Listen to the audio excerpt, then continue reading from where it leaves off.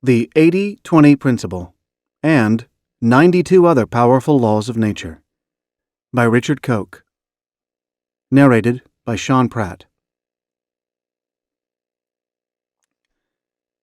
Preface to the new edition.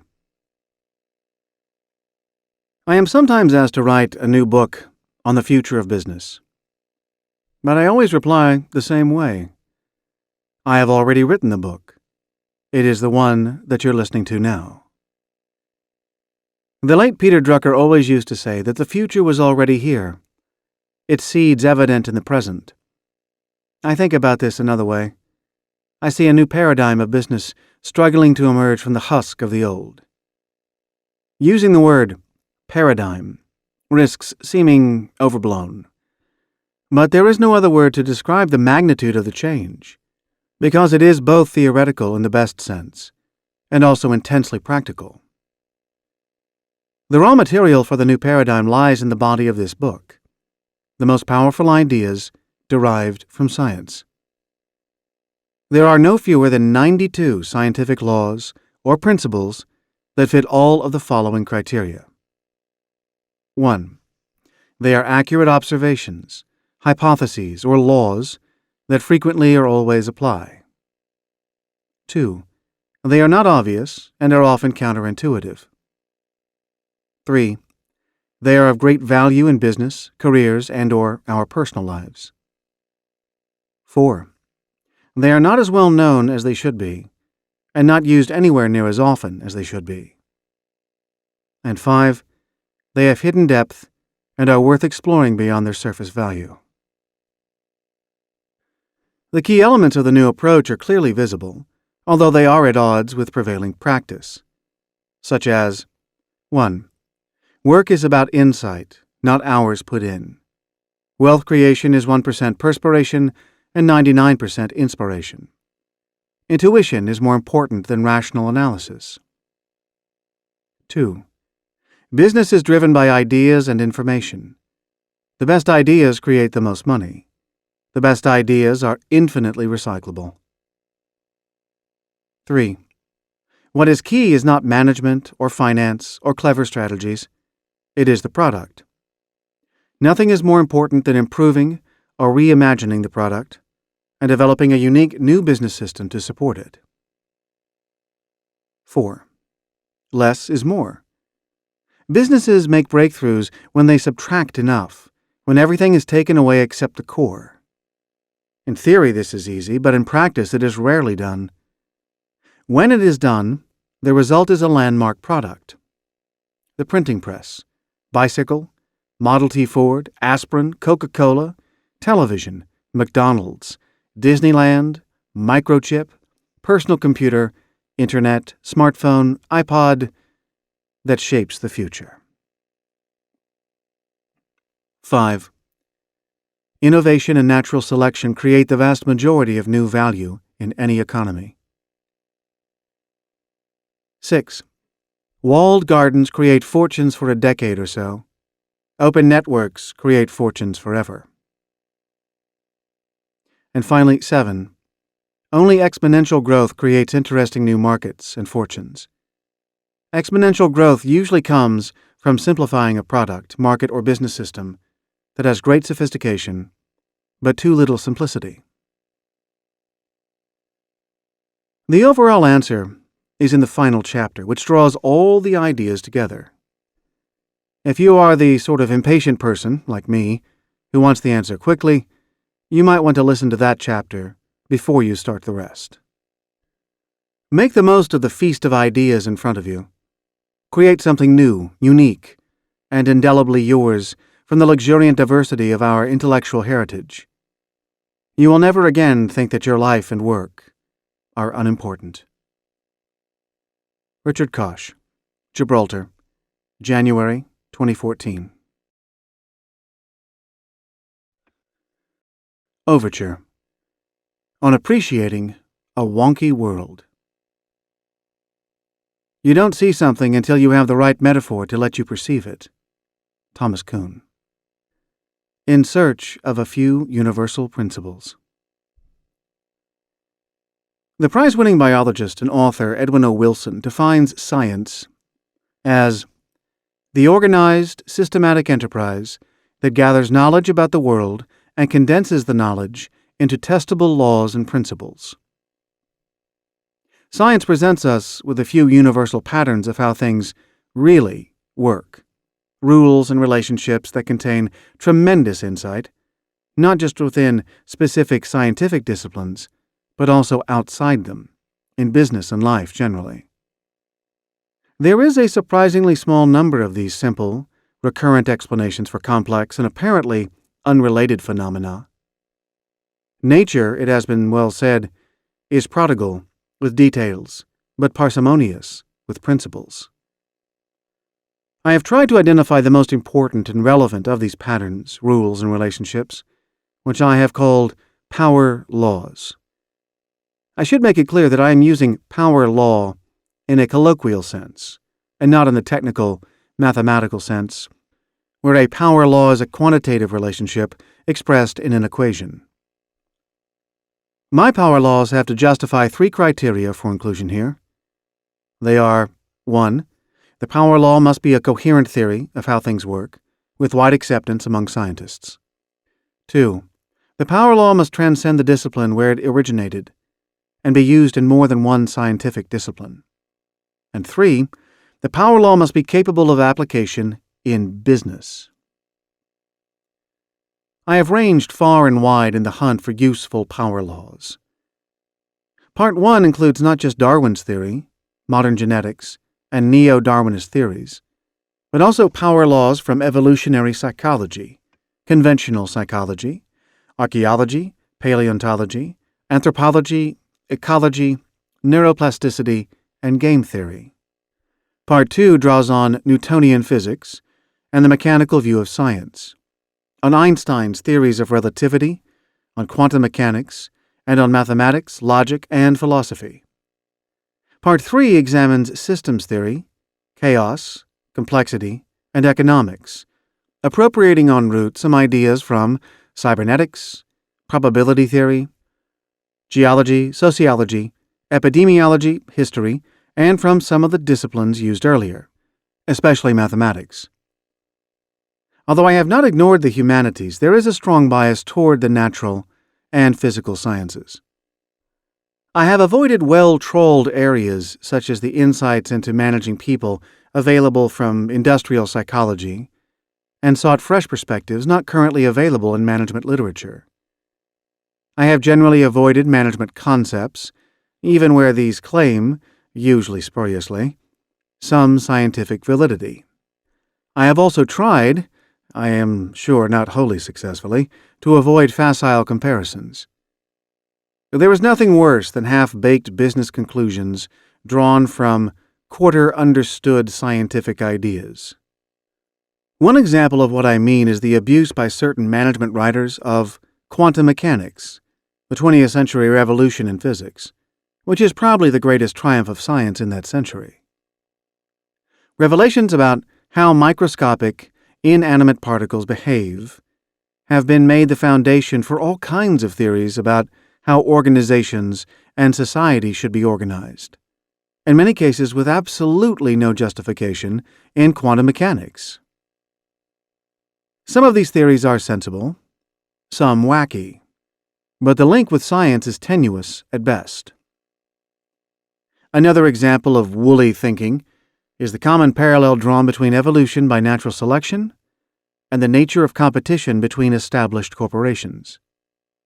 This parallel is simply wrong, betraying a profound lack of understanding of both what Darwin said and how modern business competition works. And yet, if Darwin is read carefully and sympathetically, there are some wonderful insights into how business works. My researcher, Andrei Mahachik, and I looked at over 1,000 scientific theories and principles which, on first inspection, appeared possibly relevant before winnowing down the list to 93 power laws. We have allowed into our list not only theories well supported by data, but also empirically observed facts, and a few non-verifiable but resonant concepts. We have included a handful of ideas that offer insight without having any scientific validity, such as Murphy's and Parkinson's laws. The vast majority of the power laws, however, are scientifically respectable, and where they are controversial, attention is drawn to this.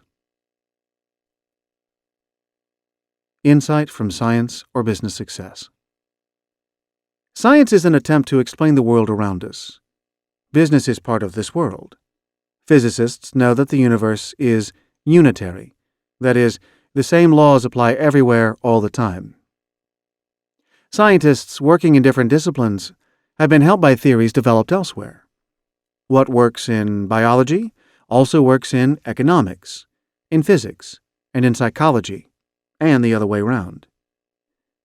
Interdisciplinary sciences such as chaos and complexity observe the same phenomena and the same patterns, equally relevant to meteorology, or financial markets, or geology, or physics, or chemistry, or many other disciplines, and usually capable of similar mathematical expression across all these areas. The reason that insights and theories from one science work in another is that the universe is more fundamental than our scientific taxonomy. In trying to understand and study things, we break them down, but all we are doing is glimpsing from different angles the same truly universal principles. My quest has been for power laws that transcend scientific boundaries and defy artificial barriers erected between science and business.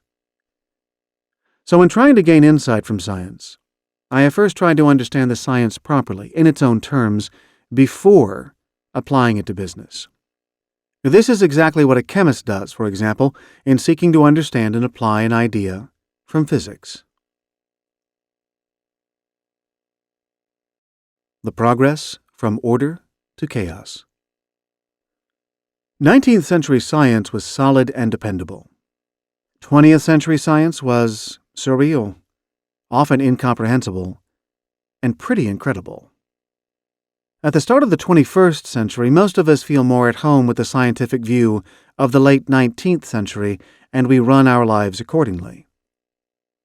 The 19th century view of science was the culmination of 3 centuries of progressively increasing degrees of understanding and confidence. Educated people felt that they understood how the world worked, and that there would soon be few limits to humanity's dominion over nature. A whole new scientific civilization beckoned. The 20th century bit back. As scientists learned more, the universe seemed less predictable, less orderly, more mysterious, and more frightening. Defense mechanisms set in. Brilliant scientists like Albert Einstein reached for their blinkers. The universe just couldn't be that random, that pointless, that out of sync with reason. And so began an intellectual reaction that is still with us. Most of our mental models are still those of 19th century science. It's more comfortable that way. Arguably, we're also more productive with those models. Let's see how the world became so much easier to understand from the 16th to the 19th centuries, and how much more difficult thereafter. In praise of the incomparable Mr. Newton. Perhaps the most important science book ever, Sir Isaac Newton's Principia Mathematica, was published in 1687. Newton drew together knowledge that had been simmering for centuries and was then coming to the boil. From the ancient Greeks, from Roger Bacon, a late 13th century Oxford scholar, from Leonardo da Vinci, Galileo, Kepler, from French philosopher René Descartes, and from many other sources. Newton was both the father of modern empirical science and the codifier of the most powerful intellectual framework the world has ever seen, the idea of the clockwork universe. The Newtonian world was simple and easily understood. Everything could be related to everything else, on Earth and in the heavens. Reality comprised machines and parts of machines, all behaving in accordance with a few basic, universal reliable laws. Science as a total system made sense. God was relegated to the role of wise clockmaker, the chap who wound up the clock, the universe, and then left it to operate on its own according to certain standard operating procedures. You can see the clockwork universe manifested in the work of Adam Smith and all the classical economists, in Thomas Robert Malthus's thoughts on population and sustainability, and the ideas of the French Enlightenment on the perfectibility of man, an idea encapsulated by British historian Edward Gibbon, who wrote in 1776 that we cannot be certain to what heights the human species may aspire. In Charles Darwin's theory of evolution by natural selection, in Sigmund Freud's mechanical model of the mind and the consciousness, and in all political and social writers, from Thomas Hobbes to Karl Marx, John Stuart Mill, Auguste Comte, Vilfredo Pareto, and Max Weber. Although many of these thinkers added a teleological or dialectical perspective, which is at odds with a simple static clockwork world, their views are all mechanistic and rational. Everything is a machine. Everything obeys simple laws. Everything fits together. Everything can be understood, and everything can be analyzed and reduced to its basic elements. Everything works and has a purpose.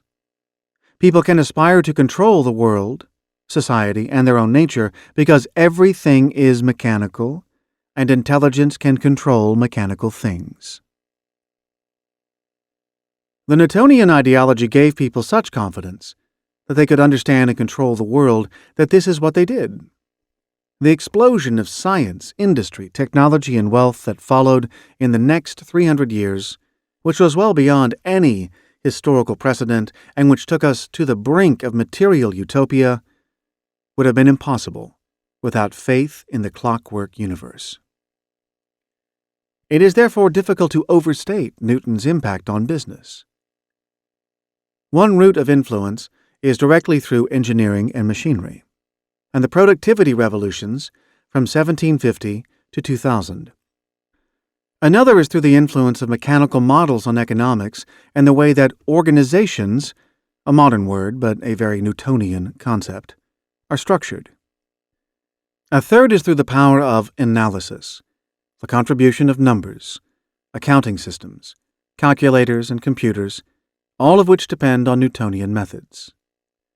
Nearly all executives and management writers inhabit Newton's world, and with good reason. Yet science has moved on. Weird and wonderful 20th century science. Danish physicist Niels Bohr, 1885 to 1962, was one of the great brains of the 20th century, and perhaps the most important developer of quantum physics, which must rank as one of the most sublime and counterintuitive scientific theories of all time. Bohr used to tell a story about a Jewish theological student who attended 3 lectures by a famous rabbi. The first lecture was splendid, and the student understood it all. The second lecture was even better. The rabbi clearly understood every word, but it was so subtle and deep that the student couldn't follow it at all. The third lecture, though, was the crowning achievement. It was so brilliant that even the rabbi couldn't understand it. Bohr said that quantum theory was weird. It made him feel like the rabbi at the third lecture. Quantum theory is so subversive that even Albert Einstein kept trying to prove it wrong. As we'll see in Chapter 8, the micro-world of atoms chooses which state to leap into entirely at random. The precise positions or velocities of electrons cannot be measured. Light is both like a wave and like a particle. Nothing is real, nothing is predictable, everything is uncertain, and everything is related, mysteriously, to everything else. The first 2 decades of the 20th century also gave us Einstein's theories of relativity, which are extraordinarily difficult to understand. Einstein himself said that only 12 people in the world would understand his general theory. As a result of relativity, We know that space is curved. Gravitation is the warping of space and time by physical mass. Time and space are not two dimensions, but one linked frame of reference. Time is part of the physical universe. The scientific theme that there is no objective reality was reinforced in 1931 by the brilliant Austrian scientist Kurt Gödel, who was eccentric to the point of madness. Nonetheless, his incompleteness theorem proved beyond doubt that, even within a simple formal system like mathematics, you could write down statements that could never be either proved or disproved within the terms of that system. Reality is an invention, not a given. So, farewell absolute truth. Systems thinking, and the developments in chaos and complexity in the last third of the 20th century took us even further back to the future. It turns out that most things in the world, and certainly some of the most important, including the weather, the brain, cities, economies, history, and people, are non-linear systems, which means that they don't behave in the straightforward way assumed by all scientists from Isaac Newton to the end of the 19th century. Nonlinear systems don't have simple causes and effects. They don't behave like mechanical objects. Everything is interrelated. Equilibrium is elusive and fleeting. Small and even trivial causes can have massive effects. Control is impossible. Prediction is hazardous. Simple systems can demonstrate incredibly complex behavior, and complex systems can give rise to very simple behavior. In this weird and wonky world, intelligence, common sense, and good intentions are no guarantee of good results. Instead, unwelcome and unintended consequences are endemic. This is a topsy-turvy world where classical Newtonian cause and effect logic can get you into a lot of trouble. Yet, scientists have discovered remarkably consistent laws and patterns that can describe chaotic behavior. Although they take some teasing out, beauty, method, and order do exist within the apparent madness and disorder.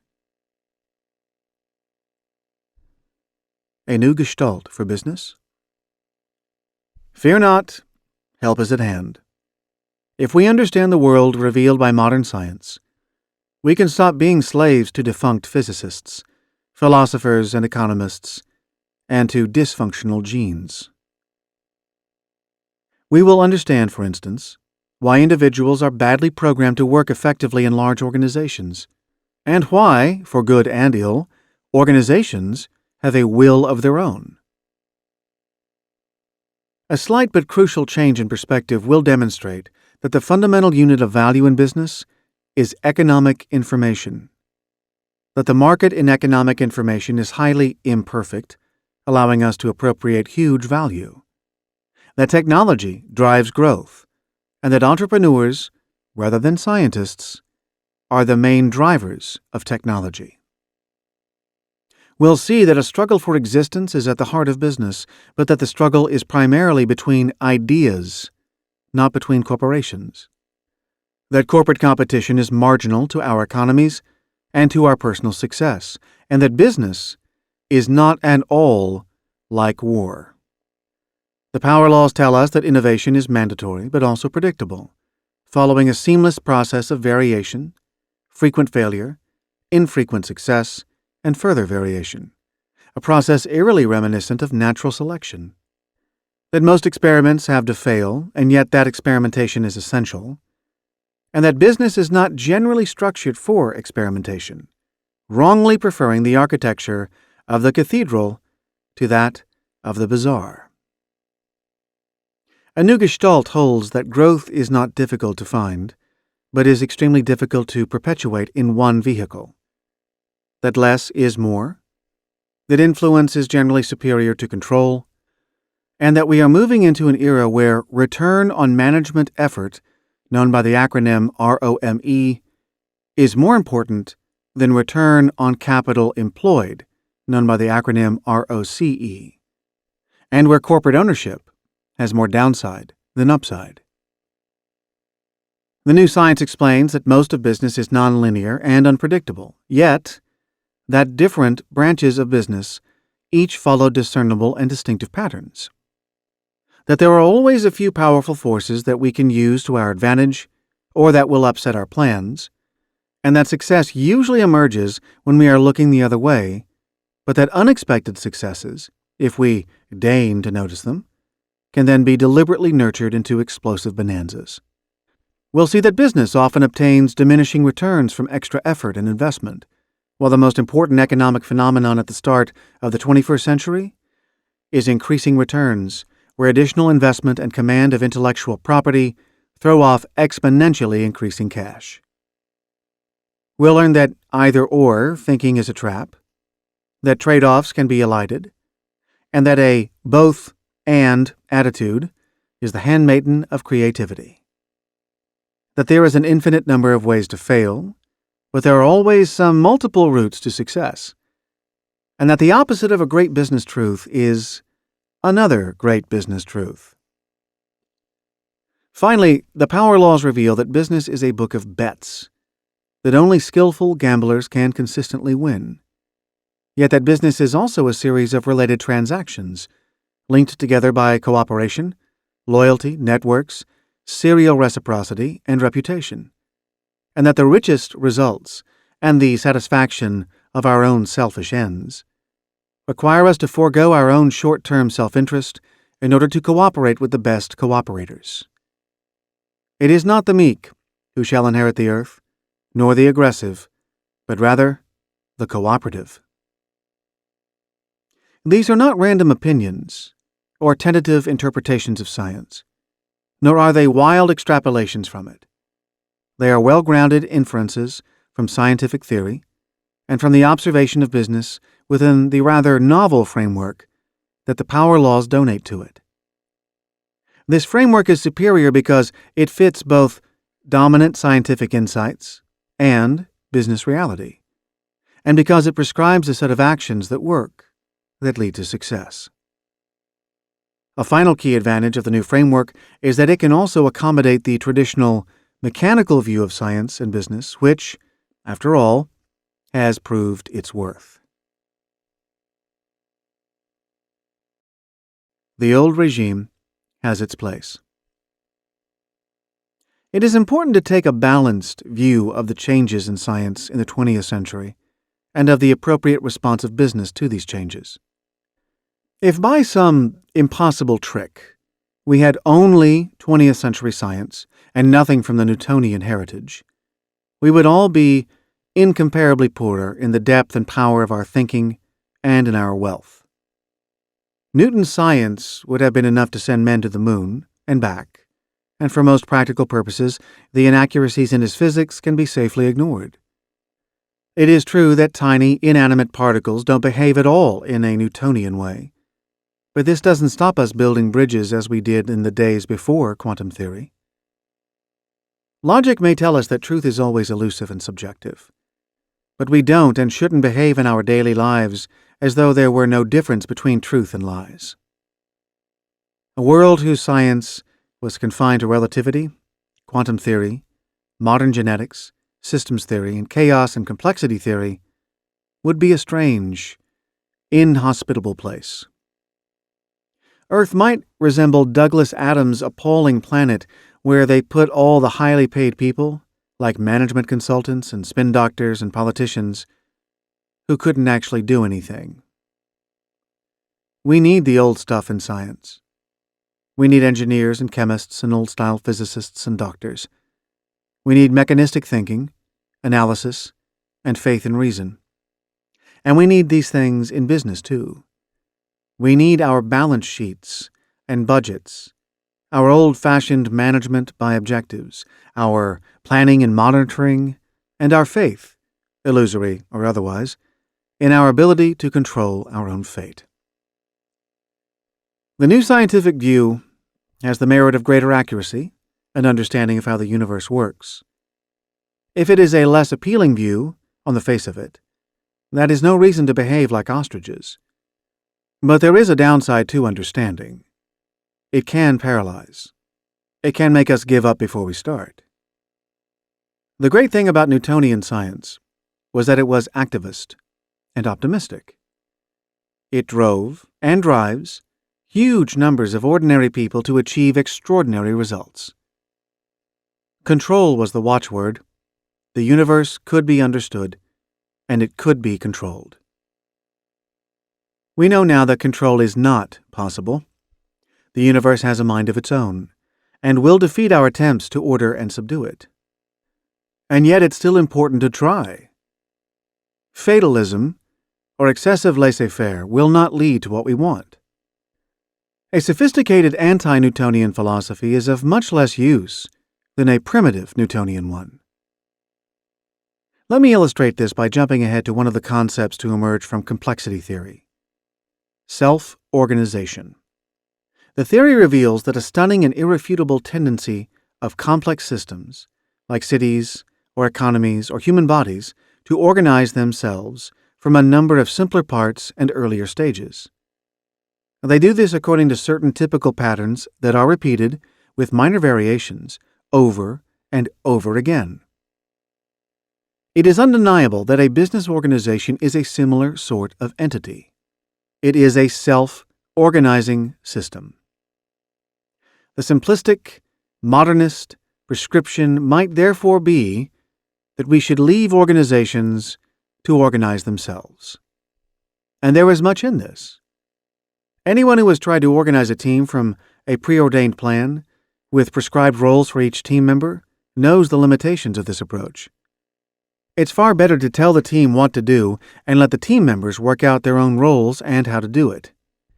Yet the extrapolation of this liberal approach to a whole organization, on the implicit grounds that if this is how nature arranges things, this is how we should do it too, is deeply flawed.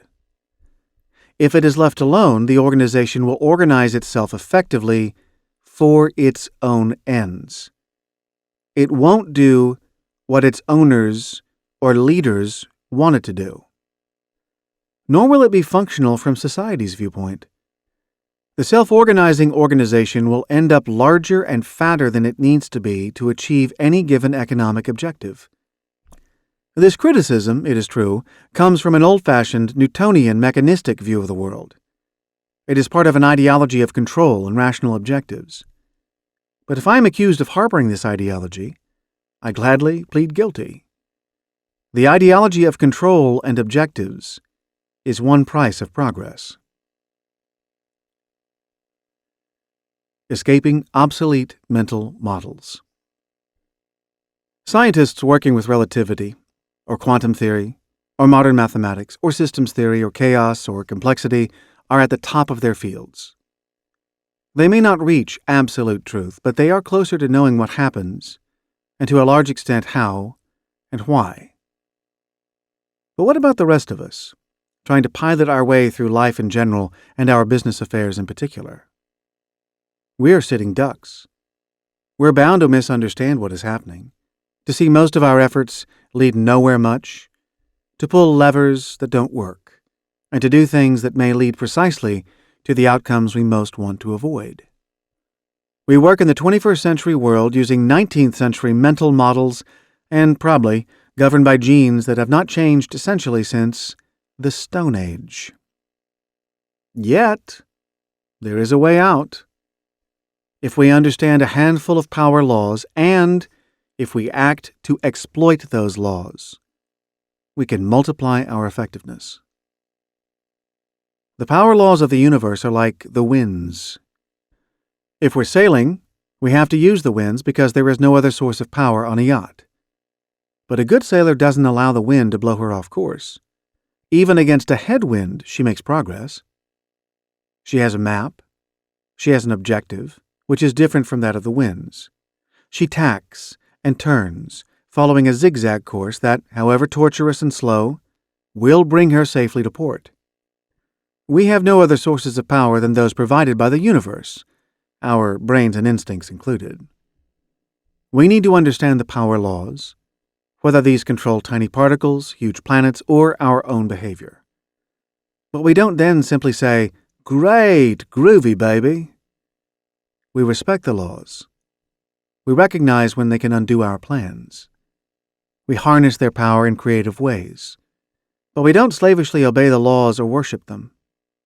We have our own inner light, guiding our faltering steps even as we understand how difficult it is to overcome our programming. We need a good dose of Newtonian mechanics, Cartesian faith in reason, Gibbonian faith in the perfectibility of man, Darwinian faith in evolution, Marxian faith in our ability to arrange society, and Freudian belief in our ability to control our emotions. All faiths that are intellectually untenable, at least in their extreme forms, while simultaneously understanding and using the weirder and subtler reaches of more recent knowledge. On with the show.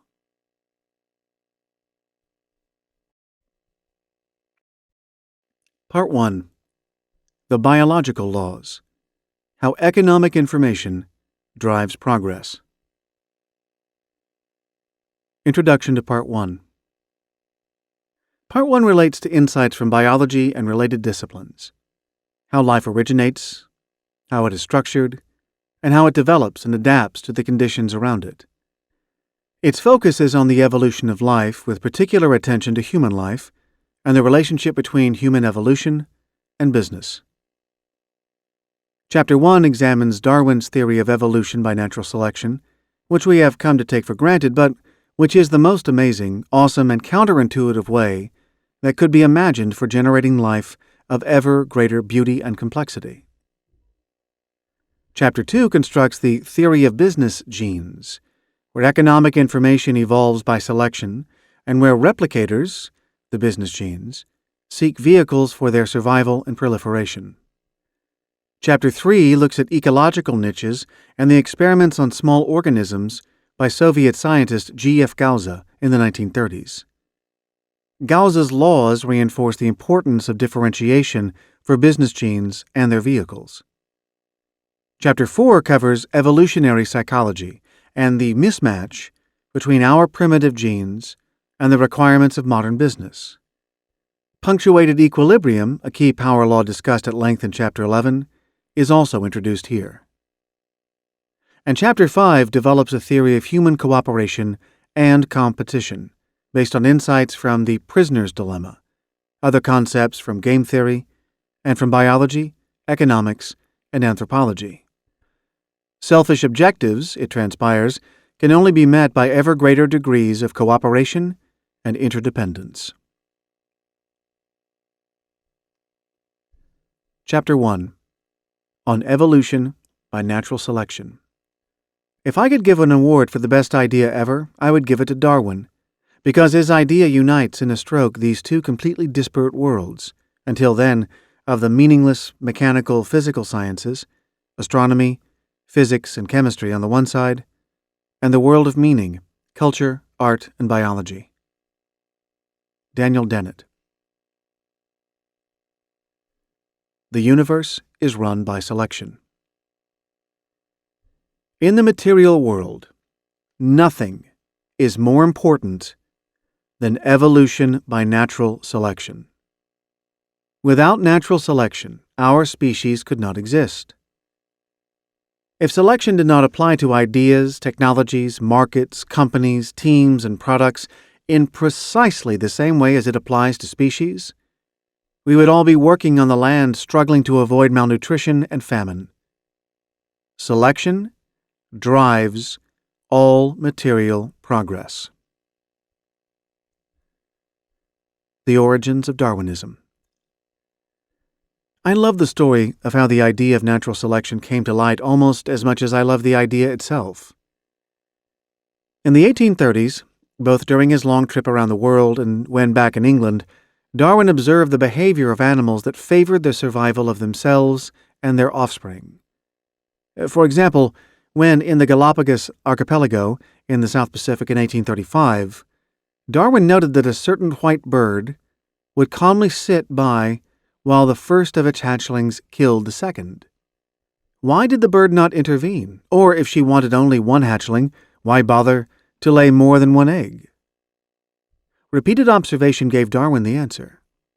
He determined that a single egg gave only a 50% survival rate, survival being defined as that of at least one hatchling. That 2 eggs raised the survival rate to 70%, but that 3 eggs brought the survival rate below 50%. Further, if there were 2 live hatchlings, the probability of one of them surviving was lower than if there was only 1 hatchling. Hence, the mother's apparently perverse behavior was actually conducive to the survival of her family. Darwin combined reflections from his field research with 2 ideas that had been around for many decades in different academic disciplines and fused them together with explosive effect. The 2 ideas were competition and evolution. Darwin first thought of natural selection in 1838 while reading Thomas Robert Malthus's Essay on Population, a dire prophecy of the effects of competition between individuals for food. Malthus, in turn, had been influenced by Adam Smith's theories of economic competition in his book The Wealth of Nations, the first volume of which had been published in 1776. Smith's thinking had been influenced by a writer another century or so earlier, namely the political philosopher Thomas Hobbes, who had, in 1651, described society as the war of all against all. So the idea of competition was common currency among intellectuals some 200 years before Darwin published On the Origin of Species by Means of Natural Selection or the Preservation of Favored Races in the Struggle for Life. The idea of evolution had also been widely mooted in the early 19th century. Fossils showed that species had evolved from earlier, more primitive species. K. E. von Baer, 1792 to 1876, encapsulated a major insight when he stated that less general characters are developed from the most general until the most specialized appear. Evolutionists talk about heterogeneity emerging from homogeneity. What no one before Darwin had explained satisfactorily was how evolution worked. Natural selection, a simple but subtle theory. Darwin's theory of natural selection is elegant and extremely economical, resting on 3 plain observations. First, creatures systematically overproduce their young. There is no exception to the rule, Darwin states, that every organic being naturally increases at so high a rate that if not destroyed, the earth would soon be covered by the progeny of a single pair. He observes that cod produce millions of eggs. If they all survived, the oceans would be solid cod within 6 months. Elephants are the slowest breeders of all known animals, yet within 5 centuries, if unchecked, there would be alive 15 million elephants, descended from the first pair. Survival is a numbers game, with the odds stacked against most creatures. A struggle for existence, Darwin concludes, inevitably follows from the high rate at which all organic beings tend to increase. Second, all creatures vary. We are all unique. Third, the sum of that variation is inherited. We are more like our parents than we are like other people's parents. Darwin put these 3 obvious facts together to derive the rudiments of natural selection. Competition among siblings means that only a few can survive. As Darwin wrote with feeling in On the Origin, all organic beings are exposed to severe competition. Nothing is easier to admit in words the truth of the universal struggle for life, or more difficult, at least I have found it so, than constantly to bear this conclusion in mind. Yet unless it be thoroughly ingrained in the mind, I am convinced that the whole economy of nature, with every fact on distribution, rarity, abundance, extinction, and variation, will be dimly seen or quite misunderstood. Which individual plants and animals will survive? Clearly those that exploit or fit in best with what Darwin called the conditions of life. In the introduction to On the Origin, he lays out his thesis and acknowledges his debt to Malthus. Darwin comments that he will start by looking at the variation of species, both when domesticated and in nature. He writes, "We shall discuss what circumstances are most favorable to variation. In the next chapter, the struggle for existence amongst all organic beings throughout the world, which inevitably follows from their high geometrical powers of increase, will be treated of. This is the doctrine of Malthus, applied to the whole animal and vegetable kingdoms. As many more individuals of each species are born than can possibly survive, and as, consequently, there is a frequently recurring struggle for existence, it follows that any being, if it vary however slightly in any manner profitable to itself, will have a better chance of survival, and thus be naturally selected. From the strong principle of inheritance, any selected variety will tend to propagate its new and modified form." Darwin coined the phrase natural selection and explains it very simply.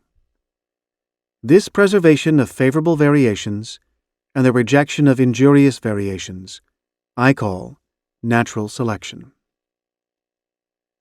Plants and animals that have been naturally selected will have had the most successful parents, those who in turn had survived and came from a long line of survivors, and in turn will have more offspring than other organisms.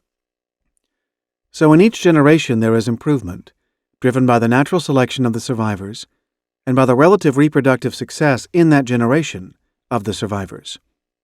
He writes, "The slightest advantage in one being over those with which it comes into competition, or better adaptation in however slight a degree to the surrounding physical conditions, will turn the balance." Darwin keeps hammering home his point that natural selection depends on variation. When the conditions of life, such as climate, change, he says, this would manifestly be favorable to natural selection by giving a better chance of profitable variations occurring, and unless profitable variations do occur, natural selection can do nothing. For most of Darwin's contemporaries, the really controversial aspect of On the Origin was not the original part, natural selection, but rather the support that Darwin gave to the general idea of evolution, and especially humanity's descent from animal species. But Darwin's big idea was natural selection. Although he collected, rather inconclusive, data between 1838 and 1859, his main contribution was the flash of insight that he had in 1838, that there was competition for life between individuals and that traits were conserved through their relative adaptability to life's conditions. Natural selection, the key to life. The process is very simple. Variation, then selection, then further variation. Then more variation, more selection, more variation, and so on, back to the start of life and forward to eternity. This is how species evolve. Variation leads to better adaptation. Intrinsic to improved congruence with the conditions of life, therefore, is variation. If there were no differences between parents, there would be no differences between offspring. If there were no differences even between the offspring of the same parents, there would be no basis for differential success. And success is fitting the conditions of life. There will thus be a continual process of improvement or better adaptation to the environment, although, of course, the environment may change, producing different winners and losers. Variations and improvements occur continually within species, but occasionally a mutation occurs when an individual has a new characteristic. This mutation may improve or worsen the odds of survival. If the latter, the mutation will die out. If the former, the individual mutant will prosper and leave plenty of offspring, who will inherit and pass on the advantage. Over time, therefore, most species will evolve positively, and they will respond to any change that the environment brings. When conditions change, new characteristics are required and encouraged. For 80 years, scientists have studied intensively one plot of land in the desert in the southwestern United States, photographing its changes in response to climate. They have found that variation is the key to growth. Ecologist Tony Burgess explains, if conditions are variant, the mixture of species increases by 2 to 3 orders of magnitude, that is, 20 to 30 times. If you have a constant pattern, the beautiful desert ecology will almost always collapse into something simpler. Diversity leads to efficient use of resources. Darwin suggested that the more species there were on a piece of land, the more efficiently the land would be used. A number of recent experiments have confirmed his hypothesis. For example, research reported in 1984 on 147 plots of Minnesota prairie demonstrated that the greater the number of species in a plot, the more biomass the plot produced, and also the more nitrogen the soil produced. With fewer species, nitrogen leached out of the soil and was wasted. If a species is diverse, it can survive and prosper. If a species is homogeneous, it is vulnerable. Take hatchery salmon. In the Pacific Northwest of America, where wild salmon were disappearing, scientists bred huge numbers of hatchery salmon and pushed them into the rivers. But these hatchery salmon had little diversity. They were vulnerable to a slight change in the ecosystem. Too many riverside trees had been cut down for logs. Result? Less shade, and therefore a slight rise in river temperatures. Further result? An increase in certain diseases that couldn't flourish in colder water. Final result? The hatchery salmon nearly all died from disease. On reflection, the scientists realized that lack of diversity was the root problem. Had the salmon been gradually interbred, allowing mixing and mutation, a diverse adult population would have contained some salmon resistant to the new diseases. The same applies to computers. More than 9 out of 10 computers today, like the one I'm working on, have the Windows operating system. These computers have the same core internal components, and every computer with Microsoft software is vulnerable to the same computer viruses. I don't think it is fanciful to see the same process at work in cities. For example, in 1950s Britain, government mass-produced housing for poorer people. Municipal councils built massive tower blocks, all the same shape and pattern, oblong, high, undifferentiated, with all the individual dwellings looking identical. Result? Misery, alienation, crime. Something rather similar, although this time produced by private enterprise, was damned by Pete Seeger's song, Little Boxes, where they're all made out of ticky-tacky and they all look just the same. Jane Jacobs shows in her fascinating book, The Death and Life of Great American Cities, that when street lengths, building shapes, sizes, ages, and areas within cities are more diverse, then the cities are not only more beautiful, but also more energetic and wealthier. Diversity works. It always leads to even greater diversity and to sustainable growth. If we want to sum up the theory of evolution by natural selection in 2 words, which have great relevance for all societies and businesses, we should simply remember, diversity works. Does evolution imply progress? According to Darwin, competition and blind chance drive improvement. The struggle for life is, at root, a lottery, albeit one that may have purpose. Darwin is somewhat ambivalent on this point, but he comments on the dynamics of his theory of descent with modification through natural selection. He writes, "The inhabitants of each successive period in the world's history have beaten their predecessors in the race for life, and are, insofar, higher in the scale of nature, and this may account for that vague and yet ill-defined sentiment felt by many paleontologists that organization, on the whole, has progressed, old forms having been supplanted by new and improved forms of life, produced by the laws of variation acting round us, and preserved by natural selection." Darwin ends his book with an uncharacteristic flourish, designed to make the rather unpalatable notion of natural selection reflect well on the Creator. He writes, "As natural selection works solely by and for the good of each being, all corporeal and mental endowments will tend to progress toward perfection, produced by laws acting around us.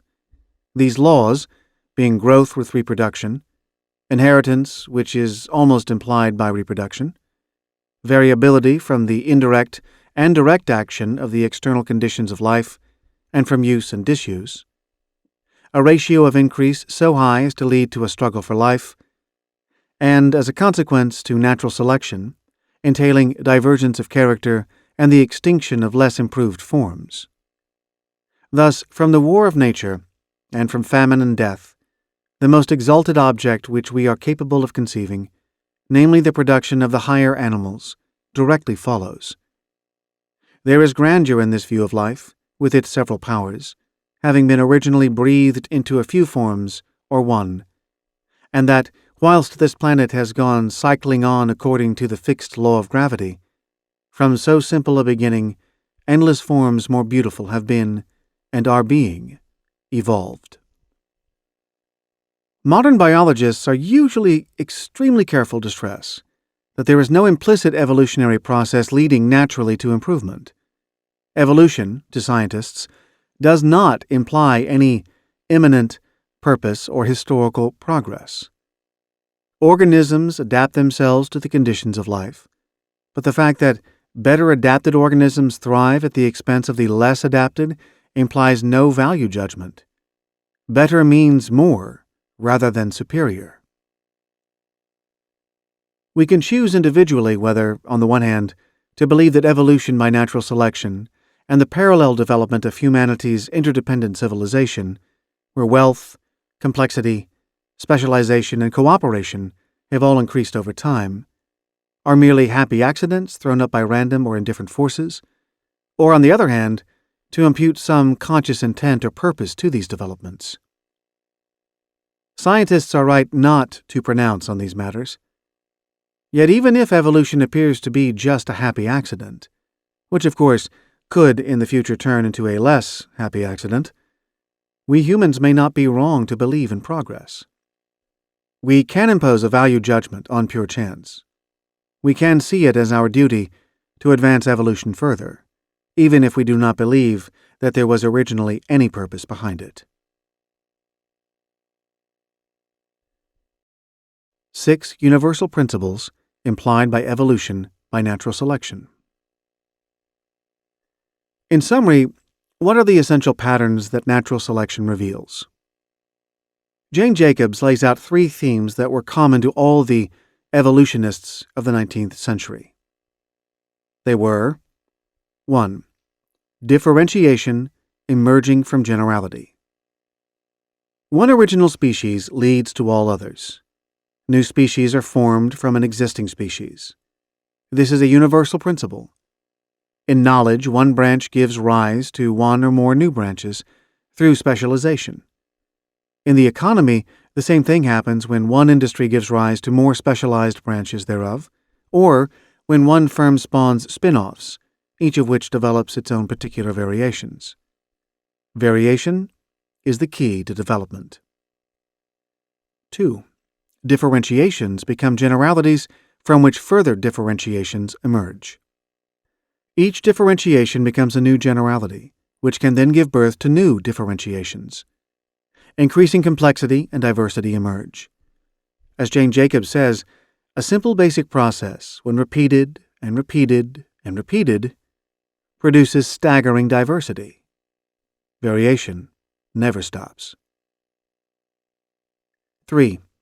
Development depends on co-development. Development of one species requires co-development of other species. All forms of life, Darwin says, make together one grand system. One of the characters in Jane Jacobs' The Nature of Economies elaborates on this theme. A horse requires more than its ancestors. A horse implies grass. Grass implies topsoil.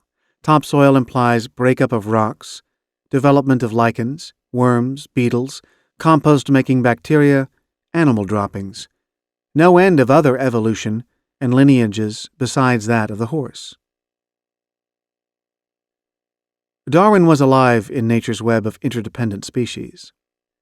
Today's global economy demonstrates the same pattern of co-development and intricate interdependence.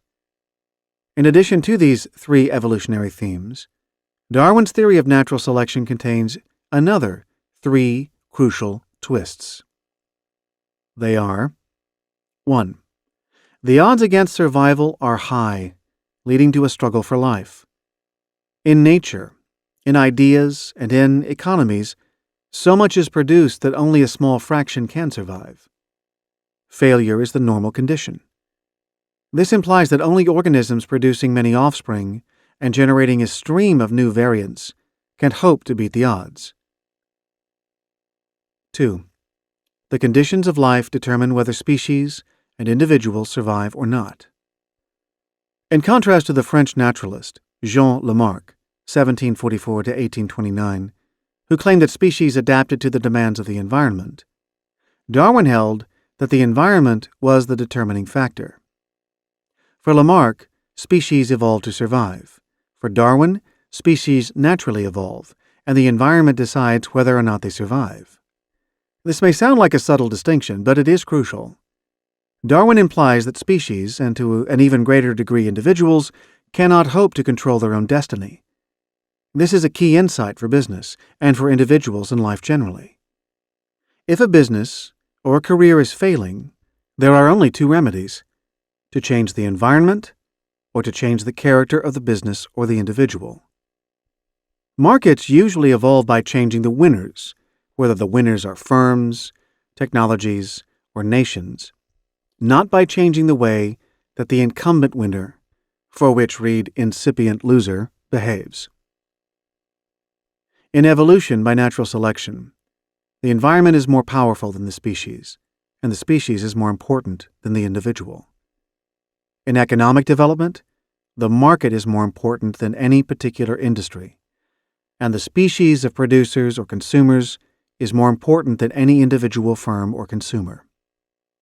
It follows that if any business enterprise or individual is not being successful, a radical change of environment or behavior is necessary, and even this may not be sufficient. And finally, 3.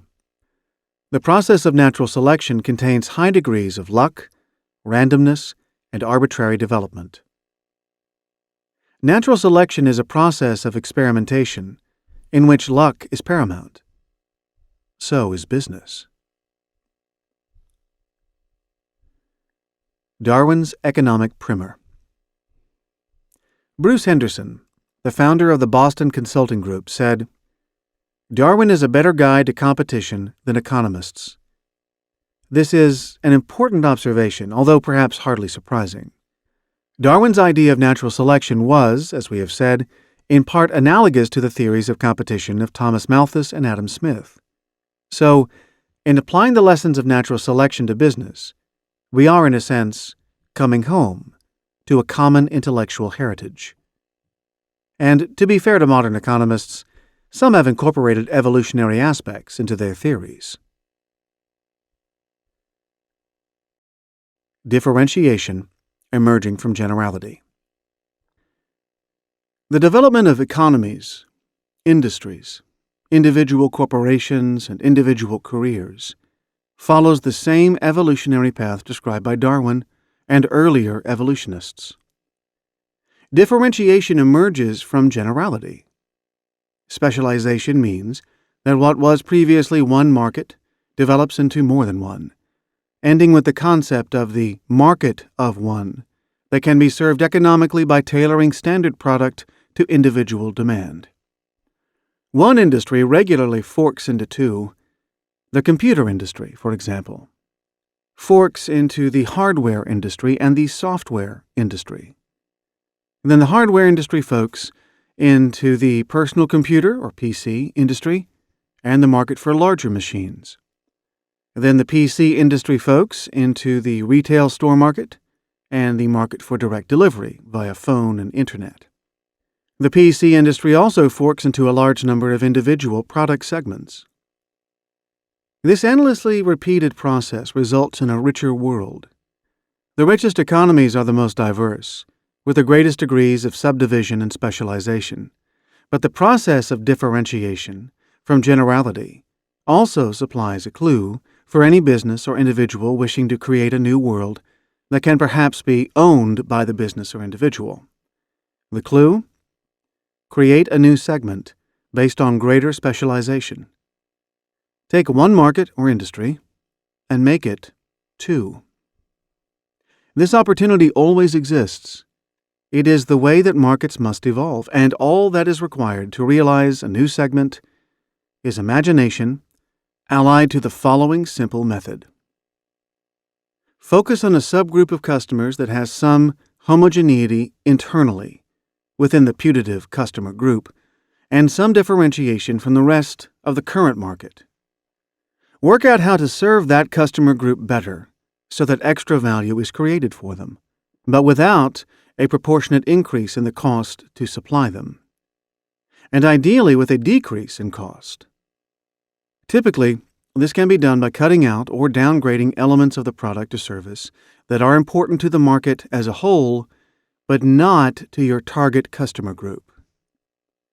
Once you have found your new market, use the co-development principle as much as possible.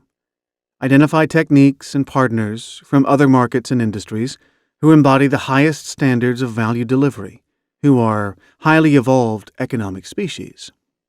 Then, appropriate their ideas or make them partners. Finally, aim to become and remain the standard, the model, and the leader in your new market segment. So much for general evolutionary principles, but we can go much further. Darwin's particular genius was to build on earlier evolutionary theories, none of which was very specific, and describe the way that natural selection operates. We can now parallel this process in thinking about our own business world. You're invited to collaborate, in a typically Darwinian way, by extending and applying the somewhat general thoughts that I'll share with you in a moment to your own more specific, differentiated context, and to take the thoughts to the next level of their evolution. Where does evolution by selection work in business? Very clearly, at the level of products.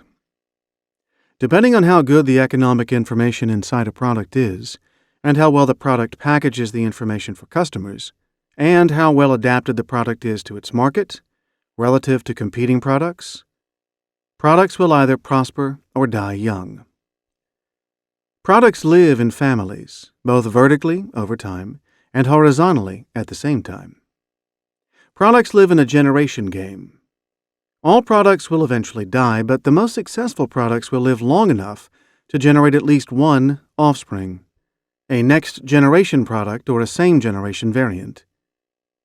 The most successful products will generate many of both. For every successful product, however, there will be many that never get off the drawing board, never survived the test market, died shortly after launch, or never produced any offspring. Successful products will all be able to say, "Not one of our progenitors died in infancy." But progenitors are rare. Most products die before they reproduce. Some $160 billion is spent in the developed countries each year on research and development, but only 5% of that money succeeds in generating a product or service. And even for the few products that are born, there is a high death rate in the early months and years. What is success for a technology? A unit of economic information or a product? To beat the odds against selection. To have many offspring. To gain currency, that is, intellectual currency, or dollars. But what is success for the owners of a technology or of a product? Surely to make the largest possible long-term profit from selling the technology or product in one form or another. This requires making the product or technology proprietary to the owners. This also tends to produce more variation, more experimentation, more products, more losers, and more winners. Recognition of intellectual property rights does not restrict the evolution of economic information. It tends to speed it up because it encourages variation to justify or to avoid the intellectual property and to convert it to currency. 4 lessons of economic selection for products and marketing. First, product ideas will be stronger, more likely to survive and reproduce, if they have emerged from a struggle for life, from substantial competition. This does not necessarily mean that you should launch a multitude of products, just that you should consider and test a large number, so that those that emerge have faced genuine competition. For example, the publisher of this book has a policy of only publishing 20 books a year. This is very sensible. It ensures that each book can be properly structured and edited, marketed, and promoted. But it would not be wise for him to accept the first 20 books that came along that he felt were acceptable. He should carefully consider perhaps 100 to 200 potential books and set up some competitive process between them before choosing his 20. If he selects the wrong 20, another publisher will gain the market's support. For some firms and markets, putting out a lot of products and letting the market decide which ones survive is a sound procedure. When Sony introduced the Walkman, it flooded the market with hundreds of variants, letting the market decide which few would survive. In credit cards, Capital One is a very successful firm that regularly generates a large number of new ideas, puts them to the market test, and mercilessly kills off the majority that fail. It relies heavily on direct mail shots to attract new customers, puts out perhaps 300 different products, varying the letter, the color of the envelope, the position of the address, and so on, and then uses the response rates from its test markets to decide which mailing will be the standard one. The company is currently taking a risk with a major new product, trying to parlay its data mining and direct marketing competencies into the sale of mobile phones. If the experiment works, fine. If not, it will be swiftly terminated. One of the world's most successful consumer goods firms, Procter & Gamble, took the revolutionary and apparently wasteful step back in 1930 of allowing direct competition between its own brands. This provided challenges that often didn't exist elsewhere in the marketplace. Brands couldn't rest on their laurels. Discomfort stimulated improvement and cut complacency. Although this formula worked extremely well, it took almost 30 years for rival firms to copy it. Although it's our best route to success, we hate competition. Procter & Gamble also has an extremely rigorous and structured product development process, including mandatory test marketing to see whether product concept expectations are met and whether product sales are sustainable. Few concepts make it through to production. Even successful products are subject to routine, ongoing consumer research to aid in further product refinement and innovation. P&G has a far higher ratio of potential products to actual products than most of its competitors, and a far greater propensity to produce new generations of successful products. The second lesson is that new product variants will arrive sooner or later, whether you introduce them or not. Natural selection does not care which organism mutates or does not mutate, lives or dies. Economic selection does not care who owns the new product, it just wants to see it arrive.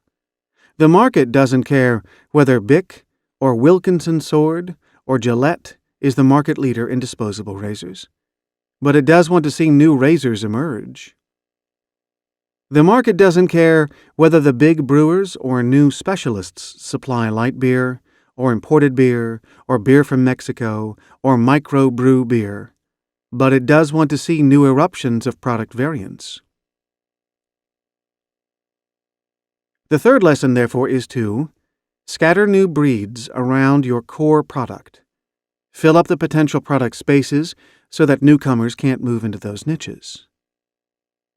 You might not think that a new type of product, Cherry cola, for example, or healthier versions of mainline food products, has much chance of success. Still, have a go and let the market decide. In the late 1970s and early 1980s, it was already clear that healthier food was a growing trend, yet, in general, the main food manufacturers stood back. The result? New specialists came in and filled the niches. In some cases, as with Wilkinson Sword and Gillette, neglecting to fill a niche can eventually mean a challenge to the core business itself. Fill up all your niches, or potential niches. Reinvent your product. The Internet supplies a great example where leading firms have often, and even usually, failed to fill up all the niches or potential niches, and in this case, the Internet niche may end up comprising the majority of the market. Whatever else it is, the Internet is clearly a channel of distribution that comprises a separate market segment. The leaders in most real-world businesses have been slow to become the leaders in online provision of their service, partly because they have been unfamiliar with the virtual world, and partly because they fear that the Internet will simply cannibalize their existing demand, and do so at lower prices. These fears are partly justified, but not entirely beside the point. A new niche need not call forth a new leader, but it will, unless the existing leader dominates it. Had Barnes & Noble, the leader in real-world bookselling, embraced the Internet opportunity at the outset, the word Amazon would still just connote a large river or a nation of female warriors. Now, Barnes & Noble is stuck, probably forever, with having to share its market with the upstart. The fourth lesson is that product and service improvement can and should always be accelerated. Competitive selection drives faster evolution, and evolution proceeds by new and better generations of older products. Not just new variants, but also new and better versions of the old product. Tolerate, even encourage, failure. It's an intrinsic part of the process. Plan to accept your own failures. Celebrate differences. Procter & Gamble's experience with Olestra, a fat substitute, is a case in point. The company's original vision was to develop an easily digestible fat that would help premature babies gain weight. The problem was that the fat-like compound, composed of a fat molecule bonded to a sugar molecule, passed through babies unabsorbed. P&G redirected the product to develop a fat substitute product. Although it took many years to perfect, the process resulted in Olean, a product that tastes and fries like fat, but does not digest in the same way. Olean is now incorporated into Frito-Lay chips and fat-free Pringles. Evolution is slow or non-existent unless there is competition, unless the cycle of struggle for life, selection, and improvement or variation is allowed to operate. But evolution can be speeded up by you or by someone else. Evolve your products by selection, or someone else may do it for you. Winners and their sex lives. The few winners should breed prolifically.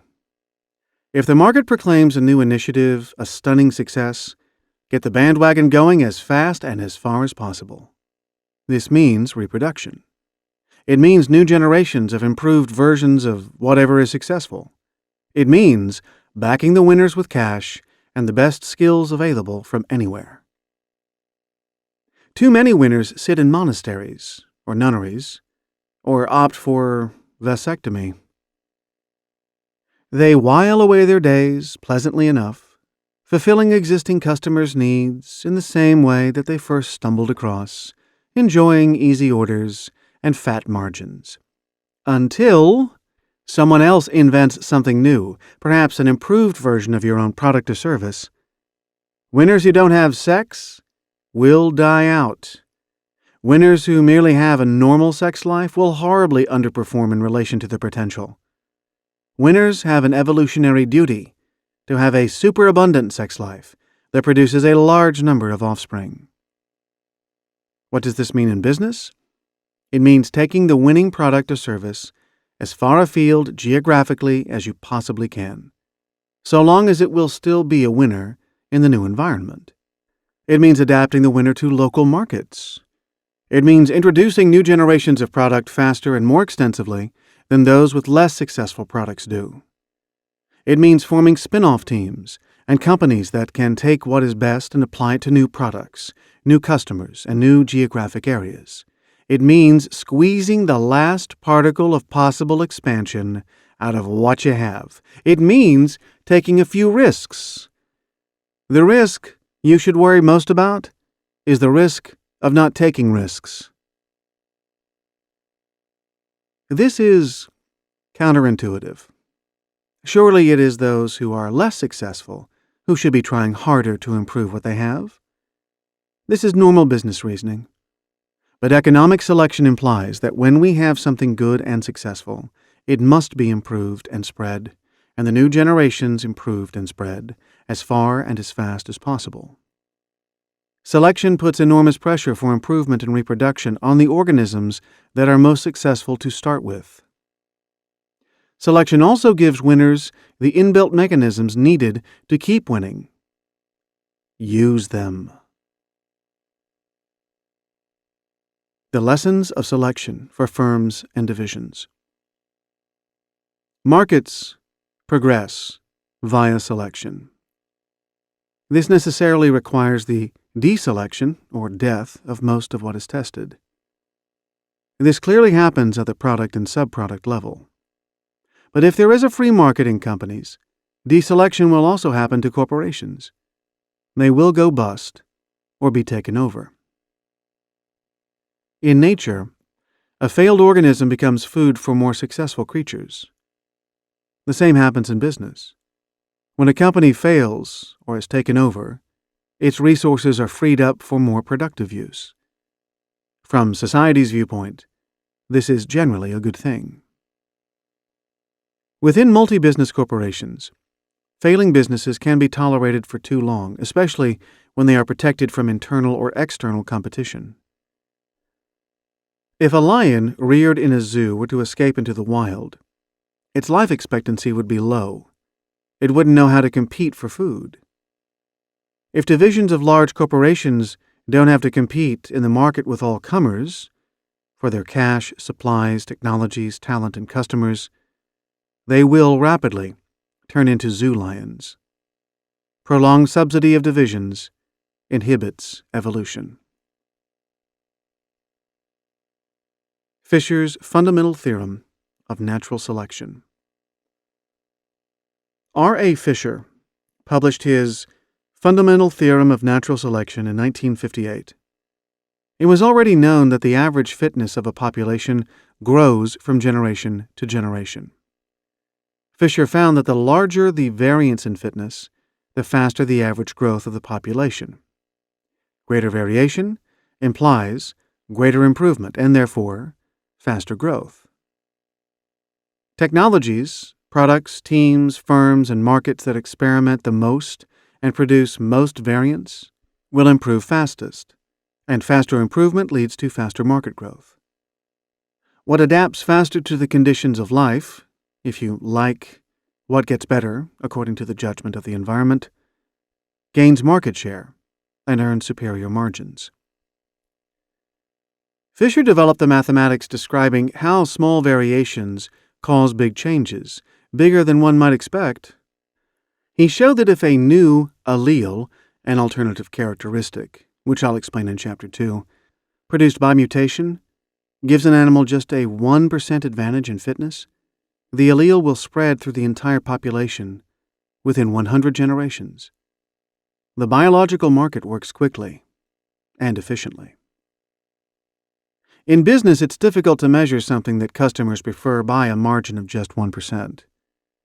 But imagine that there is a 10% advantage between one firm's product and another. This will translate into far more than a 10% difference in sales, market share, and profits. Pay close attention, therefore, to even so-called marginal customer preferences. Over time, they will count. Whether customers vote you a loser compared to your most significant rival, even if it is by a tiny margin, expect trouble ahead.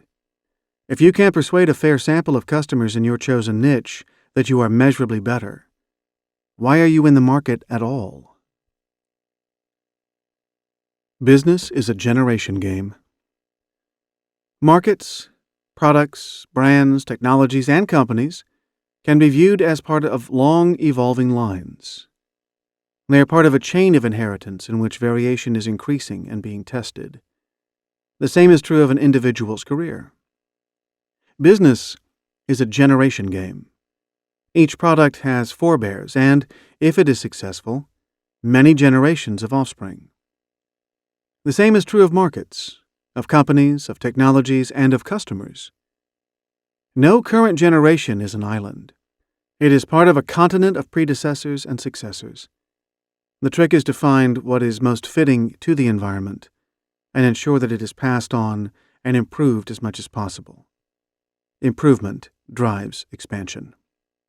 Fisher's theorem predicts that markets, products, brands, technologies, companies, and individuals who improve their fit with the environment faster than other markets, etc., will expand faster and be more profitable. The Experience Curve, explaining evolutionary improvement. The learning curve, and its derivative, the experience curve, help to explain why. The Boston Consulting Group, BCG, found in the 1960s that there was a regular relationship between unit cost and accumulated experience, both for whole markets and for individual firms. As accumulated experience doubles, costs come down by a predictable amount, say by 20 or 30%. Accumulated experience means the number of units of something that have ever been produced. It follows that in fast-growth markets like semiconductors in the 1960s and 1970s, or software markets in the 1990s, or internet-related markets today, accumulated production multiplies and costs plummet. As costs fall, new applications are opened up. So there is a tautological relationship between cost reduction and growth. Cost reduction is both a cause and a result of growth. Only by reducing costs or improving features or providing other forms of extra value can markets expand faster than other markets. Above-average growth is the reward for above-average improvement in delivering value. What happens in whole markets also happens in relation to individual corporations. Firms that grow faster than the market can increase their accumulated production faster than the laggards, and can therefore cut costs or increase value faster. By gaining market share, they actually also underpin the basis for defending and building further market share. They improve their relative cost position or relative value position. It is therefore an excellent strategy in a profitable market to build market share even at the expense of short-term profits. This is because by increasing market share, the firm will increase its ability to offer customers a better deal. And this is particularly valuable in high-growth markets because the improvement that is up for grabs is so much greater. In evolutionary terms, markets, firms, technologies, brands, and individuals who gain experience at above-average rates are actually speeding up the evolutionary process. They are packing in more generations in a shorter time. Each generational change offers scope for improvement. Yet, improvement only actually occurs if there is adaptive variation, that is, if each succeeding generation, or version, of markets, firms, teams, etc., produces something that customers like better, by doing something different that enables the market or firm to deliver better value, and to deliver improvement at a faster and faster rate. On its own, growth does not necessarily represent success. Many firms perversely choose to grow products and businesses that the market does not particularly like. The market typically takes its revenge by ensuring that the growth is profitless. Another caveat is that short-term growth, if not underpinned by the ability to sustain growth by providing real and continuously improving value, may subvert long-term growth or even lead to collapse. For a toy manufacturer to own the Cabbage Patch Dolls, or for a publishing house to have a single smash hit title, may be dangerous. There is an optimal short-run growth rate, which may not be the highest available, that will lead to maximum long-term growth. Remember Darwin's white bird in the Galapagos, which maximized survival of her family by allowing one hatchling to kill another.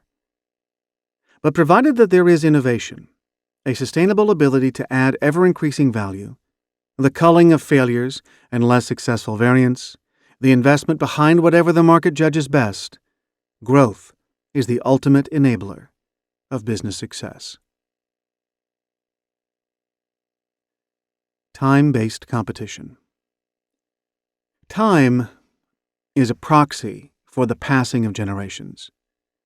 This idea is closely related to the theory of time-based competition, which states that competitive advantage flows from minimizing the time it takes a firm to complete its activities and provide goods or services to the market, and the time taken to introduce a new product. The higher the time taken, the greater the cost, and the lower the degree of customer satisfaction. Compressing time, therefore, lowers costs and raises market share. A good example is the HY war of the early 1980s, which Honda won by introducing new motorcycles to the market faster than Yamaha. First, Honda came out with 60 new models in a year, then with another 113 in the next 18 months. Life cycles of industries are becoming progressively shorter. Industries that innovate faster grow faster. They gain industry market share or capture a greater share of an industry value chain. Firms that innovate faster gain share within each market. Individuals who innovate faster grow richer. Ulam's dilemma: is natural selection unfair? Mathematician Stanislaw Ulam realized that his discipline spawns nearly 2,000 new theorems every year. Very few of these survive because funding to investigate them is not available. Ulam's dilemma is that no one either inside or outside the mathematical profession was qualified to decide which few new theorems should survive and which fall by the wayside. This, he thought, was unsatisfactory. He wrote, "There is no assurance of survival of the fittest, except in the tautological sense that whatever does in fact survive has thereby proved itself fittest by definition." In other words, theories don't win on their objective merits, but as a result of blind competition. The parallels with business are clear. The best products, or companies, or executives don't necessarily rise to the top. The standard QWERTY typewriter keyboard is far inferior to other forms. Yet I am typing on it now, on a brand new personal computer. English is less efficient than Esperanto. Betamax was probably a better video recording technology than VHS, which beat it. The market is not always fair, and not always right. The same is true in nature. Poor early mutations sometimes take hold. Nature is sometimes wasteful and produces unnecessary organs, or allows them to remain, like the human appendix, long after they are redundant. Poor genes sometimes beat better genes. Sheer luck sometimes means that poor organisms reproduce while their better siblings suffer untimely death. In the short term, at least, nature is not always right. So what? Over time, selection tends to produce improvement. It is a weird and unfair system, and also imperfect, but on the whole it works extremely well. Almost certainly no other system would work better. The implications? Don't buck the market, even if you're sure that it's wrong. If the market feedback on a product or service is negative, trash it. If the capital markets appear foolish or bizarre, put aside your doubts. and try to divine the market's message for your strategy. Leave judgments on market sanity to investors. Remember the old motto, the customer is always right. So is the market, even when it is unfair or wrong.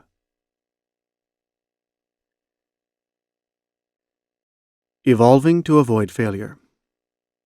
In Darwin's theory, the conditions of life determine whether or not species survive.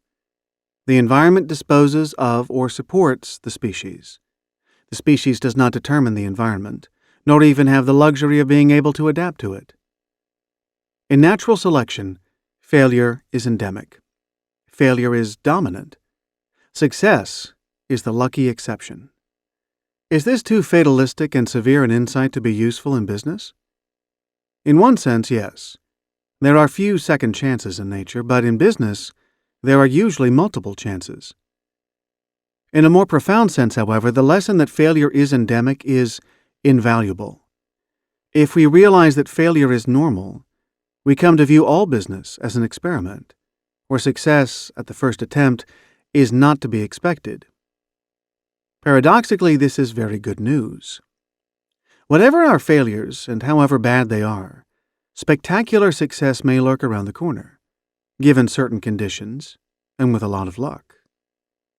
We would never have heard of Henry Ford if his first attempt at producing automobiles had been his last, or if his second attempt had quenched his determination.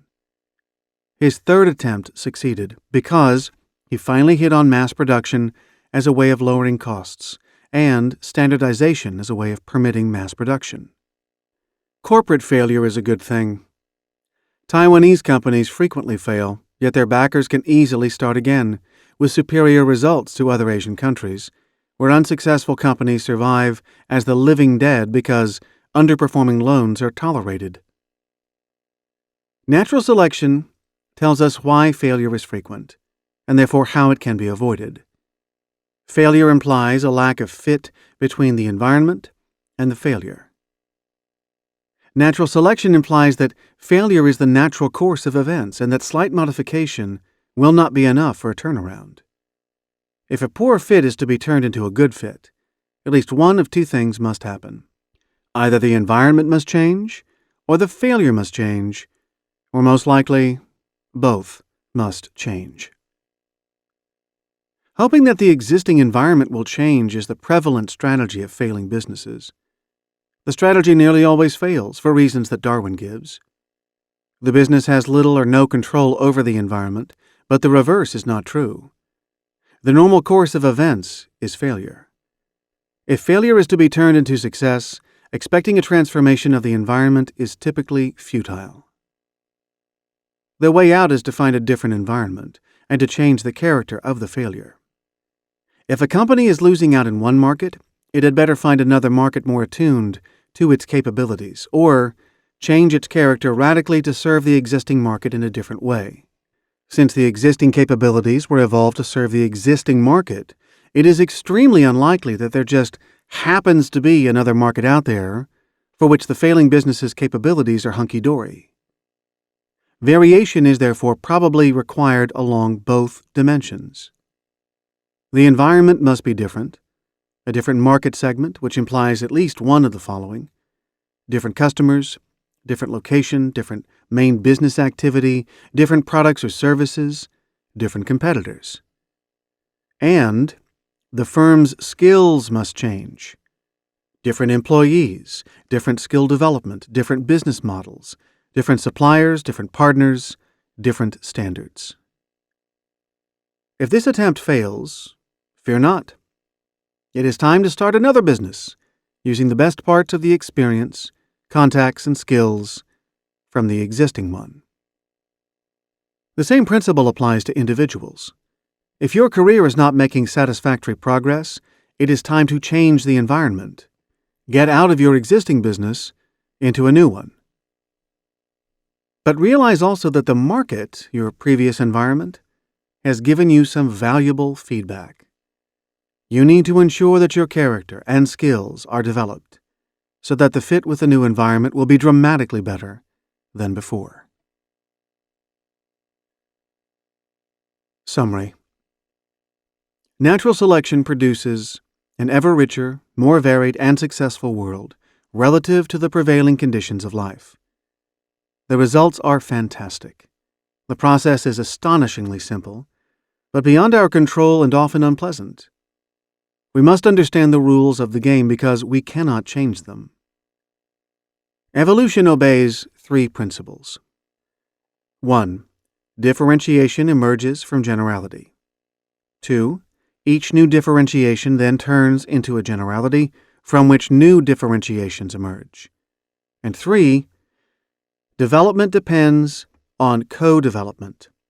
Species evolve more fully when other species co-evolve, and as Darwin said, all forms of life make together one grand system.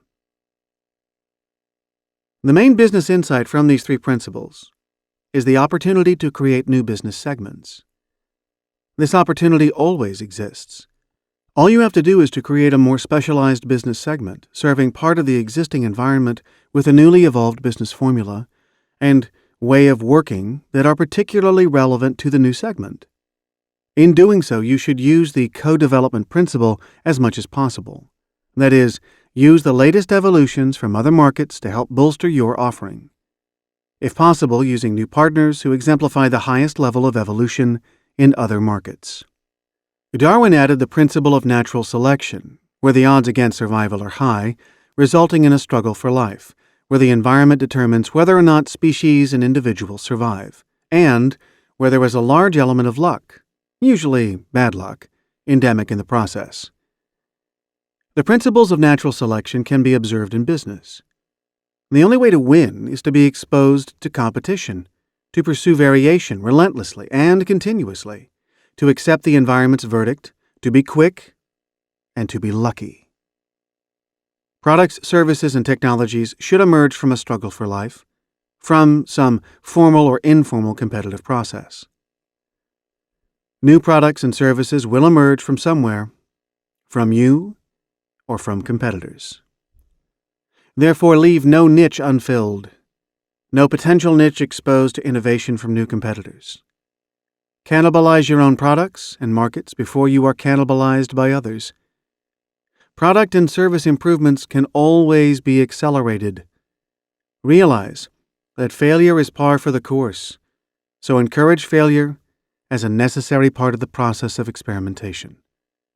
And when success does come, ride it for all it's worth. Remember the constant imperatives of life. Change. The struggle for life, selection, variation, the further selection and competition. Don't be put off by the odds against success. Where there is life, there is the opportunity to vary, and where there is variation, there is hope of a breakthrough. Action implications. 1. Vary, reinvent, multiply, and vary again. Continuously evolve everything in your business life. Your products and services, your ideas, your technologies, your teams, your corporation, your collaborators, yourself. Evolution requires experimentation, variation, rejection of inferior or less well-received variants, hard driving to multiply the successful variants, and a commitment to further cycles of experimentation, variation, selection, and multiplication of the few winners. 2. Pursue evolutionary cycles repetitively, so that the quest for continual improvement via experimentation becomes routine. 3. Expose product ideas and products to full-bore competition. 4. Scatter product variants around your core products. Fill up the potential product space. 5. Drive successes as hard and fast as possible. Ensure that they have prolific sex lives. 6. Always accept the market's verdict, even when you consider it unfair. Don't give new products or failing products or businesses the benefit of the doubt. 7. Only expect to have a few winners, but get the most out of them. Welcome your failures. 8. If you're faced with a failing business or a failing career, quit, find a different environment, and change your character to fit the new environment better than any rival. And finally, 9, keep reminding yourself that diversity works. Chapter 2. On Mendel's Genes, Selfish Genes, and Business Genes. It is not success that makes good genes. It is good genes that make success. Richard Dawkins. People like to think that businesses are built of numbers, as in the bottom line, or forces, as in market forces, or things, the product, or even flesh and blood, our people. But this is wrong. Businesses are made of ideas, ideas expressed as words. James Champy. What Darwin couldn't explain. As we heard in Chapter 1, Darwin's explanation of evolution by natural selection was brilliant and convincing. For the first time, the mechanism of evolution was fully apparent and plausible. But there was one thing that Darwin couldn't explain. If traits were acquired, how did this work? And how were the acquired traits passed on? Darwin went round in circles on this issue. On the Origin, he frankly admitted, the laws governing inheritance are quite unknown. The problem for him lay in everyone's assumption that traits were blended from those of the parents. If this was the case, why didn't individual adaptations become watered down and disappear in a few generations? Mendel's Laws of Heredity. From 1856 to 1863, spanning the period when Darwin's great work was published, Gregor Mendel, 1822 to 1884, a monk in the Austro-Hungarian Empire, experimented with breeding and crossbreeding peas and other plants with distinctive traits. Mendel was surprised to find that the traits of the peas did not blend. A tall plant bred with a dwarf plant led to a tall plant, not a medium-sized one. A yellow pea crossed with a green one did not yield a greenish-yellow pea, but rather a yellow one. When he went on to interbreed the hybrid plants produced by crossing a tall plant with a dwarf plant, although the hybrids were all tall, a quarter of their offspring were dwarf. Mendel correctly concluded that the alternative traits themselves, whether short or tall, this shape or that, were inherited directly, apparently at random. Mendel's law of segregation states that inherited traits are passed on directly and equally by each parent. Rather than blending, the traits remain separate. Each trait is generated by 2 instructions, with the dominant trait determining appearance and the recessive trait lying dormant, but capable of emerging in subsequent generations. Mendel also proposed the law of independent assortment, which factor is passed on as a function of pure chance, with dominant factors no more likely to win in the next generation than recessive factors. The law of independent assortment also states that individual traits, not the whole complement of characteristics, are based on inbreeding. The 7 traits of Mendel's law each operated independently. Nobody paid much attention to Mendel during his lifetime. Shortly before he died, when he had swapped cross-breeding his peas for less pleasant duties as abbot of his monastery, chromosomes were discovered, although at first nobody knew what they did. The significance of Mendel's findings only finally became apparent in the 1900s, when it was guessed that chromosomes carried genetic information. Mendel's factors were eventually renamed genes, and it was realized that each pair of chromosomes in a cell carries a great deal of genetic data.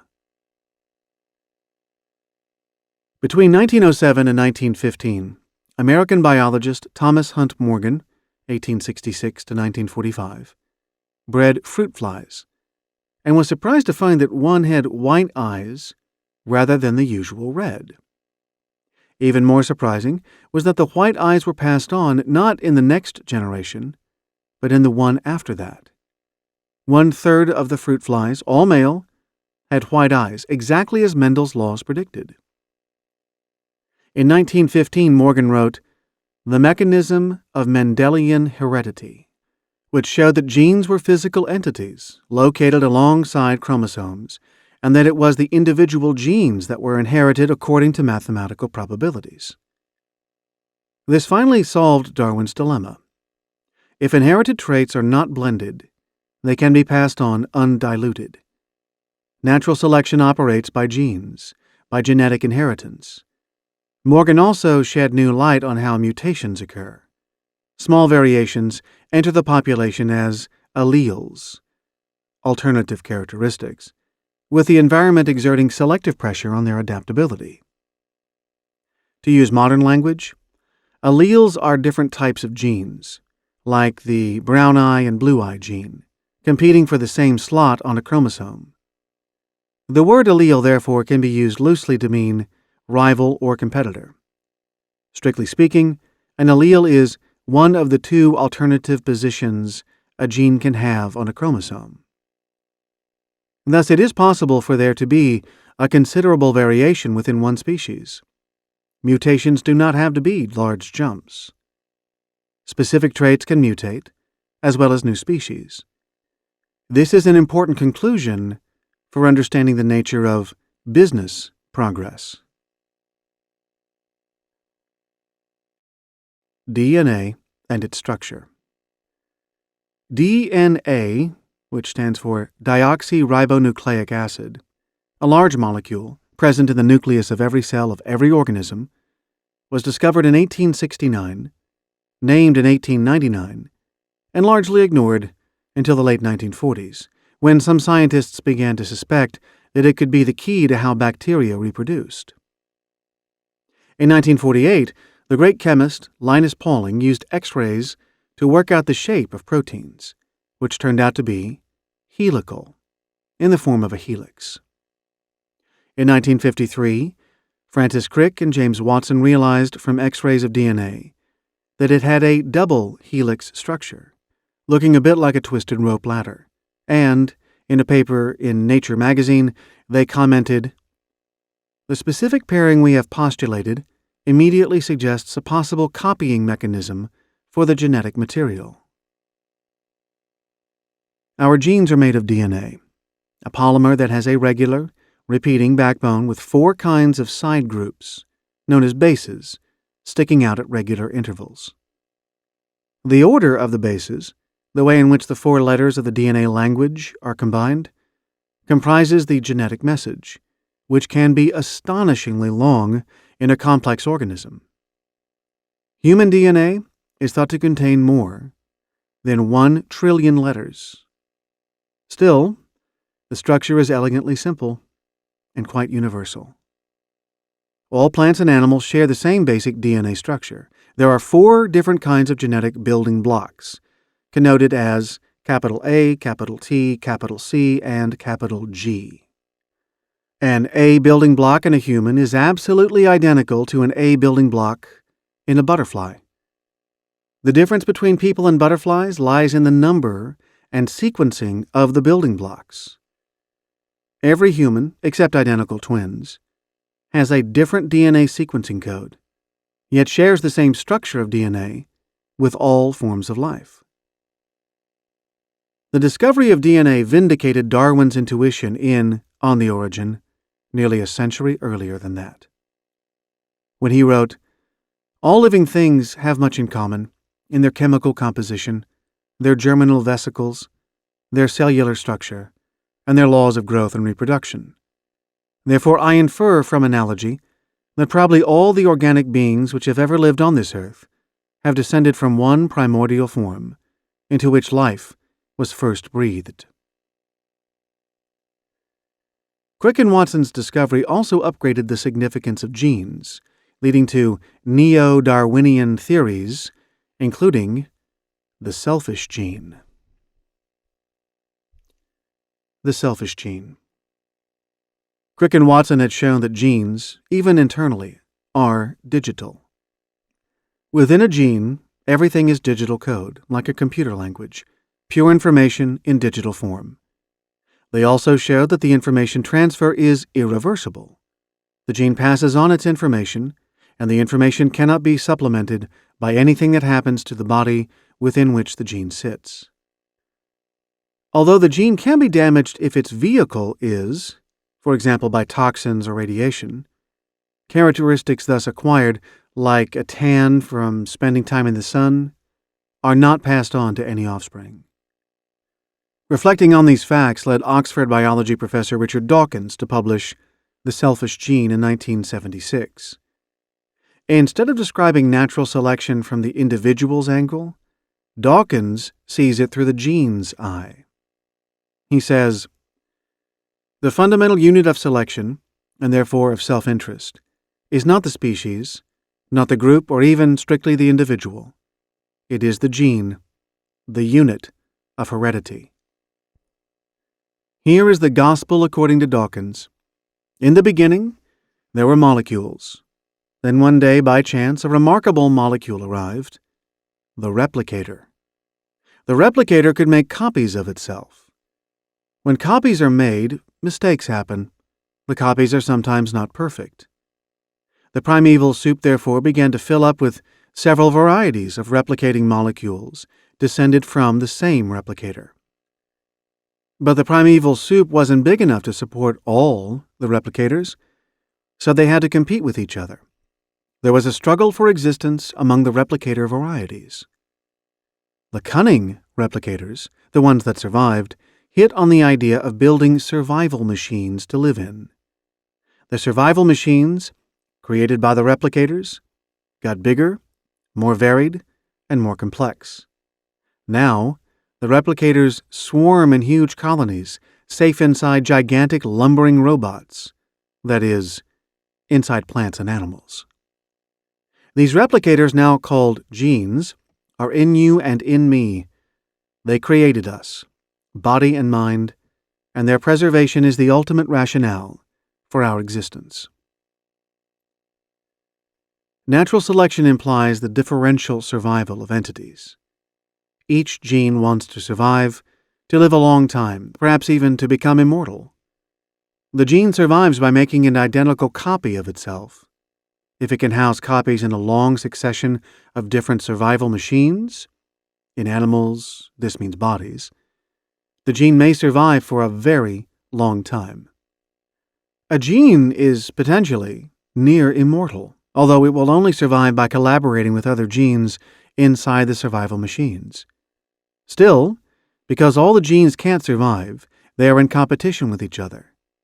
The gene is selfish because it has been selected only to advance its own cause, to be the survivor in the game of natural selection, where there are always more losers than winners. Genes selfishly compete with their alleles for survival. The genes that survive are the ones best fitted to their environment, which, in a subtle and important twist to Dawkins' argument, includes other genes. In a theme we'll come back to in Chapter 5, cooperation turns out to be the highest form of selfishness, both for genes and for their most evolved vehicles, humans. The theory of memes. Dawkins says that the gene has come to dominate the earth, and the world of the selfish gene is one of savage competition, ruthless exploitation, and dastardly deceit. Yet, Dawkins does not say that our genes control us. Certainly the genes can try to manipulate us, but we can choose to frustrate them, for example by using contraception. Birth rates decline rapidly when the level of education of the women in a society advances. Moreover, Dawkins offers hope that we can rebel against our genes. Our species is unique, he says, in being able to pass on knowledge in the form of culture, language, customs, art, architecture, science. Humans have invented a new form of replication, a new form of potential immortality in the form of memes, which is Dawkins' word for units of cultural transmission. A meme might be a book, a play, or an idea, like Darwin's idea of evolution by natural selection. Memes are anything that can be passed on from one person to another, or one generation to another, by means of learning or imitation. As Dawkins explains in The Selfish Gene, examples of memes are tunes, ideas, catchphrases, clothes, fashions, ways of making pots or building arches. Just as genes propagate themselves in the gene pool by leaping from body to body via sperms or egg, so memes propagate themselves in the meme pool by leaping from brain to brain by imitation. Dawkins hints that a world of selfishness might conceivably be turned into something better if memes with altruistic yet successful features were to replicate faster than genes. The idea of memes is controversial. Some biologists don't accept the parallel with genes or see the relevance of memes. But to me it makes perfect sense. Memes are a human invention, yet, once created, they have a semi-autonomous life of their own. Memes replicate, vary, adapt, and incorporate themselves in robust vehicles. Memes produce ever more complex entities in a way that is very similar to genes. We should note in passing that there is mounting evidence that humans are not the only animals where cultural evolution, by which I mean learned behavior rather than an increasing appreciation of opera, interacts with and transcends genetic evolution. Research by Dr. Lee Allen Dugatkin, a biologist at the University of Louisville, shows that even creatures with low intelligence can imitate the behavior of their peers. Simple marine bugs called isopods, that are scarcely a quarter-inch long, have devised a way of copying each other's choices of mates. Female guppies, small West Indian fish, will change their minds about which male guppy to mate with if they see other females selecting a different male. And sage grouse shift what they think is sexy according to cultural idiosyncrasies that vary annually. A river goes out of Eden. In 1995, Dawkins' book, titled River Out of Eden, gave us a vivid metaphor for the spread of DNA. The river of the book's title is of DNA flowing through geological time, occasionally branching to form a new species. Each species' river contains a mass of genes, traveling downstream together as good companions. It is a river of information, Dawkins says, that passes through our bodies and affects them, but is not affected by them on the way through. Each river has steep banks, stopping the DNA of one species from getting into another species' DNA river. Dawkins draws attention to two particular features of natural selection. One, its luxuriant diversity. There are tens of millions of different species. Each species has a different way in which its DNA makes a living, and different ways of passing DNA-coded texts on to the future. And two, ancestors are rare, descendants are common. The vast majority of organisms die before they can breed. Only a few of those that do breed will have a descendant alive 1,000 generations on. All organisms can therefore look back and say, none of our ancestors died in infancy, despite infant deaths being the general rule. It follows that the process of natural selection of genes is extraordinarily discriminating. He writes, each generation is a sieve. Good genes tend to fall through the sieve into the next generation. Bad genes tend to end up in bodies that die young or without reproducing. After 1,000 generations, the genes that have made it through are likely to be the good ones. The same selectivity applies to species as a whole. Although there may be about 30 million species on Earth, these constitute only 1% of the species that have ever lived. Evolution's gate to the kingdom of life is indeed a very narrow one. The theory of lifelines.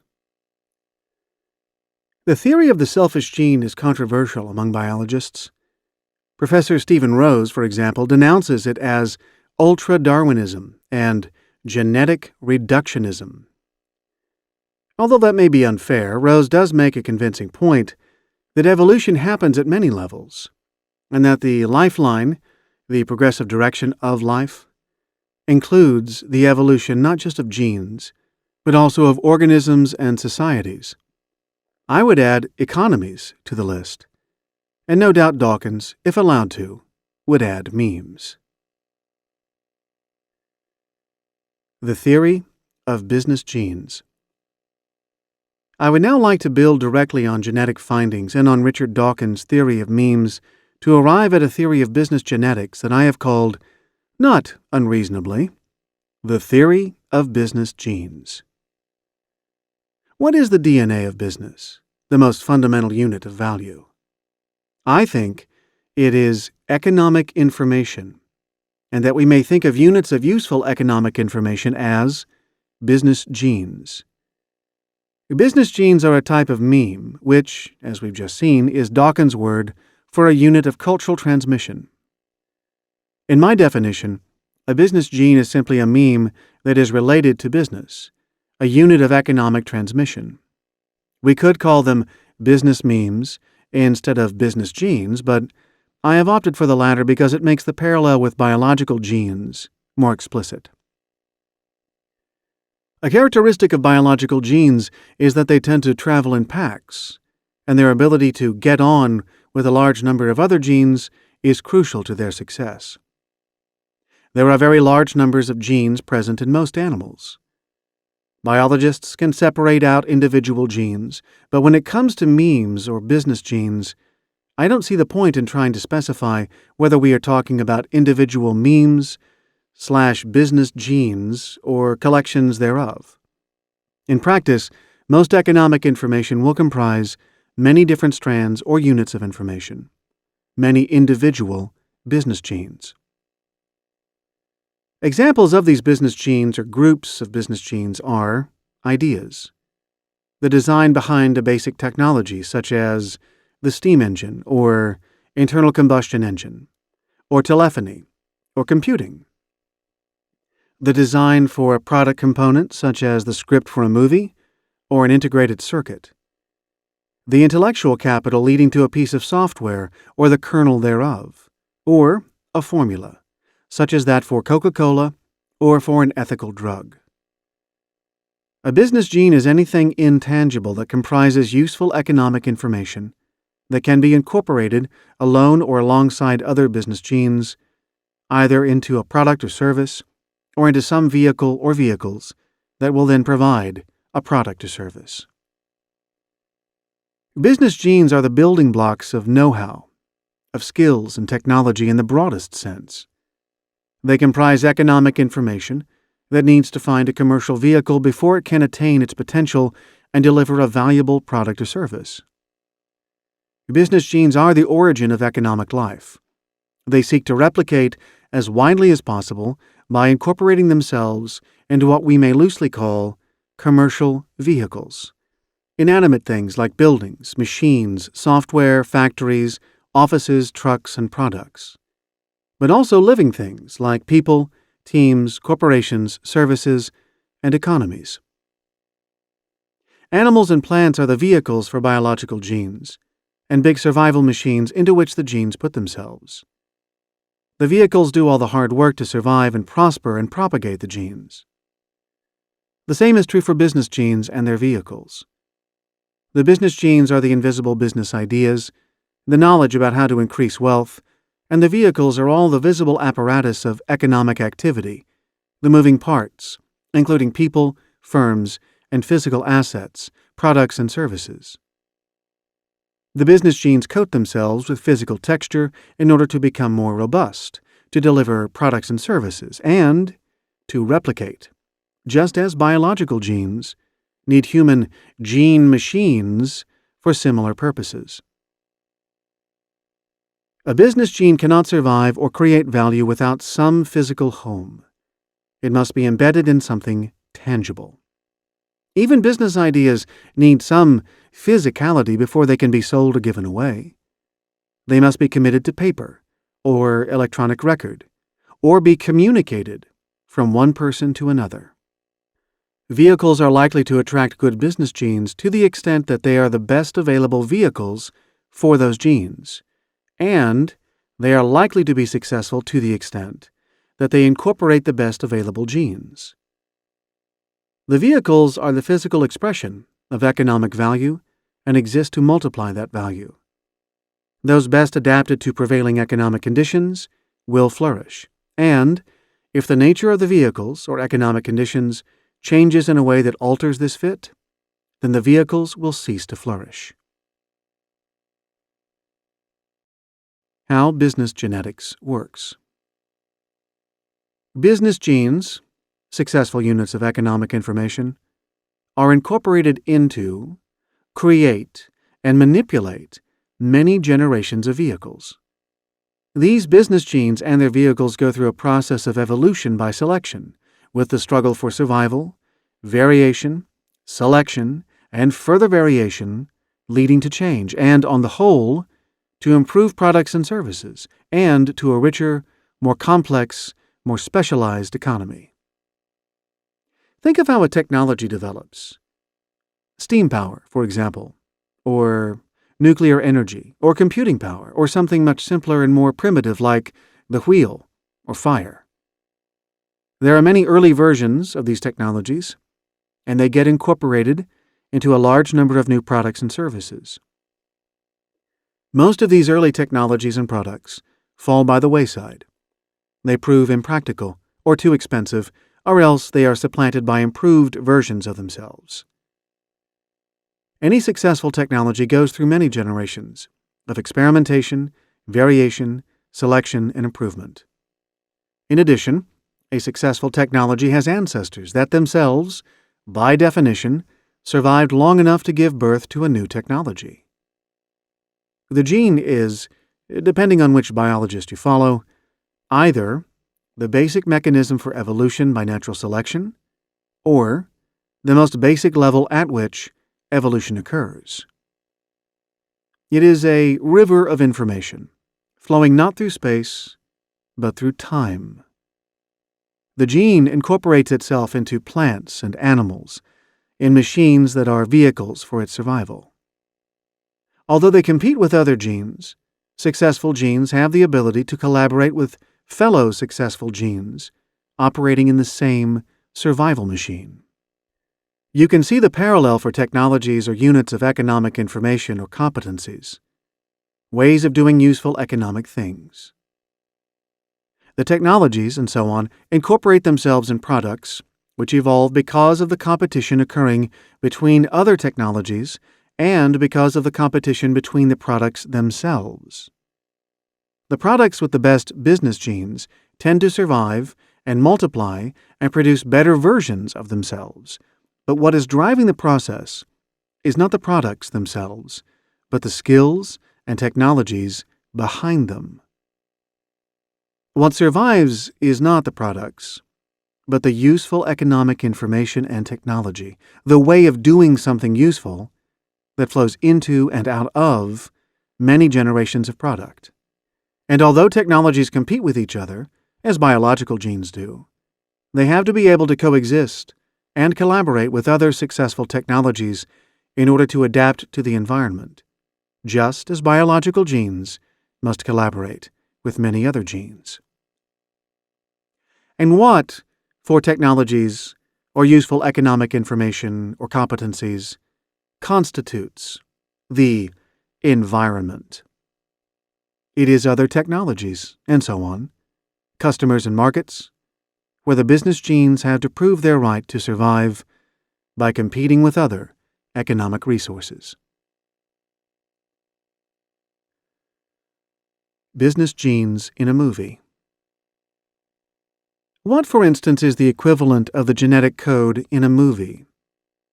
At one level, it may appear to be the digital master recording, from which many copies can be made for movie theaters all around the world. The master recording can then be made into a video, a compact disc, or any other product that can incorporate it. But the digital master recording is itself a vehicle, not a business gene or a collection of business genes.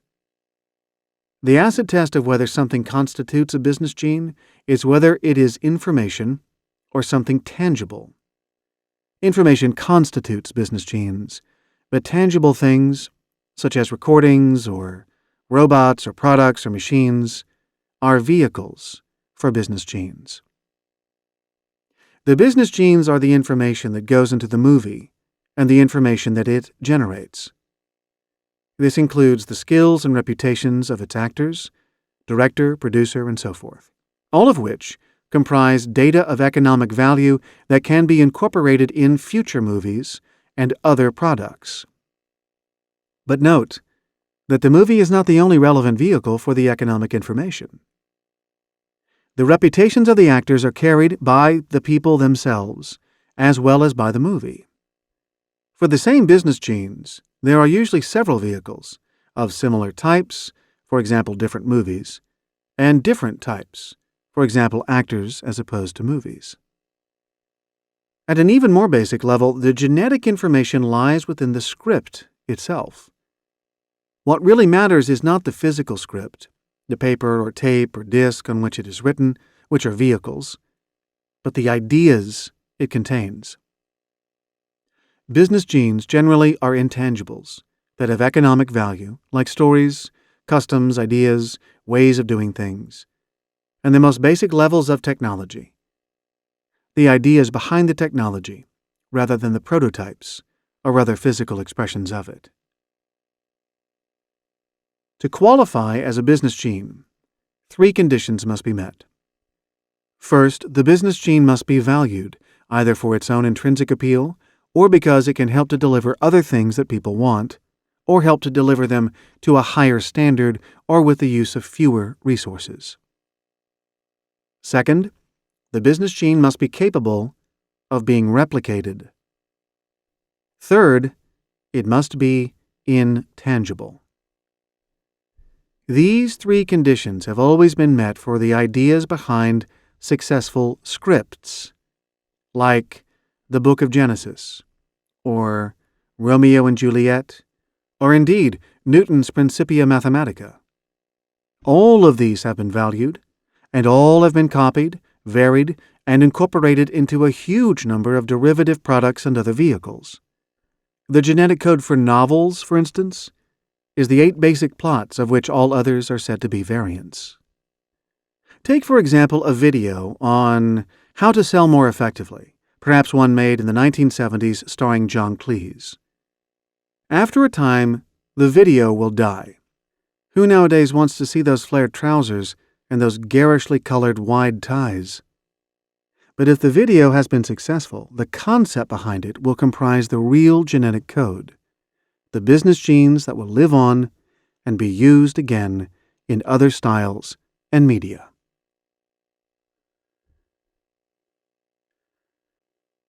Humans and business genes.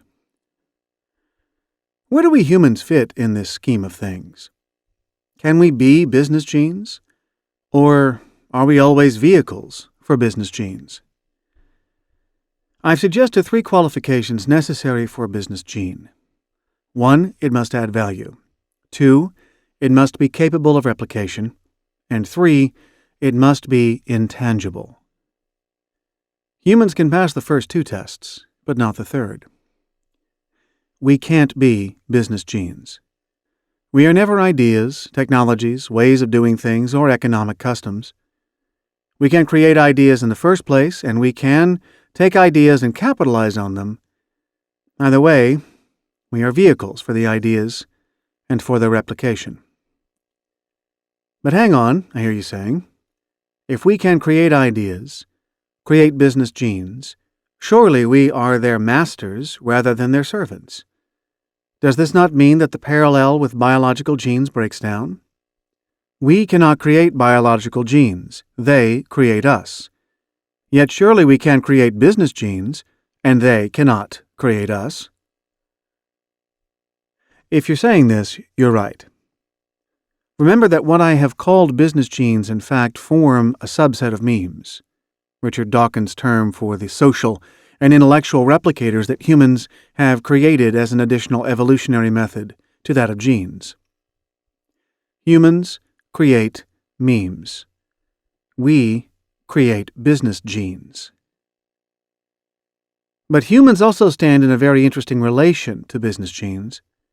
We are both their creators and their vehicles. The same is true for all memes. We use business genes and are used by them. We can propagate business genes that we did not invent. Indeed, this is the normal course of economic progress. For every human inventor of an idea, there can be hundreds or even millions of people who use and develop that idea. Most people who become rich through business do so by using other people's ideas, not their own. Mainly, they will elaborate the idea somewhat, so they may create a few minor business genes. But the source of their fortune is mainly the powerful business gene or collection of business genes that they appropriated from elsewhere. This is precisely the evolutionary process, where a few powerful business genes are replicating very successfully through a process of variation and continual better adaptation to the environment. We humans are occasional creators of the main business genes, more often the creators of minor business genes, and most frequently of all, our role is simply to orchestrate the replication of existing business genes. Are there different types of vehicle for business genes? There are two different types of vehicle for business genes, the animate and the inanimate. The former, those that have a life of their own, comprise humans and systems that incorporate human endeavor, including teams, organizations, parts of organizations, cities, and economies. These are all self-organizing systems, a term that we shall meet later in this book. They come together, at least partly, of their own volition, and create something that is more than the sum of the parts. The latter, the inanimate vehicles, include machines, products, physical embodiments of technology, like cables and telephone lines, buildings, offices, and trucks, and other vehicles in the usual sense.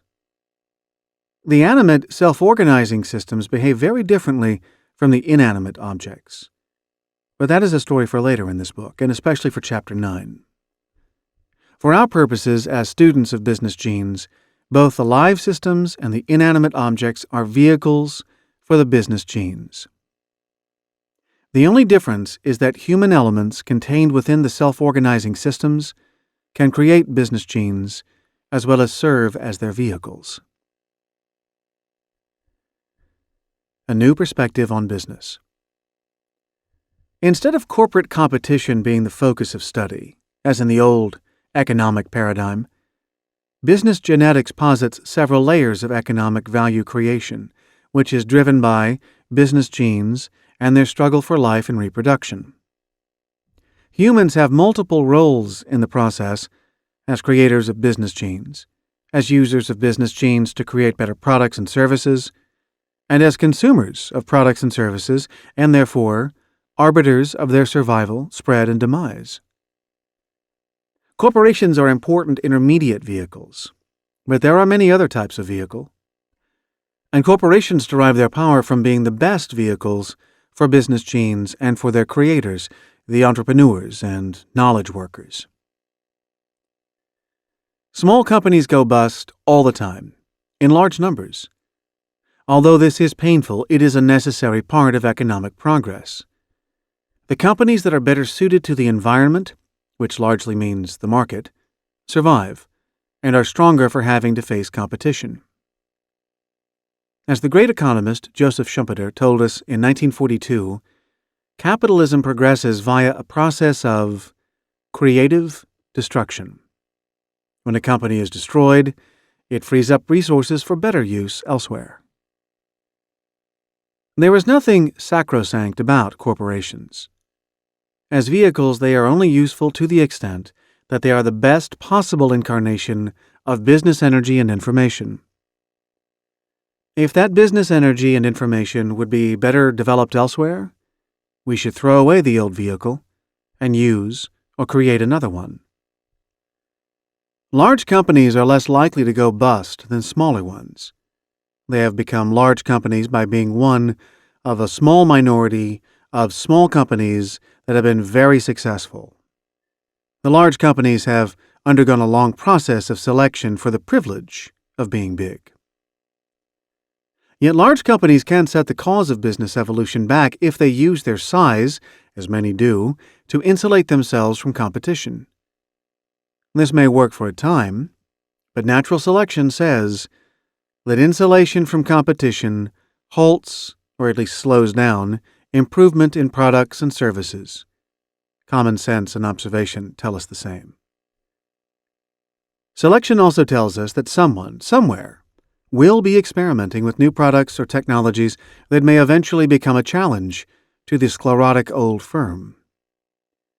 The reckoning can be postponed but not averted, and when the firm eventually faces competition, it may quickly crumble. Think of the near collapse of IBM. Think of the actual collapse of the Soviet Union, which at one time must have been, among other things, the world's largest corporation. The process of killing off firms that have outlived their usefulness will be accelerated if we adopt the business gene view of corporations. Vehicles that are no longer working well should be abandoned by healthy business genes, and sooner rather than later. Spin-offs. Spin-offs are growing in popularity, but are still not used enough. I use the term spin-off loosely to mean not just firms that are still owned by the proprietors of the original firm, but also those where the key players come from a common parent and bring with them important parts of its knowledge or customer base.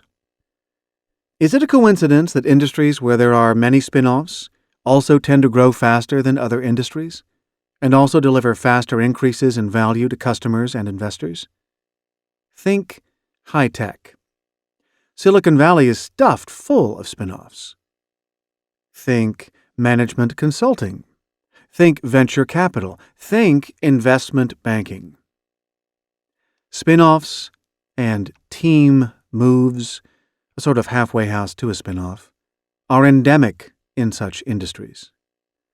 In boring industries, where progress comes in arthritic snail paces, spin-offs are rare. Perhaps if there were more spin-offs, these industries would become more interesting and successful. Natural selection predicts what happens with spin-offs.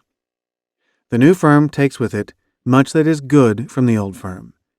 It inherits the latter's good genes, but it also adds new twists.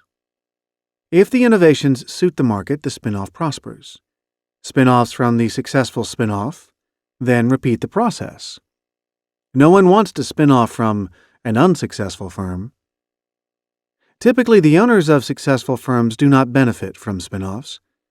The children go their own way, and the parent gets no benefit. How much better for the owners of the successful firm if they can have a share of the spin-off?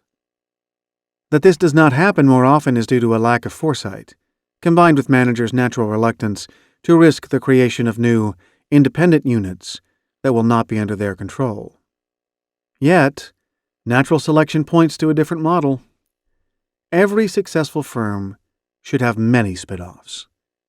Owners who act in time to back promising spin-off ideas, and if necessary overrule their managers, can capture a share of the value created by the spin-off. If you want to give nature or the market a helping hand, take part in a spin-off. Now, let's complete our theory of business genes by looking at one final piece of genetic research dealing with the problem of inbreeding. The Hardy-Weinberg Law. The study of genes has shown why taboos on incest are well-founded. We carry harmful alleles that do not get expressed because they are recessive and occur in only one copy. The odds against two similar alleles fusing are very high, but inbreeding cuts the odds against this misfortune considerably. Also of interest is the Hardy-Weinberg Law, discovered independently in 1908 by British mathematician G.H. Hardy and G.H. Weinberg, a German physician. The law says that the probability of inheriting a particular allele from a parent is exactly as high as that of passing it on to a child. The allele frequencies do not change. Inbreeding and the Hardy-Weinberg Law are useful concepts in thinking about how evolution is restricted in a technology, product, company, market, or nation when there is no significant change in its gene pool.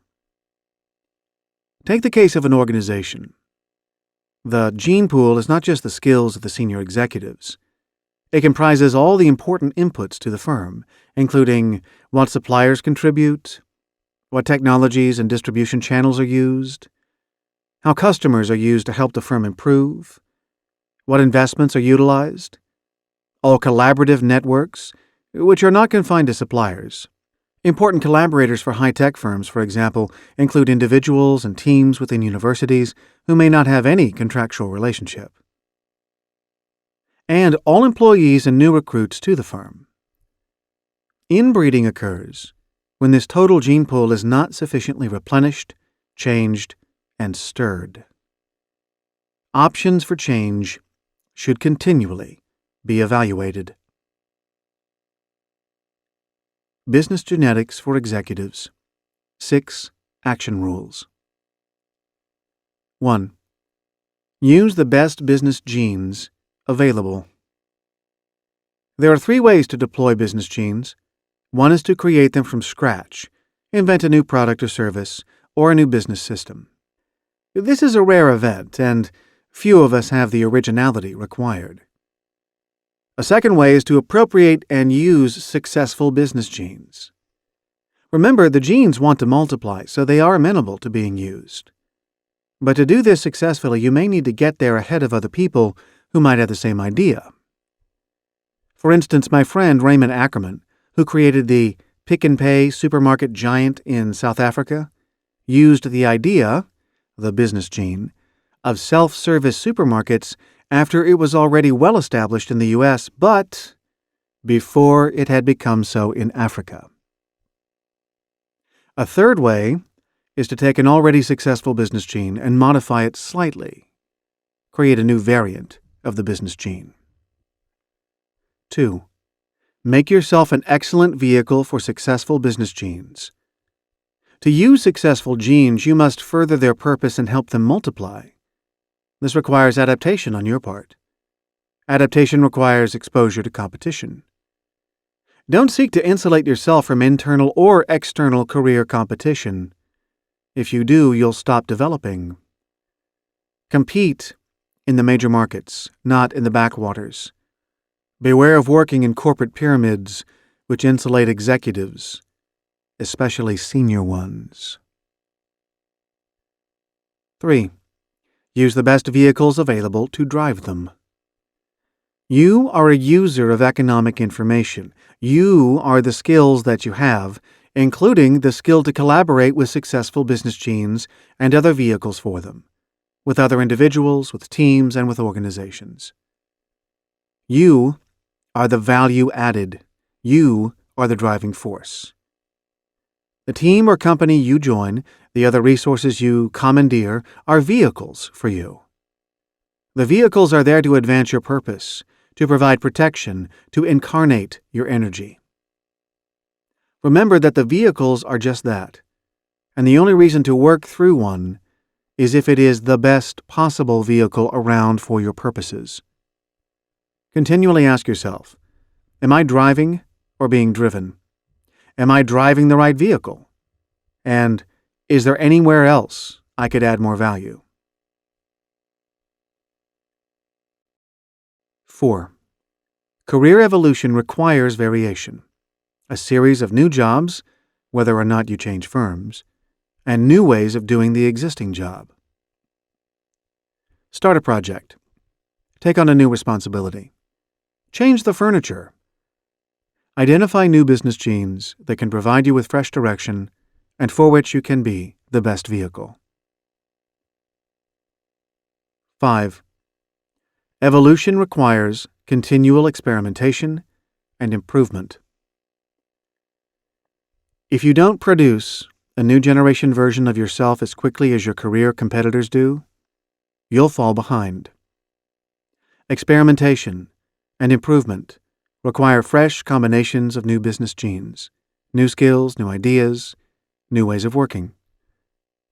Remember that your success requires you to be a vehicle for excellent combinations of business genes, and to work within or alongside other successful vehicles. So experiment all the time with new combinations of genes and vehicles. And finally, 6. Evolution requires failure. The greatest and most abundant freedom that the universe offers is the freedom to fail. For most organizations, this means an early death, and it is the species that benefits. Fortunately, in careers, we always get another chance. But constructive mutation in your character and skills requires failure, as well as the maturity to recognize and accept this. Don't let your ego deny the fact of failure. This is another form of competitive insulation. Accepting failure and using self-development processes to benefit from it can free you to compete. Failure is easier to accept and to reverse in the context of business gene theory. It results from being a good vehicle for poor business genes, or from being a poor vehicle for good business genes. Identify which is the case, and take appropriate, corrective action. Summary: Mendel's laws, Thomas Hunt Morgan's experiments, and the discovery of genes showed how inheritance operated and added a micro-dimension to evolution. Specific traits can mutate, not just new species. Crick and Watson's discovery of DNA and its structure reveal the common links between organisms and the fact that evolution is driven by passing on information. Richard Dawkins' brilliant theory of the selfish gene gives a new perspective on evolution, where the gene is the driving force and organisms are merely vehicles for genes. Dawkins' theory of memes proposes that humanity has developed a new form of replication, units of cultural transmission, information that can leap from brain to brain and can supplement or even compete with selfish genes. I have proposed a parallel theory of business genetics based entirely on insights from Mendel, Hunt Morgan, Crick and Watson, and Dawkins. Business genes are basic units of economic information, intangible ideas of value that can be replicated to create yet more value. These are what ultimately drives improvement. Business genes are created and used by individuals and teams. But once created, the business genes have a life of their own. They seek to incorporate themselves into as many vehicles as possible in order to spread themselves widely. The vehicles fall into two categories: machine-like objects and self-organizing systems, including individual executives, teams, and organizations. The vehicles produce products and services, which themselves thereby also incorporate business genes. At all levels, the business genes, the vehicles, and the products, the same process of evolution by selection operates. Business genes survive and spread by being the best of their type. The process spawns many new variants and many dead, redundant business ones. The vehicles survive and prosper by being the best vehicles for the best business genes. They will be cast aside by the business genes when this is no longer true. The products and services are produced by the vehicles and incorporate the best business genes. The products and services also face a struggle for existence, with new and improved versions continually replacing earlier ones. This view of business moves the center of gravity from the corporation back to the fundamental sources of value, to business genes, to the genetic code of business, which is useful economic information. Fundamental value does not reside in products or services, nor yet in the vehicles that produce them, corporations and the physical things that they own, but in the ideas, formulae, and technologies that drive the vehicles. The best business genes will always seek out the best vehicles, and if a better vehicle becomes available, the business gene will drive that vehicle, leaving the earlier vehicle stalled. To create value, individuals may create new business genes, although these genes are slippery and impossible to control. You must also create and keep the best vehicle for the genes, or they will go elsewhere.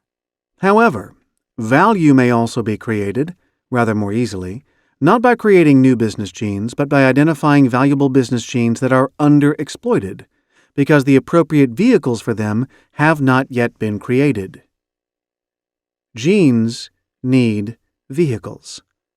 They can identify the best available, but cannot necessarily create the vehicles themselves, and in business, this results in opportunities for individuals to create appropriate vehicles. Value can also be created by combining business genes in new permutations and providing new vehicles for the new mix of genes. Action implications. 1. Identify business genes that are underexploited and that are having to make do with poor vehicles. Create the best new vehicles for existing powerful business genes, for valuable economic information, ways of working, and technologies. 2. Join existing successful business genes into new combinations and provide appropriate vehicles for the new combinations. 3. Make yourself the best vehicle for a winning and unique combination of business genes. 4. If you participate in running an organization, realize that its value derives from being a vehicle for successful business genes. Ensure that the organization is and remains the best vehicle for the genes. See that the organization's gene pool is continually replenished with new inputs that have already proven their success. And finally, 5. Create spin-offs and spin-outs from existing organizations. Chapter 3. On Gauss's Laws. Competitive strategy is about being different. It means deliberately choosing a different set of activities to deliver a unique mix of value. Michael Porter. Gauss's Principle of Survival by Differentiation. Soviet scientist G. F. Gauss did some very interesting experiments on small organisms. He put 2 protozoans of the same family but different species in a glass jar with limited food. The little creatures managed to cooperate and share the food, and they both survived. Then Gauss put 2 organisms of the same species in the jar with the same amount of food as before. This time, they fought and died. I call this Gauss's Principle of Survival by Differentiation, or PSD for short. Later in this chapter, I'll explain why I think the PSD is so important, but for the moment, trust me. Try to keep Gauss's organisms in your mind's eye, because if there is one image I'd like you to take away from this whole book, it's probably that of Gauss's protozoans and the PSD. Incidentally, Darwin anticipated the results of Gauss's experiment in Chapter 3 of On the Origin of Species by Means of Natural Selection. He wrote, "The struggle for existence almost invariably will be the most severe between the individuals of the same species, for they frequent the same districts, require the same food, and are exposed to the same dangers. As species of the same genus have usually some similarity in habits and constitution, and always in structure, the struggle will generally be more severe between species of the same genus, when they come into competition with each other, than between species of distinct genera. We can dimly see why the competition should be most severe between allied forms, which fill nearly the same place in the economy of nature." Gauss's Principle of Competitive Exclusion. Gauss's experiments also led to the conclusion that 2 competing species can only coexist if there is more than one scarce resource. 2 populations compete if one lowers the growth rate of the other. They may do this by eating each other's lunch, crowding each other's space, or playing their Walkman so loud that the other population commits suicide. whatever. Coexistence, dominance, and bistability. Gauss found 3 outcomes from the Protozoan Wars. 1. 2 species both invade each other equally. The boundaries between them break down. They end up coexisting in the same space. 2. Only one of the species invades the other. It ends up dominant. The invaded species is wiped out. And 3. Neither species invades the other. Like the late lamentable arms race, there is a balance of power that ensures peace. Biologists call this bistability. Ecological niches and MacArthur's warblers. In ecology, a niche is not just a place where a particular creature lives. It is also a way of making a living, a special way of obtaining resources, a specialized job, or, in Darwin's happy words, a place in the economy of nature. Ecologist Robert MacArthur has shown that for warblers, a spruce tree is not a spruce tree. It is actually several different niches for several different types of warblers. Apparently, each type of warbler has its own bit of the tree to which it does different things. Each warbler has its own small and specialized ecological niche. It turns out to be quite difficult for ecologists to map the boundaries between ecological niches, but the principle is clear and very useful. Each separate niche sustains just one specialized type of plant or animal. Note that the specializations are carried to a very high degree, and that each creature does just one thing in one place. The warblers in the forests of the northeastern United States are strong believers in Adam Smith's division of labor, the principle of specialization allowing higher productivity. Finding unique niches. The first lesson from Gauss's principle of survival by differentiation is that you want your competitors to be at least slightly different from you. They can be of the same family, but not of the same species. Now, remember that there are perhaps 30 million species on Earth, so making your firm a separate species, if it isn't one already, shouldn't be impossible. If 2 organisms of the same species compete in the same space with a limited market, think here of food, they will fight and die. If they are different, they can cooperate and both live. MacArthur's warblers found different parts of the spruce tree because they were different types of warbler. They had found unique niches, each warbler with its own bit of the tree. So your firm needs unique niches, places where no one else can go because they aren't exactly like you. The places can be particular customers, geographic markets, channels of distribution, products, technologies, or any other source of differentiation, but at least one of these must be unique to your firm. Otherwise, you are the same species as your competitor, slugging it out in the market equivalent of Gauss's glass jar. Bruce Henderson, who found his unique niche as founder of Intellectual Strategy Consulting and who was a keen student of biology, put it well. He said, "Competitors who prosper will have unique advantages over any and all competitors in specific combinations of time, place, products, and customers. Differences between competitors is the prerequisite for survival in natural competition. These differences may not be obvious, but competitors who make their living in exactly the same way, in the same place at the same time, won't prosper." Who can invade whom? Gauss's principle of competitive exclusion highlights the symmetry or asymmetry in any competitive struggle. Your firm is in a very weak position if your rival can enter your space, but you can't enter his. This, incidentally, is the organizing idea behind the world domination board game Risk. If you're in this position, don't stay there.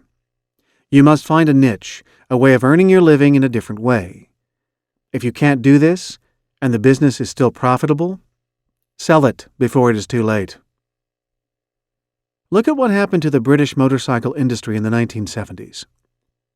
Honda had two unique markets that the British motorbike makers couldn't enter. It had the large Japanese market and the market for small bikes. Clearly these overlap, but they are conceptually separate and, outside Japan, physically separate too. At first, the British had a separate market, that for larger bikes. But the relationship between the British and Honda was asymmetrical. The British couldn't enter Honda's markets because British bikes were designed to be big and powerful and were too expensive to downscale. But Japanese bikes were designed to use modular components and to be capable of upscaling. Honda's bikes were also cheaper and better value, even after the cost of transport and distribution, which was another reason for the asymmetry. Before the Japanese entered the British bike market, the British industry might have felt secure.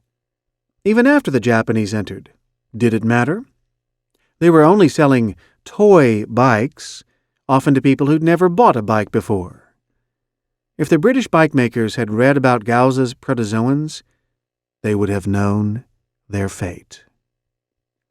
Only by developing a unique niche, which the Japanese couldn't enter, as BMW did with its ultra-comfortable bikes for big bottoms, would the British have survived.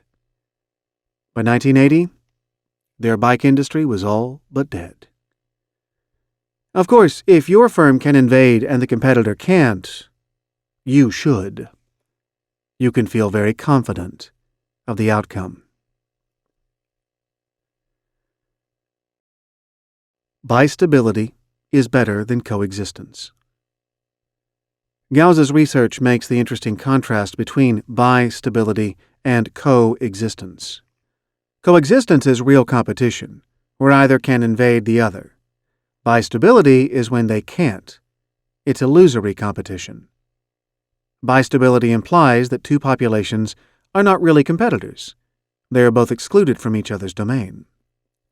This is very common in business. An industry may appear to be competitive, yet each competitor has different customers, different distribution channels, or some other differentiating factor that has barriers around it. Within each segment, different firms can enjoy high market shares and high profits. Whenever you see an industry that is very profitable, like high-end consulting, you find a market where competitors are very specialized and where each has a high share of its own niche. Smart players will keep it that way. On the other hand, a market characterized by many coexisting competitors is likely to be one in competitive stalemate. No one will have the edge. Market share will have little value. Here, the struggle between competitors for customers makes every supplier a loser. The only hope within a coexistence game is to recognize it for what it is, and for all the competitors to signal to each other that they will live and let live. Price wars, aggressive marketing campaigns, or indeed vigorous activity of any kind, all of these must be avoided like the plague. To break out of a coexistence game requires the development of a segment where dominance can be exercised. And we are back to the fundamental point, that you need to be different. Breaking out of coexistence and into bistability. If you're in a coexistence market, it may be possible to break out and make your own bistable market. The airline industry is, in general, a good example of coexistence. Except where regulation restricts the number of competitors on any route, consistent profits are hard to come by. Without regulation, each airline can invade the other's customer base. Each innovation, such as free drinks in the cheapest class, can easily be copied. Only fare structures of Byzantine complexity keep the airlines from making losses, and fares are becoming increasingly transparent as sophisticated customers use the Internet to search for the lowest fares. Yet even in the airline industry, it's possible to escape coexistence by doing something radically different. Take Southwest Airlines. It doesn't follow the typical hub-and-spoke system based around large airports. It avoids long routes, in-flight feeding, and ticketing bags to other destinations.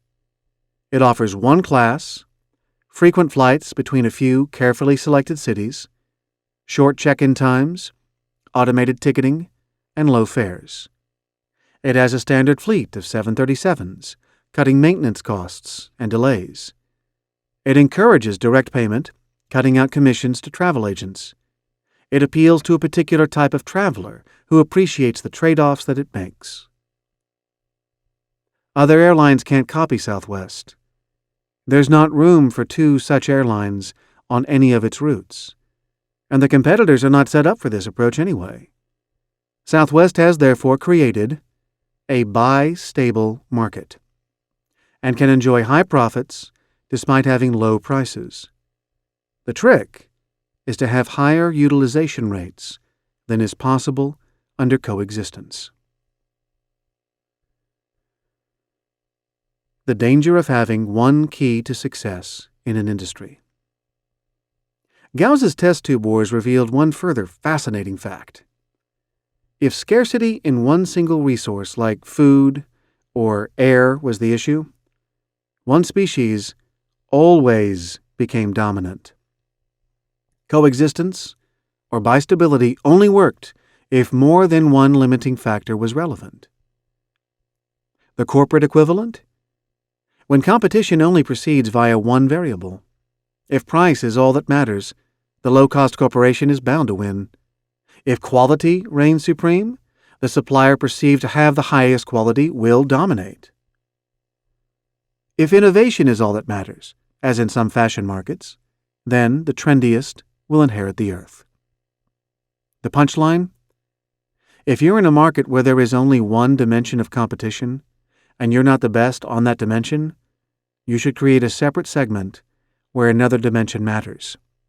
If you can't do this, and the market is unprofitable for you, as it probably will be if you're measuring the profitability properly, then you should quit.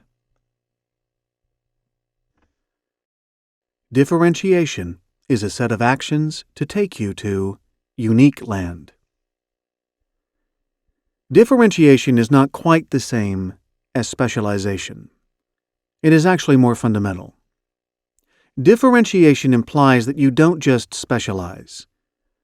To differentiate successfully, you find the market space where the ratio of your productivity to that of your best rival in that space is highest relative to all the other areas where you could specialize, and then make the way you earn your living as different as possible from that of anyone else. You actually accentuate the differences between you and the nearest competitor until you have arrived at a unique niche. Differentiation is not a description of a state. It is a set of actions to increase differences. Think how you could further differentiate your firm from its closest competitor, in each area where you face a different closet competitor, along each of the following 4 dimensions. 1. Customer type. 2. Type of product or service. 3. Geography.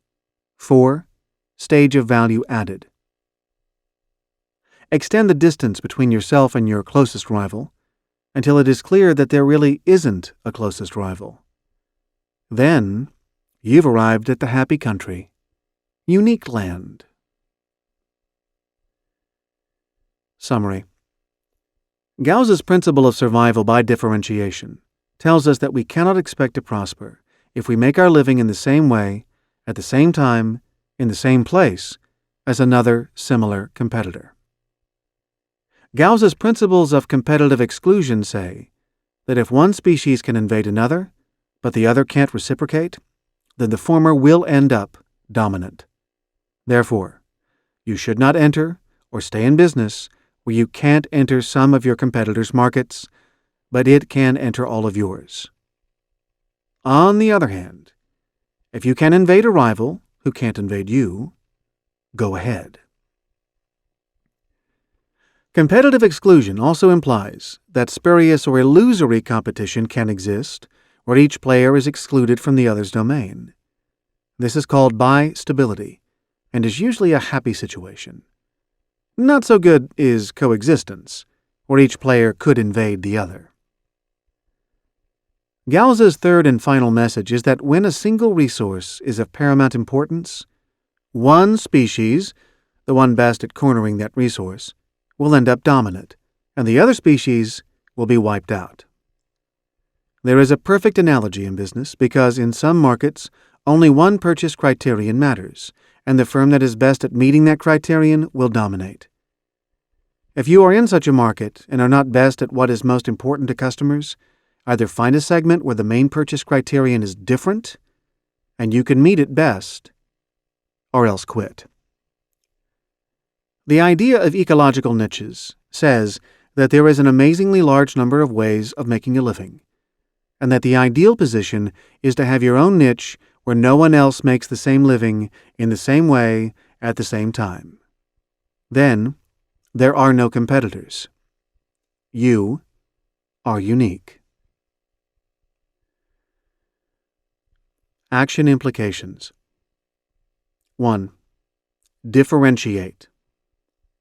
Specialize. Put all your energy and resources into areas where you are substantially different from any rival. 2. Systematically increase the degree of difference from your closest rival, along the 4 dimensions of product and/or service type, customer type, geographic market, and stage of value added. Aim to become unique, that is, to have no rivals. 3. Get out of business where a competitor can invade you but you can't invade it. 4. If you can invade a competitor, but it can't invade you, go ahead and invade. 5. Avoid business where there is coexistence, where everyone can snatch each other's customers. If you're in a coexistence market, turn it into a bistable one by finding a distinctive approach that customers like and competitors can't imitate. If you can't do this and are stuck with coexistence, make the most of it by trying not to step on competitors' toes. And finally, 6. In any business where a single purchase criterion, such as price or quality or service, is all that matters, and you are the best at satisfying that criterion, go all out for dominance. Widen the gap between yourself and the competitors on that criterion. If you are in such a business, yet are not the best at meeting the key criterion, and cannot become the best at it, then find another segment, within or outside your current segment, where the purchase criterion plays to your strength. If you can't find such a segment, exit. Chapter 4. On Evolutionary Psychology. Behind every successful man stands a surprised woman. Marion Pearson, wife of Canadian Prime Minister. Meet the Flintstones in the office. One fascinating new scientific discipline that evolved in the last third of the 20th century is evolutionary psychology, a mix of genetics, anthropology, paleontology, neuropsychology, and social psychology.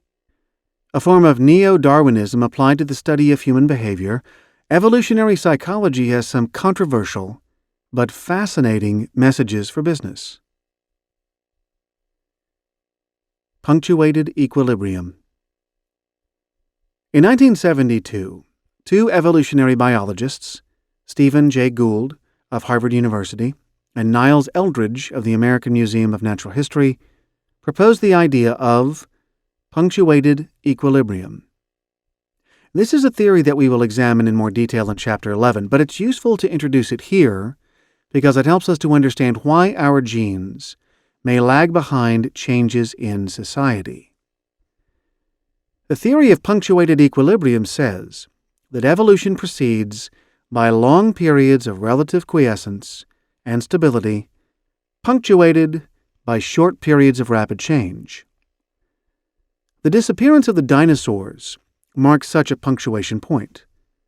They dominated the planet for 130 million years, then, zap, Either they disappeared when a comet hit the Earth and set off eruptions of sulfuric volcanoes that left a persistent cloud of sulfuric dust, or perhaps, more plausibly, they gradually evolved into birds.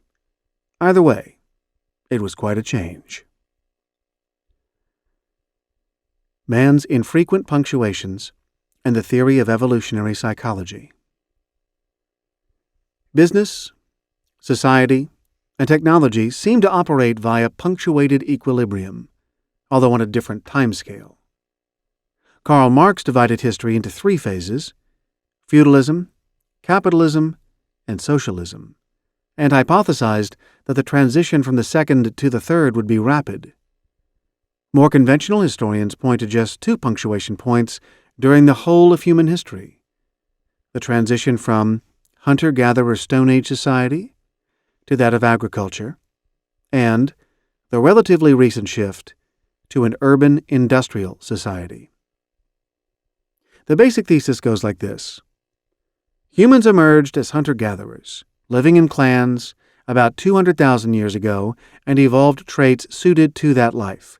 Then, a mere 7,000 years ago, agriculture developed, leading to a totally different society.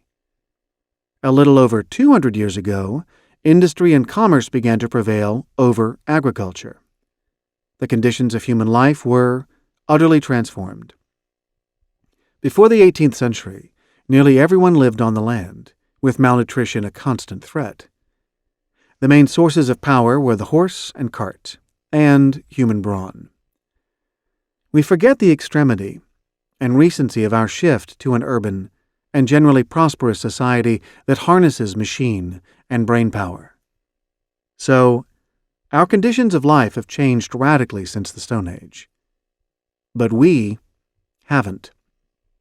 Evolutionary psychologists contend that we are still hardwired with the same circuits that were functional for clan-living hunter-gatherers. We are geared for living in the Stone Age. Why? Because 7,000 years, and certainly 200-odd years, is just not long enough for human evolution to produce genetic traits that match the new surroundings. As Edmund O. Wilson comments, the culture of Kalahari hunter-gatherers is very distinct from that of modern-day Parisians, but the differences are primarily a result of divergence in history and environment, and are not genetic in origin. In what ways are we still prisoners of the Stone Age? Evolutionary psychologists say that our emotions take precedence over our reason. We incorrigibly exhibit primitive behavior. We go by first impressions, beat our breasts, develop clans, dislike outsiders, follow the herd, gossip, construct informal hierarchies, follow confident leaders unthinkingly, and, I said it was controversial, live up to sexual stereotypes. We may know that these behaviors are primitive and often harmful to ourselves and those around us. We may understand, intellectually, that these actions belong to the Stone Age, not to the global world of 21st century business. But we just can't help ourselves. We're hardwired to be what our genes make us: Stone Age animals. Many scientists scorn evolutionary psychology, yet it already has an impressive body of evidence behind it. The points that it makes about business life are very resonant and useful. The Neurology of Stone Age Man. We may summarize the apparently immutable characteristics of humans according to evolutionary psychology under 4 headings. They are: 1. Dominance of emotion over reason. 2. Predictable primitive behavior. 3. Avoidance of risk. And 4. Mad scrambling when under serious threat. Now let's take a look at each of them. The dominance of emotion over reason. Alert instincts were literally vital on the Savannah Plain, and later during the Ice Age on the Mammoth Steppe. Hunter-gatherers were exposed to predatory, short-faced bears, saber-toothed cats, lions, and wolves, enemies that might raid them, and weather that might flood, freeze, or bake them. Good instincts saved lives. Those with good instincts passed on more of their genes, and instincts became honed for survival. Emotions were, and are, the first reaction to everything seen or sensed. So, evolutionary psychologists contend, when we receive feedback, especially if it has a negative element, our natural disposition is not to think about it. Instead, we react emotionally. We react to people the same way. Do I like her? Not, is she valuable to the company? Nor even, can she be useful to me? We are easily manipulated, even when we realize it, because warm emotion is so much more important to us than cool reason. Predictably primitive behavior. Cooperation, sharing, specialization, and friendliness. One highly functional aspect of the hunter-gatherer was the disposition to live in fairly large groups and to cooperate with the rest of the clan. Homo sapiens emerged as a highly social animal, a bit like hyenas and lions, only much more so. Successful Stone Age people lived in large clans, containing up to 150 people, according to Robin Dunbar, a psychologist at the University of Liverpool. Professor Dunbar also tells us that the larger the troop size in primates, the larger the brain. Anthropologists have found that, even among primitive societies, the richer and more developed ones had a greater number of roles. Sharing food was the basis for cooperative exchange among hunter-gatherers. The humans who survived and prospered and passed on their genes were skilled at cooperating peacefully and at exchange. The division of labor appears to have occurred right back in the Stone Age. One man would make spears, another knew how to hunt game, a third was an expert spear thrower. This supposition is supported by evidence about modern hunter-gatherers, for example the Ache of Paraguay, who are still hunter-gatherers. Some men specialize in finding armadillos in their burrows, others in digging them out. Virtually all hunter-gatherer tribes exhibit sexual specialization. Men hunt, women gather. According to Matt Ridley, women are more verbal, observant, meticulous, and industrious, skills that suit gathering. It has been suggested, however, that humans also benefit from substantial similarity between men and women, allowing cooperation and substitution of tasks, an evolutionary advantage denied species such as spiders, where males and females are dissimilar, or moose or walruses, where the genders lead largely separate lives. The animals hunted were big, and successful hunts might be infrequent, and it therefore made good sense to share the kill throughout the clan. Sharing reduced the risk of going hungry because other hunters would reciprocate, at little cost, since there was plenty for everyone. Cooperation, specialization, and trade require friendliness. In the Stone Age, good guys finished first. Social skills, a propensity to trade information, to barter and do reciprocal favors, all these attributes are, to a greater or lesser degree, hardwired in us. The friendly modern organization, which shares its largesse throughout the employee group, may therefore be going with the grain of human nature. It's good that we're programmed to cooperate, to be loyal and committed to each other, to be friendly to customers and collaborators. Although a large organization with many different types of employees may end up paying the less skilled more than it needs to. Worse, we find it difficult to deliver bad news, to measure each individual's contribution accurately, or to remove passengers. Perhaps we are wired to favor equal treatment and fair shares for all above efficiency and meritocracy. On the whole, however, Stone Age friendliness and cooperation are highly appropriate to modern business. The same cannot be said of our other primitive characteristics. Stereotyping on first impressions. Evolutionary psychologists say that because the Stone Age world was threatening and complex, it was necessary to classify things immediately on the most basic data. Which berries could be eaten or would poison you? Which regions were good for hunting? Which strangers could you trust? And how could you decide? The only basis could be stereotypes based on first impressions. If people looked okay and acted friendly, they could probably be trusted. If not, they were probably enemies. Anthropologists have found non-literate tribes that have classified every plant and animal in a similar way. This supports the view that successful Stone Age genes contained superior ability to make quick and mainly accurate decisions on first impressions. Sitting around to analyze the data was not life-enhancing. Today, it is not so vital to decide instantly. Whether Jill is a good person to hire does not have to be decided in the first 15 seconds of her initial interview. If we've scheduled an hour-long meeting to discuss a potential joint venture, we don't have to make our decision in the first minute. Yet research shows that we give enormous weight to first impressions. In turn, our immediate reactions affect the confidence and empathy returned by the people we meet, which reinforce our first impressions. The cycle is only likely to be broken if the other person says something with which we strongly disagree. As good salespeople know, a winning smile, a firm but not too firm handshake, and a good opening line can be more important than the intrinsic characteristics of what is for sale.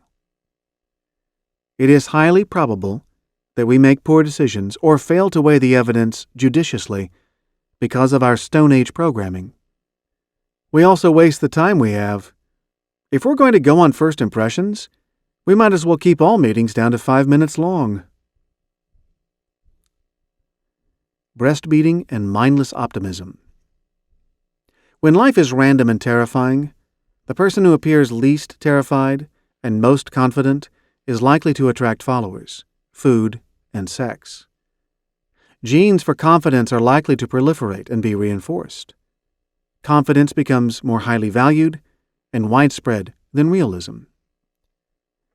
In the Stone Age, therefore, breastbeating was not just an indulgence. It led to success. The business world also responds to confidence. Yet although a mix of self-confidence, skill, and luck can take someone a very long way, outside events often withdraw their cooperation. British Prime Minister Harold Macmillan, in the period when he apparently walked on water and was dubbed Supermac after his contemporary Superman, was asked what he feared. He was wise enough to reply, "Events, dear boy, events." And so it proved, in the form of his minister John Profumo, who had an affair with a prostitute and lied about it to Macmillan and, horror of horrors, to the House of Commons. How often has this pattern been repeated in business, with the most confident and successful leaders suddenly dragged down by events, especially when success has made the leader and the people around him or her blind to reality? Yet to temper confidence with realism may be offensive to our genes. In terms of results, blind confidence ain't what it used to be. Nor are egotism and breastbeating. They used to impress. Now, they merely annoy. Our environment has changed. We haven't. A taste for hierarchy. Everything known about hunter-gatherer societies suggests that ad hoc hierarchies flourished. The desire to follow confident leaders and to find security in a chain of status relationships seems to be pronounced traits of primitive societies. Wealth was fluid and not easily accumulated, but food, shelter, and sex gravitated to the leaders. For those who were not the leaders, the chances of security and an adequate living increased with attachment or deference to a leader. Herbert Simon, an economist and cybernetics expert, claims that docility in early humans was the route to survival.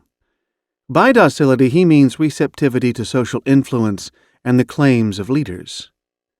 If we are wired for hierarchy, this helps to explain why every revolutionary attempt to dispense with hierarchy, whether the French or Russian revolutions or the modern flat single-status organization, ends up replicating new forms of hierarchy.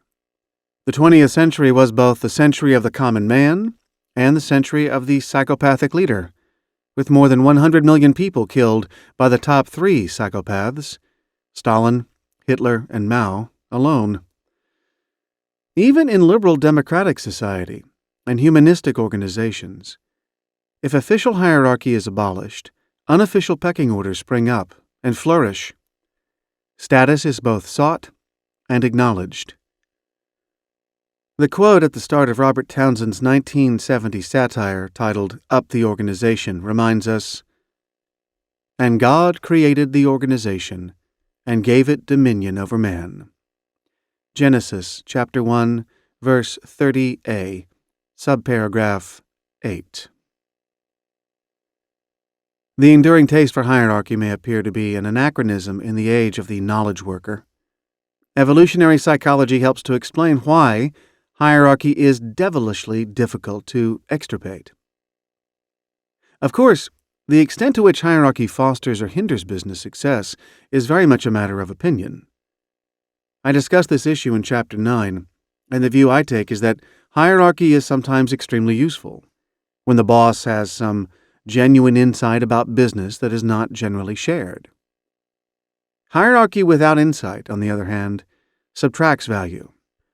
Most successful organizations manage to combine dictatorship of ends with democracy of means. Evolutionary psychology suggests that the latter is more difficult to engineer than the former. Conformism and herding. Allied to hierarchy is the tendency for the clan to conform internally and be suspicious of those outside. High-status individuals are imitated. There is a natural tendency to do what the hierarchy wants. A sense of identification within the clan leads to cohesive behavior in the face of external threat. The individuals who thrived within any society were either leaders or docile followers, and the societies that thrived were those with the greatest internal cohesion. Conformity paid. Conformity is still in the ascent. Apart from the hundreds of millions of people who followed the 20th century psychopaths, at least partly because everyone else was doing so, we have only to look at the strength of successive conformist ideologies: socialism, imperial jingoism, anti-Semitism, McCarthyism, fundamentalist religions of all kinds, and at least harmful but equally absurd fashions, such as kipper ties, flared jeans, the worship of rock stars or football teams, political correctness, or the excesses of both bull and bear stock markets, to realize that following the herd is as popular as ever. This is familiar in organizations, too. It takes a brave, foolish, or unusually obstinate person to go against the received wisdom in any unit or firm. Remember William White's 1956 business bestseller titled The Organization Man? And from 1970, Robert Townsend's third paragraph jolts the reader. In the average company, the boys in the mailroom, the president, the vice president, and the girls in the steno pool have three things in common. They are docile, they are bored, and they are dull. Trapped in the pigeonholes of organization charts, they've been made slaves to the rules of private and public hierarchies that run mindlessly on and on because nobody can change them. 30 years later, and after billions of dollars spent on gurus, consultants, and change programs, not much is altered. The management magazine, The Antidote, commented in 1999, "The organization built on the industrial model was sabotaging its own efforts to get more initiative out of its people. Despite an ever-expanding toolkit, best practices, and what have you, research found that managers were disillusioned with these attempts at fine-tuning yesterday's model, most of the core beliefs associated with the industrial model, and organization man proved highly resistant to change." Richard Pascal argues persuasively that a key weakness of most large organizations is their inability to tolerate and harness questioning and conflict. In his book, titled Managing on the Edge, How the Smartest Companies Use Conflict to Stay Ahead, Pascal estimates that half the time that contention arises, its potential value is lost because the conflict is smoothed over and avoided. Organizations are thus able to ignore important aspects of reality. Hostility to outgroups. The strength of the clan and its conformity, and the flip side of hostility to those outside. This, too, assisted survival, as Charles Darwin noted. He wrote, "A tribe including many members who, from possessing in high degree the spirit of patriotism, fidelity, obedience, courage, and sympathy, were always ready to aid one another and to sacrifice themselves for the common good, would be victorious over other tribes. And this would be natural selection." Matt Ridley's study of primitive man leads him to a similar conclusion. He writes, "It is a rule of evolution that the more cooperative societies are, the more violent the battles between them. We, humans, may be among the most collaborative social creatures on the planet, but we are also the most belligerent." Experience suggests that only trade and the weakening of exclusive national identities can lead to peace. Around the world, war continues despite the objective truth that conquering territory is no longer a sensible or necessary way to get rich. Our desire for group identity and bloody conflict with rival groups both persist, especially among young people, and are sublimated into demonstrations, football team rivalry, and at another level, into business competition. Yet even within business, what are we to make of the demonization of certain competitors, or the preposterously popular military analogies? John Kay points out that we talk about the cola wars, and yet that not in Pepsi's wildest fantasies does it imagine that the conflict will end in the second burning of Atlanta, Coca-Cola's head office. Business competition, happily, is not at all like war. In war, the biggest combatant usually wins by destroying the opposition. In business, two or more competitors can flourish, and it is much more effective to avoid direct competition than to try to inflict direct damage on the competitor, a strategy that is rarely used and sometimes counterproductive even then. In business, there is a third party, the customer, who decides which competitor will win. There is no such powerful third force in war. The idea that business is like war is so stupid that we can only explain the appeal of the analogy, like the continued appeal of war itself, by reference to our descent from the Stone Age man, when belligerent, macho, and destructive behavior paid off. Neolithic habits die hard. Cohesion within a function, division, or team is easy to build. But how often does manufacturing have a close relationship with marketing, or vice versa? The persistence of ancient rivalries should make us wonder whether an organization composed of several cohesive groups may not always be less effective, other things being equal, than one comprising a single, homogeneous group. The avoidance of risk. Evolutionary psychologists say that hunter-gatherers tended to take risks only when their world was falling apart. Their thesis is that our origins explain why today we are risk-averse when we can afford risk, and yet risk-takers when losses are endemic. A high degree of security is necessary before we will take risks. This can be seen in the behavior of infants. Experiments in child psychology show that toddlers dare to explore only when their mothers are around. For hunter-gatherers, these conditions of security were rarely obtained. As long as they had about enough food and shelter, they wouldn't go hunting again until absolutely necessary. The risk of losing everything was just too great. Being eaten by a lion or attacked by one's prey can't have been an attractive risk to court deliberately. Because hunter-gatherers weren't secure, they generally avoided risk. Now, we are often much more secure than the hunter-gatherers, yet we are still loath to take risks, even when these are far from life-threatening. A decision to leave a good corporate home, or to take a very different job within an existing firm, or to seek out different sorts of customers, or even to challenge the boss, may not in fact be very risky.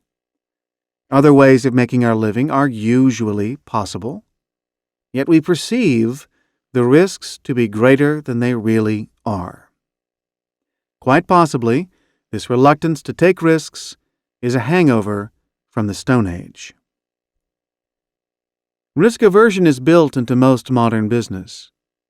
We talk about a risk premium, where returns must be significantly higher to justify taking an extra risk. The concept is curious, given that the most important investors can afford to take risks and can diversify their portfolios or hedge to keep risk within acceptable bounds. Therefore, within certain limits, they should only care about the rate of return, not the risk-adjusted return. And if risk can be diversified away by holding a portfolio of investments, why should above-average volatility require a risk premium? There is a similar paradox in relation to equities and bonds, which are fixed interest instruments. In the 20th century, equities gave about a 6% higher rate of annual return than bonds, because equities were thought to be riskier. Yet the actual risk of equities not matching the return on bonds for any 10-year period was negligible. In fact, the risk of getting an inferior return was nearly always greater for bonds than for equities. Only an atavistic aversion to apparent risk can explain the paradox. It is difficult for us to appreciate that uncertainty is not necessarily risky in any real sense. Uncertainty can actually be very reliable. Few businesses have such high and consistent returns as casinos. Placing a large number of bets, which is what the casino owners do, need not be very risky. There is a false market in risk. Because we are risk-averse, risk premiums are higher than they should be. Individual entrepreneurs take risks, it is true, but generally only when convinced that the upside greatly exceeds the downside in both quantum and probability. Organizations and those in them are notoriously reluctant to take real risks, despite evidence that, increasingly, business fortune goes to the brave. In high-growth markets, especially those involving networks, you have to place big bets to stand a good chance of winning. Upfront investment can be very high because fixed costs are very high. Risk is also high because each business segment will only support one substantial winner. But, equally, incremental costs are generally low, and sometimes virtually zero, on occasions actually negative. The rewards from success can be astronomical and quite disproportionate to the cost, even to the total cost of all the contenders, winners and losers. There is usually a first-mover advantage, and the first player to establish a significant lead, not necessarily the first mover, will usually be able to sustain its lead and go even further ahead.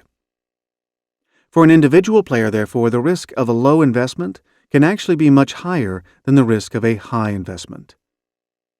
The sensible choice is often between making a large bet and making no bet at all. Writer Thomas A. Stewart, editor of Fortune magazine, advises firms not to try to avoid risk. He says that managing knowledge products is like holding a book of innovative bets. Companies should maintain a portfolio of ideas in which risk is both maximized and diversified. Don't put all your eggs in one basket, but do bet heavily.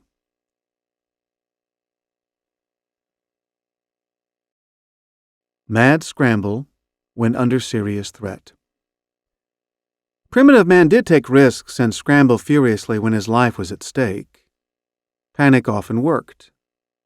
The more successful scramblers survived more often, so that scrambling under threat is part of our genetic makeup.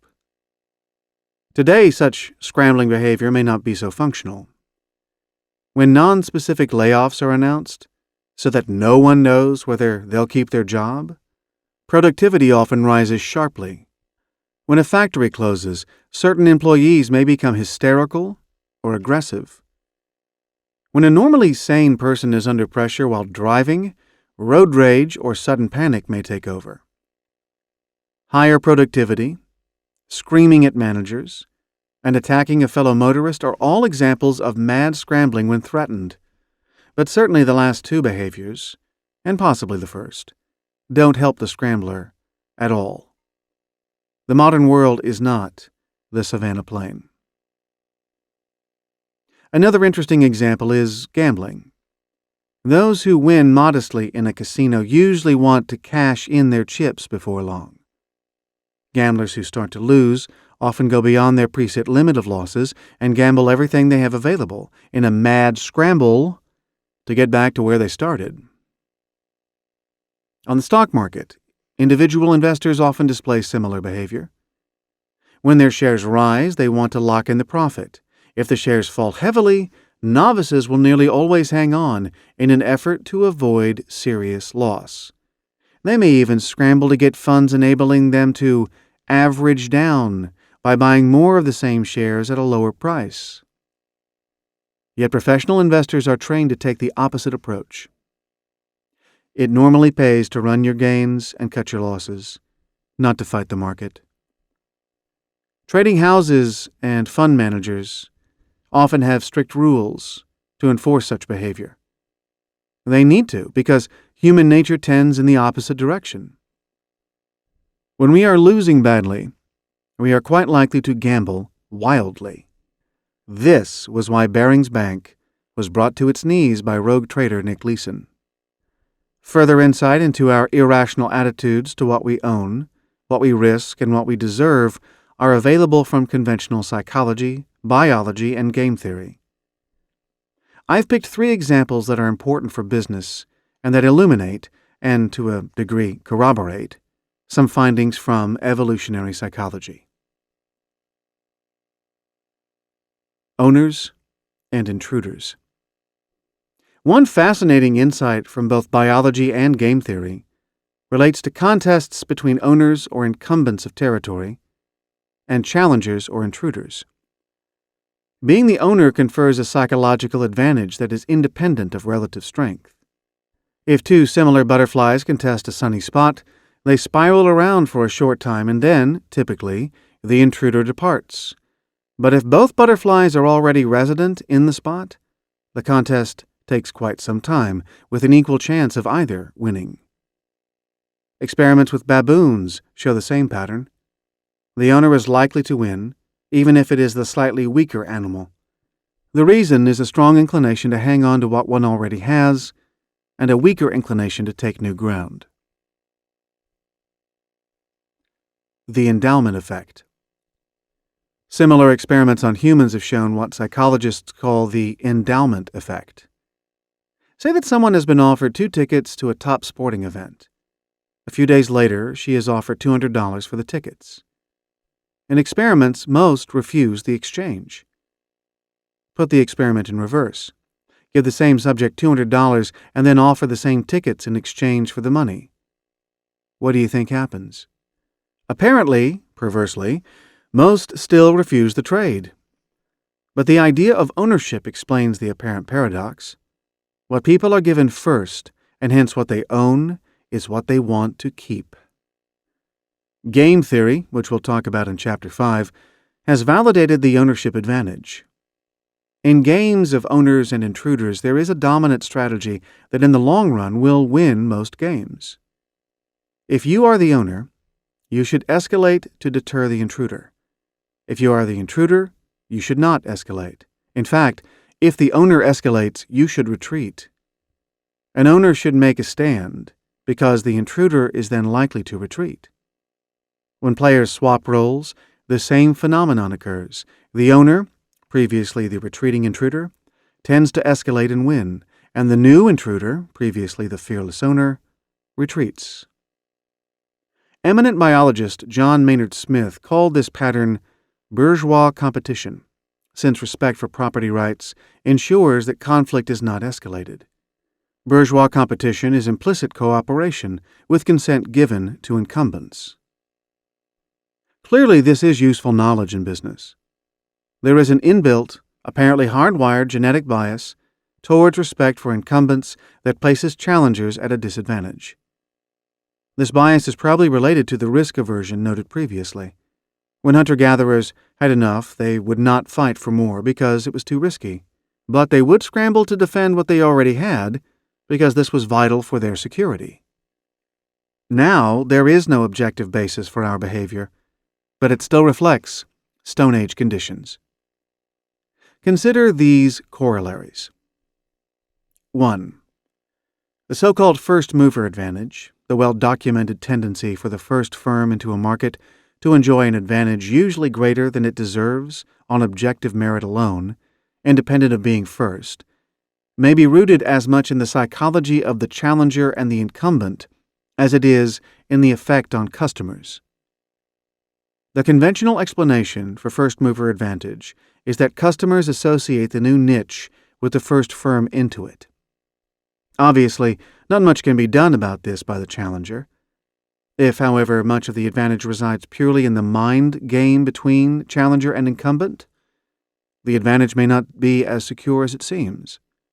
If the incumbent can somehow psych itself up to an absolute determination to take the territory, and make it clear to the incumbent that it is no respecter of bourgeois rights, then the odds may shift significantly in its favor. 2. Under current behavior, however, if the incumbent and challenger are otherwise equally matched, the incumbent enjoys a clear advantage, if only in terms of motivation. If the incumbent comes under attack, even from a superior product or service, it should escalate the conflict, knowing that the odds are that the challenger will back down. And finally, 3. Perceived ownership is what matters. It is not relevant which butterfly is the real owner of the sunning glade. The butterfly that considers it belongs there will tend to win over the butterfly that thinks of itself as an intruder. If you want your firm to win in a particular market, therefore, you have to drill into your people that you belong there, that it is rightfully yours. Bending the facts, as long as you do so convincingly, can be very useful. Propaganda can decide the contest. People will not easily concede space that they believe is theirs. On the other hand, they will not put their best foot forward if they think they are trespassing. The Ultimatum Bargaining Game. Robert Frank, an economist interested in explaining why people do things using emotional as well as rational explanations, draws attention to the issue of fairness and the role it plays in negotiations. Psychologists use an experiment called the Ultimatum Bargaining Game. This is a game for two people, say Alex and Justin. Alex is given $500 and told to share it with Justin. If Justin accepts what he's given, they both keep the cash. If Justin refuses the deal, neither gets anything. What should Alex offer Justin? If Alex and Justin are clinically rational and don't allow emotion to creep in, Alex should offer Justin a very small cut, maybe $5, and keep the other $495. After all, Alex has the cash, and Justin has the choice. $5 or nothing. Dr. Spock would certainly advise Justin to accept. The thing is, in experiments where this happens, Justin tends to refuse the $5, and both players go away empty-handed. Apparently, our deep-rooted sense of fairness is offended by the inequality of the split, so that Justin looks at the proportion he's getting, rather than the absolute amount. Not only that, in practice, Alex doesn't go for the rational solution and offer a small share to Justin.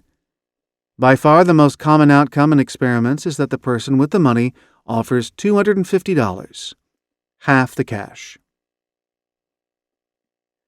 Does this behavior reflect the sharing of meat on the Savannah Plain? where the hunters are thought to have shared with those who didn't participate in the kill? Are generosity and socialistic envy hardwired by natural selection, where evolution has not had time to catch up with modern conditions? At work, do we expect to have to share even where our colleagues have made no contribution? And do the latter get indignant if they don't get a fair chunk of the bonus pool, even if they've personally had a lean year? I've observed this behavior many times when advising bosses who have to decide bonuses. Justin may have brought no profit this year, but we don't want to demotivate him by a derisory bonus. Such thinking is deep-rooted and frustrates the very purpose of meritocratic rewards. I believe that large organizations are inevitably socialistic in that they find it impossible to reward according to just desserts. Instead, big business builds in an undue share of the spoils for the passengers and for those who are not vital. In large multinational corporations, non-core workers, including those engaged in tasks such as cleaning, routine maintenance, or clerical functions, are generally paid substantially more than they would be for the same job outside the multinational, because otherwise the gap between them and their more skilled colleagues would seem too large.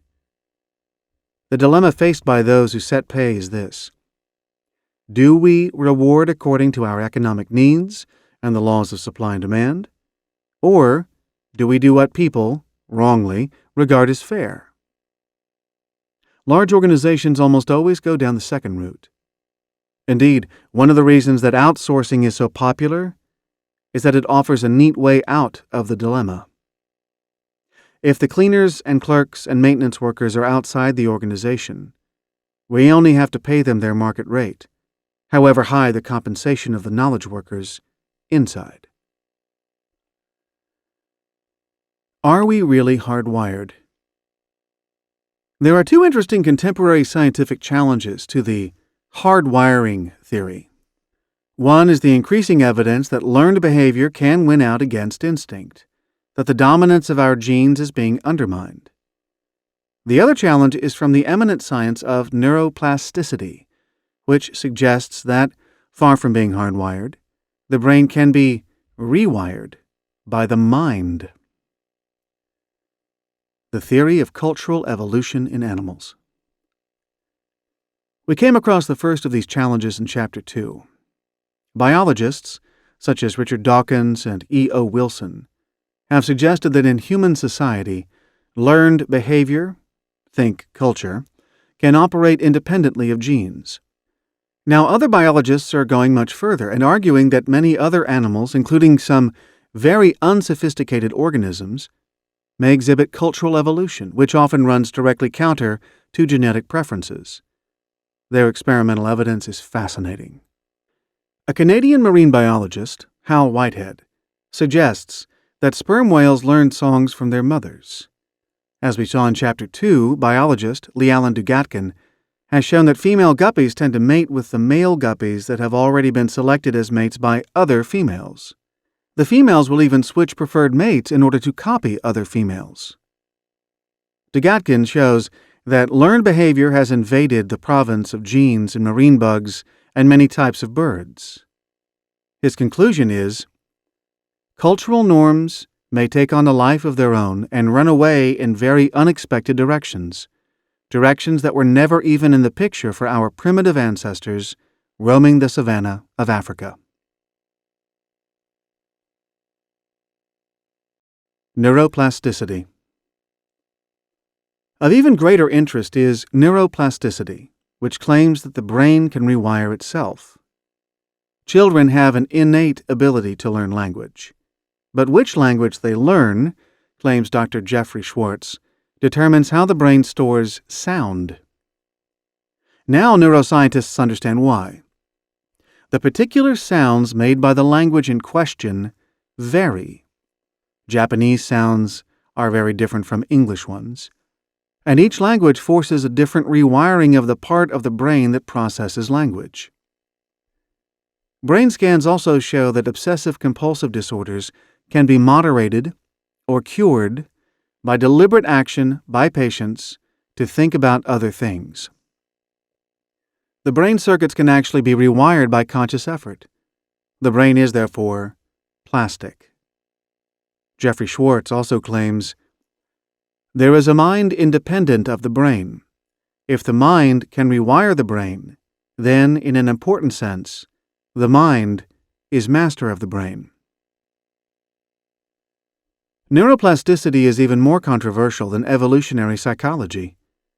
The concept of rewiring cannot be said to have replaced that of hardwiring. But how do the theories of cultural evolution and neuroplasticity affect what we take away from evolutionary psychology? And may they have their own lessons for business? Transcending genetic dispositions. I don't see any necessary contradiction between the implications of evolutionary psychology, on the one hand, and those of cultural evolution or neuroplasticity, on the other hand. In fact, from a business perspective, I find the three disciplines complementary. The explanations for human behavior provided by evolutionary psychology resonate with business experience, especially that of men within corporations. This may be entirely a coincidence, but more likely, I think, it is because evolutionary psychology is at least partly right. There probably is a genetic predisposition towards behavior that made more sense on the savannah plain than it does today. Nevertheless, this view is not incompatible with cultural evolution. Humans can learn and transmit learning. This means that genes are important in determining our behavior, but not that all-important. If we have not yet learned to control and correct for all of our dysfunctional genetic inclinations, this does not mean that we cannot in the future, just as we have learned to welcome strangers on first sight. If we understand what we are up against in terms of genetic bias, we are actually much more likely to be successful in correcting this bias. Finally, the conflict between hardwiring and rewiring may be more apparent than real. Why can't we be both hardwired and capable of rewiring at least part of this hardwiring? Clearly, the brain is not totally plastic, but why should it be totally hardwired? And even if we really are totally hardwired, it may be functional to believe the opposite. We can change our behavior even if we cannot change our genes or our brains. I am confident that it could be empirically proved that fatalistic business people are less successful than those who believe in free will. I predict that executives will hear a lot more about cultural evolution and neuroplasticity. Part of the argument of this book is that we are moving beyond mechanical cause and effect models, which are and will remain valuable, to embrace, in addition, more fluid biological models. But beyond the biological models, there probably lie neurological models, which are even more free-form and sensitive to creative manipulation. How to manage and mutate Stone Age man. My conclusion, therefore, is that we can manage and mutate Stone Age man, and that it is well worth the effort to do so, if we accept the insights from evolutionary psychologists, but also the possibility of change. What should we do differently? Here are some suggestions. 1. We should recognize ourselves and our colleagues as we are, 21st century imposters, driven by Neolithic genes. The genes are sometimes helpful to business, as when they facilitate cooperation, but are generally a nuisance. They obstruct commercial progress and the good of our firms and our careers. 2. We should start with ourselves. We have met the Flintstones, and they are us. We should make continual and vigorous attempts to correct for our dysfunctional tendencies, like the undue avoidance of risk, the rejection of criticism, and the tendency to jump to conclusions about people on the basis of first impressions. 3. If we wish to influence other people, we cannot appeal only to their reason.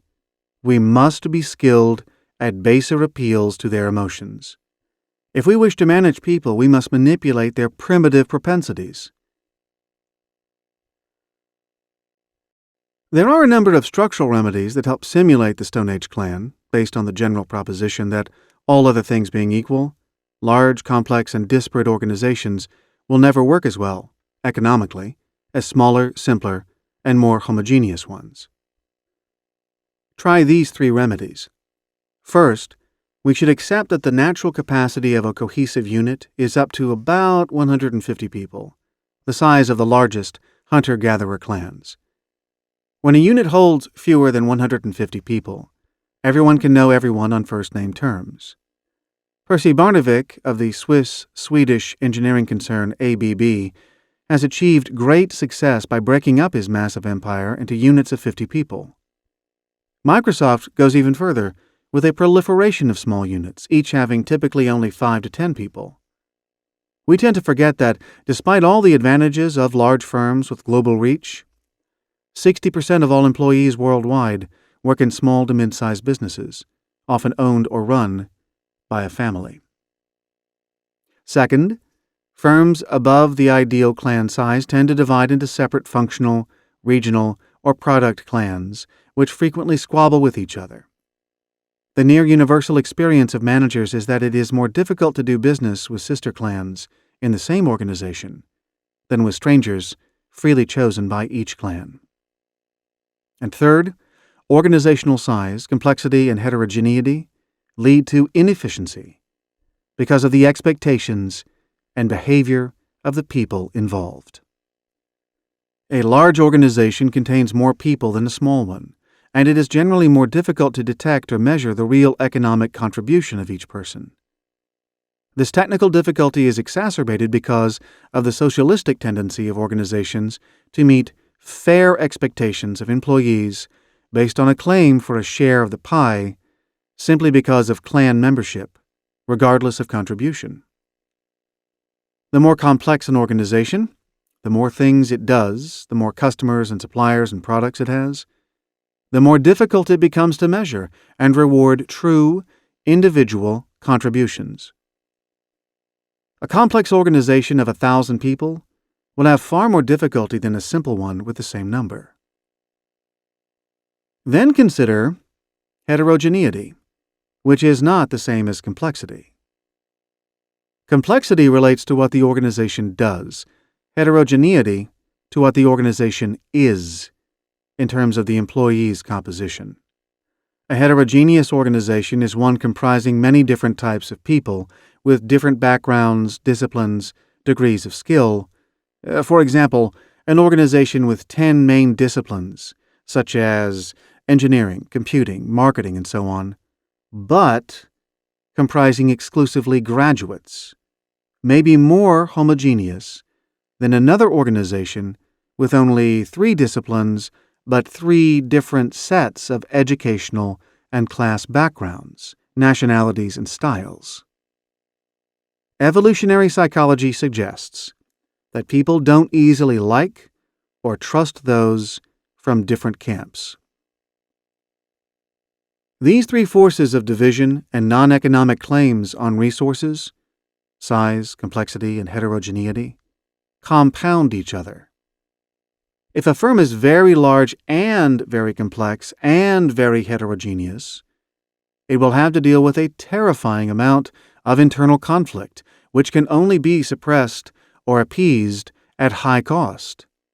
It won't be able to properly reward its real benefactors among all its employees, customers, suppliers, and other collaborators.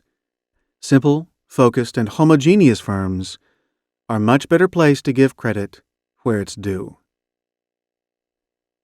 Incidentally, it is interesting that small national size carries no economic disadvantage, perhaps because scale effects are less important than simplicity and common identity. Of the 10 wealthiest per capita nations, apart from the United States, the largest is Belgium, which has only 10 million people. Of the 10 countries with more than 100 million people, only the United States and Japan are prosperous. Remember the lesson from Chapter 1, that diversity works, and that from Chapter 2, that the most successful organizations have a varied gene pool. How do we synthesize these insights with those from evolutionary psychology? I think we have to conclude, whether we are thinking of organizations or of societies, that heterogeneity is enormously valuable, but that it needs to be managed. Our genes are not cooperative or functional in this respect, so we need to interpose management mechanisms, culture, and vigilance to keep reminding ourselves of the value of variety. I think there is a second point, too. Heterogeneity goes against our genes, yet is valuable. But the size and complexity of many organizations also go against our genes and have no compensating benefits. The best solution is to have small, simple, and heterogeneous organizations. So yes, we can manage and mutate Stone Age man. We manage by manipulating and correcting for our primitive instincts. We mutate by changing the business context, to capitalize on the good parts of our genetic heritage and to minimize the damage from the harmful parts. Only by recognizing what we are up against can we raise our managerial game. Summary. Evolutionary psychology lights up the lunacies of business life. Forget the organizational charts and the idea that cooperation is a rational economic entity. Gaze instead on a seething cauldron of oversized egos preying on submissive souls, where appearance and confidence can crowd out substance and contribution, where conformity to the clan and hostility to other clans undermine rational decisions, and where risk is routinely avoided until panic sets in. Evolutionary psychology explains why large organizations are so difficult to change, and why we cannot be relied on to act in our own best interests. Life was much harder on the Savannah Plain, but it was also much simpler, and at least the genes worked in the right way. Yet fear not. Cultural evolution tells us that we develop and imitate more successful economic formulae, starting with firms that are small and simple. Neuroplasticity says that we can rewrite our own brains by deliberate acts of will. Our Neolithic genes are not our best friends, but they need not be our masters. The sophisticate's revolt is at hand, fueled equally by scientific reason and self-friendly willpower. Action implications. 1. Manage and mutate Stone Age man. Starting with yourself. Listen to criticism. You have no need to defend yourself. Allow second and third impressions to overrule first impressions. Take more risks. If the upside, value times probability, exceeds the downside, do it. If in doubt, do it. The one exception is not to take risks when things are going badly. Don't panic, just cut your losses and get out. Don't be a prisoner to your emotions. Don't make decisions in the heat of the moment. Take time to calculate what is best for you. Don't thump your chest. Don't draw attention to your perspicacity or achievements. Don't tell people that you were right. When you are successful, beware. Don't believe that you are infallible. Remember how important luck is. Expect reverses and take them in your stride. 2. Capitalize on the genetic predispositions of others. Act confidently, even when you are not confident, but don't believe your own propaganda. If you have an insight and want to lead, even among equals or superiors, go ahead and lead. Most people like to be led. The informal hierarchy is more powerful than the formal one. Be careful to present yourself so that others' first impressions correspond to what you want. If you want them to think you dynamic, move fast. If you want to appear scholarly and reflective, wear tweed coats and glasses. Wear your facade with pride. Be friendly and warm, especially when first meeting someone. Try to read their mind and empathize. Be willing to gossip. Share information. Build trust. Don't criticize other people to third parties. Try to avoid direct criticism of someone. Always praise first to make them receptive. Criticize actions, not the person. Only openly disagree with those below you in the pecking order.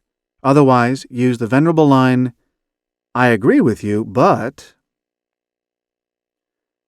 Build personal alliances through the organization, especially in unlikely places. If you're an engineer, hang around marketing until they accept you as one of them. Realize that reputation is more important than performance. Reputation is 3 parts: identification/empathy, and 1 part competence. 3. Manage Stone Age folk appropriately. Expect and correct for irrationality. Be aware that the hierarchy may induce conformity and blindness to reality. Use formal hierarchy sparingly and encourage dissent. Don't promote authoritarian characters to positions where awareness of the outside world is important. When hierarchy is subverted by an unofficial pecking order, don't try to resist. Don't seek to eliminate all forms of hierarchy. Don't expect delayering and single-status workplaces to usher in a new age of egalitarianism and democracy, or empowerment to generate initiative. Allow the natural rhythm of leadership and followership to operate. Allow people to work together naturally, selecting their own ad hoc alliances and teams. Be profligate and universal with status awards. Status is like flattery. No one is too smart or savvy to avoid its charm. Give special responsibilities, such as leader of Project Team X. Identify and celebrate unusual achievements, such as beyond the call of duty service to customers. Encourage the natural tendency towards internal cohesiveness. Talk about colleagues, not employees. Encourage colleagues to say we, not I. Us, not you. Anticipate hostility towards outgroups. Focus it on competitors rather than other departments or functions within the firm. Sometimes hostility is focused on another outgroup, the customers, with obvious consequences. Reserve your most severe sanctions for discouragement of this behavior. Encourage colleagues to think about customers as an extended part of the clan, as part of the club, along the lines of quality engineer W. Edwards Deming's dictum, "The customer is the most important part of the production line." Encourage all employees to see as much of customers as possible, because familiarity breeds affection. Counter the outgroup feelings between different parts of the organization by forming cross-group project teams to achieve worthwhile ends.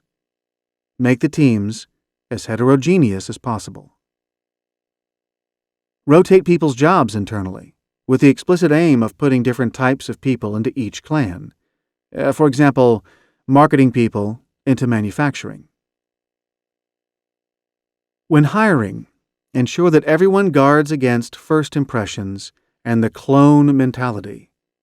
Don't allow anyone to give their impressions of candidates to someone who has not yet interviewed them.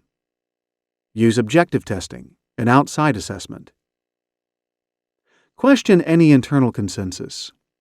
It's probably wrong. Expect, but discourage, macho behavior. Breast-beating, one-upmanship, self-aggrandizement, empire-building, malicious gossip, personalized competition. The best way to counter macho behavior is to hire as many women as possible, so long as they have not succeeded by becoming like men. Don't expect people to take risks, or welcome change, or be creative. If risk-taking is essential, frame the situation as an emergency. Make it life-threatening, or at least job-threatening. Be upfront and even exaggerate any bad news. Competitor X, if left unchecked, will have taken half our business within 2 years. If return on capital doesn't double, we'll have to downsize. This new technology could kill us. Customer Y accounts for 60% of our profits, but is very unhappy and ready to take its business away. If we don't internationalize, we'll be taken over. Choose whatever is credible, really worrying, and at least half true. Make it clear that failure through taking risks is more acceptable than refusal to take risks. If you want creativity, make the environment non-threatening and informal.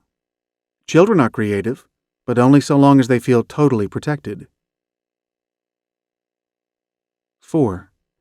Change structures in order to counter primitive genes.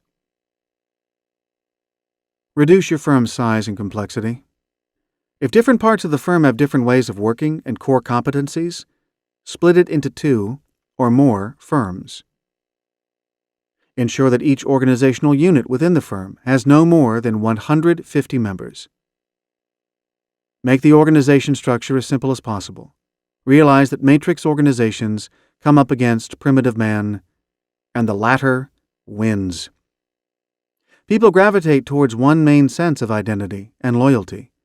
Therefore, use matrix forms sparingly and realize that there will always be one main affiliation and one less important dotted line one. When risk-taking is important, form a separate unit that has to take risks. Make it clear that membership of the unit is temporary and that there is a way back to the parent whether the fledgling business succeeds or fails. And finally, 5. Use the specter of competition to rally your troops, but avoid fighting. Realize that business is not war, or that if it is, that fact is purely for internal consumption. In George Orwell's novel 1984, there are 3 superpowers, and 2 of the 3 are always at war with the third. From time to time, the sides switch. There is no evidence of actual conflict, yet there are perpetual reports of victories and calls for redoubling of home efforts to support the war. This is not a bad model for business. Collaborate with competitors as far as possible. Avoid direct conflict or damage. Don't put your competitors back against the wall. This may precipitate mad scrambling, which may or may not help the competitor, but will certainly damage your firm. And finally, remember that the only useful way of beating competitors is by having your own loyal fan club of profitable customers who prefer what you do to anything any other competitor does. Chapter 5. On Resolving the Prisoner's Dilemma. If men were actuated by self-interest, which they are not, except in the case of a few saints, the whole human race would cooperate. There would be no more wars, no more armies, no more bombs. Bertrand Russell. Game theory. We turn now to our most uplifting subject, the search for cooperation, especially human cooperation.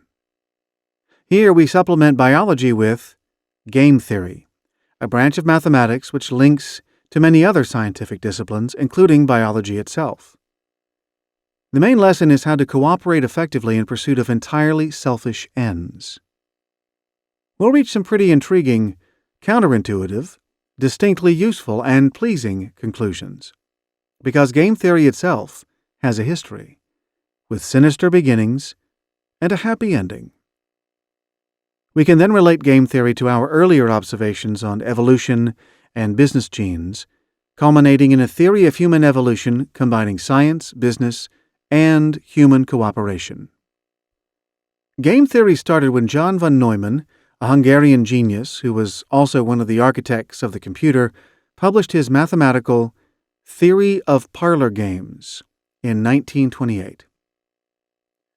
Game theory is thus a branch of mathematics and statistics that has been applied to economics, biology, epidemiology, philosophy, physics, politics, the social sciences, military strategy, and also business strategy. Game theory deals with games where the most profitable thing for you to do depends on what your opponent does, and vice versa. It attempts to simplify the world and produce the best outcome, mathematically derived, for any particular situation. In 1944, von Neumann and economist Oscar Morgenstern published The Theory of Games and Economic Behavior. They invented the concept of the non-zero-sum game, where it pays to collaborate and form coalitions. The Prisoner's Dilemma. The most famous game in game theory, one that had been understood in non-mathematical terms for centuries, the basic idea surfaces in Hobbes, Rousseau, and also Puccini's opera Tosca, is the Prisoner's Dilemma. There are many variants of this game, but the basic idea is the same. Imagine two criminals caught and locked up in separate rooms. A robbery with murder has been committed, but the police have dubious evidence. If one of the criminals confesses before the other, the authorities offer a deal: immunity from prosecution versus execution for the other criminal.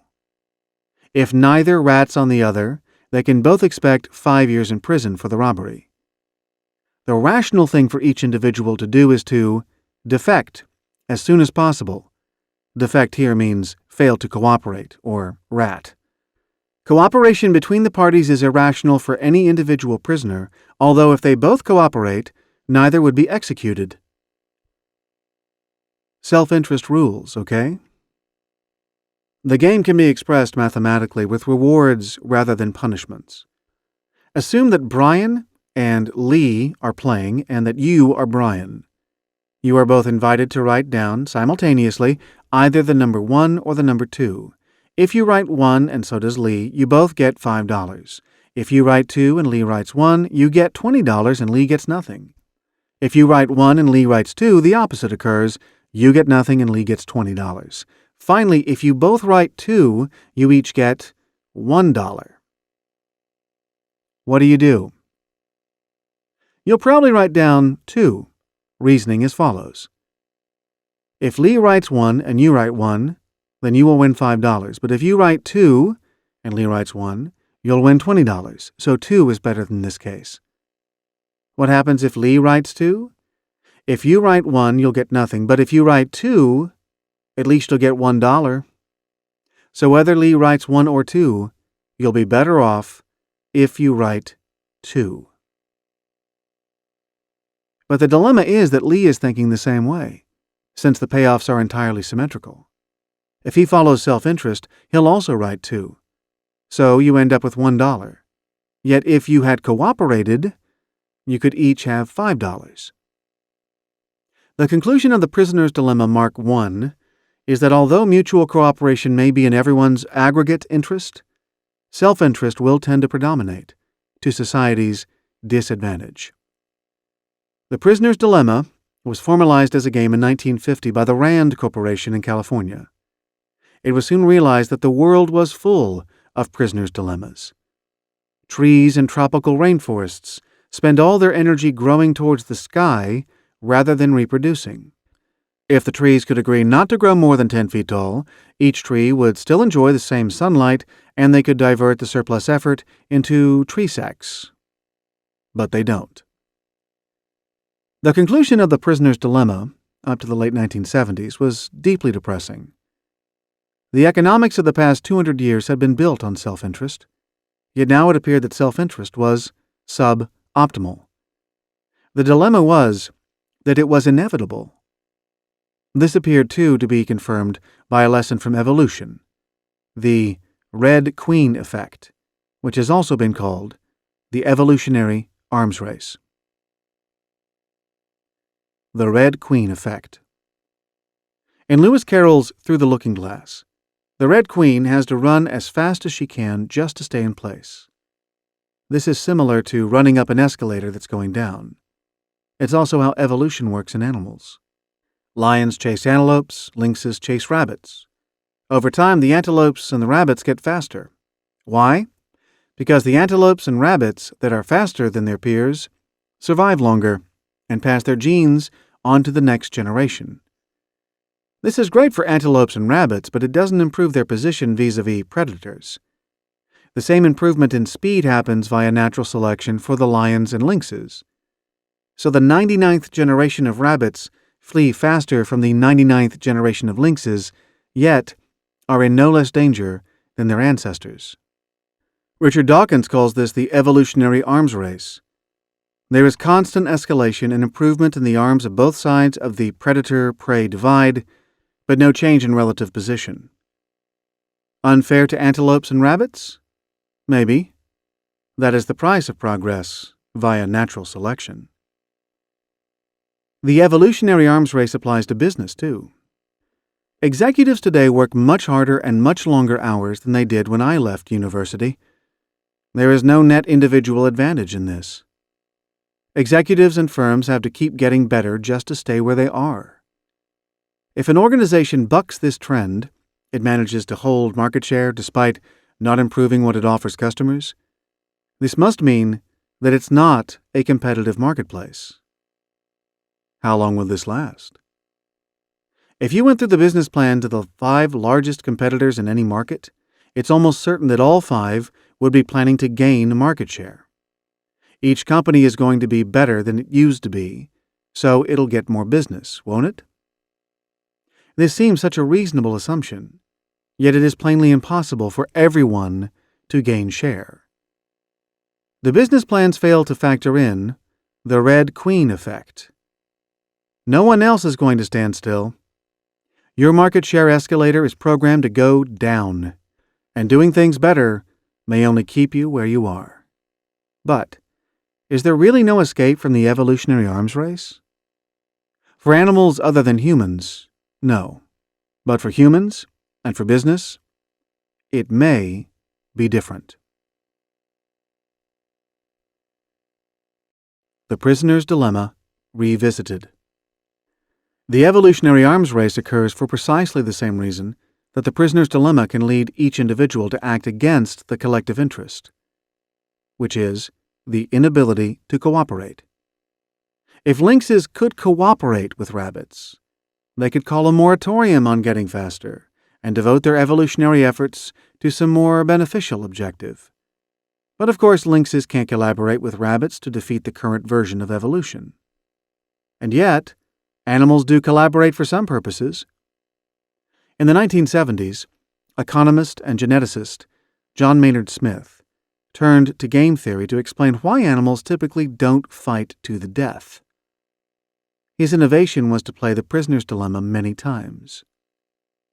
By playing a version of the prisoner's dilemma with hawks playing doves and replaying the same many times, he showed that the best results were obtained by retaliator, a dove that turns into a hawk when dealing with hawks.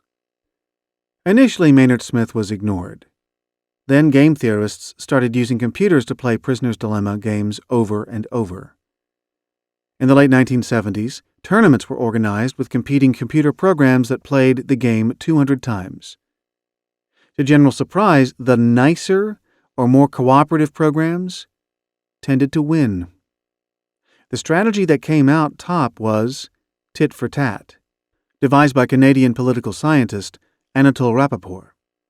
Tit for tat was similar to retaliator. It started by cooperating and then mimicking the last move of the other player. The organizer of the tournaments explained the success of tit for tat. They said, "What accounts for tit for tat's robust success is its combination of being nice, forgiving, and clear. Its niceness prevents it from getting into unnecessary trouble. Its retaliation discourages the other side from persisting whenever defection is tried. Its forgiveness helps restore mutual cooperation, and its clarity makes it intelligible to the other player, thereby eliciting long-term cooperation. Long-term advantage often requires cooperating players to take turns in collecting the payoff.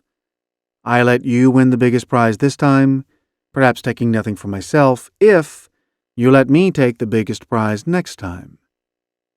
Cooperation is about comprehending how to make the pie bigger, on the understanding that when we have to divide it, we will behave reasonably within the context of a long-term relationship. Ridley's Theory of Social Coagulation. In 1996 came one of the most important books of the decade, Matt Ridley's The Origins of Virtue. This is a thesis on cooperation and virtue, drawing lessons from biology and economics. It also has profound implications for business. Ridley gives a unique twist to the ideas of the selfish gene and evolutionary biology. He argues that society is a product of our genes and our evolution. Humans are unique because we are organized into large groups with complex interrelationships between individuals, and because we cooperate in a qualitatively different way from all other animals. This is the highest and most successful form of evolution. As he says, the essential virtuousness of human beings is proved not by parallels in the animal kingdom, but by the very lack of convincing parallels. The advantage of society rests in division of labor and socialization, which modern humans have taken to a happy extreme. Ridley again. To thrive in a complex society, you need a big brain. To acquire a big brain, you need to live in a complex society. The human brain is not just better than that of other animals, it is different. In a fascinating way. It can exploit reciprocity, to trade favors, and to reap the benefits of social living. Division of labor. If you've studied any economics, you'll probably recall Adam Smith's example of the pin factory, where 10 people, through specialization, were able to produce 48,000 pins a day. Smith was a Scottish political philosopher, and his 1776 book, titled The Wealth of Nations, invented the concept of division of labor. He wrote, "The greatest improvement in the productive powers of labor, and the greater part of the skill, dexterity, and judgment with which it is anywhere directed or applied, seem to have been the effects of the division of labor." Smith posits 3 key advantages of specialization. 1. Practice leads to higher productivity. 2. Specialization saves time switching from one task to another, which is, incidentally, the main insight behind business process reengineering, a major source of productivity improvement in the 1990s. And 3. Specialization makes it worthwhile to invest in tailored machinery to boost productivity, thus enabling one man to do the work of many. Smith demonstrates, and here comes the link with increasing degrees of cooperation, that 1. The division of labor is limited by the size of the market and can therefore increase when market size increases, and 2. The division of labor increases with better transport and communications. It turns out that division of labor and increasing specialization and trade are themes noted by biologists and anthropologists in explaining how complex organisms evolve and thrive. Increased cooperation is both a cause and a result of such success. Biology reveals that the bigger the cells in small organisms, the more likely they are to divide the labor, with some cells specializing in reproduction. The social insects, like ants, termites, and bees, have been so successful because their societies contain specialized roles that require cooperation. Human societies organized into bigger groups have more different jobs. The isolated and now extinct Tasmanians had only 2 castes and lived in groups of 15 or fewer. But the Maoris, who live in groups of up to 2,000, recognized 60 different professional roles. Ricardo's Law of Comparative Advantage. The links between cooperation, division of labor, and trade were first made explicit in 1817 by David Ricardo, a very rich investor, economist, and radical British politician. His law of comparative advantage applied division of labor to groups and countries. The law is impressive because it is counterintuitive. Paul Samuelson, a famous economist, says that Ricardo's law is the only proposition in the whole of social science that is both true and not trivial. Until Ricardo, it seemed obvious that countries could only trade if one was better than the other producing something. Ricardo said that, in fact, there was a basis for trade whenever the relative ratios of productivity were different, whatever the absolute levels, which implied that there was virtually no limit on possible constructive trade. If country X was better than country Y at producing two products, there could still be trade between them that would enrich both countries. If country X is twice as productive in steel and 4 times as productive in leather goods, then country X should specialize in leather goods and country Y should specialize in steel, where it had comparative advantage despite being inferior in absolute terms. Specialized business and trade, which are essentially cooperative intergroup activities, lie at the heart of human advances. As Matt Ridley explains so well, 200,000 years ago, Stone Age tools were traveling long distances from their quarries. Where the Neanderthals all lived in much the same fashion, their replacements began to show great local variations in their stone technologies and styles of art. The invention of trade represents one of the very few moments in evolution when Homo sapiens stumbled on some competitive ecological advantage over other species that was truly unique. There is simply no other animal that exploits the law of comparative advantage between groups. Within groups, the division of labor is beautifully exploited by the ants, the mole rats, the weeabirds, but not between groups. David Ricardo explained a trick that our ancestors had invented many, many years before. The law of comparative advantage is one of the ecological aces that our species holds. The importance of trade and cooperation can be graphically illustrated by contrasting the native Tasmanians to the native Aboriginal Australians. When Europeans landed on Tasmania in 1642, they ended 10,000 years of isolation and found the most primitive human society in the world.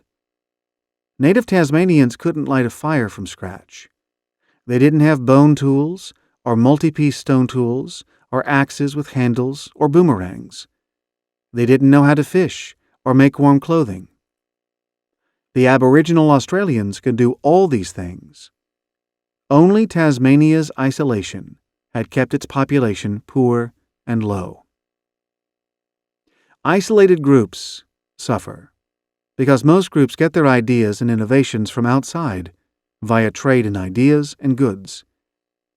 Human society progresses via increased trade, specialization, and intergroup cooperation. Beyond baboonery. Ridley observes that 2 junior male baboons will join forces to beat off the consort of a female baboon. Then they chase after the female, and the one who catches her has sex. Cooperation is used to achieve selfish ends. This is the basis of our cooperative instincts. Ridley takes up the theme expressed by Richard Dawkins in his concept of memes.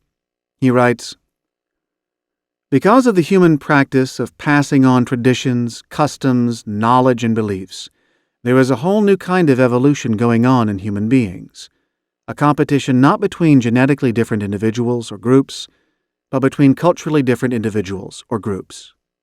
One person may thrive not because he has better genes, but because he knows something of practical value." Selection between groups happens, and the cooperators grow at the expense of the non-cooperators. Hence, the former expand. The history of humanity is one of ever-increasing and ever more complex interrelationships. Society is not an artificial construct or a tyranny, but the highest form of evolution. What drives progress is increased specialization and increased trade. I believe that technology is a semi-independent variable too, part of the great trinity that drives progress. This refinement slots quite neatly into Ridley's argument, since technology itself is a form of culture. It is impossible to explain the explosion of productivity since 1750 purely on the basis of increased specialization and trade. For capitalism to conquer society required new miracles of technology. Trust. In the end, says Ridley, echoing political philosopher Francis Fukuyama, the crucial human ingredient is mutual trust. He writes, "Our minds have been built by selfish genes, but they have been built to be social, trustworthy, and cooperative." He implies that this message goes against the grain of economic doctrine, which may actually be setting back the course of human progress. He writes, "If we declare that Smith, Malthus, Ricardo, Friedrich Hayek, and Milton Friedman are right, and that man is basically motivated by self-interest, do we not, by that very declaration, encourage people to be more selfish?" A more functional message, according to Ridley, is that the human mind contains numerous instincts for building social cooperation and seeking a reputation for niceness. And he closes with a passionate plea for what might be termed social libertarianism. He writes, "The roots of social order are in our heads. We must build our institutions to draw out those instincts. Preeminently, this means the encouragement of exchange between equals.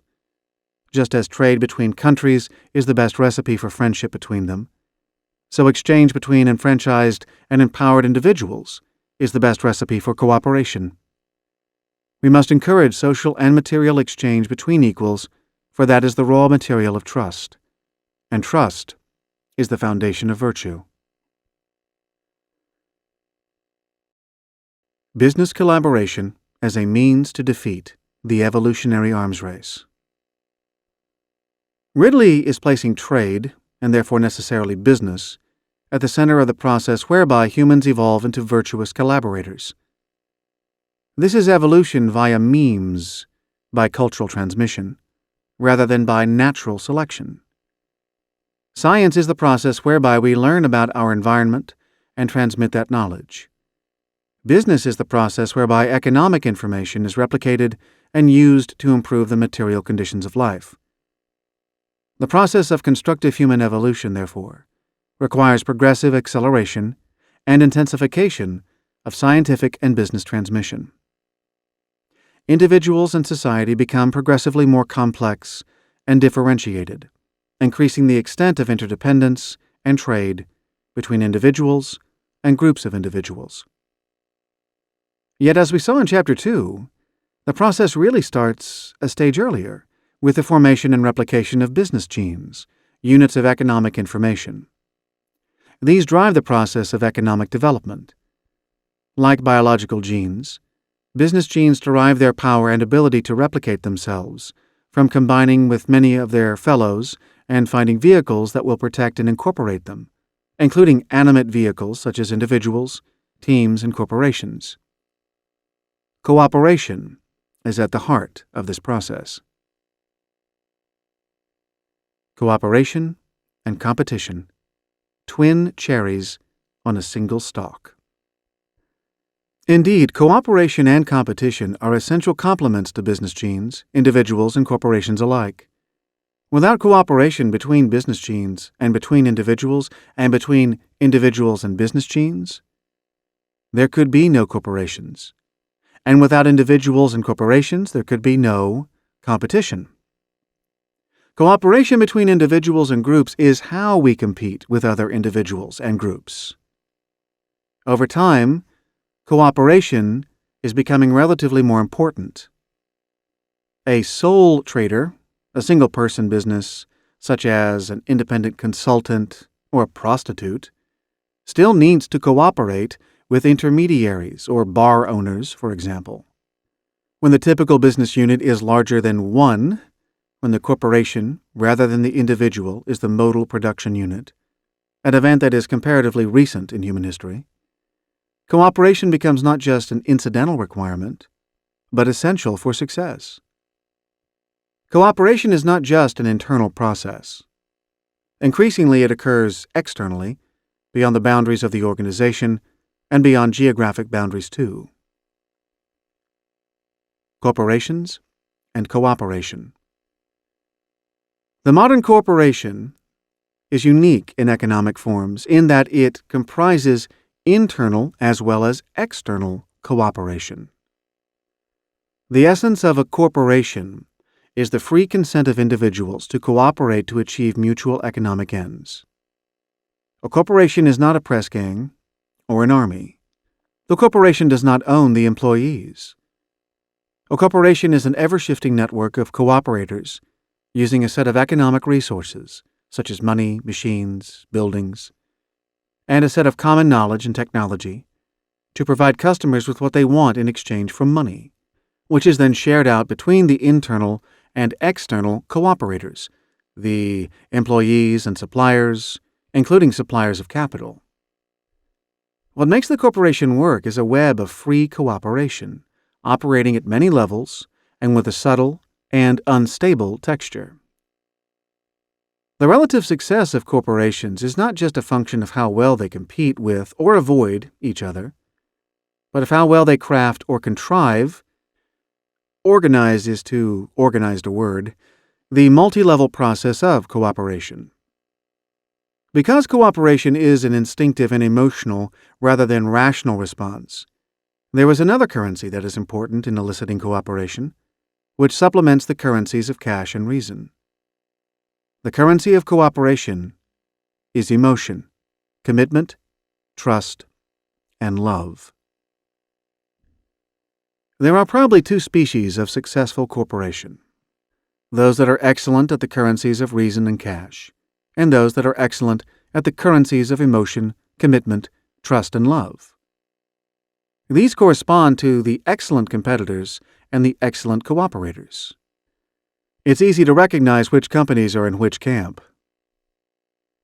The excellent competitors include, in their heyday, ITT under Harold Grennan, GE before Jack Welch, IBM before the fall, Hansen before its demerger, Ford, most oil companies, GlaxoSmithKline, Monsanto, and any companies that are cold, efficient, and low cost.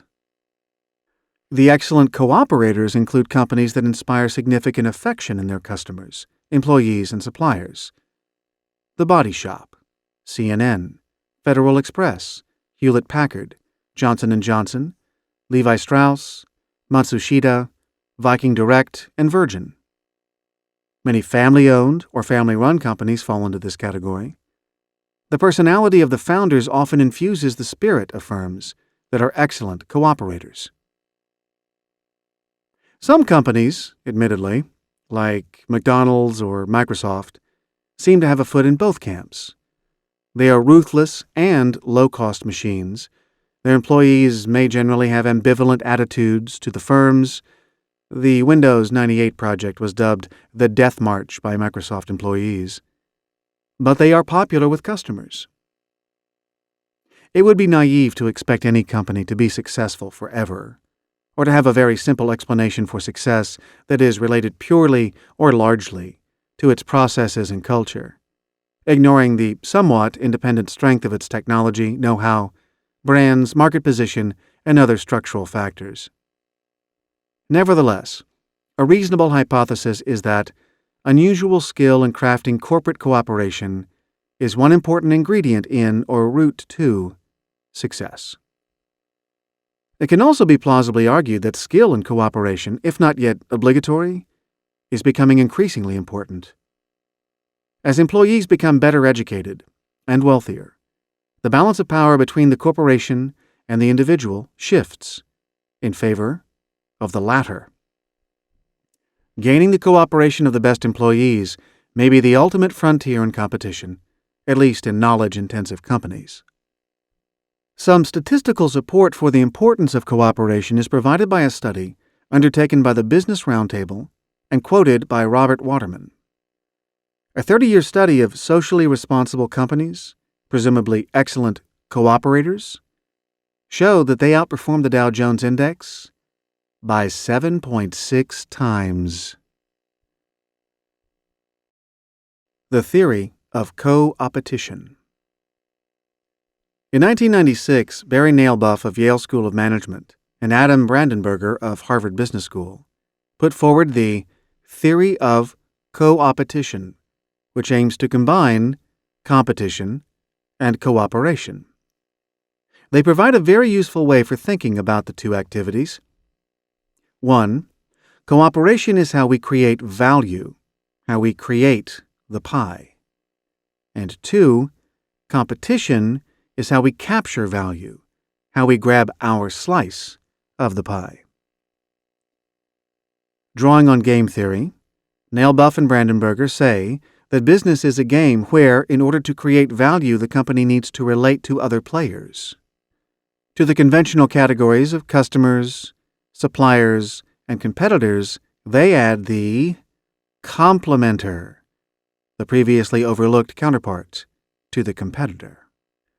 Microsoft and Intel are complementers. Microsoft's sophisticated software packages require ever more powerful chips from Intel. The chips, in turn, make the software feasible and economic. Sometimes direct competitors are complementers, if, for example, they draw in more customer traffic to a shopping mall. As we'll see later, all networks, like telecommunication systems, transport systems, or the Internet, benefit greatly from increased traffic.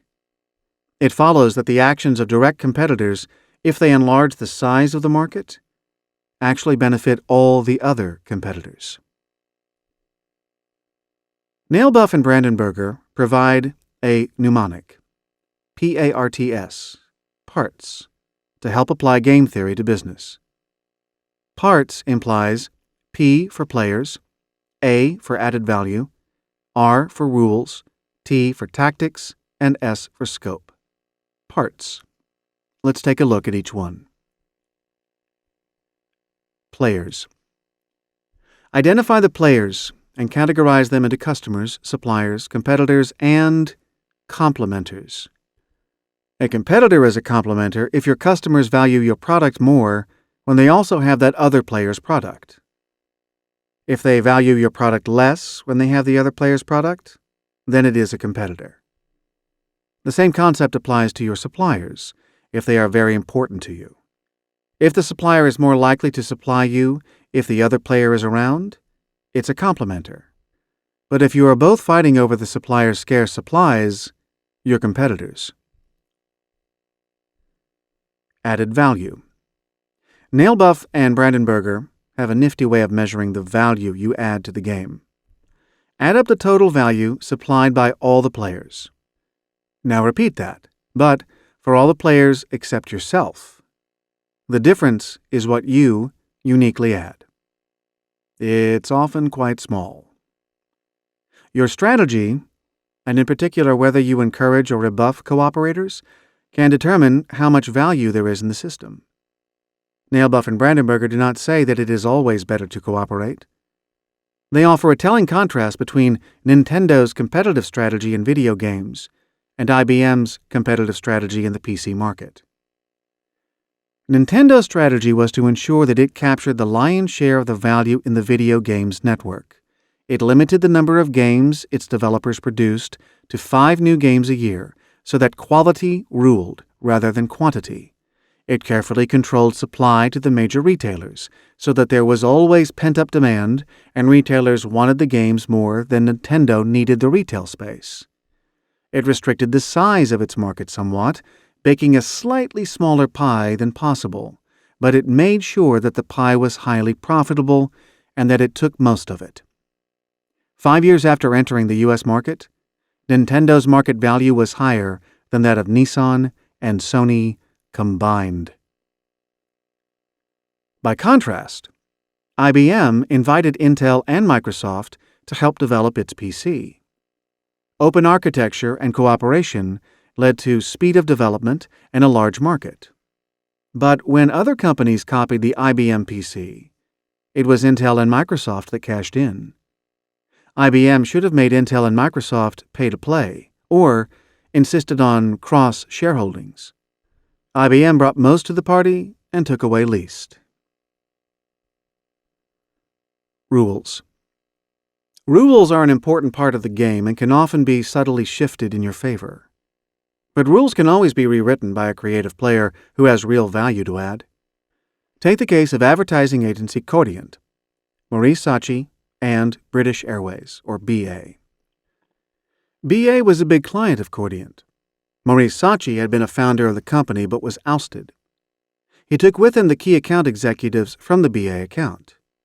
Cordiant was confident that it could keep BA's business because the account executives had non-compete clauses in their contracts.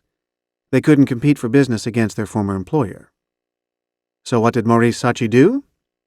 He went to BA equipped with cutout pictures of the executives. What a pity, he said, that these guys can't serve you, explaining their non-compete clauses. So BA went to Concordiant and asked it to lift the non-compete clauses. Cordiant complied, reckoning that it would lose the account anyway, and not wishing to forfeit possible future goodwill. End of non-compete clauses in one fell swoop. Yet for decades previously, such clauses had operated effectively in many different professional service businesses. Tactics. Business, claim Nailbuff and Brandenburger, is often conducted in a fog, where reality is difficult to see and perceptions are all. Game theory can tell you whether and how to lift the fog. When a new product really is superior, they suggest you should take actions that proclaim this. When Gillette launched the Sensor Razor, it was so convinced that it had a superior product that it spent $100 million in advertising it to lift the fog. Consumers, faced with such confidence, felt that there must be something worth trying, and Gillette's global sales rose by 70%. But sometimes, fog is useful to companies and enables them to keep a larger share of the pie. A good example is the impenetrably complex fare schedules used by airlines. A misguided attempt by American Airways to clear the fog occurred in 1992 when it introduced value pricing and simplified fares down to 4 categories. Other airlines retaliated, and price realizations crashed. Airlines in the U.S. contrived to lose $5 billion that year. And finally, scope. Look beyond the boundaries of the game. No business game is an island. Players in one game also play in others. Anticipate and prevent, or at least delay, such invasions. In 1980, a niche toiletries concern, Minnetonka, launched Soft Soap, an upmarket liquid-based soap. It was a great product, but unpatentable. How could the large toiletries players be prevented from entering? One way was to tie up the entire production of the only 2 makers of the product pump dispensers for a full year. By the time the majors entered, Soft Soap was identified with its category. The brand was eventually sold to Colgate-Palmolive for $61 million. The sum of the parts is simply analyzing the relationships between all the players in the system. Who needs whom? Who can benefit from the relationships? Who are the actual or potential complementers? And where could cooperation lead to a bigger pie? Even where competition would deliver more value to the corporation than cooperation, adversarial tactics may subtract more value than they add. The cathedral versus the bazaar. What architecture of corporations, what structure of corporations in society is likely to facilitate the greatest trade, specialization, innovation, exchange of information, and wealth creation? Is it better to have a series of large, specialized corporations, each built like a cathedral, with intricate internal symmetry, a sense of their own distinctness and holiness, and a dominating presence, or to have a larger number of smaller enterprises that exist next to each other, jostling for position and custom, open to each other's secrets and freely exchanging information, like bookmakers in a betting ring or traders in a bazaar? Equally, is it better to have a centralized polity covering a wide continent like Europe, North America, or Asia, or to have a series of small independent states? The cathedral versus bazaar question arises from a recent debate on the better method for debugging software. Eric S. Raymond contrasts the 2 styles. He writes, "I believed that the most important software needed to be built like cathedrals, carefully crafted by individual wizards or small bands of images working in splendid isolation. Linus Torvalds' style of development, as practiced in his software engineering firm Linux, release early and often, delegate everything you can, be open to the point of promiscuity, came as a surprise. No quiet, reverent cathedral-like building here. The Linux community seemed to resemble a great babbling bazaar of differing agendas and approaches, aptly symbolized by the Linux archive sites, who take submissions from anyone, out of which a coherent and stable system could seemingly emerge only by a succession of miracles. Linus Torvalds believes that bugs are best fixed by being identified and later corrected by as large a number of people as possible, the identifiers and the fixers typically not being the same people. This gives rise to Linus's law, which is, given enough eyeballs, all bugs are shallow.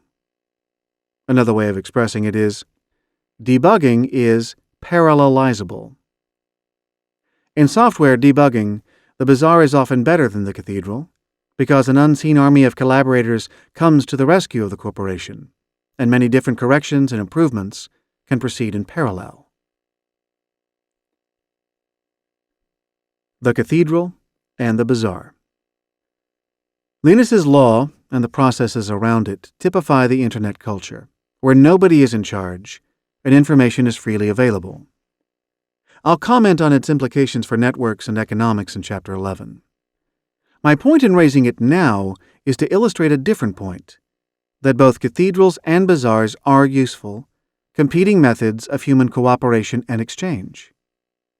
Competition between different groups, organized into corporations with different styles and structures, some more like the bazaar, others more like the cathedral, and organized into different societies, some more united than others, drives progress. Sometimes it's useful to have large-scale and more proprietary exclusiveness, sometimes smaller scale and greater openness. And insofar as we can generalize on what is better, the answer appears to be an intermediate degree of concentration or fragmentation. Diamond's principle of intermediate fragmentation. Jared Diamond, professor of physiology at UCLA Medical School, has proposed the principle that intermediate fragmentation is optimal in business and society. He writes, "You don't want excessive unity, and you don't want excessive fragmentation. Instead, you want your human society or business to be broken up into a number of groups which compete with each other, but which also maintain relatively free communication with each other." Diamond argues that Renaissance China had a huge technological lead over Europe. For example, in 1400, China had the world's largest fleet, comprising hundreds of ships and total crews of 20,000 men. But in 1432, a new emperor sided with the anti-navy faction and decided to dismantle the shipyards and stop sending out the ships. And because the emperor was in charge of this huge nation, that was it. Diamond contrasts the centralization of decision-making in China with what happened with ocean-going fleets in Europe. Columbus wanted a fleet to sail across the Atlantic Ocean. Being Italian, he tried to raise support in Italy. Everyone in Italy thought it was a stupid idea. So, Columbus tried again in France, with the same result. He traipsed from country to country until finally, at the 7th attempt, the King and Queen of Spain conceded him 3 small ships. Europe's fragmentation made Columbus's voyage possible, leading to European colonial empires. But Diamond observes that extreme fragmentation, as exists in India, favors innovation little better than extreme centralization.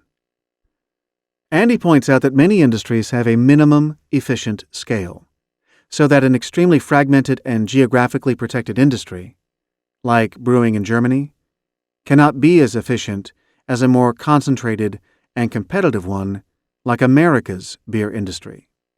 As Adam Smith observed, too small a market constrains specialization. A highly localized market is likely to be less efficient than a continental or global one. Hence the virtues of intermediate fragmentation, where competition and collaboration coexist. The ideal model, according to Diamond, is Silicon Valley, which consists of lots of companies that are fiercely competitive with each other, but nevertheless, there's a lot of collaboration. And despite the competition, there is a free flow of ideas and a free flow of information between these companies.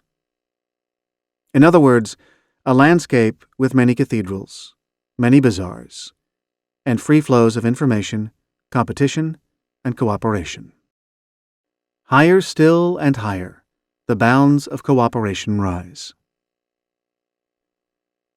Human and business evolution are stories of ever-increasing cooperation.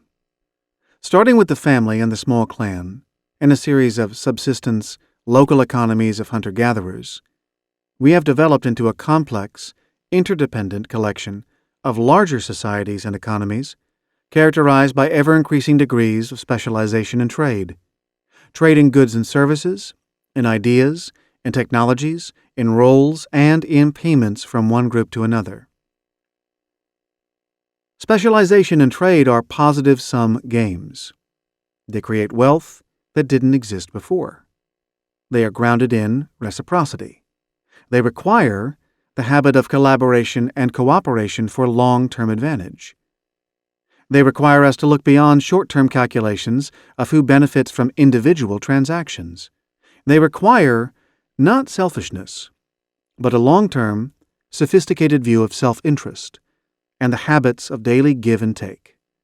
They require competition and cooperation, the pursuit of individual and corporate enrichment, and the willingness to enrich other individuals, groups, and society at large. They require social and individual habits of trust, openness, intelligence, and retribution on those who withhold cooperation. They require a balance between high scale and concentration, which aid efficiency at any point in time, and fragmented decision-making, which is the best guarantee of dynamism and long-term progress. They require us to have freedom to change, at the drop of a hat, those with whom we choose to collaborate, not because of whim or short-termism, but because conditions shift and change our perception of where our long-term interests lie. Competition and cooperation are not opposites. They are necessary complements. Competition is a civilized way of ensuring that we cooperate at the level of society. Because we compete for our livings, we ensure that all workers add social value. The market mediates a potential conflict between how we would like to spend our time and how others want us to spend it. All business activity requires cooperation, even for sole traders.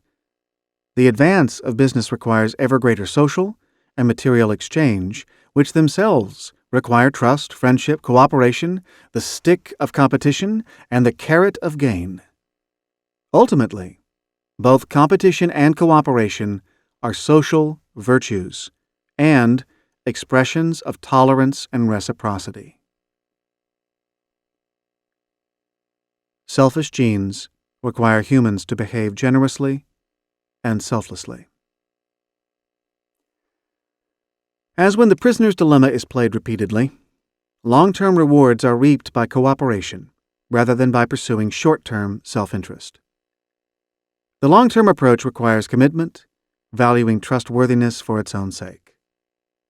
Only by behaving in a consistently trustworthy manner, ignoring the opportunities where short-term advantage is available at no cost, will individuals be recognized as trustworthy, which creates the most valuable opportunities. Thus, cooperation is based on reciprocity but goes far beyond it. Only by generosity and selflessness, by practicing fairness, is it possible to reap the rich rewards of cooperation. Cooperation is motivated by selfish genes, but it requires selfless behavior. Humans are programmed by emotion rather than reason, but emotions are highly functional mental devices for guaranteeing commitment. As in later versions of The Prisoner's Dilemma, the cooperative join forces to cooperate with each other. As Ridley says, "The virtuous are virtuous for no other reason than to join forces with others who are virtuous to mutual benefit. And once cooperators segregate themselves from the rest of society, a wholly new force of evolution can come into play, one that pits groups against each other rather than individuals. The Prisoner's Dilemma and Your Career. For individuals, business life, like the Prisoner's Dilemma game, is best seen as the gradual unfolding of a series of opportunities to cooperate. No transaction is an independent event. The link is your skill at cooperating, the number and quality of people who will cooperate with you, and your reputation.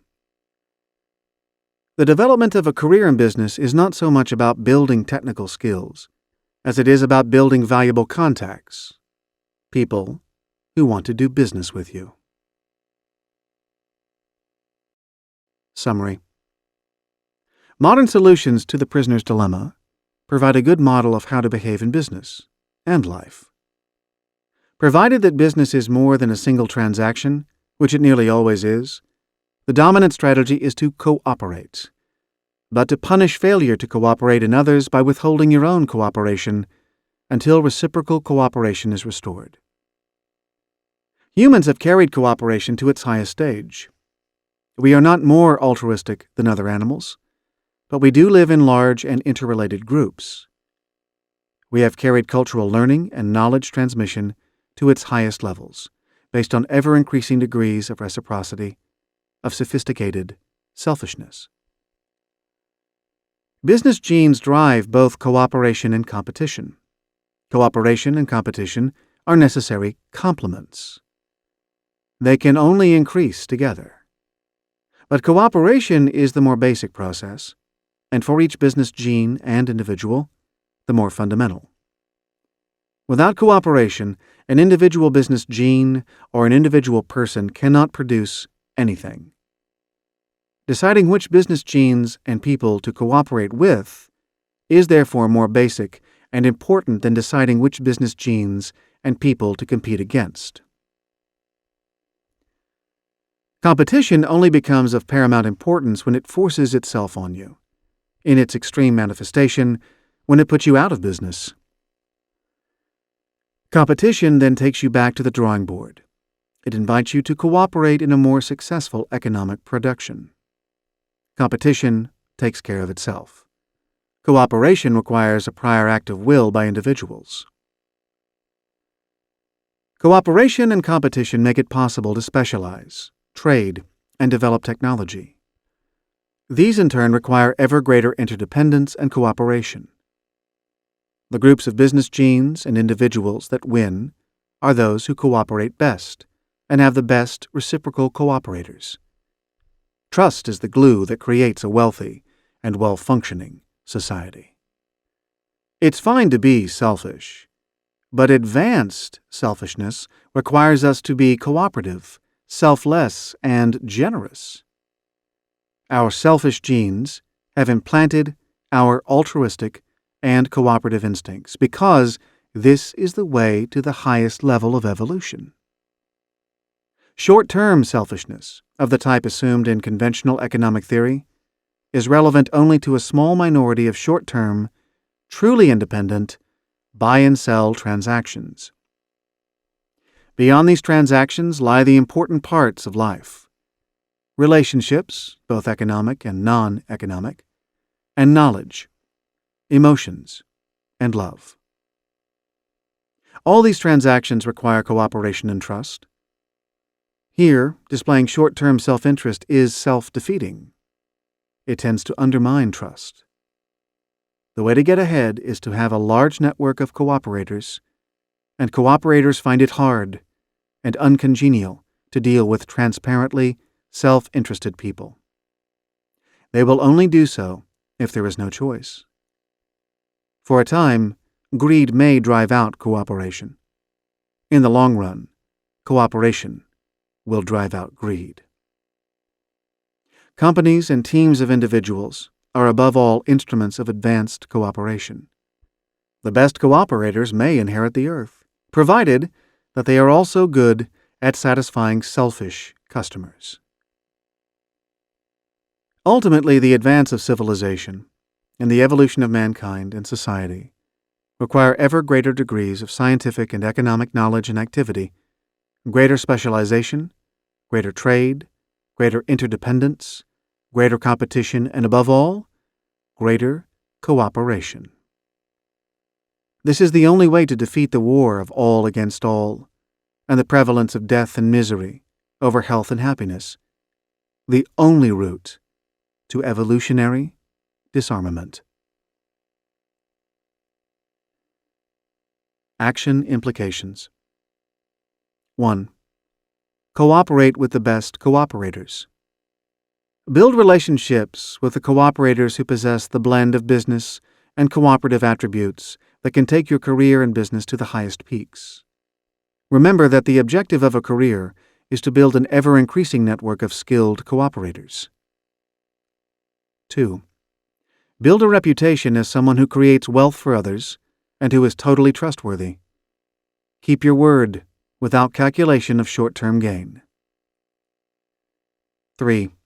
Always cooperate in the first instance. Trust others until they prove themselves unworthy of your trust. Only withdraw cooperation from non-cooperators. Punish the latter, but then rebuild mutual self-interest by clear signals, such as, "I will cooperate if you will, but only if you will." Demonstrate the disadvantages to others of their failure to cooperate. 4. Be willing to take turns in extracting advantage. Understand that reciprocity is a long-term concept, not one requiring mutual advantage in each individual transaction. And finally, 5. Develop the daily habits of cooperation. Teach yourself that cooperation, like thinking and networking, is cumulative and self-reinforcing. It is impossible to deplete your bank balance of cooperativeness by cooperating. Seize all available opportunities to cooperate with useful cooperators, realizing that cooperation builds skill at cooperation, as well as building your reputation, reciprocal obligations, and added skill and cooperation in those with whom you cooperate. Become a cooperation junkie, a cooperation fanatic, an evangelist of cooperation. Always remember, cooperation is the highest form of self-interest. Part 1, Concluding Note.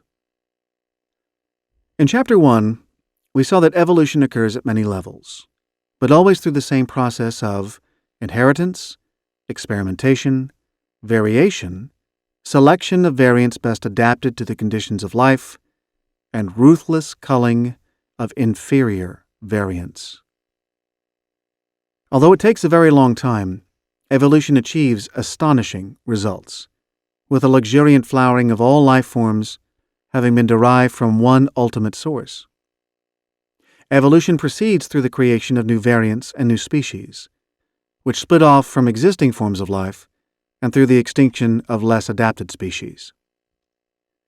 Driving the whole process are genes, with similar chemical structures but varying genetic messages. As we saw in Chapter 2, genes are replicators who collaborate with each other to find vehicles, animals and plants, that can help the genes survive and reproduce. We also saw that our species is unique in having devised memes, cultural transmission in the form of languages, art, architecture, science, customs, and ways of doing things, including business enterprise. Memes may offer a way of controlling our genes and creating a new type of evolution. We also examined the theory of business genes. The most fundamental unit of value in business, similar to DNA, is a unit of useful economic information.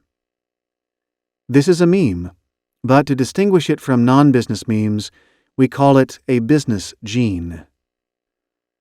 Business genes include basic technologies, ideas, products, skills, and individual executives and entrepreneurs. To achieve their purposes, they combine with many other business genes and find vehicles for their replication. More developed technologies, corporations, large and small, markets, channels of distribution, and knowledge vehicles such as books, institutes, and university departments. Business progress flows from experimentation, new combinations of business genes, the creation of new business genes, and a struggle for life between the business genes. Corporations are throwaway vehicles for the replication of ever better business genes. Chapter 3 looked at the experiments of Soviet scientist G.F. Gauss on small organisms. His test tube wars demonstrated that with limited resources, organisms of the same species will compete to death, but organisms of slightly different species will cooperate to survive. Gauss also showed that if one species can invade another without the invaded species being able to reciprocate, the former will become dominant. He further demonstrated that there was a difference between coexistence, where one species can invade the other, and bi-stability, where neither species can invade the other. We concluded that business genes and corporations should differentiate themselves to survive. They should also find positions where they cannot be invaded by competitors, and preferably positions where they can become dominant by invading a species that cannot retaliate. Chapter 3 also considered the idea of ecological niches, unique ways of making a living in a specific place in the economy of nature. This reinforced the idea of specialization and differentiation being essential to prosperity. In Chapter 4, we took a tour into evolutionary psychology and speculated that there is a profound mismatch between the inclinations of our genes and the imperatives of modern business life. Our genes are still geared up for life in the Stone Age, before the invention of agriculture and commerce. Life on the savanna plain was hard and frequently threatened. Stone Age man survived by giving emotion precedence over reason, by making quick judgments on first impressions, by banding together in small clans up to a maximum of 150 people, by being friendly, specializing, and cooperating within the clan, by breastbeating and mindless optimism, by conforming and herding, by being willing to fight other clans, by avoiding risk whenever there was not a direct threat to life, and by mad scrambling when there was. While some of these traits, such as a propensity to demonstrate friendliness and work constructively in teams, are functional from modern business, most of them are not. Evolutionary psychology helps to explain the pathology of many large organizations, where there is often a tension between the formal organization and the informal, the proliferation of informal pecking orders, an unhealthy taste for hierarchy and unwillingness to take responsibility, the rejection of negative feedback, a socialistic attitude to rewards, continual bickering between different departments, functions, and locations, hostility to outgroups within and beyond the corporation, herding and conformism within it, the suppression of conflict and heresy, the tendency to expect unrealistically optimistic outcomes, avoidance of risk, and panic when things go wrong. We posited 2 remedies for the mismatch between Neolithic genes and modern corporate life. One is to adapt our behavior, to correct for our natural biases, to cool our emotions, to accept criticism, conflict, and contrary views, to use reason and experience to make realistic or even pessimistic projections, to collaborate without groups as genuinely as with the in-group, to take more risk than we want, to avoid seeking status or sucking up to it, and to behave reflectively and constructively when under pressure. The other way is to adapt corporate life to our genes and eschew organizations of more than 150 people. Finally, Chapter 5 examined the evolution of human cooperation. Humans have learned to cooperate and live in large, interrelated groups, societies of ever greater differentiation and complexity, linked by business relationships and trade. At the root of this process are business genes, things like customs, ideas, information, technology, and skills that can be passed on without sex or natural selection from one human to another. We saw that competition and cooperation were two sides of the same coin, comprising the links between business genes and their vehicles, and the way that wealth can be created by mediating the selfishness of each business gene and individual, and using that selfishness to create collective advantage, wealth, and progress. We also saw that cooperation is the more basic process, predating competition and requiring more conscious volition. Progress requires ever greater degrees of cooperation among cooperators willing to take a long-term view of the value of collaboration. Cooperators who look beyond individual transactions to an ongoing stream of transactions facilitated by trust and relationships. In Part 2, we leave biology and turn to physics in an attempt to understand another dimension of the power laws around us, the properties and interactions of matter and energy. Part 2.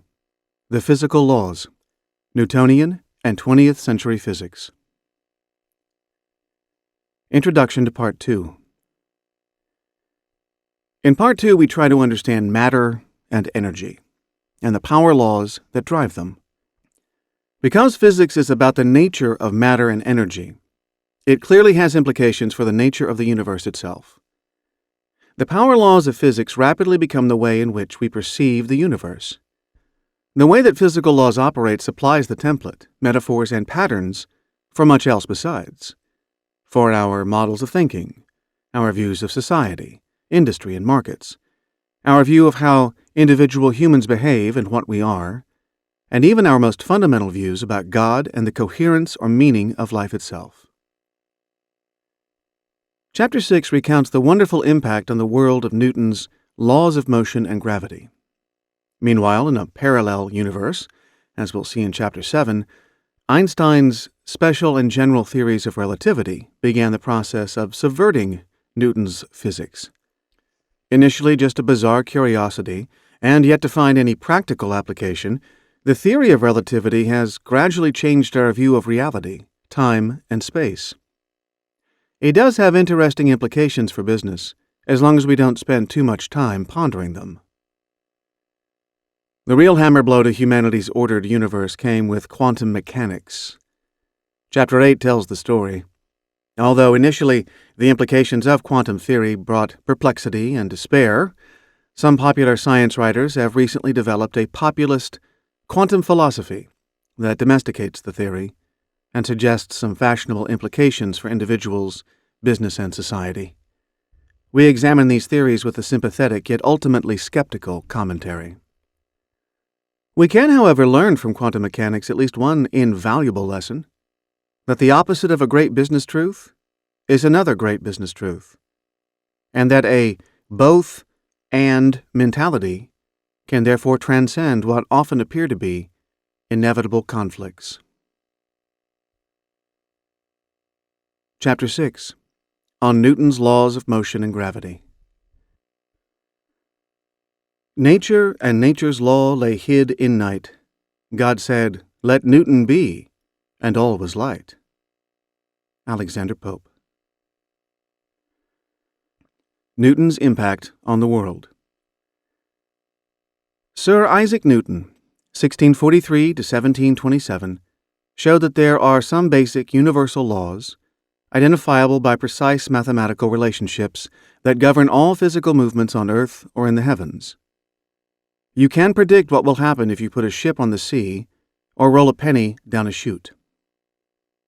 With Newton's 3 laws of motion and his law of universal gravitation, you can build bridges, fly planes, or send men to Mars, and be pretty confident of the results.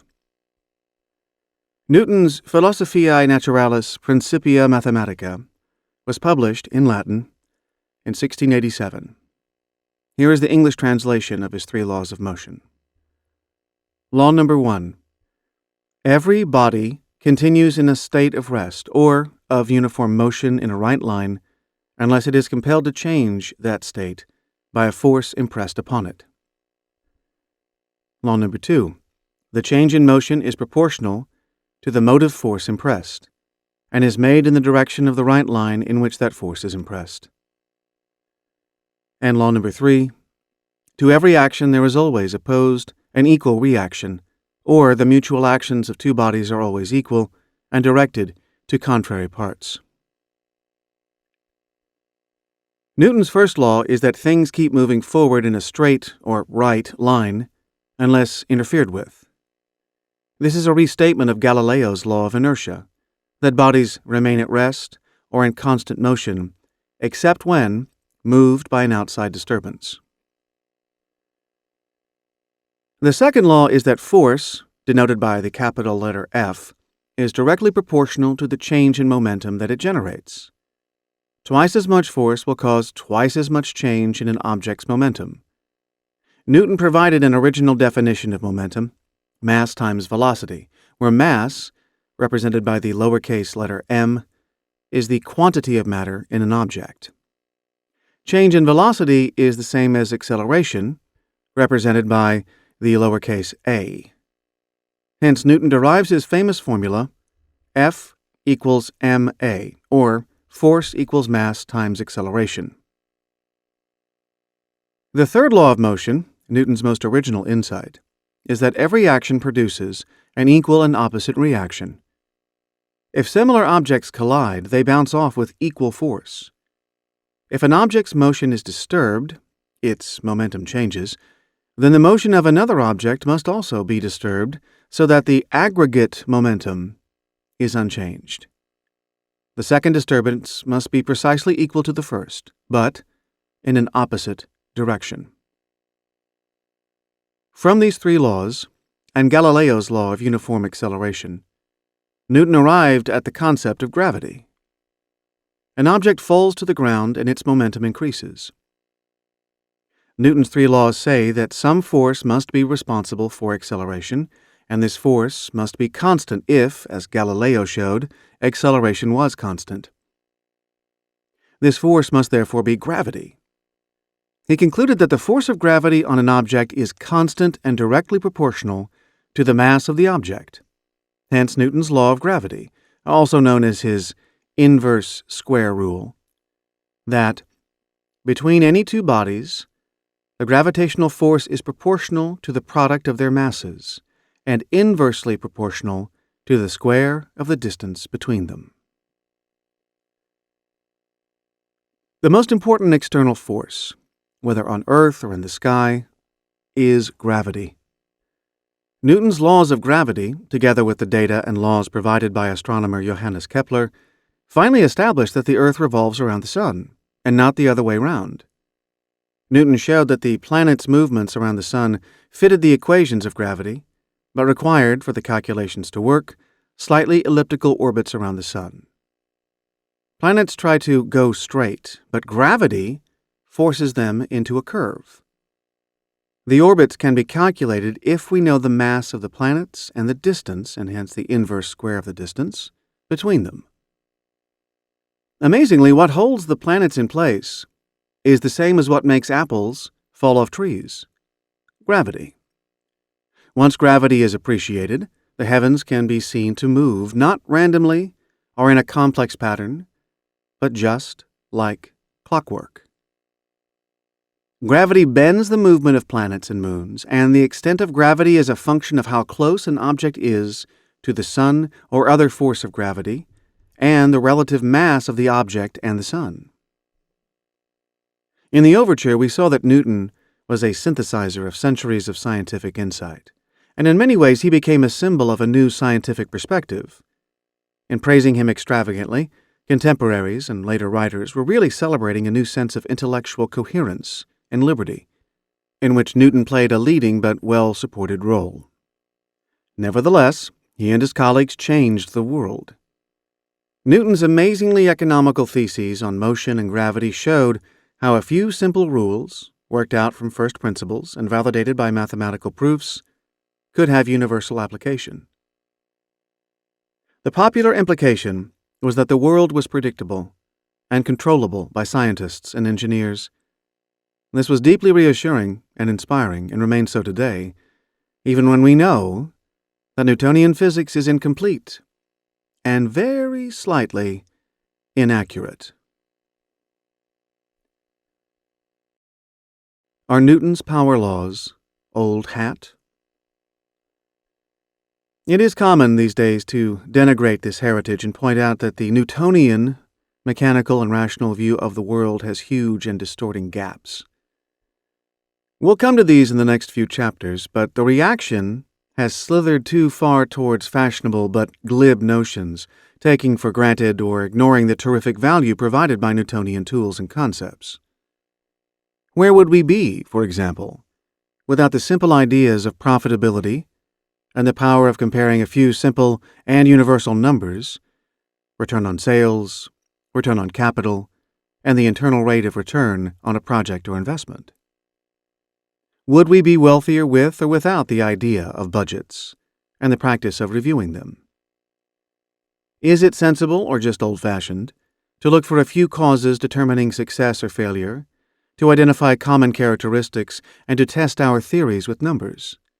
And would we really be better off without the machine metaphor and the mechanical view of life, the universe, and everything? A thought experiment. A world without business numbers. Imagine that you had used time or space travel to visit a sophisticated economy that had thrown away or never used the Newtonian tools of business.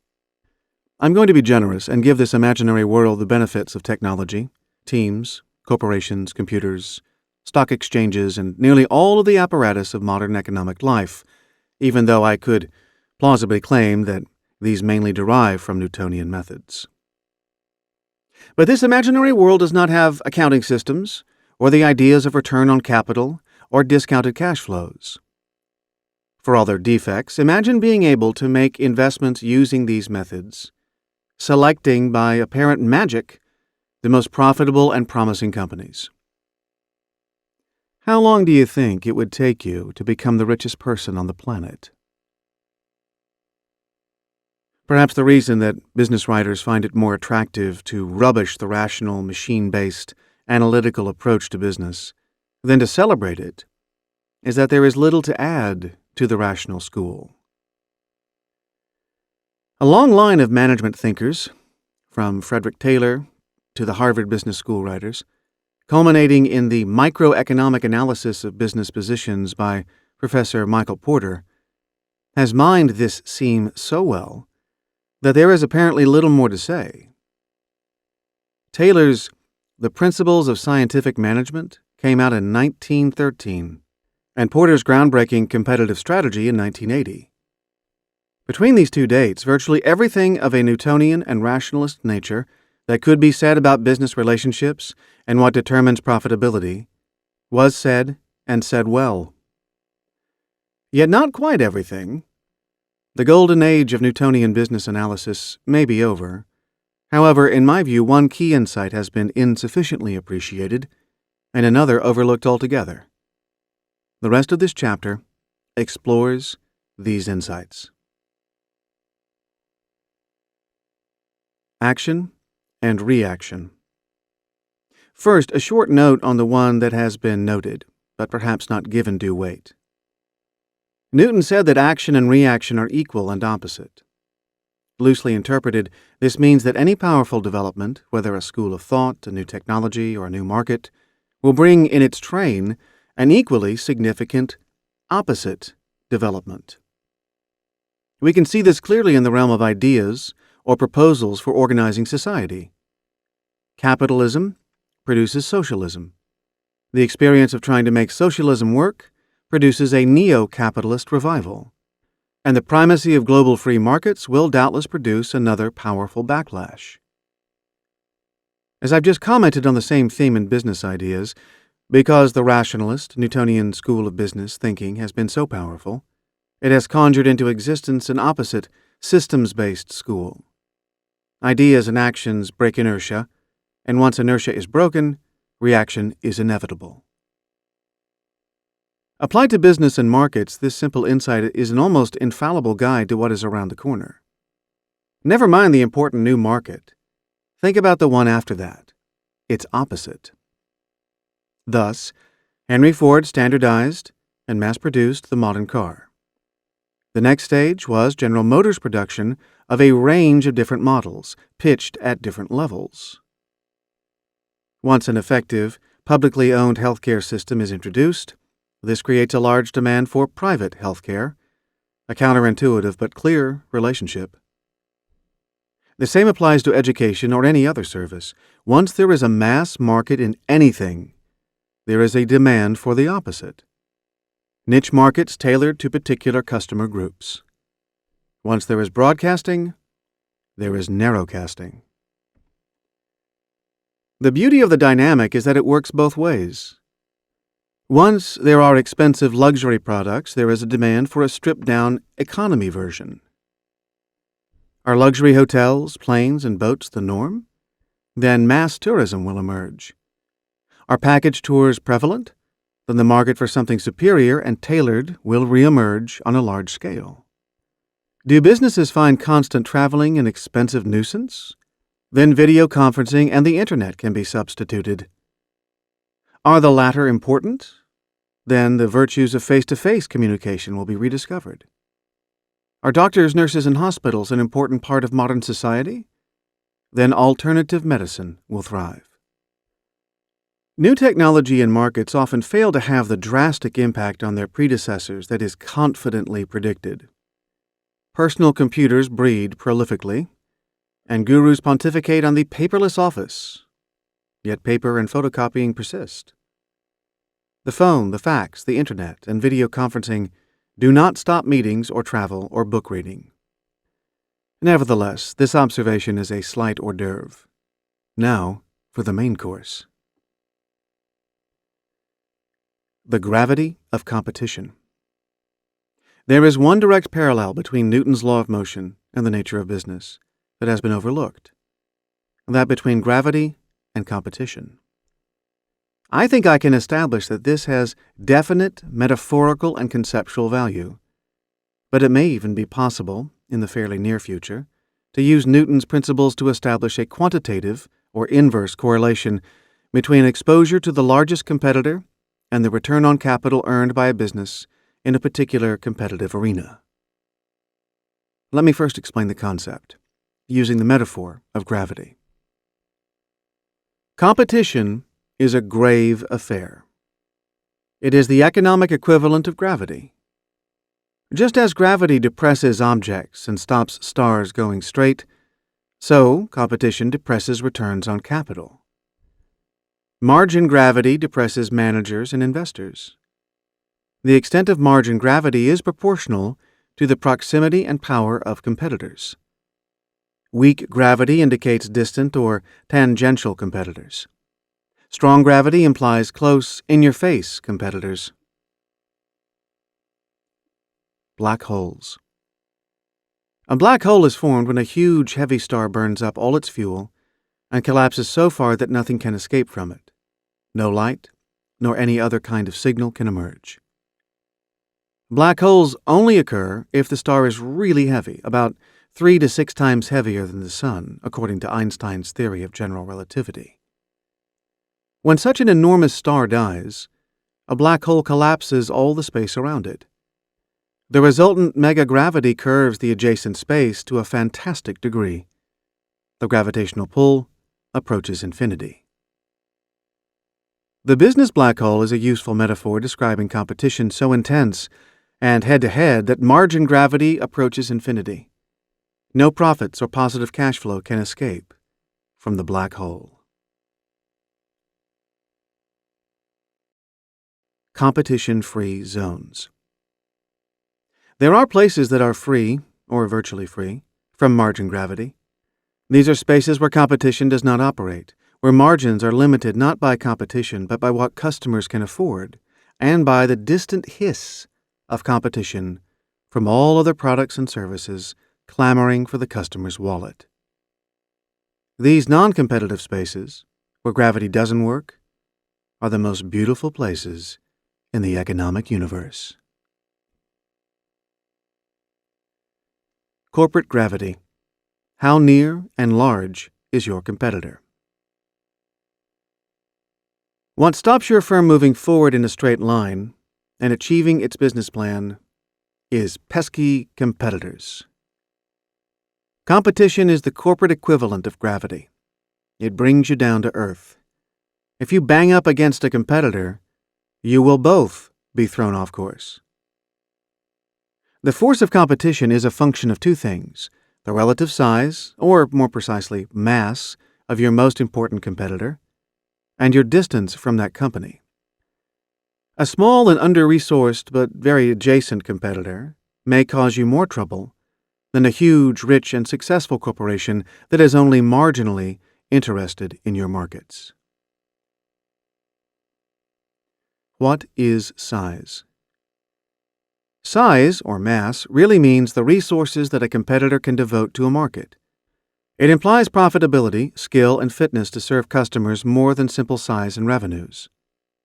Size can also mean strength of balance sheet, ability to get new capital, a firm's price-earnings ratio, and the strength of its reputation, brands, and relationships. Until we can measure these aspects of size quantitatively, a good proxy may be one that has been used in business since it was invented around 1970 by the Boston Consulting Group. Relative Market Share, or RMS, which is your revenues in the business segment divided by the revenues of your largest competitor. If this number is over 1.0, it implies that you are the segment leader. If less than 1.0, that you are smaller than the leader. If exactly 1.0, that you are co-leader with one of more rivals of the same size. What is distance? Distance is the extent to which the competitor is close to your own customers. A distant competitor is one whose focus is elsewhere. A close competitor is one that has the same target market and the same approach. Distance can usefully be envisaged as a series of ever larger squares, with the corners being 1. Customer type, 2. Product type, 3. Geography, and 4. Type of value added provided. For example, research and development, production, distribution, marketing, sales. Either an integrated operation or a specialist by stage of value added. If you and a competitor are serving the same type of customer with the same type of product in the same geographic area and providing exactly the same type of value added, there is virtually no distance between you and the other company. You are on top of each other. The converse also applies.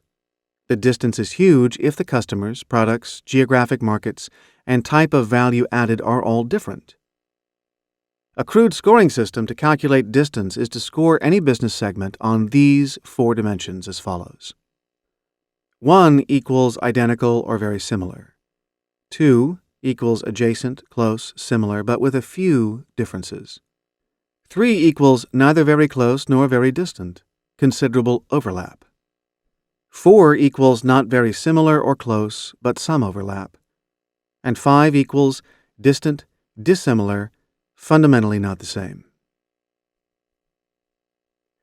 You can then calculate distance on a scale of 1 to 625 by multiplying the 4 numbers, the scores on the 4 dimensions.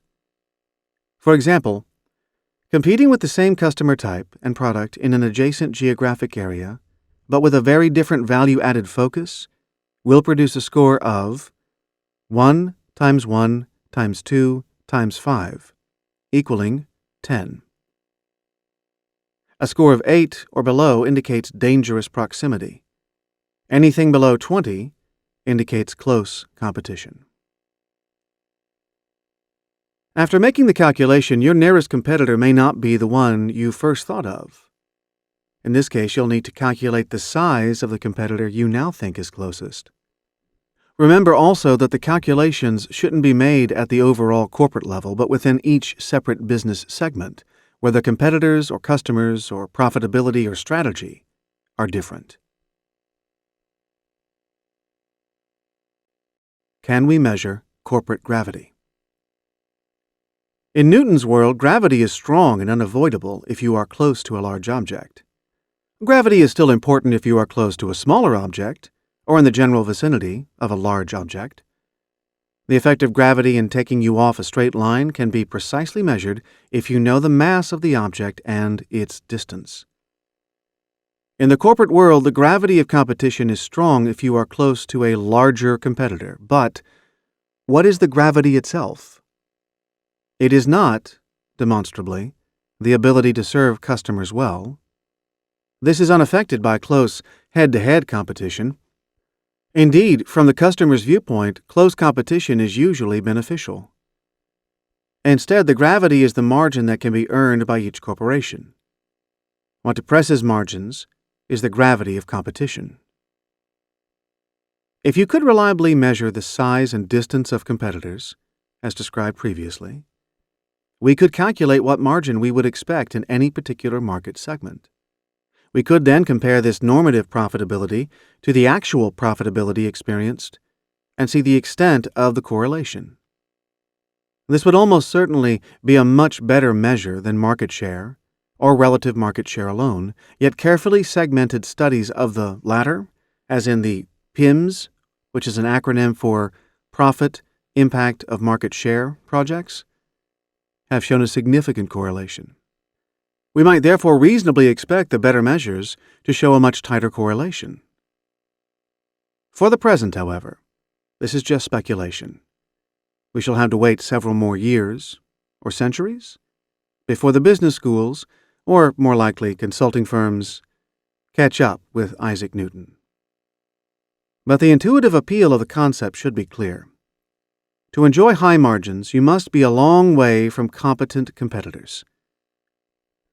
To avoid margin gravity, you must avoid close competitors, whether large or small, regardless of whether you are larger than them. If you are larger than them, you will hurt them more than they will hurt you, but you will still be hurt. Margin gravity gets increasingly serious as a function of the size, meaning competence and resources, and proximity, meaning similarity of target market and method of serving it, of competitors. Margin gravity is not linear.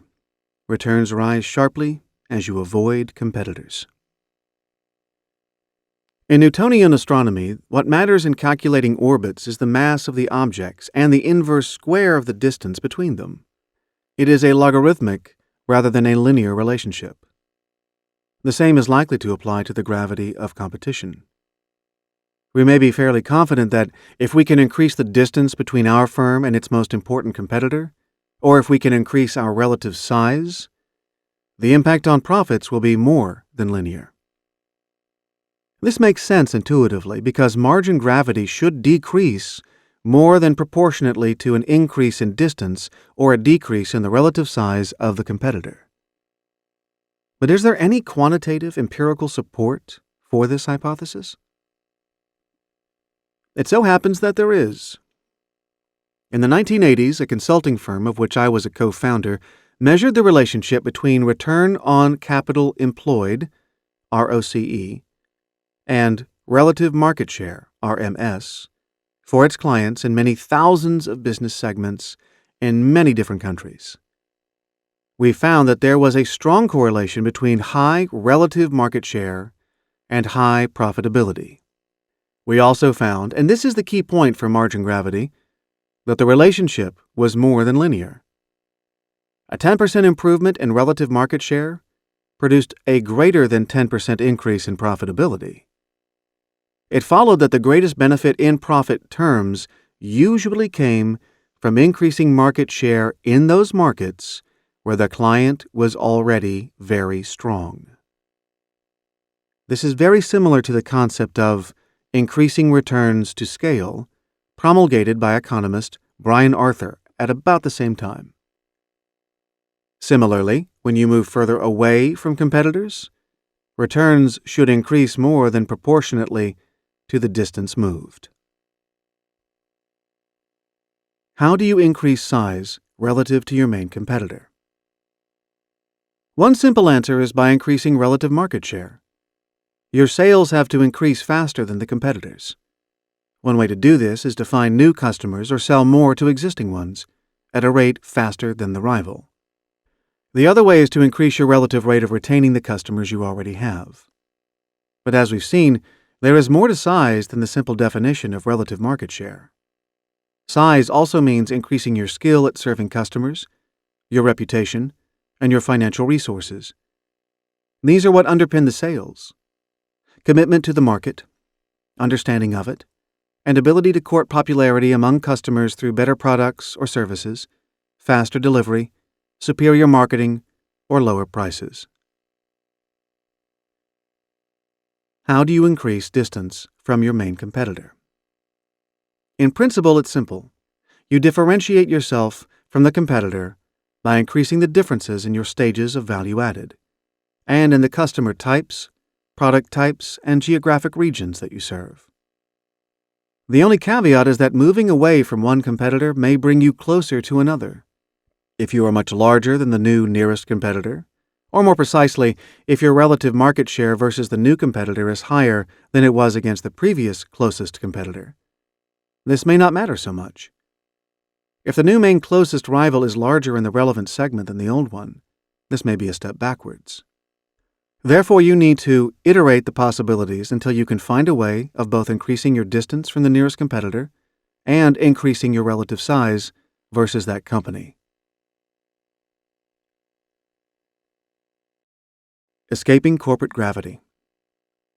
There are clear and important lessons from the concept of corporate gravity. 1. The best way to avoid being thrown off course is to avoid competitors.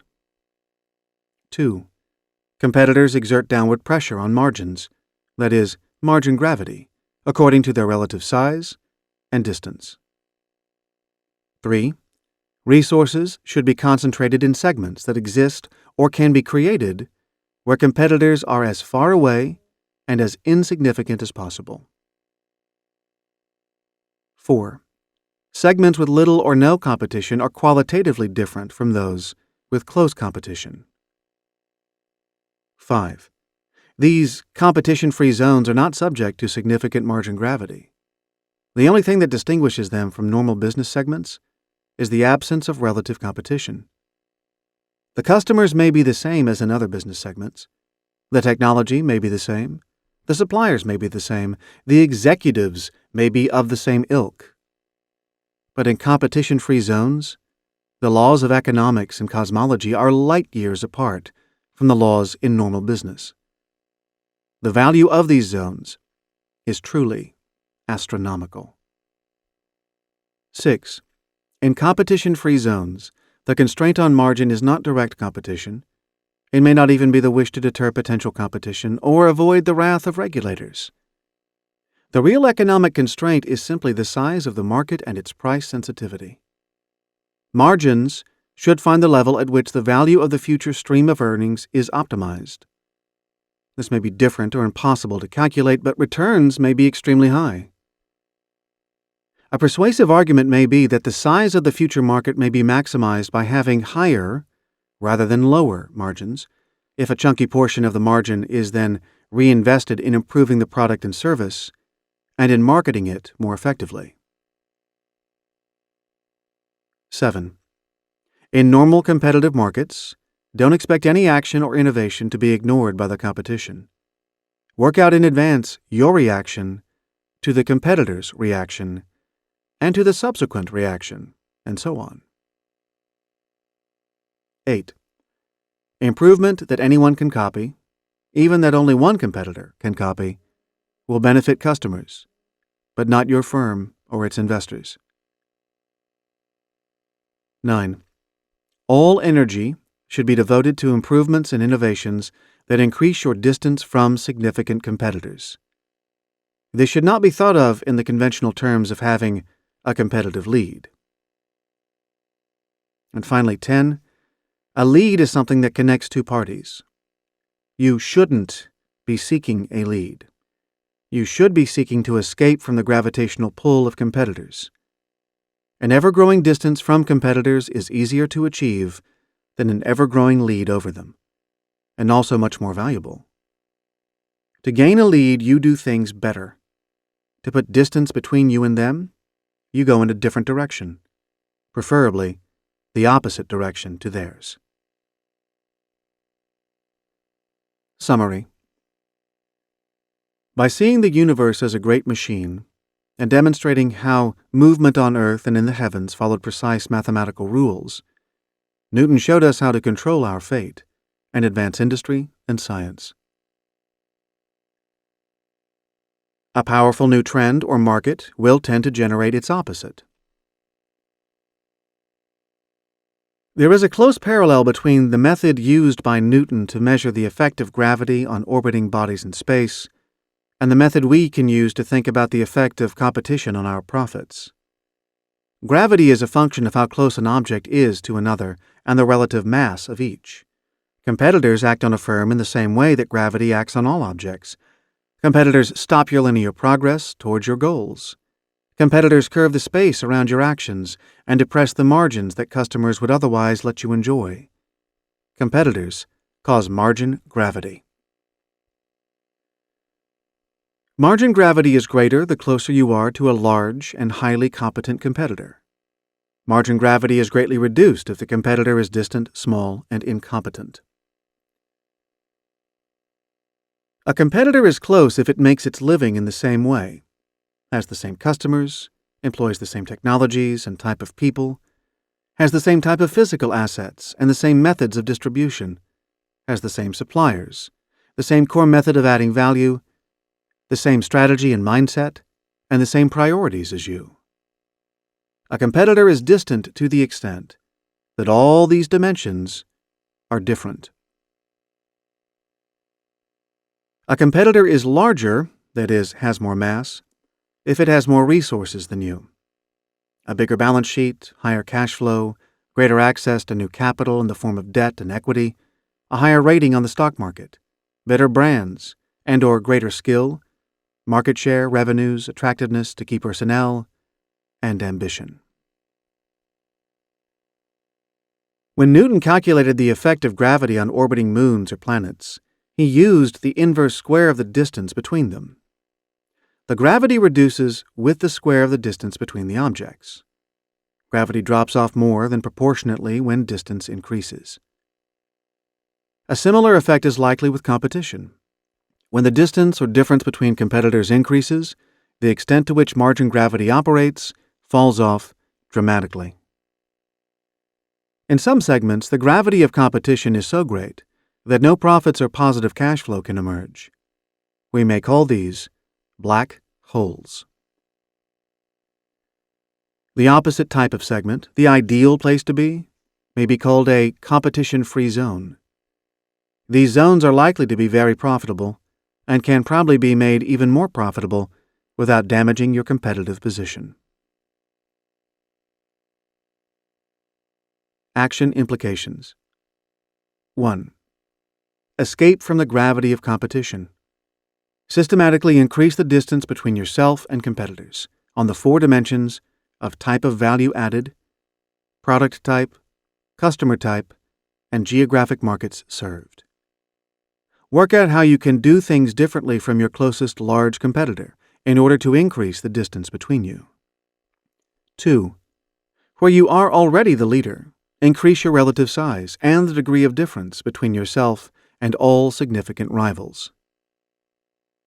And 3. Focus all your energies, cash, and people on business segments where you are already large and a long way distant from any competitor, or where you can reach this state. Chapter 7. On Relativity.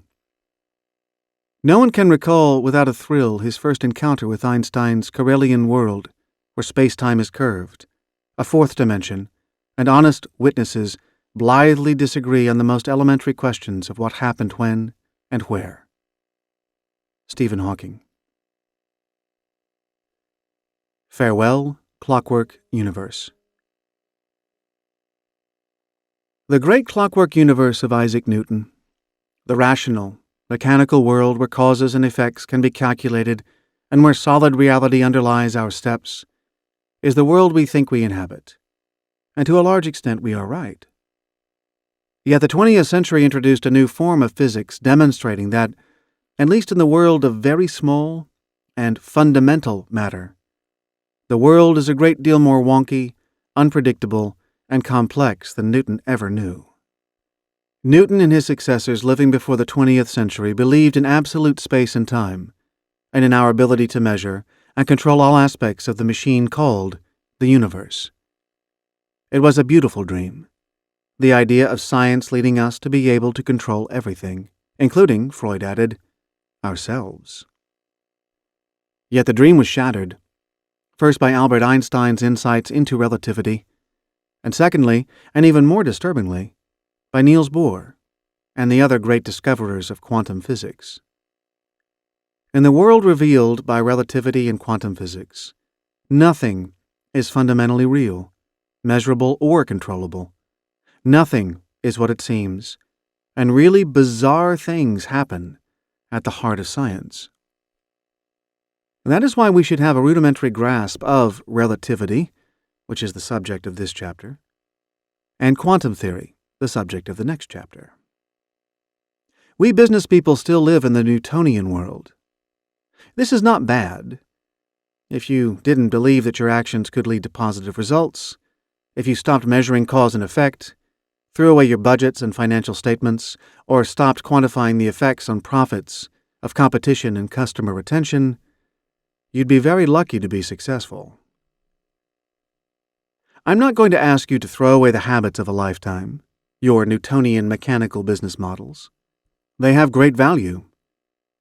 In the last chapter, I asked you to hone those models to understand the impact of competition on profits in a much more rigorous, Newtonian way. But we're about to see that this is only part of the picture. There are things that we cannot control or even understand through Newtonian thinking.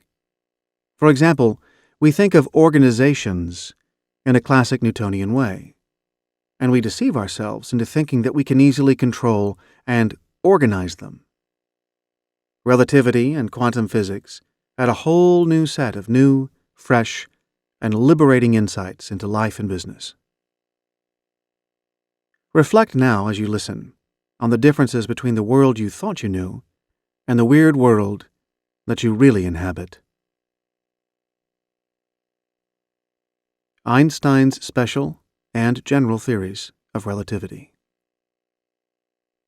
Albert Einstein, 1879 to 1955, was the first scientist to establish that there were fundamental truths about the physical universe that had eluded Isaac Newton.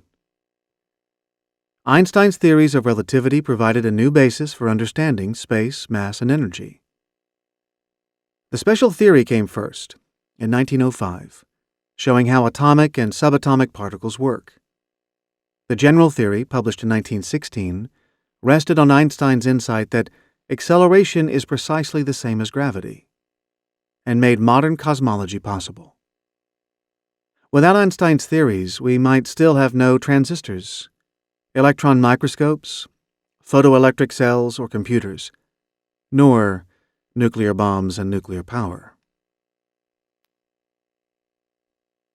The warping of time and space. Relativity, particularly the general theory, is very hard even for physicists to understand. So I'm not going to try to describe it. Instead, I shall note some of the most important consequences of Einstein's thinking. 1. He postulated that light is a stream of particles whose energy could be calculated. Planck's constant later proved the point. These particles of light came to be called photons. 2. The special theory of relativity contradicts our intuitive views of time and space. Einstein says that nothing, such as a signal, can travel faster than the speed of light, and that light's speed, which had been computed, does not change as a function of the velocity of the observer. Yet it follows that no two observers, going at different speeds, will agree precisely when an event occurs. Time and space, therefore, are not fixed absolute quantities. It also follows from the special theory that where an observer is determines when he or she thinks something has happened. You can never precisely say, this happened at this time and this place. 3. The special theory can be applied, as Newtonian physical laws could not, to predict what happens at the subatomic level. As Einstein said, the mass of a body is a measure of its energy content. Hence his brilliant equation E equals mc squared, where mass, m, is expressed as the amount of energy, E, when multiplied by the square of the speed of light, c. The special theory was very helpful in elaborating quantum theory, which arrived courtesy of Max Planck and Niels Bohr in the early years of the 20th century. 4. The general theory deals with gravity and corrects Newtonian physics. It extends the special theory to take in systems that are accelerating, like bodies in space. As a result of the general theory, therefore, we enjoy all the insights from 20th century cosmology, including the expanding universe and black holes. 5. Einstein had the vision of someone falling inside a plummeting elevator that had broken its cables. The person would free fall inside the lift, just as astronauts in orbit around the Earth feel weightless because they are falling towards it. Einstein posited that gravitational force and the force of something that is accelerating are indistinguishable. There is no way to tell the difference between gravity and acceleration, so there is no real difference between them. Gravity is not, as was previously imagined, the force by which all objects are attracted to each other. Rather, gravitation is the warping of space and time by physical mass. Space is curved, and the elliptical orbits of the planets can be calculated precisely using the general theory of relativity. 6. It follows from the general theory that time is not independent of space. Time looks and acts like a fourth spatial dimension and can be warped by gravity.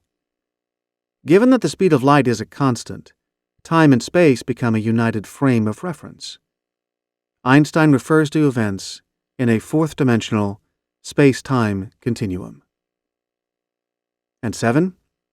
Even more spookily, Einstein queried that space and time were realities of nature rather than being simple psychological effects.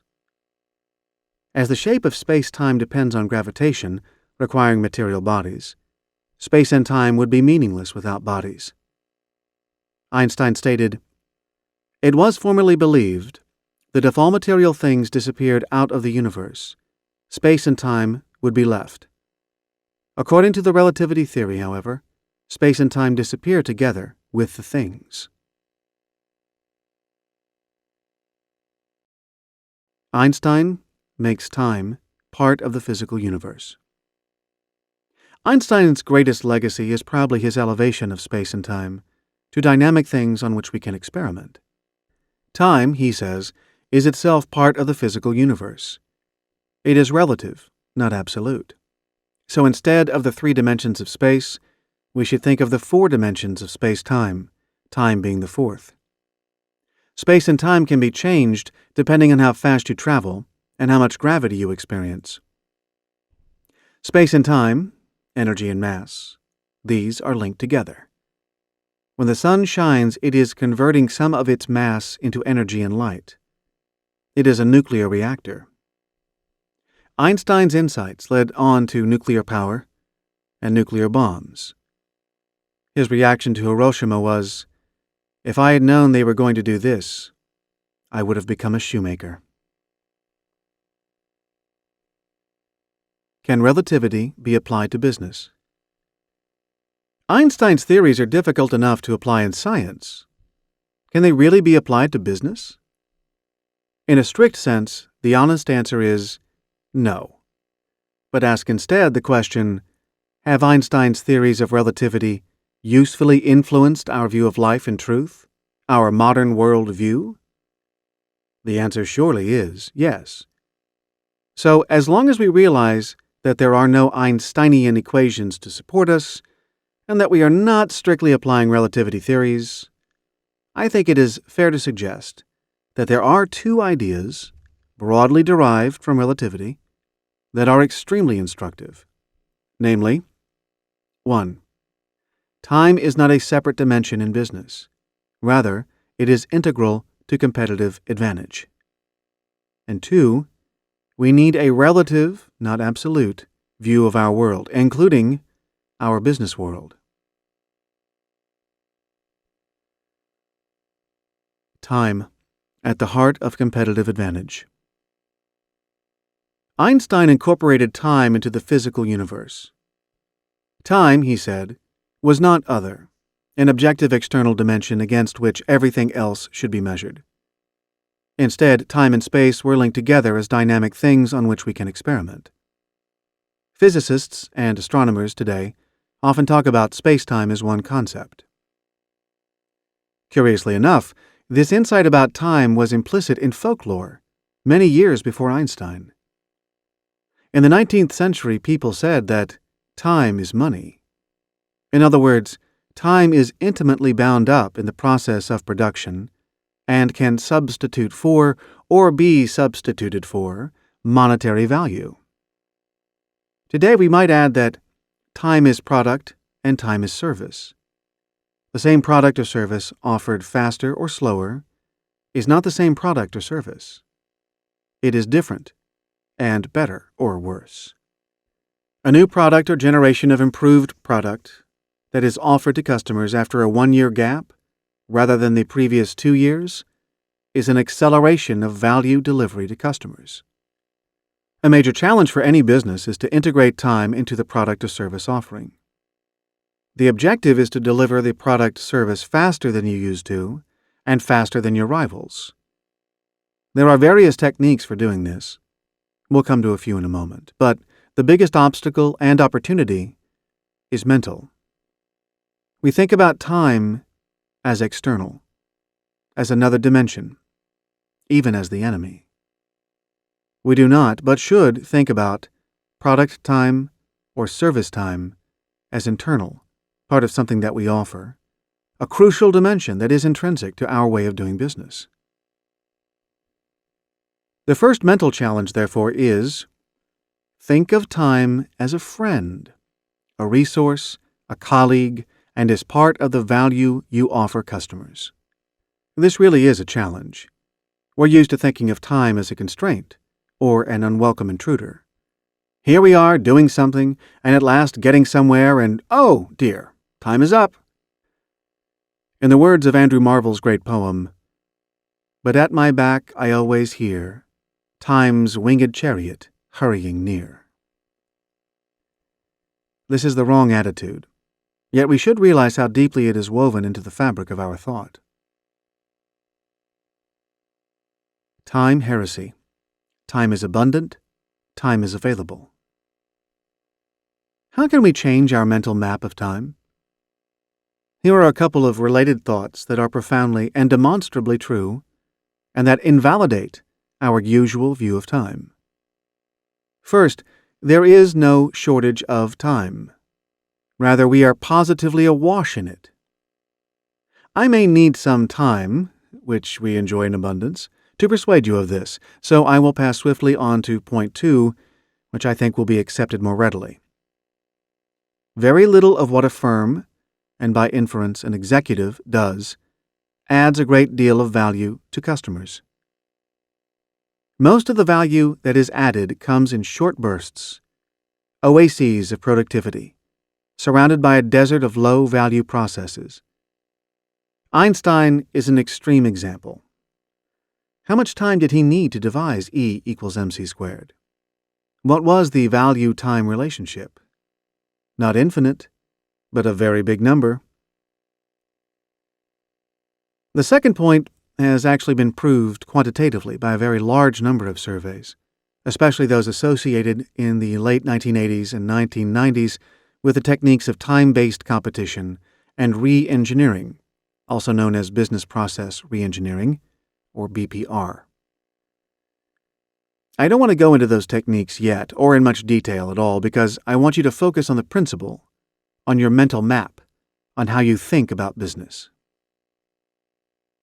But Mark Blaxell and Tom Hout of the Boston Consulting Group summed up their evidence from a huge amount of client work as follows. Typically, less than 10% of the total time devoted to any work in an organization is truly value added.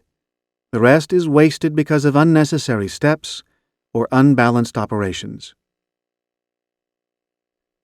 What happens is that the high-value work takes a small amount of time, and there are huge gaps before high-value service to customers is resumed because firms organize themselves to follow their own procedures instead of having the workflow dictated by the customer's needs.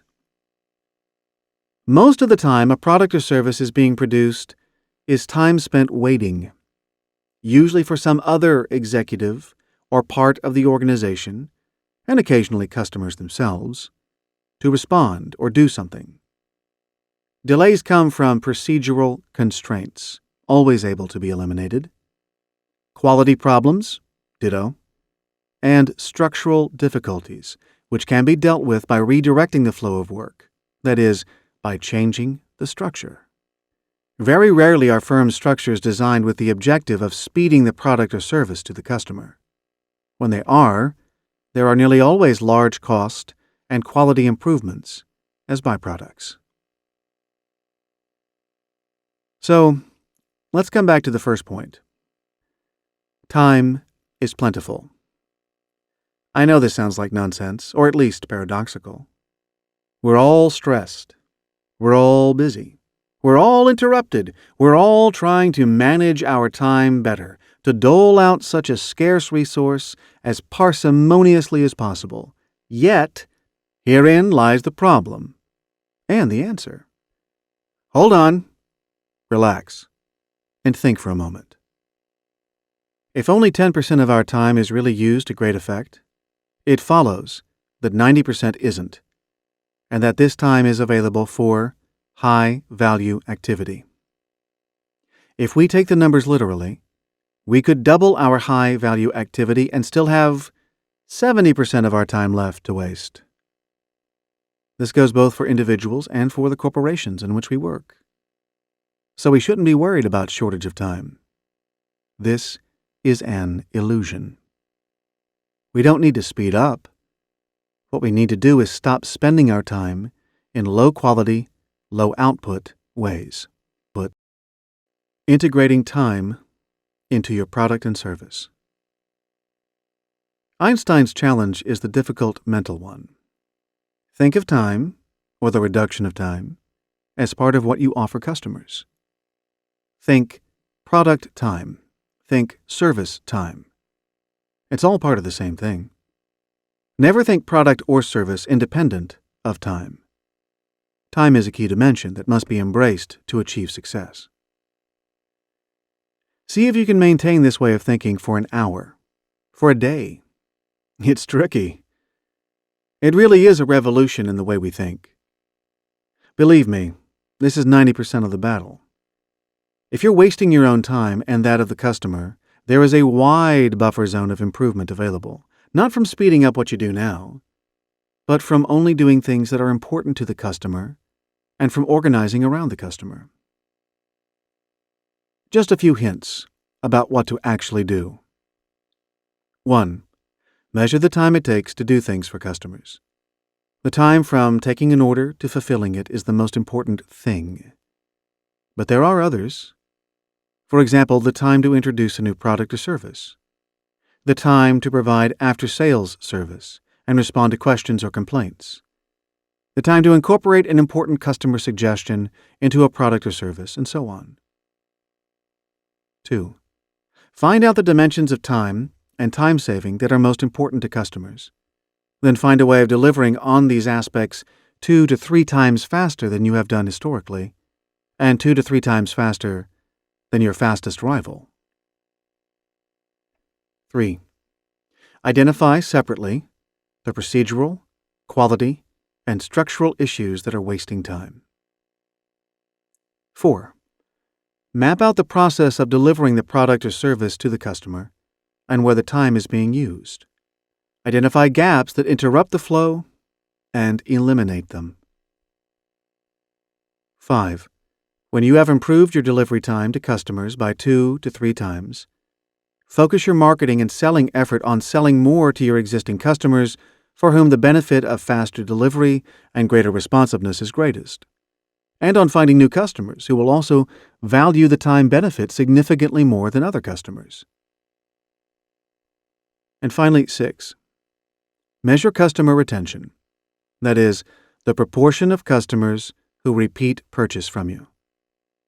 Ensure that you raise the customer retention percentage each year, especially the retention of your most valuable and profitable customers. Use your time advantage to improve the customer retention. A relative worldview. Way back in 1905, in explaining what became known as the special theory of relativity, Einstein took the first step, later steps coming courtesy of quantum theory, and to a much greater extent than Einstein liked, towards undermining our view that anything is absolute and fundamental. Einstein said that the speed of light was a constant. It follows that if two different observers are traveling at different speeds, they won't agree on the precise time that anything happened. Practically, the differences are very small indeed, but the mold of absolute measurement and absolute reality was broken once and for all by Einstein's insight. It was the same with geometry. The old view was that parallel lines meet only at infinity. This is no longer true. Einstein's theory of relativity holds that space is curved and that parallel lines do meet this side of infinity. A long way off, yes, but the difference in worldview is stunning. The cat is out of the bag. Everything is relative. You can see the difference between the 17th to 19th century view and the 21st century view almost everywhere. In science, in literature, in popular songs, in art. The old view was one of certainty, predictability, and absolute confidence. The heritage bequeathed by the 20th century is uncertainty, unpredictability, and skepticism. I said that you can see this almost everywhere. The most important exception is business, where the worldview hasn't really changed at all. It is a short hop from Einstein's 1905 paper to realizing that everything is relative, depending on the observer's position and bias. Everyone is biased. No one is objective. Absolute reality is an illusion. Gödel's incompleteness theorem. The relativist Gestalt was powerfully reinforced in 1931 by Kurt Gödel's incompleteness theorem, one of the 20th century's most sublime and devastating pieces of logic. Gödel may quite possibly have been the most eccentric of top 20th century scientists, easily trumping his friend Einstein. After working in Vienna from 1924 on, Gödel fled to Princeton in 1938. The attempt to secure him American citizenship barely survived his long and pedantic exposition of the many grave flaws in the U.S. Constitution. He eventually starved himself to death, convinced that his food was being poisoned. Gödel's incompleteness theorem shattered the dreams of mathematicians by demonstrating that, even in a very simple system like arithmetic, statements could be written down that could neither be proved nor disproved within the rules of that system. Any consistent numerical system generates formulae. To take two simple examples, a number is equal to itself, or 0 is a number, that cannot be proved except by importing axioms from outside the system. Gödel's proof was not confined to mathematics. Reality, he demonstrated, is a construct, not a given. One implication is that the very process of thinking adds to what we think about, and the process can never be completed. No finite language or system can capture all truth.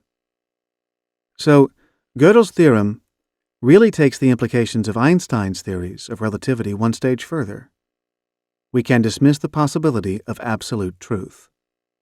Incidentally, in 1949, Gödel solved Einstein's general relativity equations in such a way that the entire universe is rotating and time travel entirely feasible. It is unlikely, however, that Gödel's solution is correct, since his universe was not expanding, and ours almost certainly is. Relativity in business. Relativity, and the absence of absolute truth, should be a central tenet in business. Just to mention some of the important relativities. 1. A customer's perspective will always be different from the supplier's. Often the differences are large. In the 2 decades when I was a consultant, I never found that the client's view of what his customers wanted was entirely the same as the customer's view. The only antidote is to keep asking the customers what they want and how good you and your main competitors are on each desired dimension, and to listen to what the customers say, and to act on it. This is 80% of what good business is about, and very few people do it well. And 2, your firm's perspective on what customers want will always be different from the customer's perspective. This is the inverse of the first point, and, here is the rub, it will be wrong in proposition to the distance of the executive from the customer front line. This is a problem because decisions tend to be taken well away from the customer front line. Decisions are usually taken in the chief executive's suite or the boardroom. The decisions are meant to benefit the customer. Given the distance and the differences in perspective, it is a safe bet that the decisions won't achieve the desired effect. There are 2 remedies. 1 is to move the decisions closer to the customer, ideally to have the decisions made by the people who deal with customers daily, or, even radical heresy, by the customers themselves. I don't mean decisions on issues such as pricing, where the customer's interests conflict with the supplier's.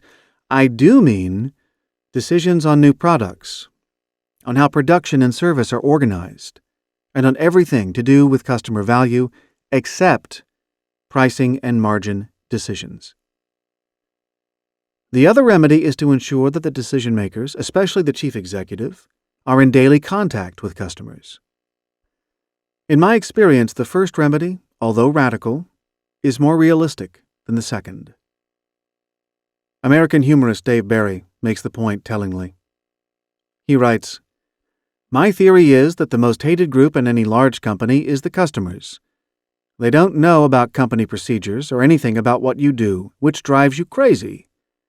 At the same time, your bosses, who are idiots, who don't have to talk to customers, tell you day in and day out that the most important person in the world is the customer." There is no absolute product quality. It is all perception. The customer's view about product quality is unlikely to be the same as yours. In fact, customers, another heresy, may not care very much about quality. Even if they do, other things may be confused with quality or imputed to quality. A terrific brand, brilliant advertising, stunning service, fast delivery, or plain and simple market leadership, all these may be confused with quality. Clearly, some quality differences are so marked as to be indisputable. A Cartier watch is better quality than a Swatch. A Mont Blanc pen is superior quality to a Bic ballpoint. But when products are more similar, perceptions of quality may be more important than objective differences. Are McDonald's burgers really better quality than those from Burger King? Is a Coke better quality than a Pepsi? Is an Agatha Christie murder story better quality than one from Nio Marsh? Remember that quality is a means to an end, not an end in itself. Quality is what the customer likes, and if your customers don't value quality, spend your effort on something else that they like more. Your main competitor's perspective will not be the same as your own. Don't imagine that your rival will think like you, or even interpret the same data the same way you do. Try to get inside his head. If this is impossible, just observe what he does and draw inferences about how his worldview is different from yours. The medium is the message. A final important relativist insight comes from Marshall McLuhan, English professor turned media guru. In his path-breaking 1964 book titled Understanding Media, The Extensions of Man, he writes, "In a culture like ours, long accustomed to splitting and dividing things as means of control, it is sometimes a bit of a shock to be reminded that, in operational and practical fact, the medium is the message.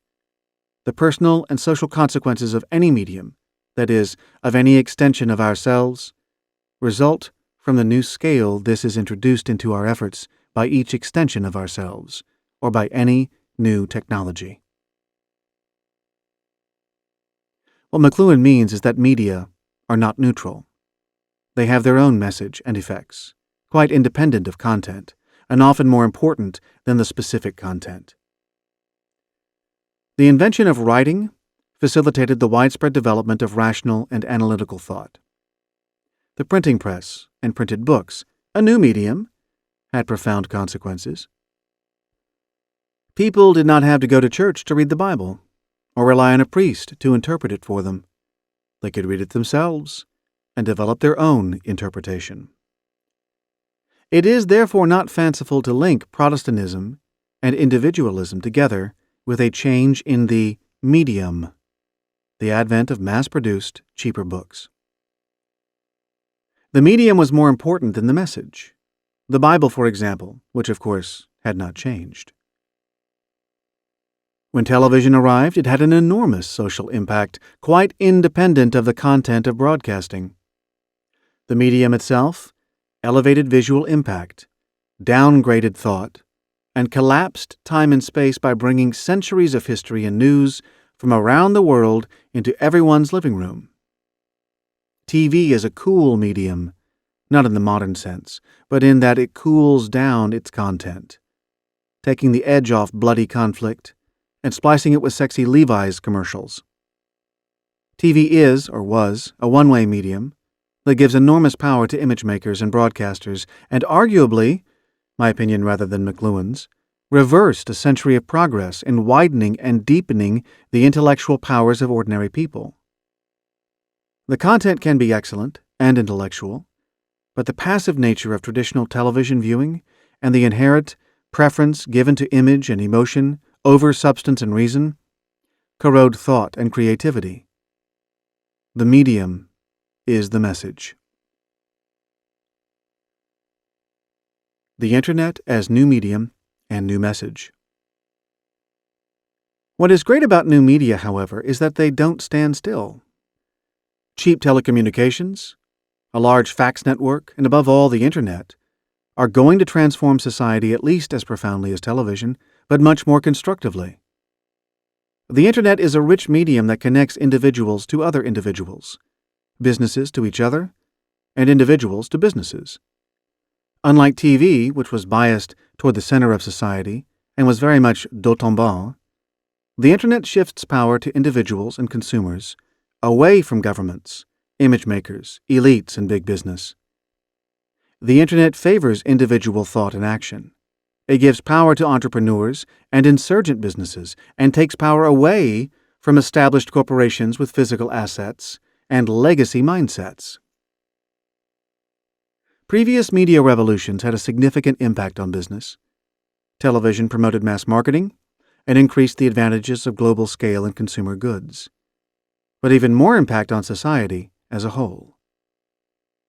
The Internet will have a terrific effect on society, but may well change business to an even greater extent.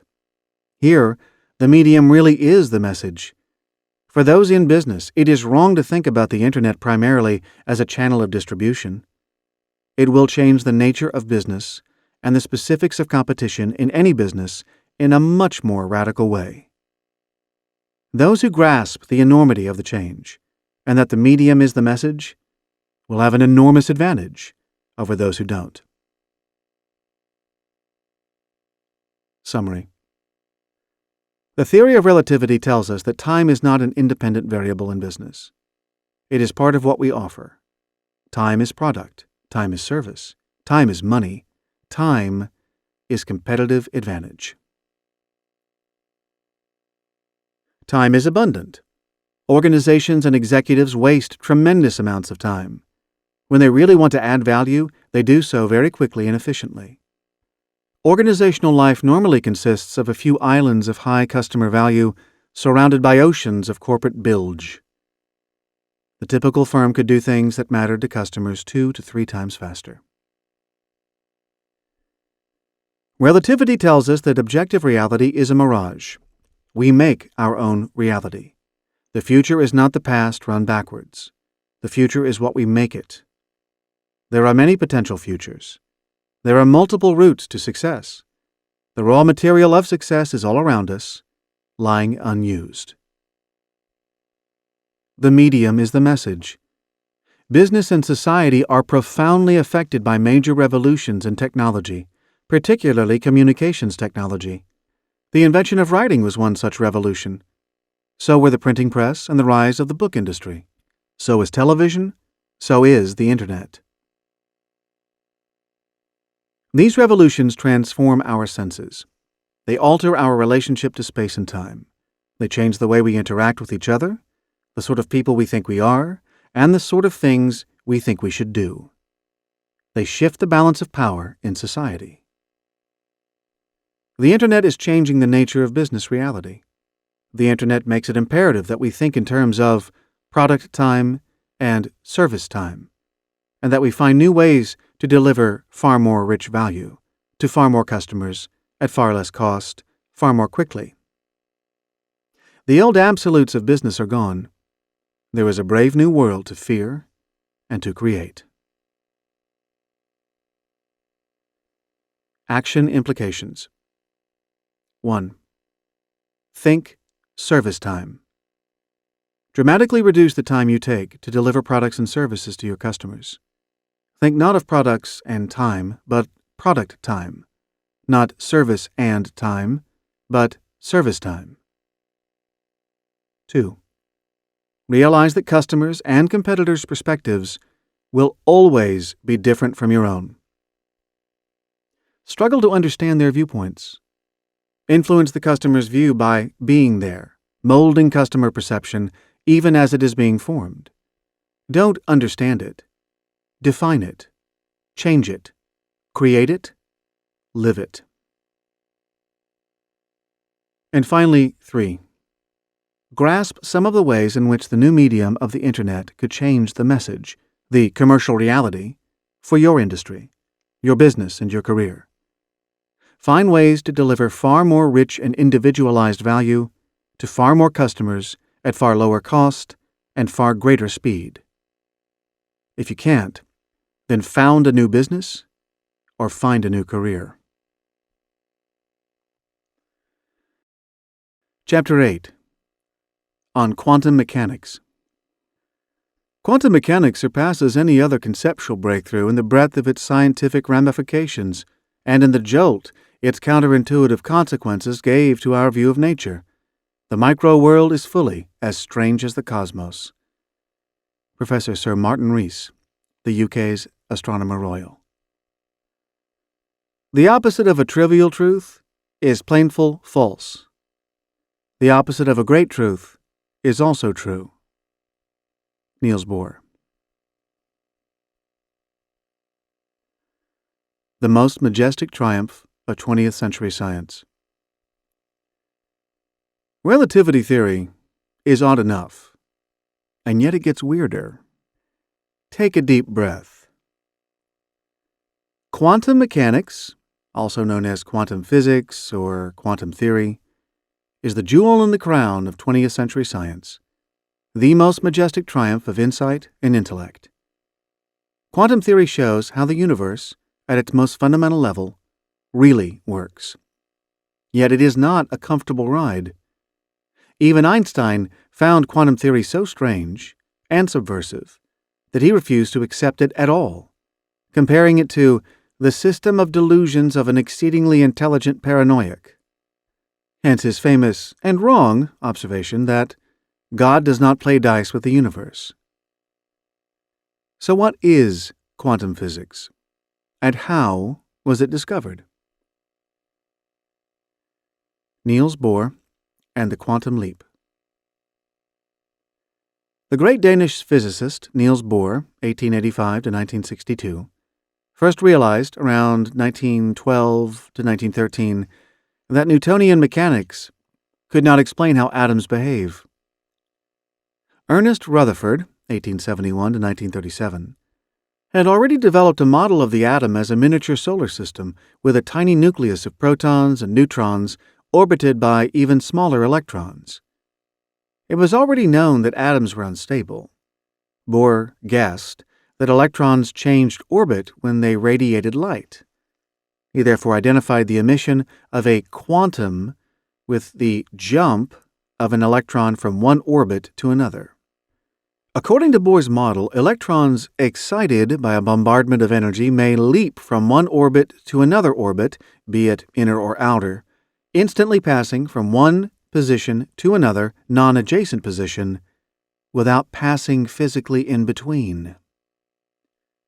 This led to the hypothesis that when an atom has a choice of states to leap into, it decides entirely at random.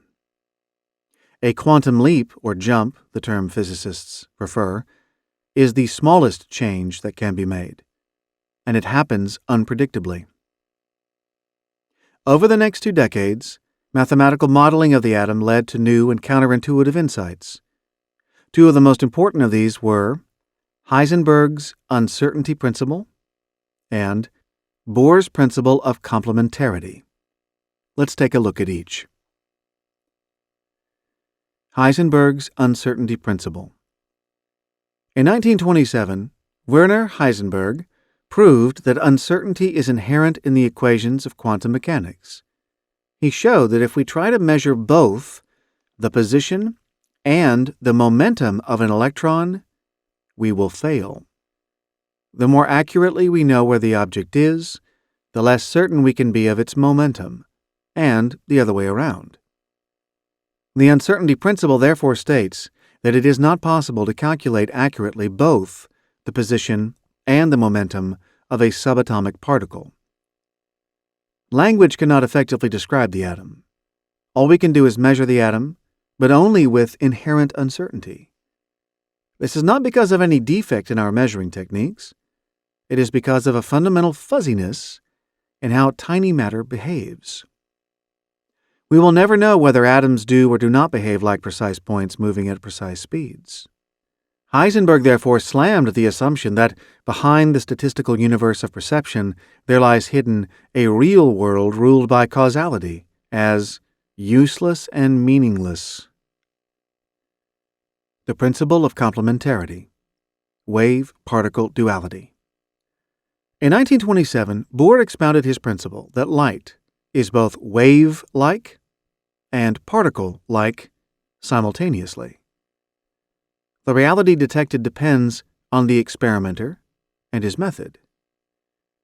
If you observe a photon with a particle detector, you get a particle.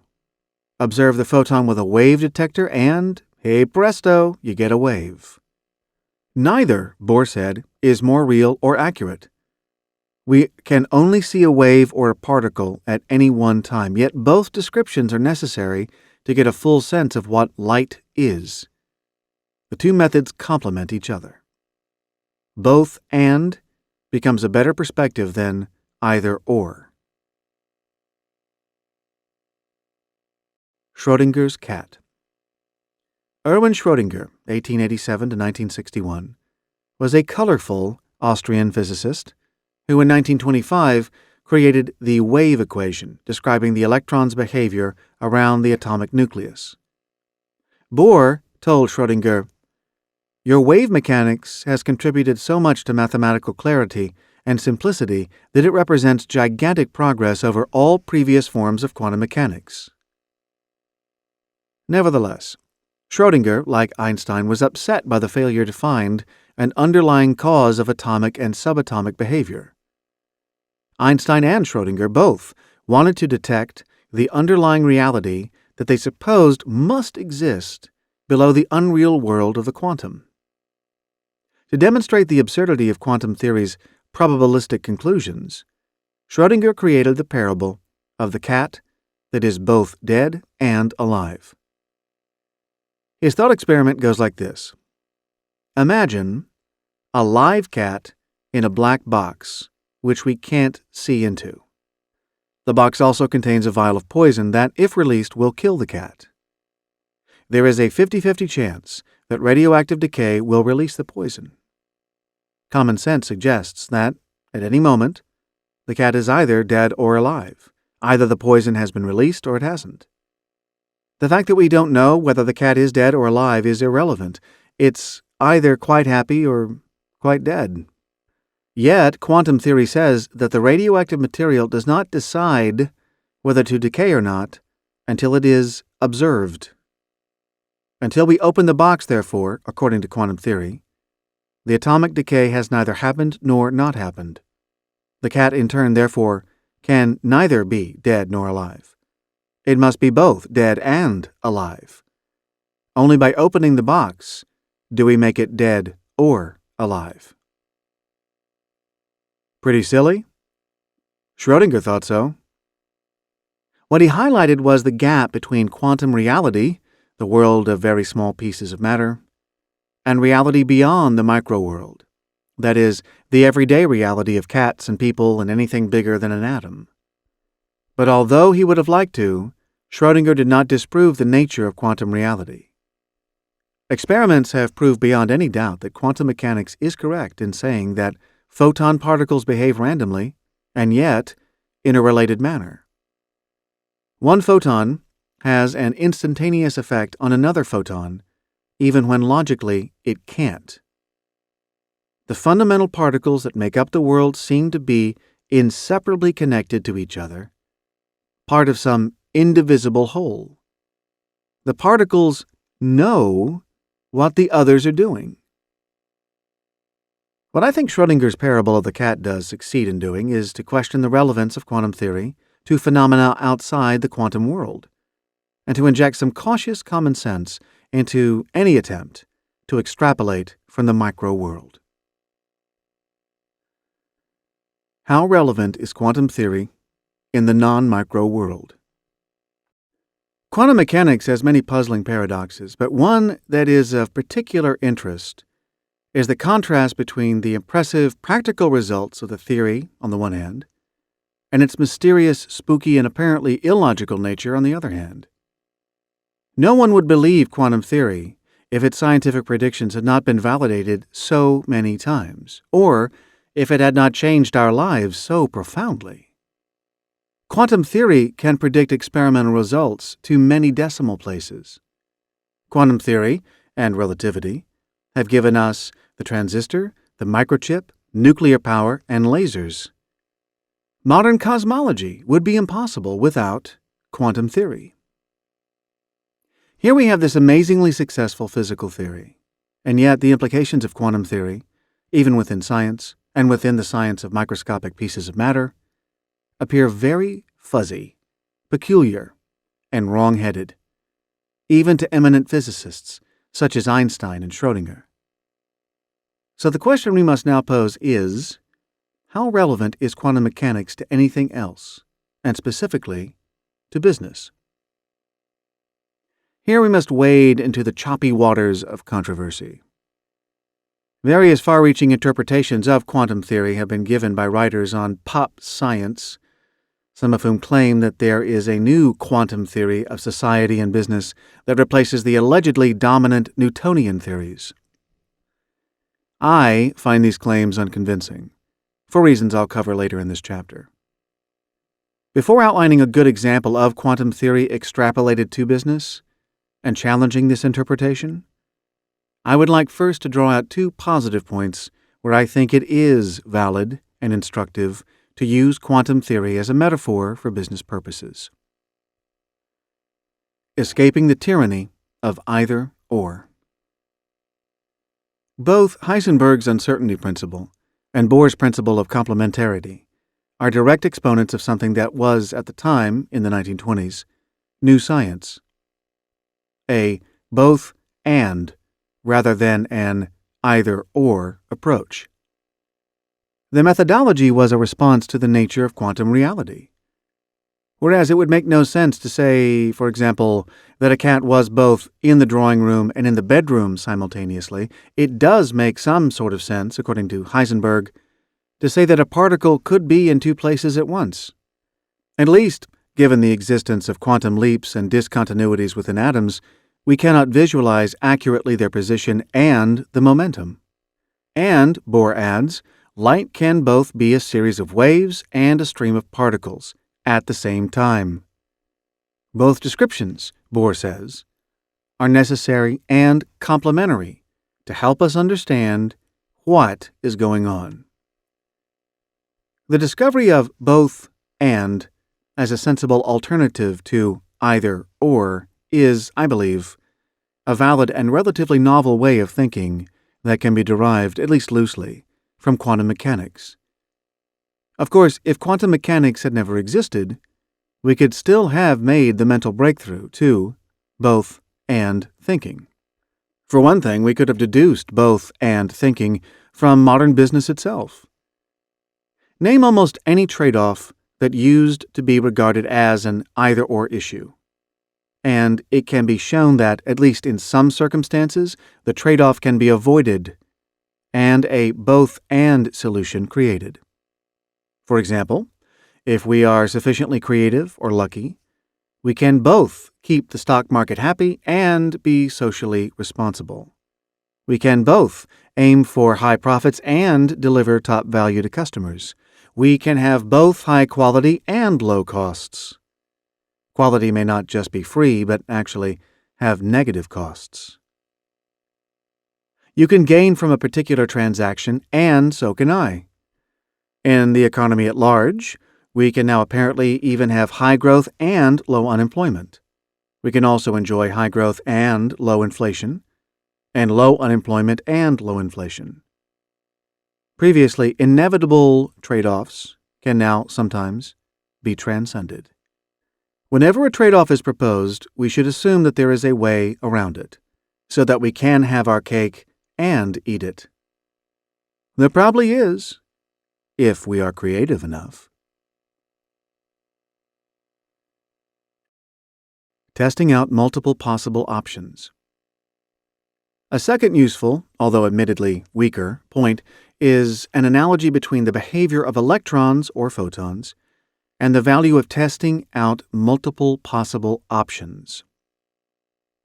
Here I would like to quote Dana Zohar and Ian Marshall, writers of popular books on quantum theory and its social implications.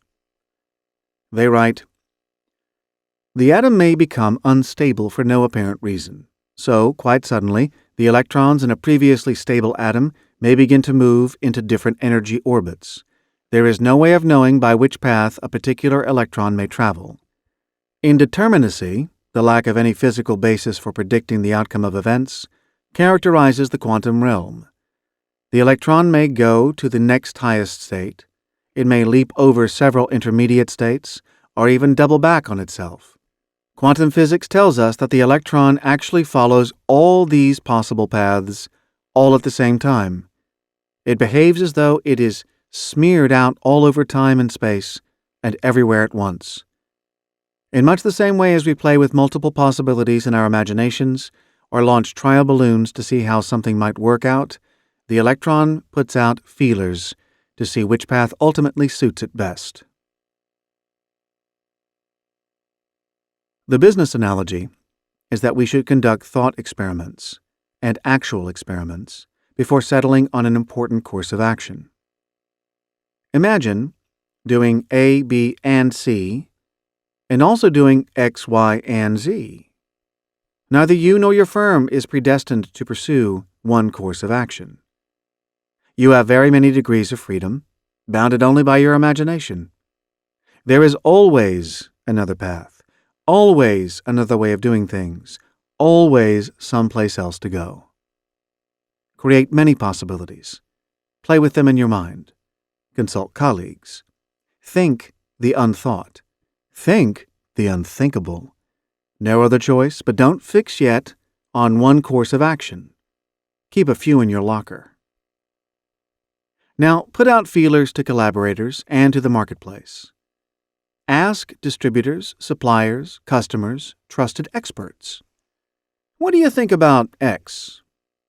Would you like Y?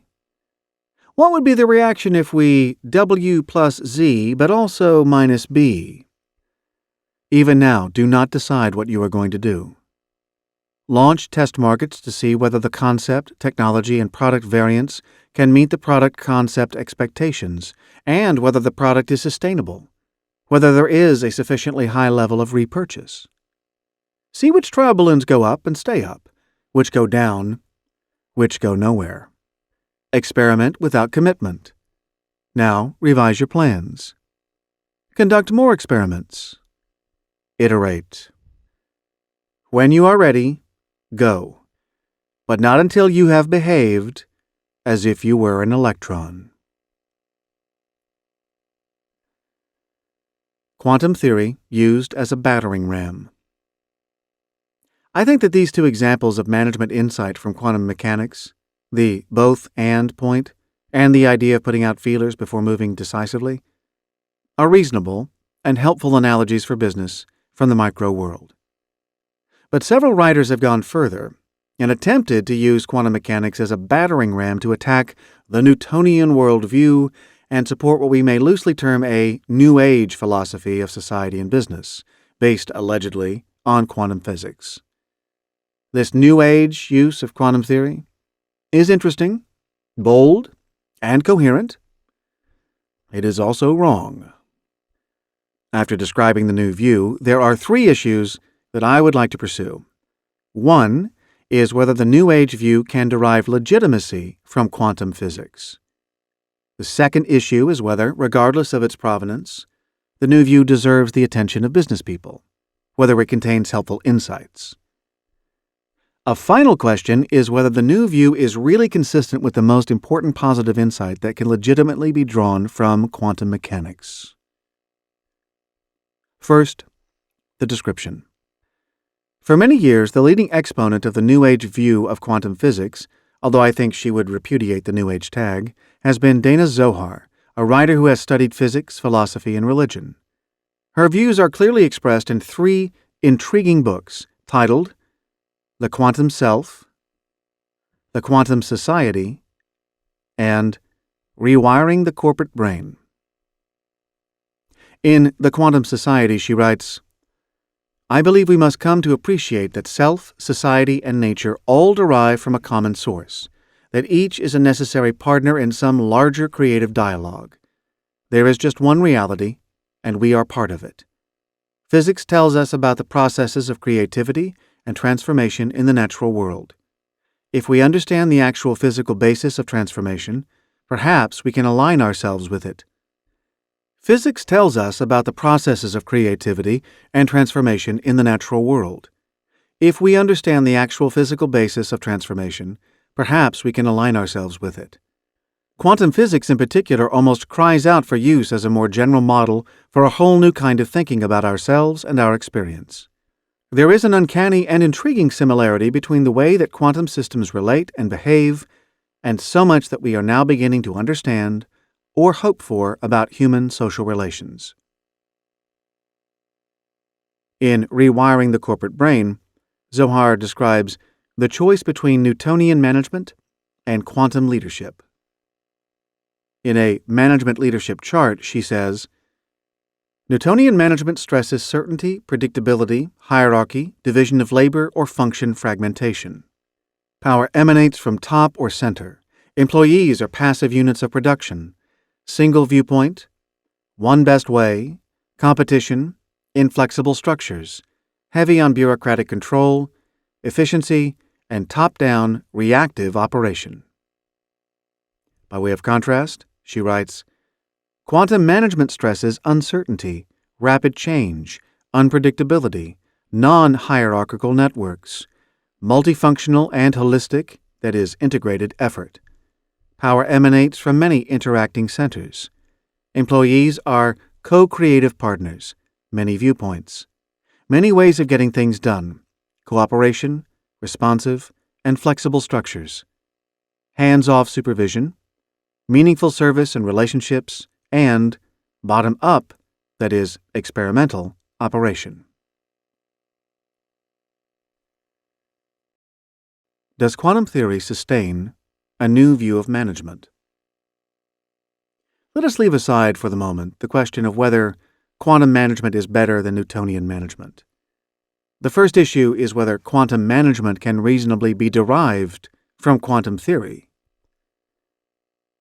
I have allowed previously that it is reasonable to derive from quantum theory, by way of analogy, 2 of the 11 points that Zohar makes about quantum management, namely, what we have called both and, which she calls here many viewpoints, and the point about experiments.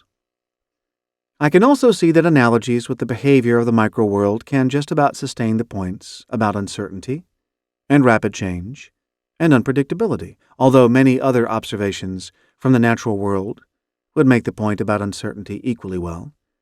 And while it is clear that the microworld is, to us, unpredictable, I am not sure that it typically demonstrates rapid change.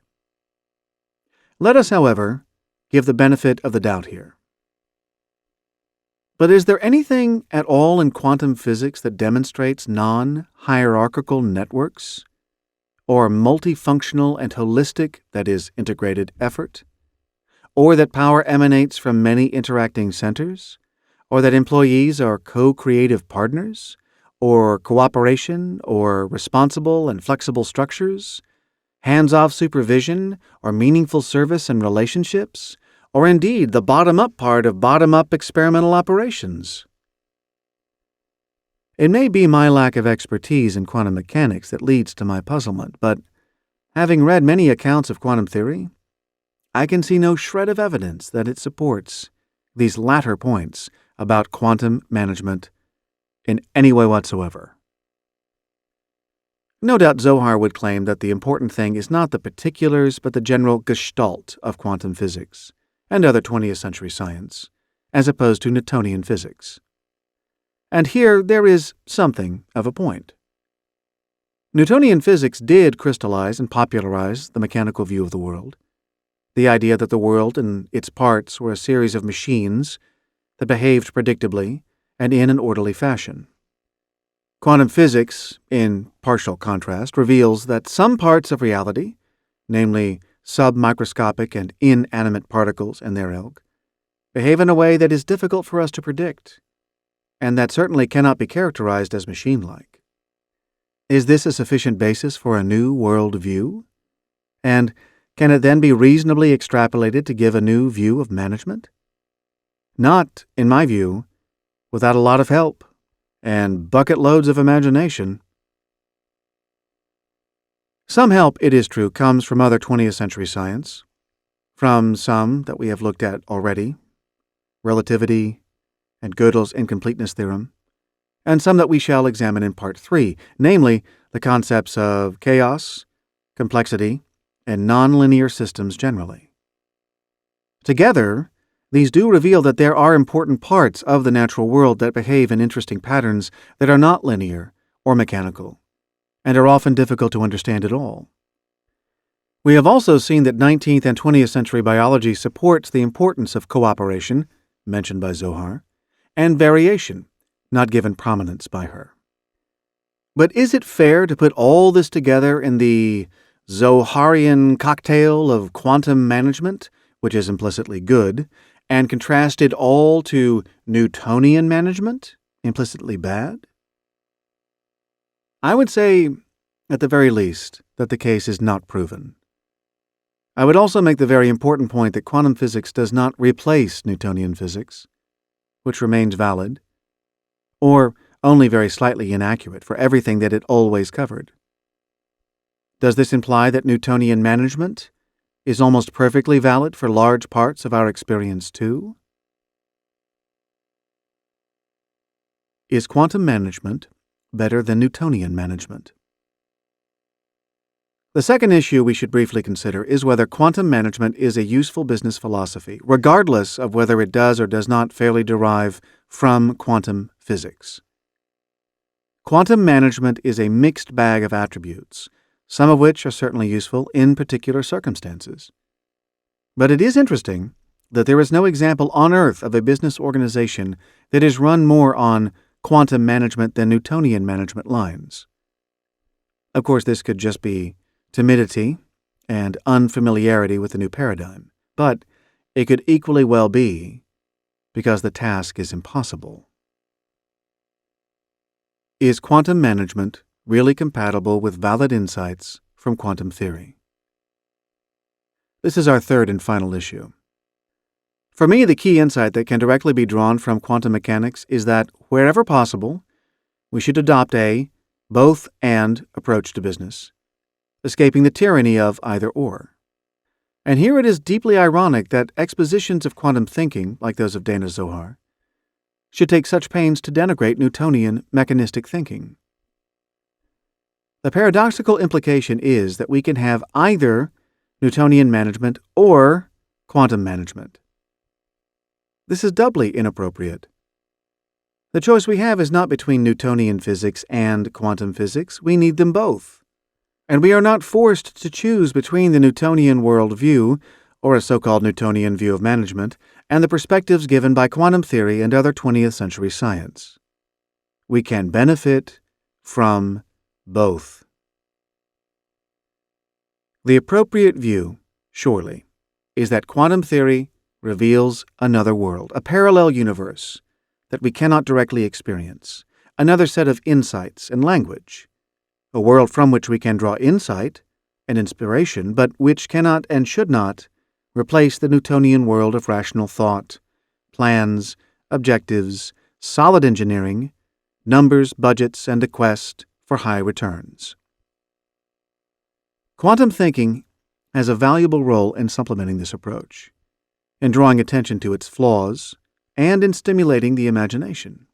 But quantum thinking alone can't supply a way of managing a business organization, any more than it can build a bridge or send someone to Mars. We do quantum physics and quantum thinking no favors by exaggerating its reach or comprehensiveness, or by setting it up as a complete replacement for Newtonian methods.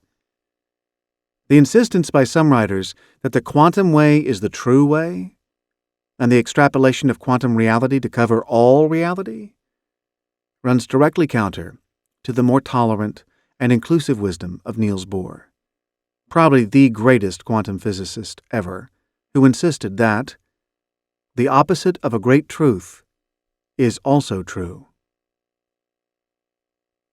The quantum world is not better or worse than the Newtonian world. It is just different. Vive la différence. Summary. Quantum mechanics shows how the smallest particles of matter behave. The answer is, oddly, unpredictably, bizarrely. Werner Heisenberg showed that uncertainty is inherent in quantum mechanics. We cannot follow the position and momentum of electrons. They seem to move in different directions at random and even simultaneously.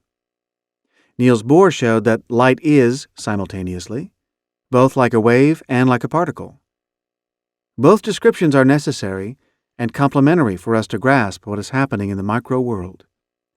Erwin Schrödinger's parable of the cat shows the gulf that separates quantum theory's indeterminate conclusions from the reality of ordinary life beyond the micro world. We must be cautious in extrapolating from quantum theory. The mysterious world of microscopic, inanimate particles adds a new perspective on life, but it does not invalidate other, more straightforward perspectives.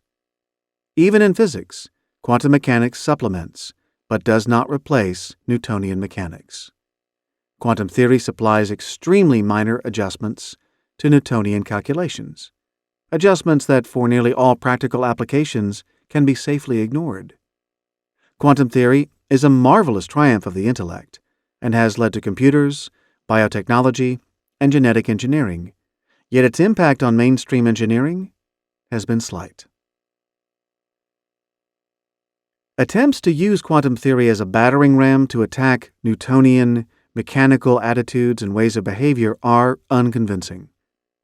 Such attempts betray a shallow understanding of the nature of science and business alike, and would probably have been repudiated by the fathers of quantum theory itself. Two important insights for business may, however, be reasonably drawn from quantum theory. If light can be visualized both as a series of waves and as a stream of particles, then any one view of business activity is likely to be restrictive. For example, business can legitimately be viewed as an economic exercise to maximize profits and cash, but this does not preclude the simultaneous legitimacy of an alternative view, for example, that business is a creative social activity that exists to add value to customers. These perspectives appear to be incompatible, but they may actually be complementary. By extension, and using a little poetic license, we could generalize that quantum theory implies that the world is not either-or. It is both and. Contradictions can be transcended. With enough imagination, no trade-offs may be inevitable. The second valid insight is the value of testing out possible multiple options. As far as we can tell, electrons can and do go anywhere and everywhere all at once. We can too, via thought experiments. These can be followed by putting out feelers to the market and launching some trial balloons. A useful rule of thumb may therefore be, don't commit major resources until you've lived like an electron. Action implications. 1. Pursue both and. Don't believe that contradictions and trade-offs are inevitable. Be creative in seeking ways to diffuse and defeat them, so that you can deliver the best of both worlds. Escape from the limitations of either-or thinking. Have it all. And 2.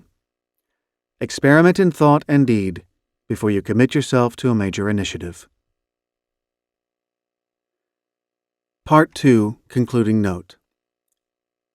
In Part 2, we've examined two different types of physics, two different worldviews, and by implication, two different views of organizations and management. It's odd that the same physical science can give rise, sequentially, to two such different views of how the world works.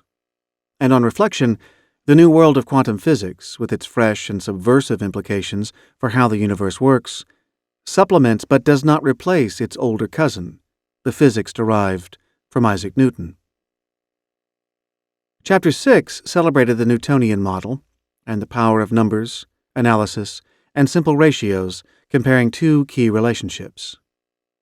Here lie the origins of accounting systems, profitability analyses, and 2x2 matrices. Their power is not to be sneered at.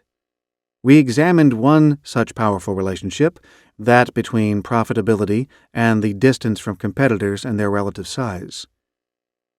While the extent to which the relationship works mathematically is unproven, we explored the intuitive appeal of the concept of the gravity of competition, where competition from near and similar business units depresses returns.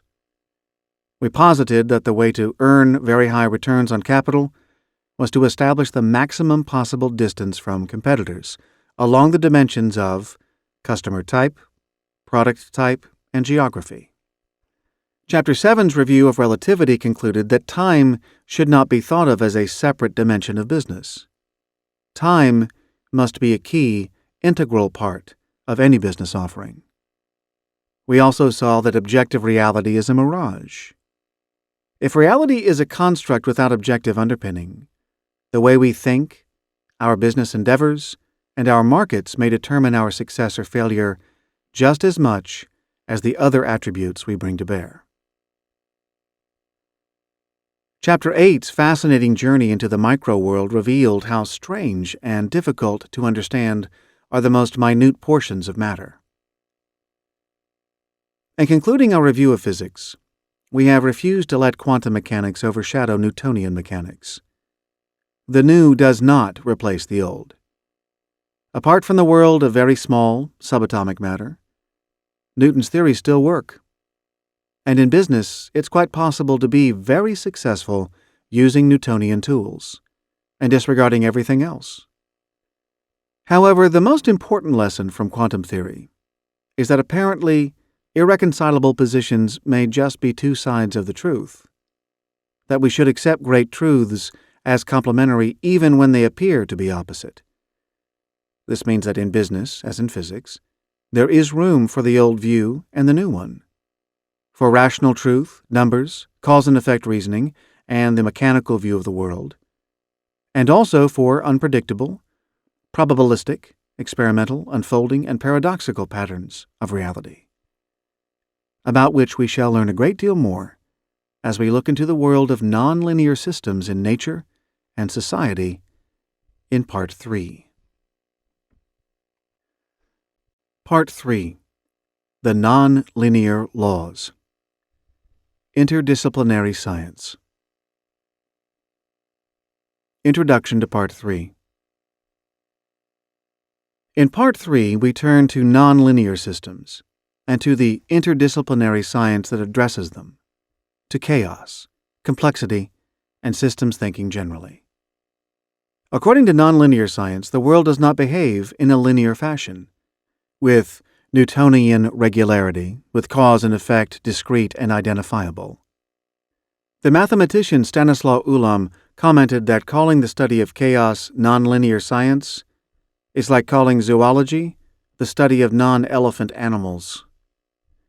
Ulam has a point, because the modern world is full of non-linearity. But he was exaggerating. It should be stressed that some things are linear, and here Newtonian physics still work. But many of the important and interesting things in life are non-linear systems. The whole is more than the parts and comprises something qualitatively different from the parts. Linear analysis can't help when studying complex systems, but the relatively new interdisciplinary sciences of chaos and complexity can. We review these in Chapter 9.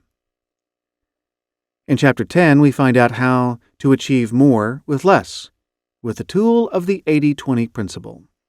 We also derive insight into nonlinear systems from the power of weak ties, von Foister's theorem from cybernetics, control theory, and Fermat's principle of least time. Chapter 11 covers the nonlinear aspects of growth, technological change, networks, and the new economy. It revisits punctuated equilibrium and introduces the related and extremely useful concept of the tipping point, which helps us predict whether and when a new trend or product is going to take off. It shows the key role of technology in driving growth. The chapter also introduces the law of increasing returns, which overturns most of traditional microeconomics and shows how the construction of temporary monopolies may be both inevitable and in the public interest. Chapter 12 looks at how systems theory can help us sustain success, despite the traps of the paradox of enrichment, the law of entropy, and the law of unintended consequences. Chapter 9. On Chaos and Complexity. Chaos is when any system is so complex and irregular that it appears to be random unless you know a lot of hidden information about it. Chaos is lovely. It is absolutely wonderful. It is full of all sorts of intriguing forms and behaviors. Ian Stewart. The third great scientific breakthrough. Chaos and complexity are probably the most important scientific innovations of the late 20th century. They are interdisciplinary concepts and fields of study, drawing on mathematics, biology, physics, economics, and many other disciplines. Although it is too early to be sure of their place in the history of science, many believe that they rank alongside or just behind relativity and quantum theory, comprising the third great scientific breakthrough of the last century. Chaos and complexity also throw up insights that are very congruent with, but also complementary to those already provided by relativity and quantum theory. As one physicist comments, relativity eliminated the Newtonian illusion of absolute time and space. Quantum theory eliminated the Newtonian dream of a controllable measurement process, and chaos eliminates the Laplacian fantasy of deterministic predictability. Chaos. As suits its Alice in Wonderland nature, whenever I use a word, it means what I want it to mean. Chaos, in this context, means the concept or field of study of chaos. Very few scientists working on chaos call it chaos theory, and chaos is not necessarily, or even usually, chaotic in the ordinary sense of the word. Let's face it, chaos is a bad name, because the processes studied often reveal beautiful and intricate patterns. The processes are only superficially chaotic. Underneath, there is a deep, if irregular, order. Chaos is the search to identify and understand nonlinear patterns that have been ignored by traditional science. The fun of chaos is that if you look at structures in nonlinear systems, they are very similar, regardless of the phenomenon. It could be the weather, the economy, the way cities are organized, a set of numbers, snowflakes, coastlines, stars in the sky, or a series of stock exchange prices. Chaos has its roots in quantum theory and in mathematical work, during the 19th and early 20th centuries, on chance and probability. Quantum theory tells us that very small things like atoms and photons do not behave in a linear or predictable way. They really are chaotic. The brilliant French mathematician Henri Poincaré wrote with great insight in 1908, "A very small cause, which escapes us, determines a considerable effect which we cannot ignore, and then we say that this effect is due to chance." Sensitive dependence on initial conditions. Poincaré is really the intellectual forerunner of chaos, where the central insight is sensitive dependence on initial conditions. Many physical systems exhibit sensitive dependence on arbitrary initial conditions and are therefore essentially unpredictable. The classic example is the weather.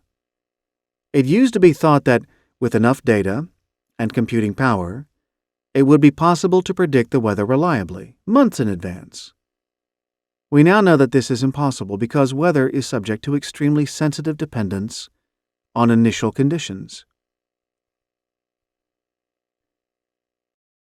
The butterfly effect. In 1972, Edward Lorenz, a meteorologist at the Massachusetts Institute of Technology, gave a paper provocatively entitled, "Predictability: Does the Flap of a Butterfly's Wings in Brazil Set Off a Tornado in Texas?" The question, he said, was unanswerable but illustrates the nature of the weather. For many years, Lorenz had used computers to model the weather, hoping to improve long-term forecasts. His pioneering work showed that eddies and cyclones obeyed certain mathematical rules, yet never repeated themselves.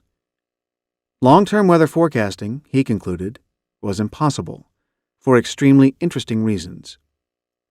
Although he could model the influences on weather, minute changes in a couple of variables, extrapolated over a month or beyond, could produce totally different results. Lorenz's insight was not just that small effects have huge consequences. This is an old story, embodied, for example, in the Prussian verses about the kingdom being lost for want of a horseshoe nail. His real breakthrough was to demonstrate that the future of weather was literally uncertain, even if we knew everything there was to know about all the influences on it. The weather makes itself up as it goes along, as does evolution, and as do vibrant economies. The search was on to understand complex, nonlinear systems. Most interesting things in the universe are complex systems and chaotic. Both chaos and complexity, like quantum physics, are based around the realization that many things in the world are not linear, not easily predicted, and not simply the sum of their parts. Complex systems, like the weather, cities, economies, galaxies, insect colonies, packs of wolves, brains, and the internet, are not stable and spend little or no time in equilibrium. Yet they can all be described and often analyzed by using the concept of chaos and, as we shall see later in this chapter, the related concept of complexity. Many of these systems return repeatedly to a position close to where they were before. Complex systems may have simple causes. Much of their behavior may be described by simple equations, for example, the way that leaves are blown by the wind. And chaos has shown that simple rules of behavior can lead to amazingly complex results, but, again, ones that can be understood in terms of a set of simple subsystems. Certain characteristic patterns recur, yet with infinite, unpredictable variety. Insights from chaos into the physical world. One milestone in the emergence and naming of chaos was the work of mathematician James York around 1970. York and other mathematicians pointed out that when confronted with nonlinear systems, the typical response of mathematicians was to attempt to solve them by substituting linear approximations. York demonstrated that this was unnecessary. Even nonlinear systems that were very sensitive to initial conditions could actually be modeled. Computers could take, for example, biological data relating to fish populations and produce a graph. Regularities could then be detected that were totally counterintuitive. What's the connection between cotton prices and the Nile? At about the same time, Benoit Mandelbrot, also a mathematician, was working in IBM's Pure Research Department and using its most powerful new computers to analyze cotton price data. He showed that there were patterns for daily and monthly price changes that matched perfectly. The degree of variation had remained constant over 60 years. There was unexpected order within the disorder. Mandelbrot found the same patterns in all the data he analyzed, including variations in the level of the River Nile over several millennia. The more research that was done in meteorology, in biology, in geology, in physics, in chemistry, in economics, and in many other areas, the more it became apparent that there were unsuspected regularities that could be described by the relationship of large scales to small scales. Mitchell Feigenbaum, a physicist at the Los Alamos National Laboratory in New Mexico, soon after conducted a series of calculations to measure the size difference between geometrically converging sets of data, such as Mandelbrot's cotton prices. His calculator repeatedly came up with the same number, 4.669. Feigenbaum had stumbled across one of the most startling properties of chaotic systems: universality. Universality means that on some dimensions, different systems will behave identically. At a conference at Los Alamos in 1976, one of Feigenbaum's colleagues commented, "It was a very happy and shocking discovery that there were structures in nonlinear systems that are always the same if you look at them the right way." How long is the coastline of Britain? Mandelbrot showed that there is no right answer to this question. It actually depends on your measuring instrument. With a small enough ruler, measuring every tiny indentation, the distance approaches infinity. Fractal similarities. Mandelbrot coined the very useful word fractal to describe things that are very similar to each other, yet not identical. Things like coastlines, clouds, cotton prices, earthquakes, or trees. Patterns are endlessly repeated, yet also with endless and unpredictable variety. Plotting data from nonlinear systems reveals strikingly similar patterns regardless of the actual data being plotted. For example, the year-to-year graph of cotton prices looks eerily like the shape of the month-to-month cotton price variations, even if the scales are different. Business is fractal. No situation is quite like another, but there is a limited set of key factors that always resemble each other. Business outcomes are utterly unpredictable, which is why the quest for a deterministic science of management, if you do X and Y, then Z will result, is futile and naive. Yet there are recurrent patterns that are worth studying and recognizing.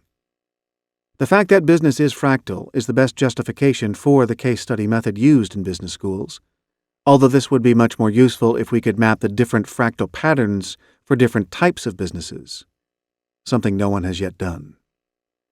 Research into fluid turbulence by David Ruel in mathematical physics in the early 1970s led to the idea of a strange attractor, a fractal object that is a point and can be modeled mathematically to explain turbulence.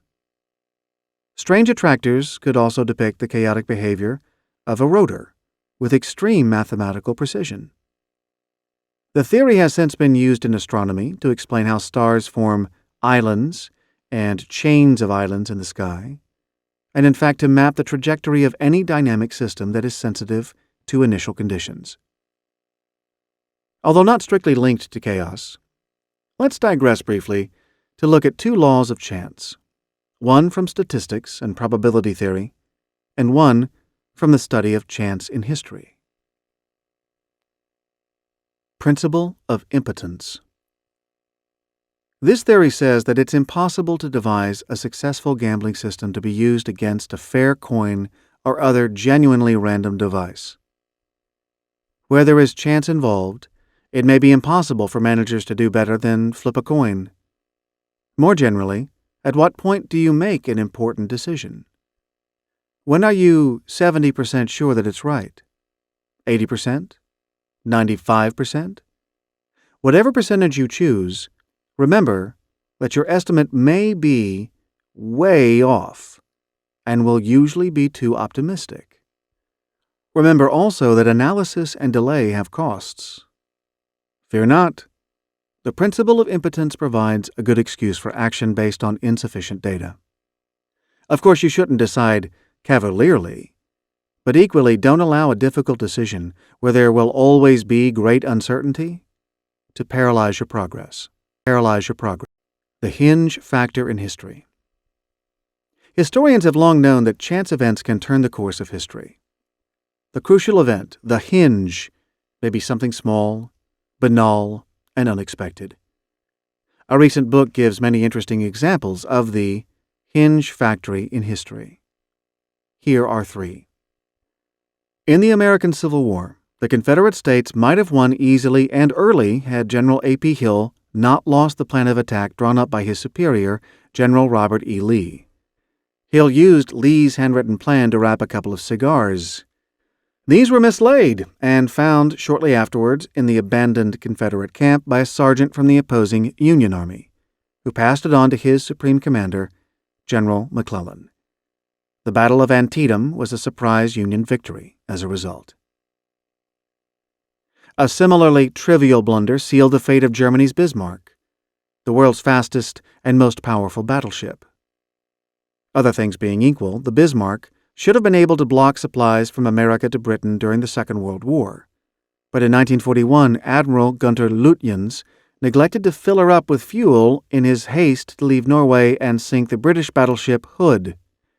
Although the latter went down with 1,500 fatalities, the battle caused slight damage to two of the Bismarck's fuel tanks, and this, together with the failure to fill up in Norway, meant that the ship had to travel much slower than normal as it made for occupied France. British warships were therefore able to catch and sink her. Why did communism collapse in 1989? Apart from the vanity of Gorbachev, who played footsie with the West when he could equally well have maintained repression, a very important catalyst was an unscripted chance reply during a TV interview with Günter Schabowski, who'd just been appointed Communist Party spokesman in the German Democratic Republic, the old East Germany. When, the interviewer asked, would East Germans be allowed to travel freely to the West? Schabowski shot back petulantly, "They can go whenever they want. Nobody will stop them." The audience was stunned. Then there was bedlam. Thousands of East Germans poured over the border, and communism was dead. Chaos and complexity and history tell us that business is uncertain and risky. Past success gives no exemption. Ergo, take risks. Outcomes are uncertain anyway. Evolutionary psychology says that when we are comfortable, we take the fewest risks, despite the fact that we could afford to. Because too few people take risks, the rewards from doing so are, in aggregate, more than they should be. In business, this does not apply to gambling, where the odds are precisely correct when there is no house, and miserable when someone else is making a living out of it. Successful businesses take too few risks. As long as you avoid bet the company moves, take as many risks as you intelligently can. Chaos, chance, and business. The concept of chaos is that although the world largely comprises non-linear systems, there are patterns discernible within the irregularities. Disorder in the universe is constrained. Chaos and chance do not lead themselves to tracing simple causal links, which is what turns on most of us in business. Yet there are some very useful morals for business. Here are 8. 1.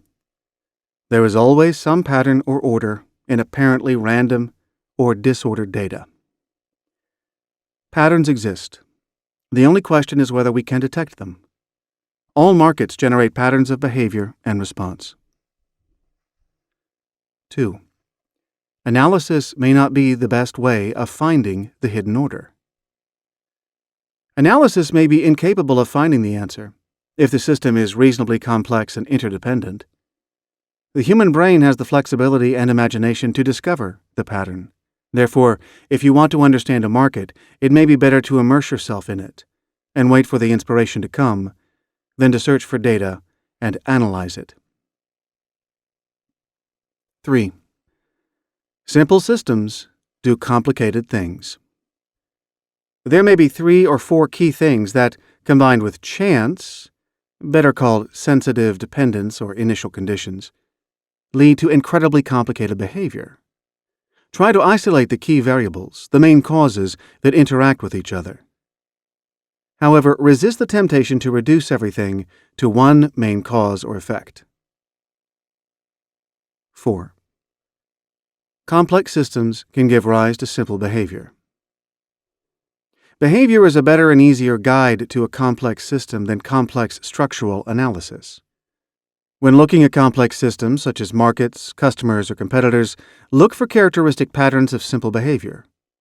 For example, if a competitor always follows your price changes, this is all you need to know. Analysis of its decision-making process would be redundant. Always be alert to reliable patterns of simple behavior. 5. Chance, the role of luck. Luck and chance are not necessarily accurate descriptions of unexpected results, but most markets, companies, and business units are complex systems that are sensitive to initial conditions. Therefore, expect the unexpected, and expect it often to be due to minute and undetectable causes. There are several corollaries. Don't expect to be able to control everything. Don't be thrown totally off course when the unexpected happens. Build flexibility into your plans. If X happens, do Y. If W happens, do Z. When something goes wrong, don't waste enormous effort investigating what went wrong and punishing the wrongdoers. Annoyingly, there may be no wrongdoers. Or The wrongdoers may have behaved impeccably as per your instructions.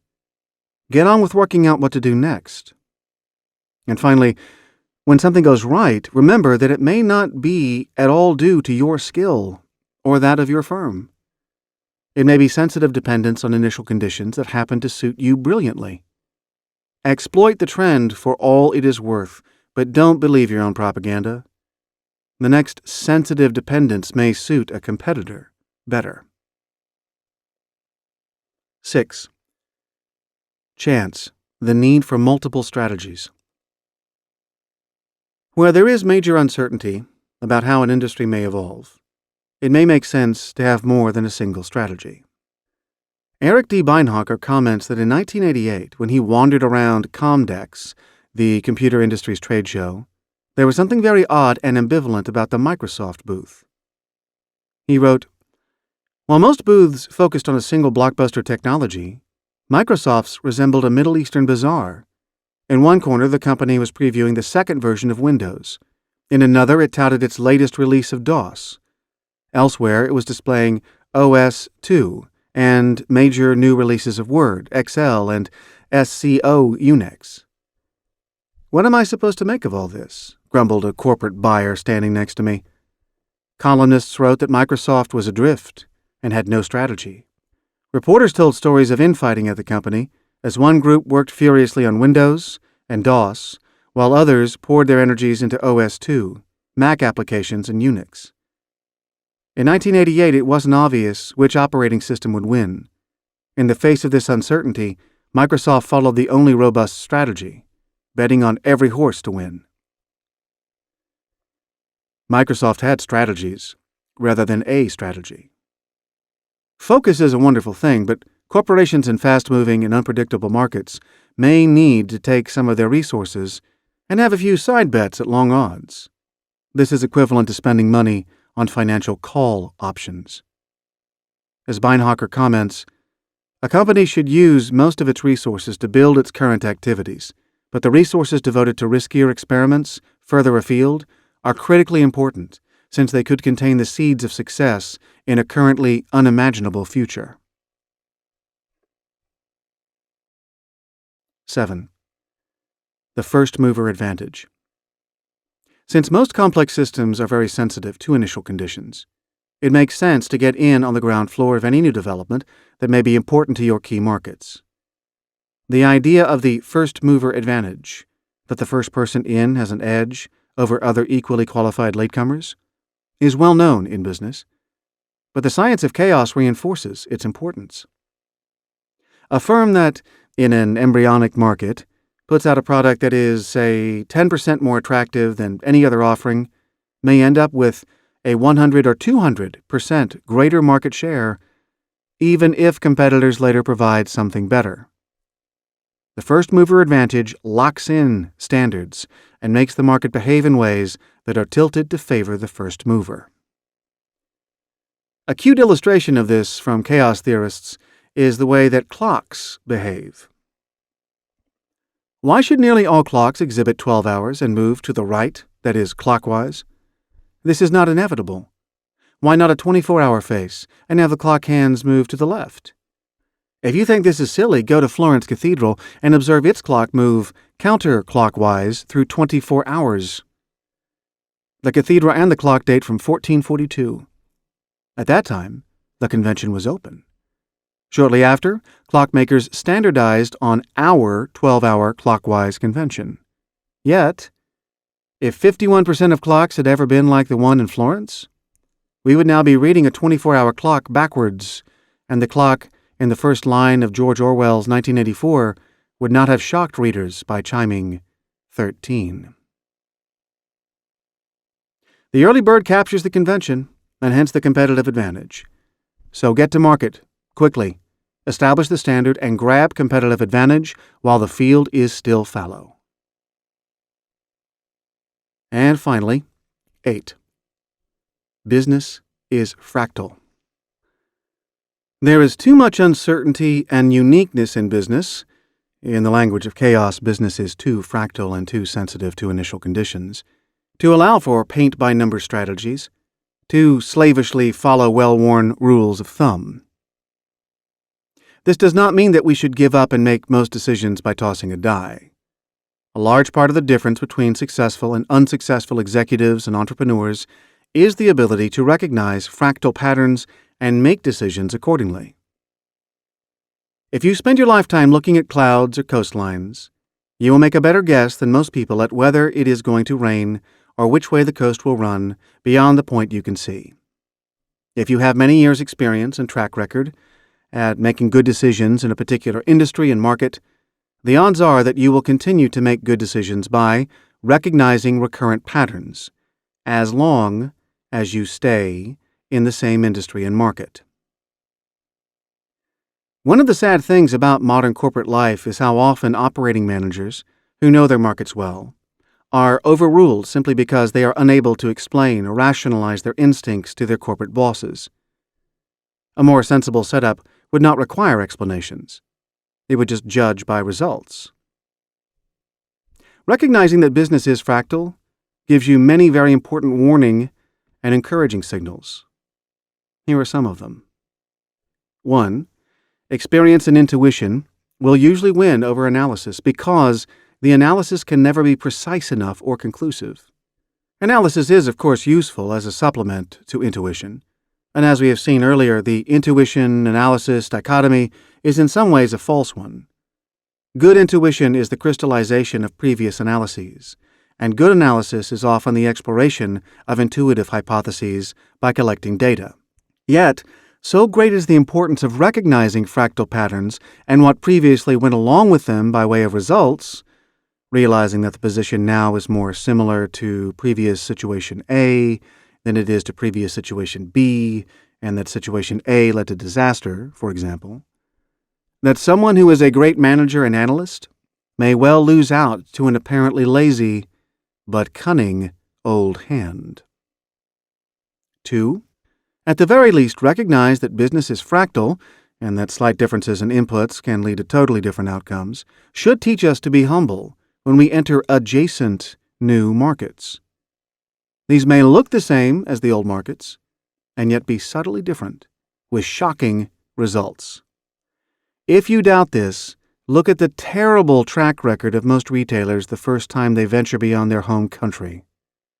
Part of the problem is that head office tends to export its own proven formula, proven that is in a different market, and brushes aside the objections or alternative models proffered by local managers.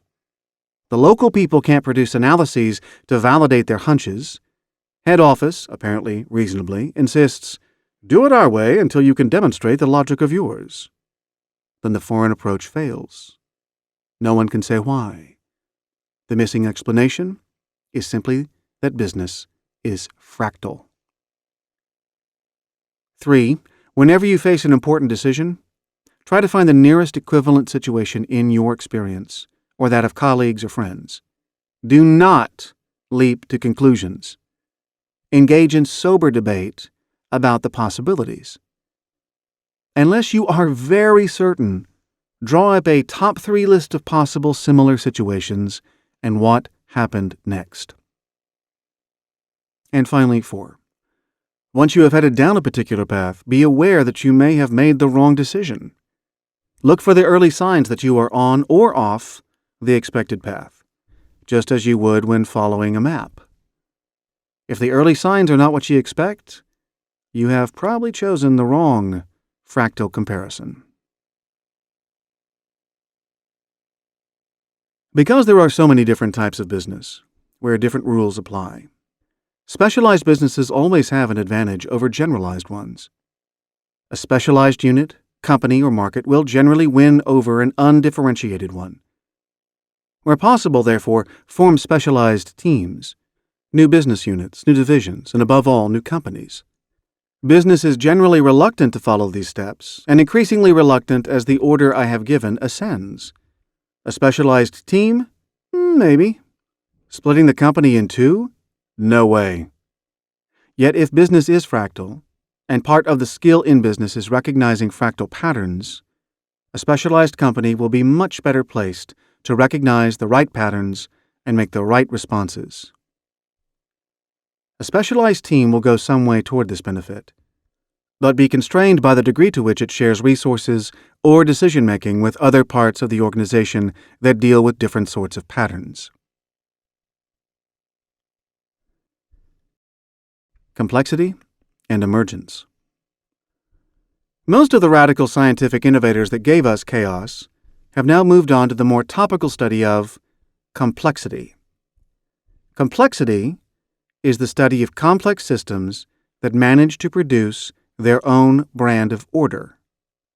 Sometimes this hints at deep simplicity behind the complexity, especially when the same simple yet baffling patterns emerge in completely different types of complex systems. An economic slump, it transpires, is very much like a hurricane, with similar feedback causes and effects. A developing city is very like a growing embryo. Complexity builds on the insights from chaos, but adds 3 new themes. First, complexity focuses on complicated feedback systems and shows that these usually have surprising results. Second, as Philip Anderson, widely regarded as the founder of complexity, urged, complexity is about emergence, how groups or wholes, that's WHOLES, behave quite differently from the aggregation of their individual characteristics. In combining individual units, individual customers, water molecules, body cells, business units, single birds, whatever, into groups, into markets, steam, a butterfly wing, a company, a flock, we may emerge with something completely unexpected and different from what we started with.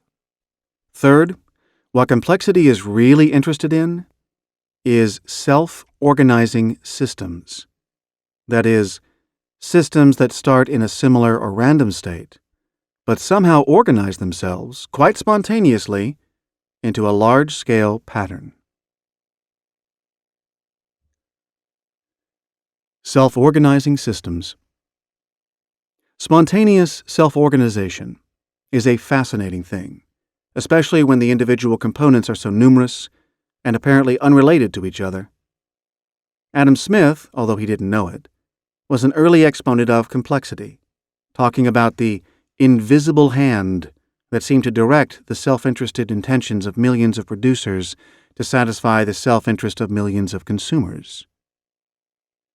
Think of the billions of interconnected neurons in your brain, producing a result that surely an individual neuron could not envisage, and yet organizing effectively to ensure that you can understand my words. Think of a way that a city that starts out by being racially integrated soon divides itself into racial, or social, or lifestyle groups. Self-organization, incidentally, is not always a benign force. Think of the way that a stock market crash, or a hurricane, or an earthquake, or a meteorite organizes itself from its constituent parts. Think of how atoms combine into molecules by forming chemical bonds with each other. The molecules are quite different from and more complex than the atoms whence they came. Or think of the Internet.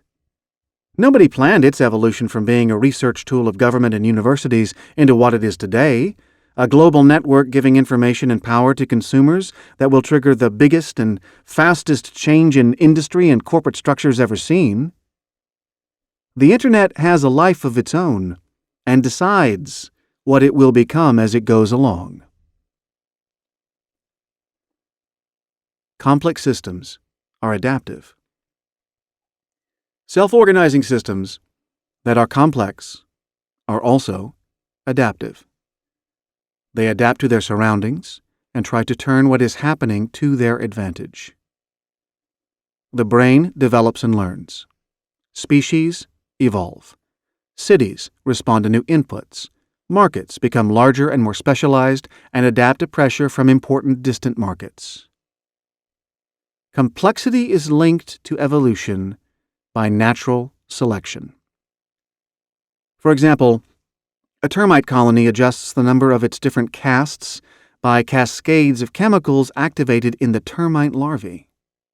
If there are too few soldier termites, the smell given off by them in a colony falls below a certain level. And then the larvae nursery automatically produces more soldier termites, which differ physically from other termites. John Tyler Bonner has shown this type of self-adjusting complexity evolves by natural selection. If this happens in nature, is it fanciful to see the emergence of complex systems, such as cities and economies, as part of the same process of evolution by natural selection? Complexity theorists such as John Holland explain that complex adaptive systems typically have many niches, each with a specialized role and place. The new niches are always unfolding. Niches for new predators, for new prey, for new symbiotic partners, for new parasites. As new niches open up, the system changes. It can never be in equilibrium. The edge of chaos. Complex systems are perched on the edge of chaos, a curious state between order and disorder, between the status quo and radical innovation, between stability and transformation.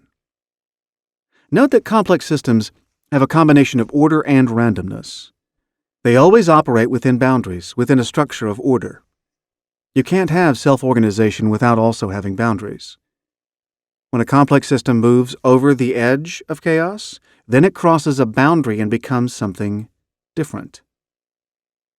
John Horgan has claimed that everything interesting happens at the edge of chaos.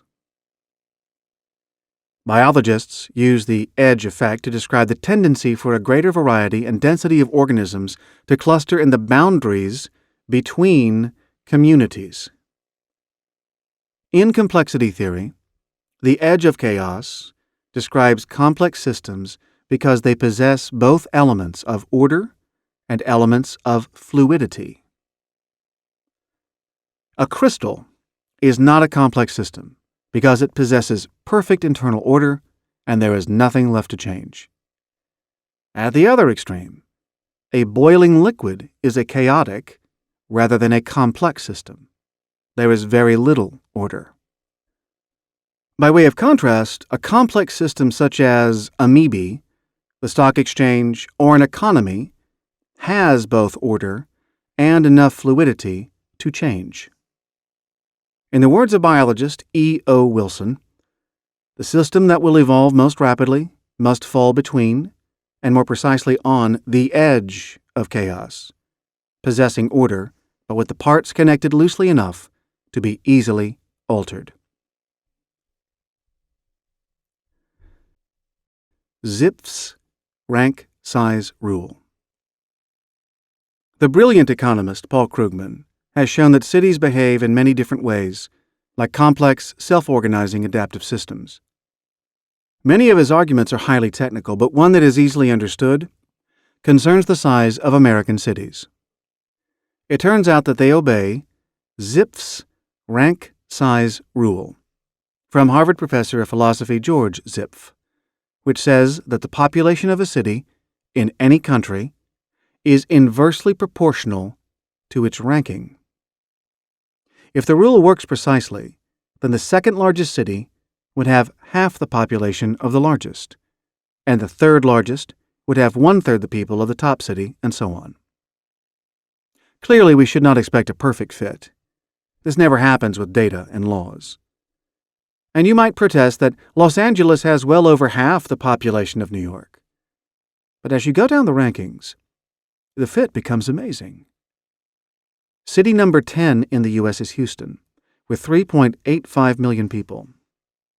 City number 100 is Spokane in Washington State. This has 370,000 people, fractionally under 1/10 the size of Houston. Krugman tells us, if you regress the log of rank on the log of population, you get a coefficient of negative 1.003 with a standard error of only 0.01, a slope close to 1 and very tightly fitted. We are unused to seeing regularities this exact in economics. It is so exact that I find it spooky. Even more eerie is that this power law has worked well for at least a century. The same shape of line emerges if we analyze relative city sizes in 1940 or 1890. Simon's theory of clumps and lumps. Why do cities organize themselves like this? We don't know.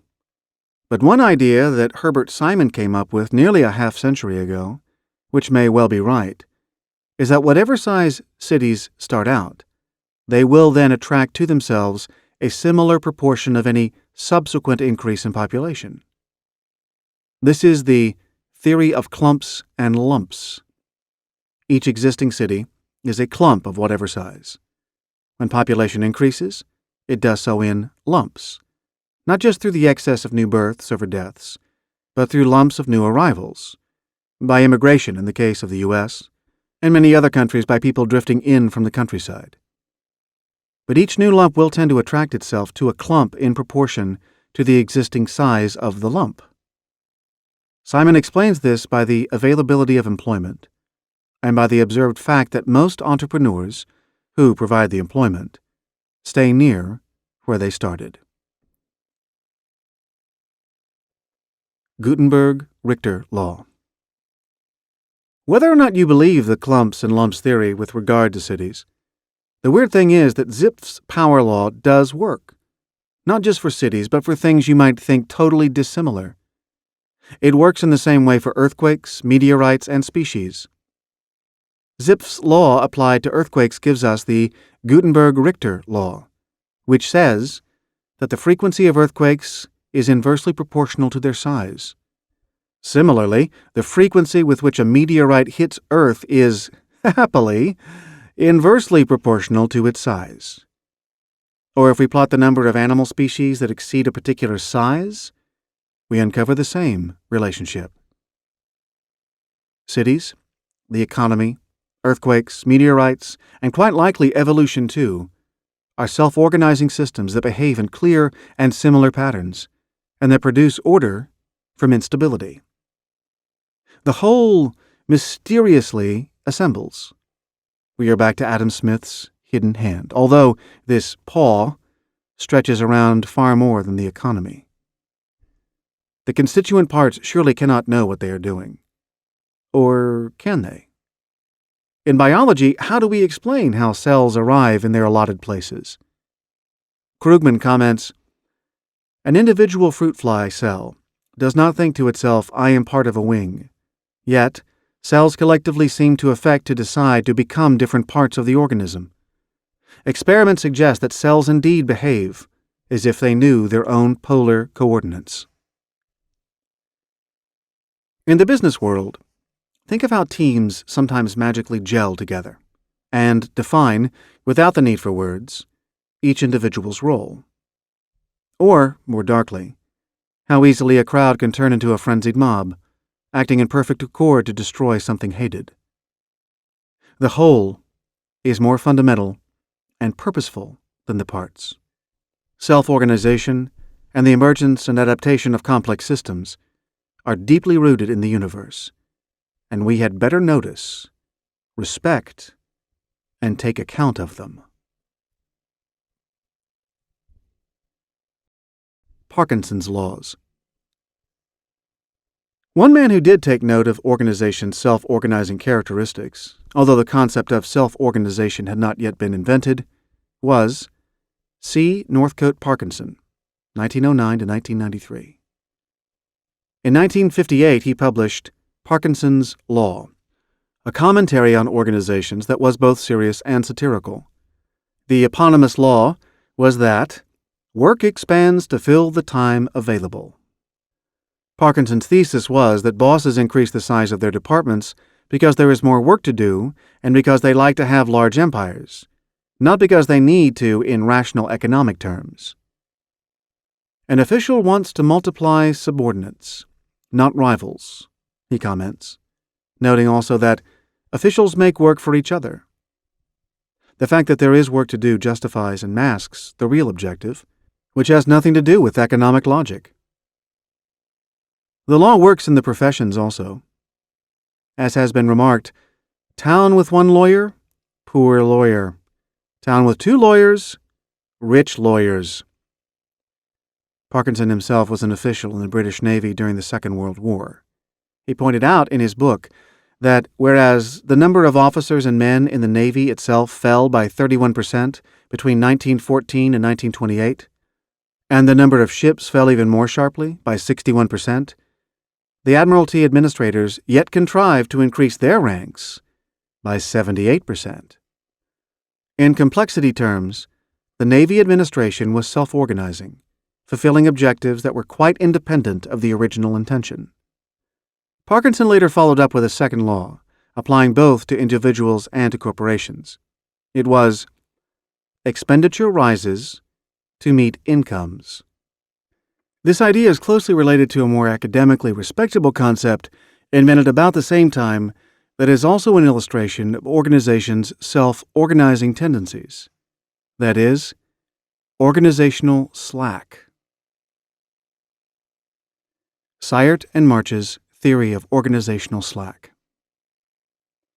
Organizational slack was invented by two academics from Carnegie Mellon University in Pittsburgh, Richard Sayert and James March, in their 1963 book titled A Behavioral Theory of the Firm.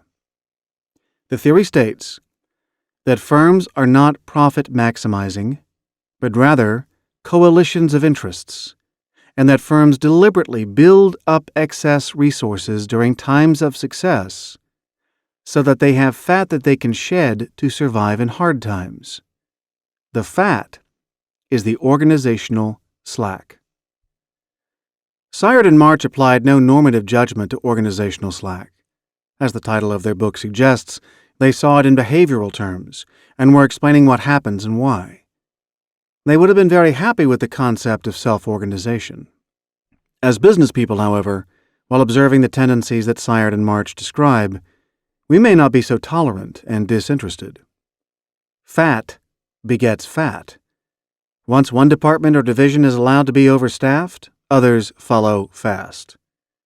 Fat obstructs flexibility and speed of response. Fat makes it even more difficult than it always is to be customer-centered. So the existence of organizational slack makes it more likely that bad times will come. And the other way around. Cutting slack and putting it to work for customers makes it more likely that competitors will never be able to catch up, decreasing the chances of severe profit pressure. The opposite of organizational slack is discretionary investment that builds future profits by improving what is offered to customers. It is sometimes difficult to differentiate between these two opposites. Is a large R&D department an investment for the future, or organizational slack? It's probably both. Top management will always say that it is an investment. Yet, if that is so, why is the first response when profits fall usually to cut such investments as though they were just organizational slack? The only way to be sure that something is an investment, and not slack, is to outsource it, so that there is no internal vested interest to fall foul of Parkinson's first two laws and Sayert and March's organizational slack. Complexity and business. Complexity theory is about complicated feedback systems, about how groups or whole entities emerge from quite different parts, about how complex systems poise themselves on the edge of chaos, and about how they organize themselves spontaneously and deliberately into large-scale patterns. So what? Be aware that small changes can transform the whole competitive system. Both quantum and complexity theories tell us that reality is in some ways indivisible. In David Bohm's words, an undivided wholeness. The character of the whole arises through the relationships between parts, and when the parts change, then the whole may radically alter its character. If some specialty stores are opened in a shopping mall, this may modestly boost the business of existing stores by bringing in new customers. But if another mall opens up 15 miles down the road, the stores may suddenly become unprofitable Business is intrinsically exposed to such sudden swings from apparently minor influences. How useful is this knowledge? I'm not sure. Of course, we should try to keep an eye open for challenges from unsuspected quarters, but few of us are blessed with panoramic vision. The main lesson may be that when things go wrong, we shouldn't assume that we know why. One common mistake is to assume that something in the market has changed. Another mistake is to invent a large cause when a small one will do. Suppose the sales of filofaxes slump. Why? One explanation is that yuppies are poorer than they used to be, or are dying out, and are therefore not buying filofaxes. If true, this is a major market change, and there's not much that Filofax can do about it. But what if something much less momentous is happening, like the entry of a new competitor selling cheaper personal organizers? This is a smaller change, and something can be done about it. Yet in 1990, Filofax almost went bust because it believed that its problem was a major market shift rather than a minor change in competition. At the level of the global economy, small events can also have weird and unpredictable consequences.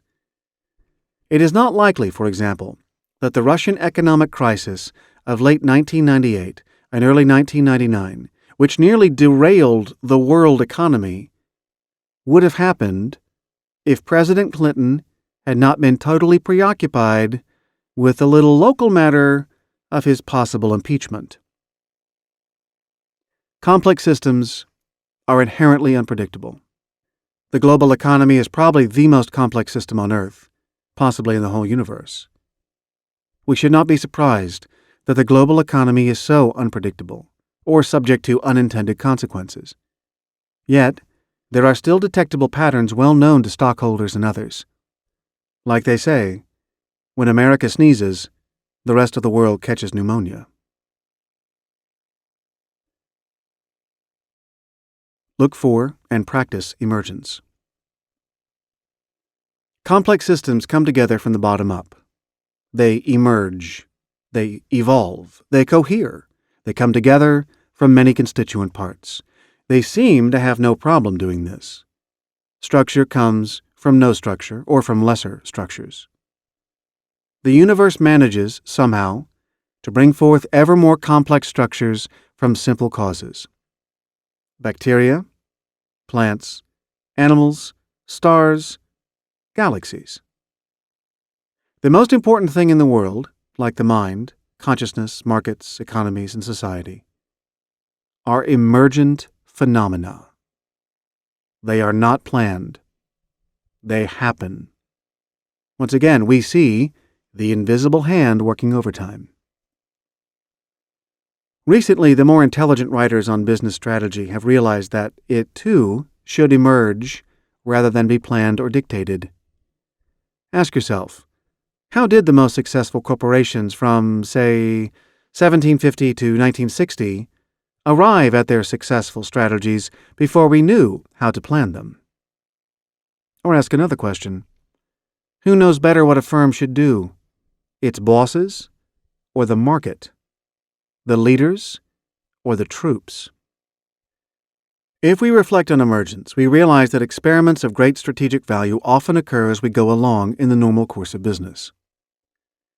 We open a small restaurant, and it is amazingly successful.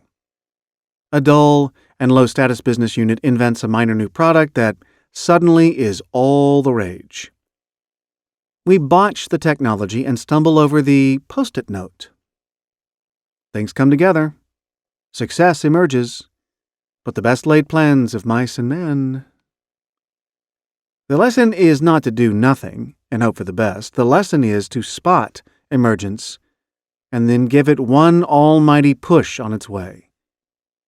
It is better to observe the market than to plan it.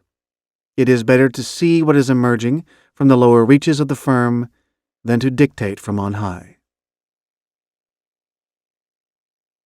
Think carefully about the role of self-organization in your organization. Almost the only class of complex system in the universe that is not purely self-organizing is the modern business corporation and other hierarchical organizations modeled on it. A laser organizes itself. Photons, that is, light particles, spontaneously organize themselves into a beam. A hurricane organizes itself. A living cell manages to self-organize. Cities organize themselves. So do economies, when left alone. The Soviet Union is said to have had 8 million managers in its economic planning bureaucracy, which proved to be 8 million too many. Why do so many business people preach laissez-faire for the economy but never for the structure of the firms within it? I'm not advocating that you automatically leave your organizations to organize themselves. The cost of self-adjustment could be much higher than that of intervention. There are powerful selfish and socialistic tendencies built into human behavior and into large organizations. Just because organizations can organize themselves does not mean that they will organize themselves the way you want them to, or that you have no right to intervene. Resources will probably be wasted by self-organization. But you should recognize the tendency towards self-organization. Sometimes this should make you stand aside and allow a team to work out how to do what you have all agreed to do. Sometimes it should make you extremely vigilant, aware that a system that is not controlled or watched will develop its own agenda. Sometimes it should make you avoid complex adaptive systems altogether. If you go with a simpler system, it is more likely to do what you want. If you double the size or increase the complexity of your organization, don't be surprised if it does unwelcome new things. That's self-organization. View your firm as a living organism, as a complex, adaptive system. If it has a life of its own, the organization is more than the sum of its parts. It is more than a set of economic transactions. It is more than the people who work in it. It is even more than the set of relationships that it builds. The organization is its own thing. It belongs to its own species. It can breed, and it can die. It is a highly ambiguous entity. It can be bought and sold, just as if it were property, a pet or a slave. Yet, each time it is bought, it becomes something new. Subtly or not so subtly different, yet always recognizably similar to its previous incarnation. It's all a great mystery, difficult to understand and difficult to describe. It shouldn't be so hard. As Peter Senge says, is it that we think life starts and ends with us, humans? Surely simpler organisms are alive. Why then can't we regard more complex organisms, like families or societies or companies, as being alive as well? Is the tide pool, a teeming community of life, any less alive than the anemones, mussels, or hermit crabs that populate it?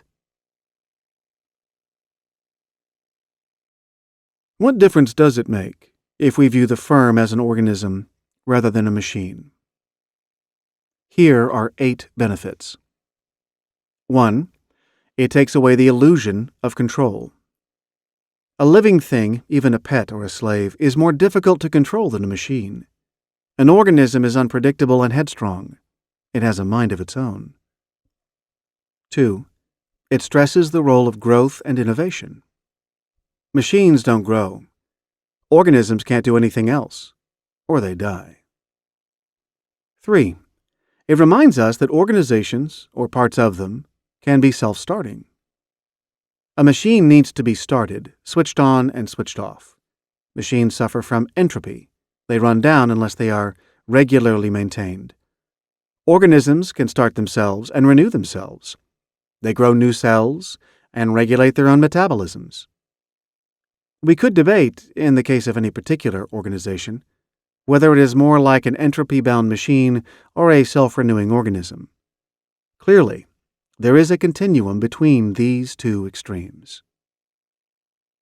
4. Organisms are part of systems.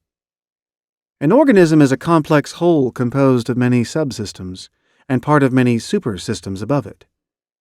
The corporation is going to be affected by a change in its subsystems, for example, by the recruitment or retirement of individuals, and by supersystems, its markets and competitive environment. Machines are not affected like this. 5. Organisms can build networks and relationships. Machines can't. Humans and a few other organisms can. Admittedly, the parallel is not perfect. It is not so much the organization as such building the networks and relationships, but rather the humans inside the organization building those relationships. There is a danger, therefore, of slipping into anthropomorphic talk about organizations, of regarding them as people. It may be better to regard an organization as a person rather than as a machine, but it is definitely not correct to think that the organization basically comprises its people and is an extension of them. Here we need a good dose of quantum indeterminacy. The people are not owned by the organization or compelled to remain part of it. Even when they are in it, the people have a life outside it. The networks and relationships that are built are not just with other humans, but with other organizations and with society as a whole. 6. Organisms have their own purpose. Machines have the purpose prescribed by their builders or owners. Organizations have purposes that evolve as a result of their founders' characteristics and what happens along the way. Does Microsoft have a purpose aside from making money for its owners? Or the Disney Corporation? Or McDonald's? Of course they do. You couldn't imagine any of these organizations swapping purposes, even if the owners told them so. 7. Organizations learn. Only living things can learn. Clearly, organizations can learn. Greenpeace can learn. A rock band can learn. A baseball team can learn. Microsoft can learn.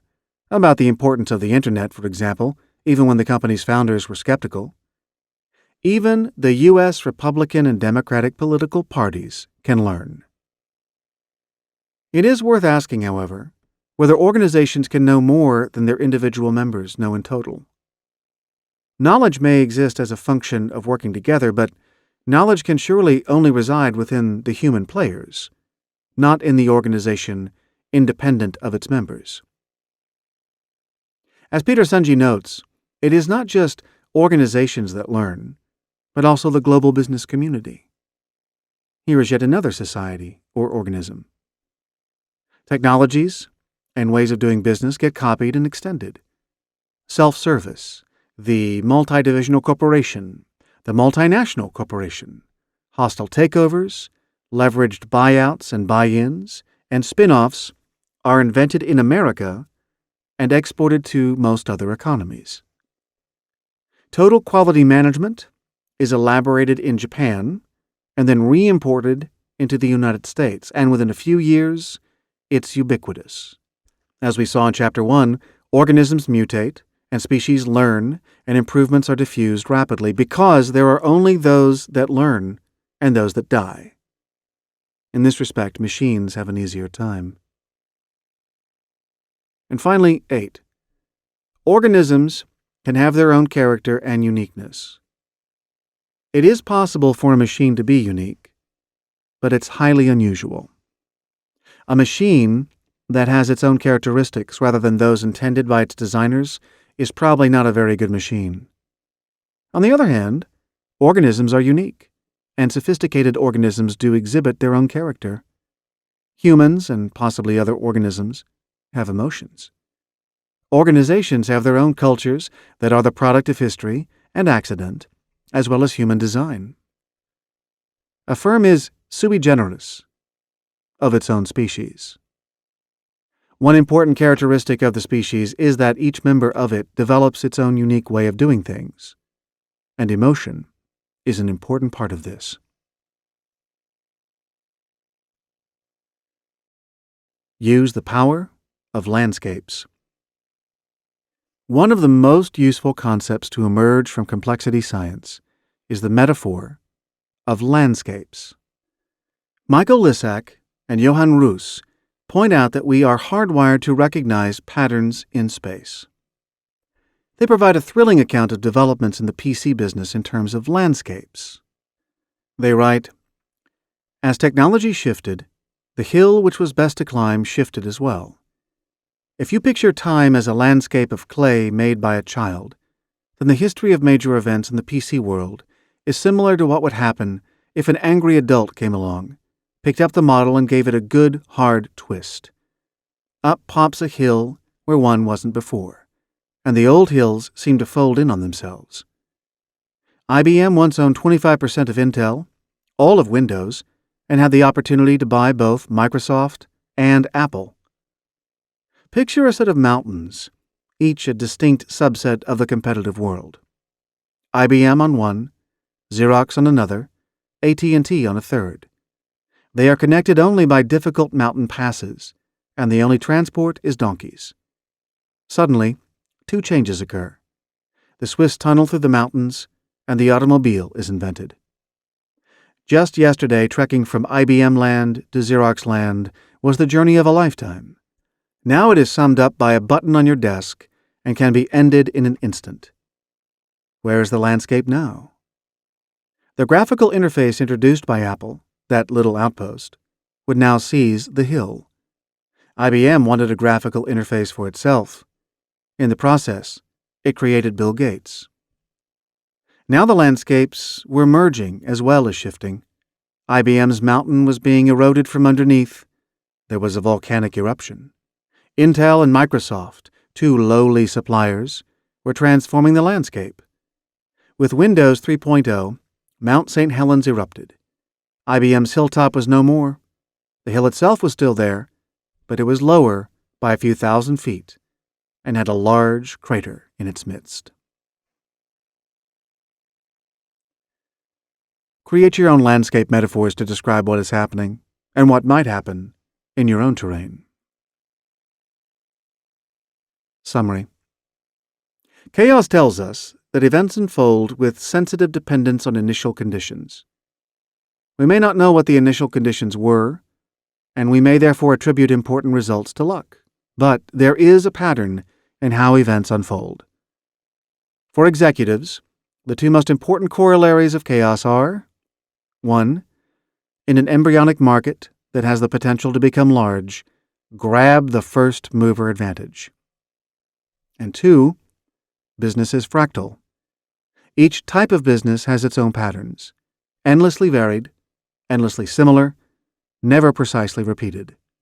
Success comes from recognizing the patterns. This requires specialization, experience, and an instinct for the patterns themselves. Complexity tells us that small changes can completely reconfigure large and complex systems. Big changes can have small causes. Structure is not planned, it emerges on its own. Given half a chance, complex systems organize themselves. In the case of organizations, this will lead to unexpected consequences, which may not always be welcome to owners and leaders. Action implications. 1. Exploit the fractal nature of business. Gain experience and skill in spotting the recurrent patterns that are peculiar to your own business space. Remember that it is experience at pattern spotting, not the time that you spend in a market, that is valuable. Don't expect the patterns to be the same as in other markets, even if they are very adjacent and appear very similar. 2. Grab the first mover advantage. 3. Be flexible and have strategies, not just one strategy. Realize the role of chance and apparently trivial events.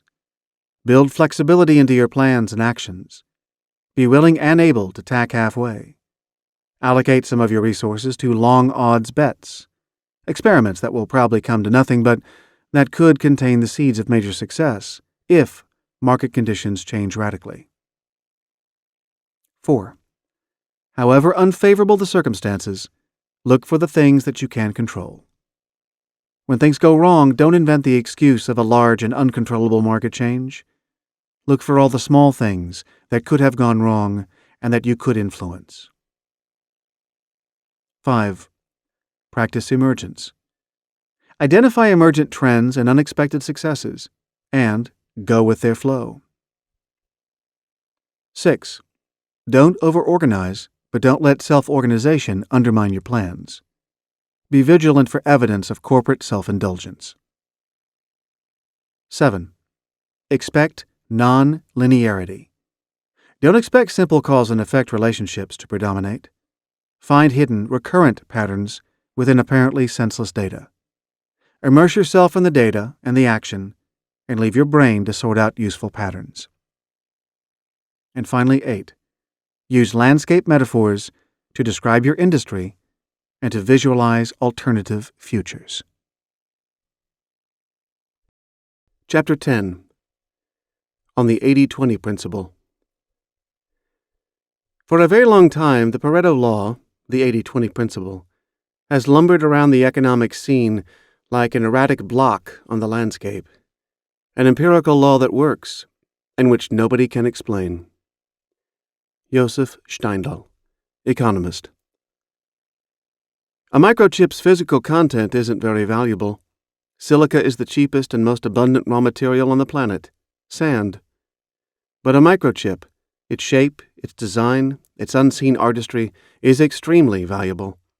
Yet it comes from a source that seems almost unlimited, the knowledge and inspiration that we draw from the human mind and spirit. This is the most valuable resource, and the most abundant. Tachi Kiyoguchi, Chairman, Mitsubishi Electric America. More with less. The history of civilization is the history of achieving more with less. The happiest non-linear relationship. Development of agriculture some 7,000 years ago moved mankind beyond Stone Age hunter-gathering. The process of science since the 17th century enabled fantastic and sustained leaps in agriculture and industrial productivity that have enabled the earth to support quite unprecedented numbers of people. Hundreds of millions of them at or beyond living standards historically reserved for a tiny elite. Science and technology have enabled us to do things: produce food and shelter, conquer disease, travel, build monuments, communicate, create art, enjoy ourselves, to progressively higher standards using only tiny fractions of the natural resources and time that used to be necessary. Reflect that 2 or 3 centuries ago, 98% of the labor force was employed on the land, producing food, and now 2 to 3% of the workforce produces far more food for far more people with far less effort. Then think of how much is produced by computers and the Internet, and how few natural resources go into the process. A century ago, there were no computers. And as Diane Coyle comments, a single birthday card weighing less than a gram, with a microchip that plays Happy Birthday when you open it, contains more computing power than existed on the whole planet 50 years ago. More for less. The hallmark of progress and wealth creation throughout the ages. More for less is always possible. It's also happily quite inevitable. Sooner or later, in anything, we will get more for less. And however much more you get for however much less today, you can be absolutely confident that tomorrow you will get even more than today's more, for even less than today's less. Furthermore, it is all down to science and technology, to intelligent use of knowledge. A myriad of specific applications and improvements incarnate science's forward march. But it's also worth asking whether there are general laws that underpin the process, that can help us extract more from less in any application or task. It so happens that there are, and this chapter explores them. Language, the movies, and the World Wide Web. What do language, movies, and the World Wide Web all have in common? Many things, perhaps, but one key commonality is that they are all highly pronounced examples of an extremely useful power law, one that can always point the direction to achieving more with less. In 1999, two Xerox Corporation researchers found that a tiny portion of sites on the World Wide Web command most of the traffic. 119 sites, fewer than 0.1%, received 32% of all visits. The top site was Yahoo. The top 5% of sites in the sample, comprising about 6,000 sites, received 75% of visits. The same pattern of a few important winners and a mass of unimportant losers is evident in the movies. In 1997, two economists studied the revenues and lifespans of 300 movies released over an 18-month period. They found that 4 movies earned 80% of the box office, while the other 296 movies had to make do with a miserable share of the remaining 20%. In other words, 1.3% of the total number of movies accounted for 80% of the revenue. An even more extreme example than the World Wide Web, but the same general skewed distribution. The third example is everyday language. Sir Isaac Pitman invented shorthand after finding that just 700 words made up a staggering 70% of conversation. Including derivatives of these words, Pitman found the proportion went up to 80%. The New Oxford Shorter English Dictionary lists more than 500,000 words. What this means, then, is that fewer than 1% of words make up 80% of word usage. This pattern is very similar to that of the movies. The 80-20 principle. What the web, movies, and speech have in common is a profound imbalance in how the spoils are divided. The first person to spot the prevalence of such patterns was the Italian economist Vilfredo Pareto in 1897, when he looked at the distribution of wealth and income across the working population. Pareto found a small minority earned a substantial majority of total incomes, or enjoyed a predominant share of wealth, and what really excited him was that the distribution followed almost exactly the same pattern whatever the time period, and also whichever country he examined. In the last half-century, Pareto's law has come to be generally known as the 80-20 principle, or 80-20 rule, based around the rough observation that the top 20% of any distribution usually accounts for about 80% of its power or impact. In business, many studies have shown that the most popular 20% of products account for approximately 80% of sales, and that the 20% of the largest customers also account for about 80% of sales, and that roughly 20% of sales account for 80% of profits. Likewise, it is a safe bet that about 80% of crime will be accounted for by only 20% of criminals, that 80% of accidents will be due to 20% of drivers, that 80% of wear and tear on your carpets will occur in only 20% of their area, and that 20% of your clothes get worn out 80% of the time. 80-20 is not a magic formula. The actual pattern is very unlikely to be precisely 80-20. Sometimes the relationship between results and causes is closer to 70-30 than to 80-20. Sometimes, as in the 3 examples I cited, the pattern is even more extreme than 80-20. For the World Wide Web, there is a 75-5 relationship. 5% of sites attracted 75% of visits, and about 7% of sites receive 80%. So, in this case, it is 87, rather than 80-20. For movies, it is 81 to the nearest round number. 1% of movies make 80% of the box office gross. The use of words also displays an 80-1 relationship. Fewer than 1% of words is used 80% of the time. The point is not whether a particular example is 80-1, 80-70, 80-20, or 80-30. The point is that the relationship between causes and effects is very rarely 50-50, or anywhere near it. In this sense, the universe is not very democratic. Neither is the World Wide Web, despite hopes that it would allow a large number of contestants to compete on a level playing field. There is nearly always a sheep and goats phenomenon. Some parts of the picture are hugely important, and most of the rest is insignificant background. The power of the 80-20 principle lies in the fact that it is not fully intuitive. Although we do expect some things to be more important than others, we don't expect the differences between the important things and the less important things to be anywhere near as great as they usually are.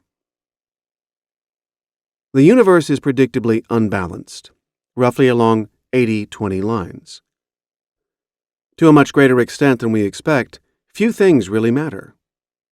Truly effective people and organizations batten on to the few powerful forces at work in their worlds and turn them to their advantage. Less is more. Less is more was made famous by Ludwig Mies van der Rohe, 1886 to 1969, the minimalist German architect, who meant that an architect should concentrate on the essentials of buildings and not try to hide the materials from which they were constructed. The phrase actually comes from Robert Browning's 1855 poem titled Andrea del Sarto. Less is more is a useful catchphrase because it reminds us that much of what we do actually has negative value. Many activities, customers, products, and suppliers actually subtract value, which helps to explain why their very positive counterparts produce such a high proportion of net value. So here's another even more useful motto for business people, courtesy of Bill Bain, founder of consultants Bain & Company. The best way to start making money is to stop losing money.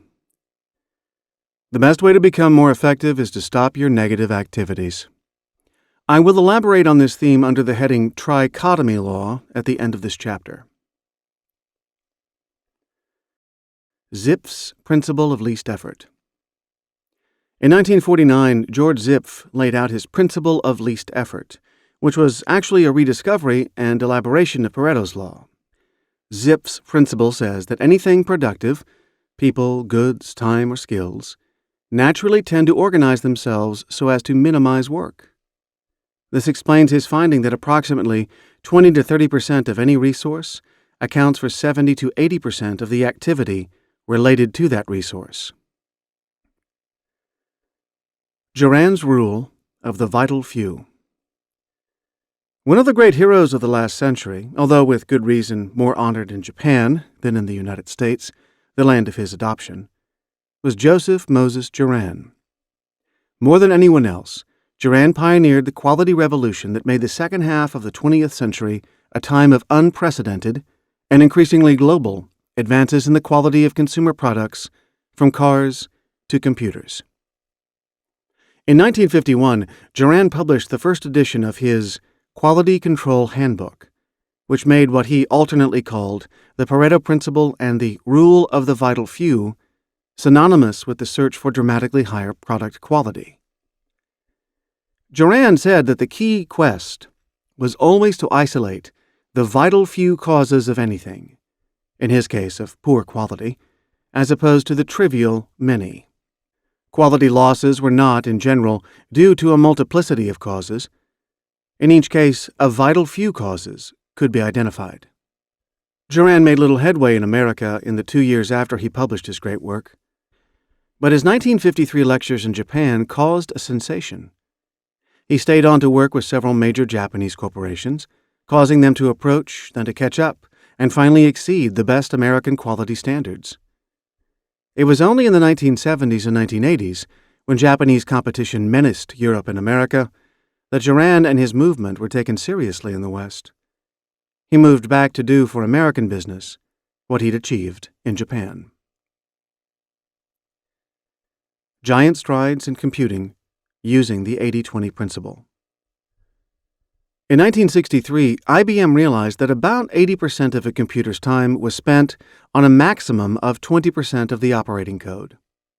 This insight immediately led the company to rewrite its software to make that most popular 20% much more accessible, fast, and user-friendly than previously, giving it a significant advantage over competitors who for a long time continued to treat all applications more or less equally. In the 1990s, Microsoft took the 80-20 approach yet further, devoting obsessive energy to simplifying the most popular uses of the PC. Throughout the industry, most software writers and computing executives became aware, implicitly or explicitly, of the 80-20 principle. Is it a coincidence that, of all high-tech products, the PC is the easiest for technically challenged people like me to master? Winner-take-all, superstar principle. One illustration of the 80-20 principle is in the massive and increasing gap between the returns of the top earners, whether these are Steven Spielberg, Bill Gates, Rupert Murdoch, Oprah Winfrey, Pete Sampras, Luciano Pavarotti, or the top trial lawyers, writers, and other professionals who are the stars of their own worlds, and those who are just below the top rank. The superstars take an amazing proportion of the total, and their popularity becomes self-reinforcing. Whenever markets operate freely, they tend to divide the world into a few very fortunate people, on the one hand, and everyone else on the other. During the 1980s, an astonishing 64% of the total increase in incomes in America went to the top 1%, a 64-to-1 principle. This can be neither healthy for society nor sustainable, but it does illustrate how free markets, and the universe generally, operate. I might as well say here that the 80-20 principle, like all power laws, may not be benign. It is simply a force to be reckoned with, which we must turn to our advantage wherever possible. The extent to which we use the 80-20 principle to increase our own effectiveness, by mimicking the way the universe works, may in fact determine the extent to which we are able not only to extend its benign natural effects, for example, in reaching higher and higher levels of productivity and wealth, but also to control and reverse its malign natural effects, which, when allowed to operate unchecked in society, will tend to undermine democracy. The ubiquity, universality, and usefulness of the 80-20 principle. Of all the power laws in this book, the 80-20 principle is one of the most universal. It seems to apply to almost anything. It is built into the fabric of the universe.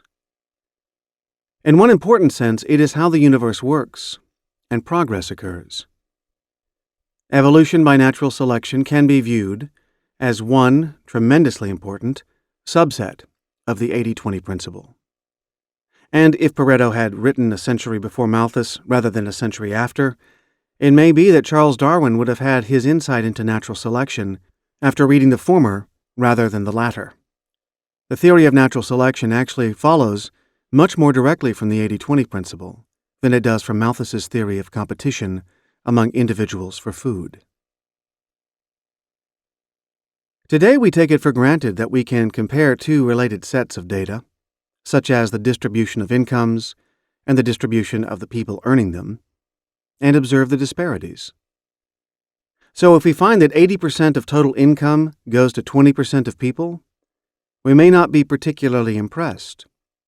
We may say, so what? It was Vilfredo Pareto's genius to make comparisons like this for the first time. But what is awesome and spooky is how prevalent the pattern of predictable imbalance is when applied to almost any two sets of related data. In evolution, in business, in society, and in life generally, including our personal lives, there are always a few powerful influences, a few things that really matter, and also an enormous amount of background noise, which claims our attention and distracts us, but which is best ignored because it doesn't matter. In paying attention to the background noise, which persuasively masquerades as important, significant, and urgent, we limit our effectiveness and squander the energy that should be devoted to observing and co-opting, or avoiding, the powerful forces around us. It is easy to concede that the 80-20 principle operates across the broad canvas of life. We can hardly deny it when we look in detail at the facts of any particular case.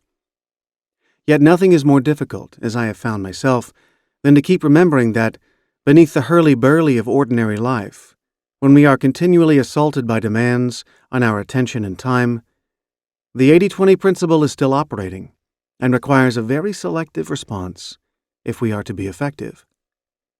We may know that the 80-20 principle applies, and yet behave as though we didn't. Virtually all businesses do more than they should, own more than they should, acquire more than they should, and try to exert influence where it is fruitless. Nearly all executives try to manage more than they should, do too many things, and know too much about too much, and too little about the few things that will determine their success or failure. So do the great majority of managers in non-business organizations, and civil servants, and politicians. So do almost all of us in our private lives. We spend time, energy, and money on things that will only marginally affect our happiness and value to others. We fail to give due weight to the few people, events, and objectives that give our lives meaning. How to use the 80-20 principle in business. There are many helpful tactical uses of the 80-20 principle to help your organization or your career. For instance, it can be used in negotiations, including to get yourself a pay raise, and also in your personal life. But since I don't want to repeat what I've said in an earlier book, I'm going to concentrate here on the strategic ways to use the principle in business. The key insight is that your firm almost certainly does too much. The hypothesis is that 20% of what it does leads to 80% of the benefit. If this is true, it follows that the firm should do more of the 20%, or similar activity, but very little of the 80%. The firm should do much less. Too abstract? Let me be more concrete.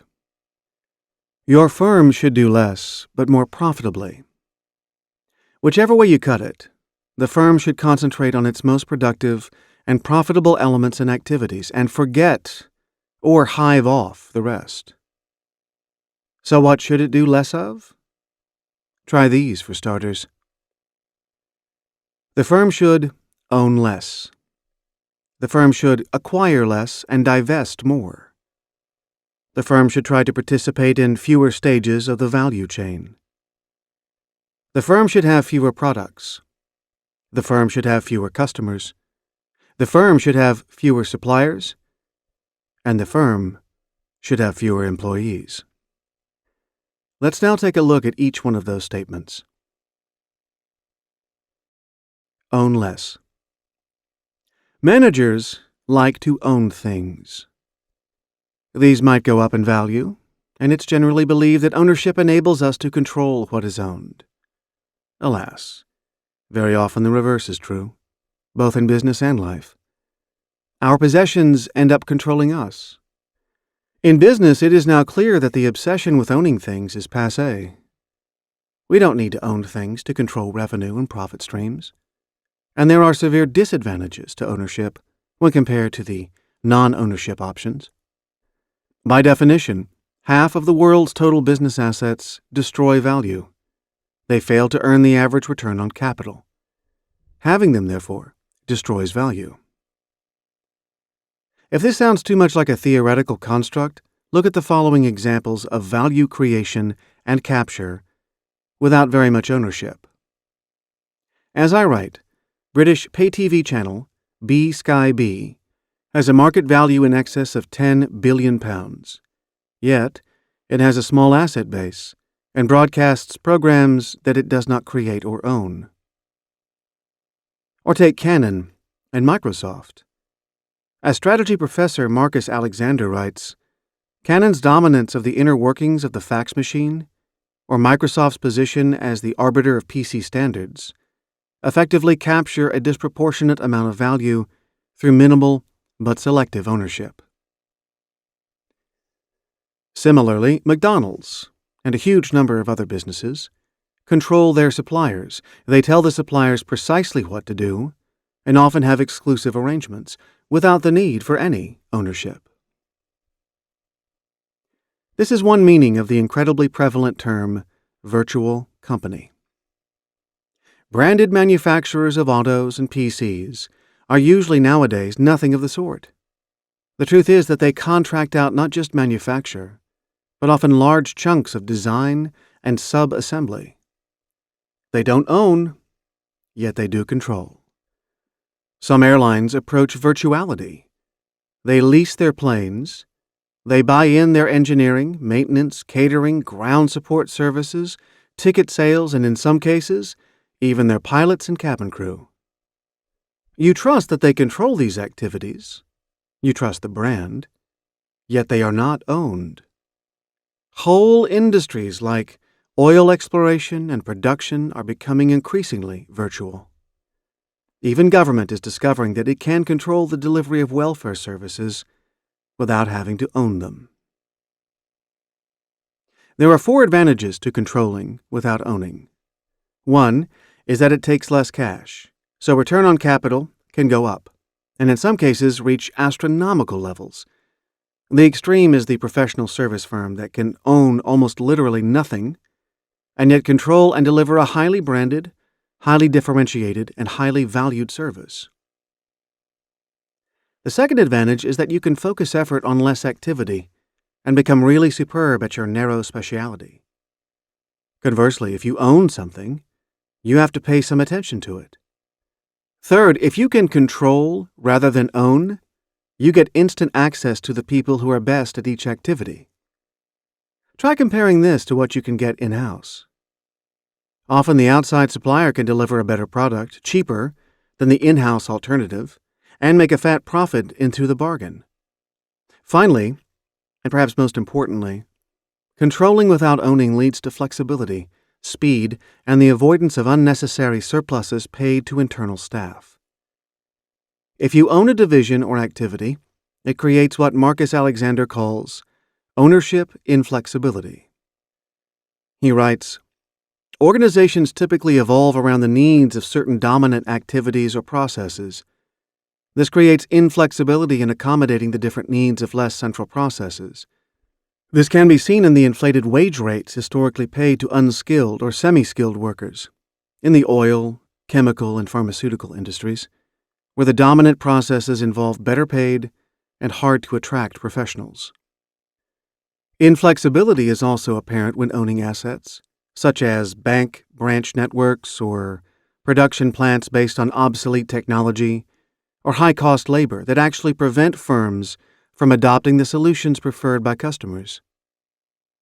Ownership may enable you to control today's processes at the expense of missing out on tomorrow's. Since knowing how to do something for customers better and cheaper is the only secure basis for companies to make a living, and since knowledge resides ultimately in people, and since slavery has been abolished, I could argue that it is impossible to own the most important components of corporate success in any case. Similarly, many activities that appear to involve ownership need not actually do so. Buildings, computers, communication lines, manufacturing equipment, and almost everything else that appears to give substance to companies can be leased or hired. Own only the 20% that contributes 80% of effective control. And if control is possible without ownership, don't own anything. Acquire less. It is a paradox that profits can be produced without ownership, and yet the easiest way for managers to spend enormous amounts of money is to acquire other companies which themselves may own very little. Why use capital to acquire firms when the underlying operation can be conducted with very little use of capital? A partial explanation is that access to a stream of profits is worth paying for. This is only a partial explanation because it can't explain why acquisition is more prevalent than building businesses from scratch, where much less capital can generate much more cash in the long run, or why the prices paid for acquisitions, as measured by price-to-earnings ratios, have escalated way beyond sensible calculations of value. Nor can the stream of profits explanation tell us why we should use scarce capital to pay shareholders of an existing business, who themselves have probably provided far less capital than the business is said to be worth, when a higher long-term return is likely from organic expansion using little capital. The paradox can only be explained, I believe, by what I call the false market in acquisitions. Acquisitions are more expensive than is economically justified only because managers prefer to buy than to sell, and because managers have a shorter time horizon than is good for the owners of the businesses or anyone else. Building companies takes too long for managers to reap the benefit personally.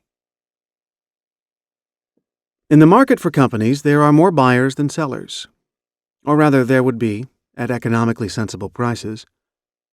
Inflated prices are necessary to reach equilibrium where the number of buyers and sellers is equal. This does not mean that all acquisitions are stupid or too expensive, only that the average acquisition is, and all the below-average ones are. Conversely, not all divestments add value, but well over half do. Mergers and acquisitions, M&A, are still growing, although if you deduct spin-offs, demergers, and unbundlings from the total, this is not true.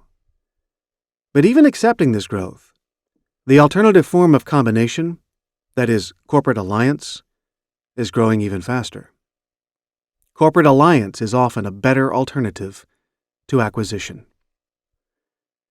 The global auto market now resembles a tangled mass of spaghetti, a complex network of relationships. Alliances are also the dominant trend in the financial services industry, in computers, and in telecommunications. Nor need alliances be confined to one industry. Coca-Cola, McDonald's, and Disney have a global alliance that benefits them all, combining Coke's brand and marketing, McDonald's distribution strengths, and Disney's branded characters.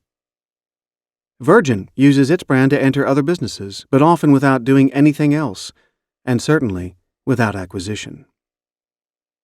It is often easier, and nearly always much cheaper, to get what you want from another company via alliance rather than acquisition. Participate in fewer stages of the value chain. The value chain is all the activities that lie between the conception of a product or service and its arrival in the hands of the customer. So it involves research and development, product design, component manufacture, assembly and processing, branding and marketing, selling, physical distribution and delivery, after-sales service, and any other stages that are relevant to your own industry. If, like most businesses, you participate in more than one of these stages, you are unlikely to be equally good when compared to the best competitor in both or all stages. Many very successful businesses focus all or nearly all their energies on one or two stages of the value chain. Companies that just do oil exploration, or production, or marketing have tended to be more profitable than the integrated majors. Firms like Filofax, that used to undertake substantial elements of product manufacture, are more profitable now that they have focused on product design, branding, and marketing. In baby buggies and strollers, companies that just brand and market, or that just manufacture, are more profitable than the firms that do it all. Hotel corporations are dividing themselves into units that own and manage property, and units that operate hotels. The profits of the Coca-Cola Company leapt after it divested its bottling and physical distribution operations. Concentrate on the 20% of activities where you add 80% of the value. Have fewer products. Examine your product profitability. A good hypothesis is that 20% of product will generate 80% of profits. By definition, the bottom half of products are depressing your average return on capital. It's also likely that the bottom half of products don't meet your required rate of return, and possible that a good chunk of them are actually loss makers. If your products conform to the typical pattern, a 20% increase in sales of the most profitable products will lead to an 80% increase in profits. Even a 10% sales increase, if concentrated in the most profitable products, will probably lead to a 40 to 60% profit increase. Conversely, a 10 to 20% drop in the least profitable products is likely to lead to an increase in profits, even if no overhead is cut.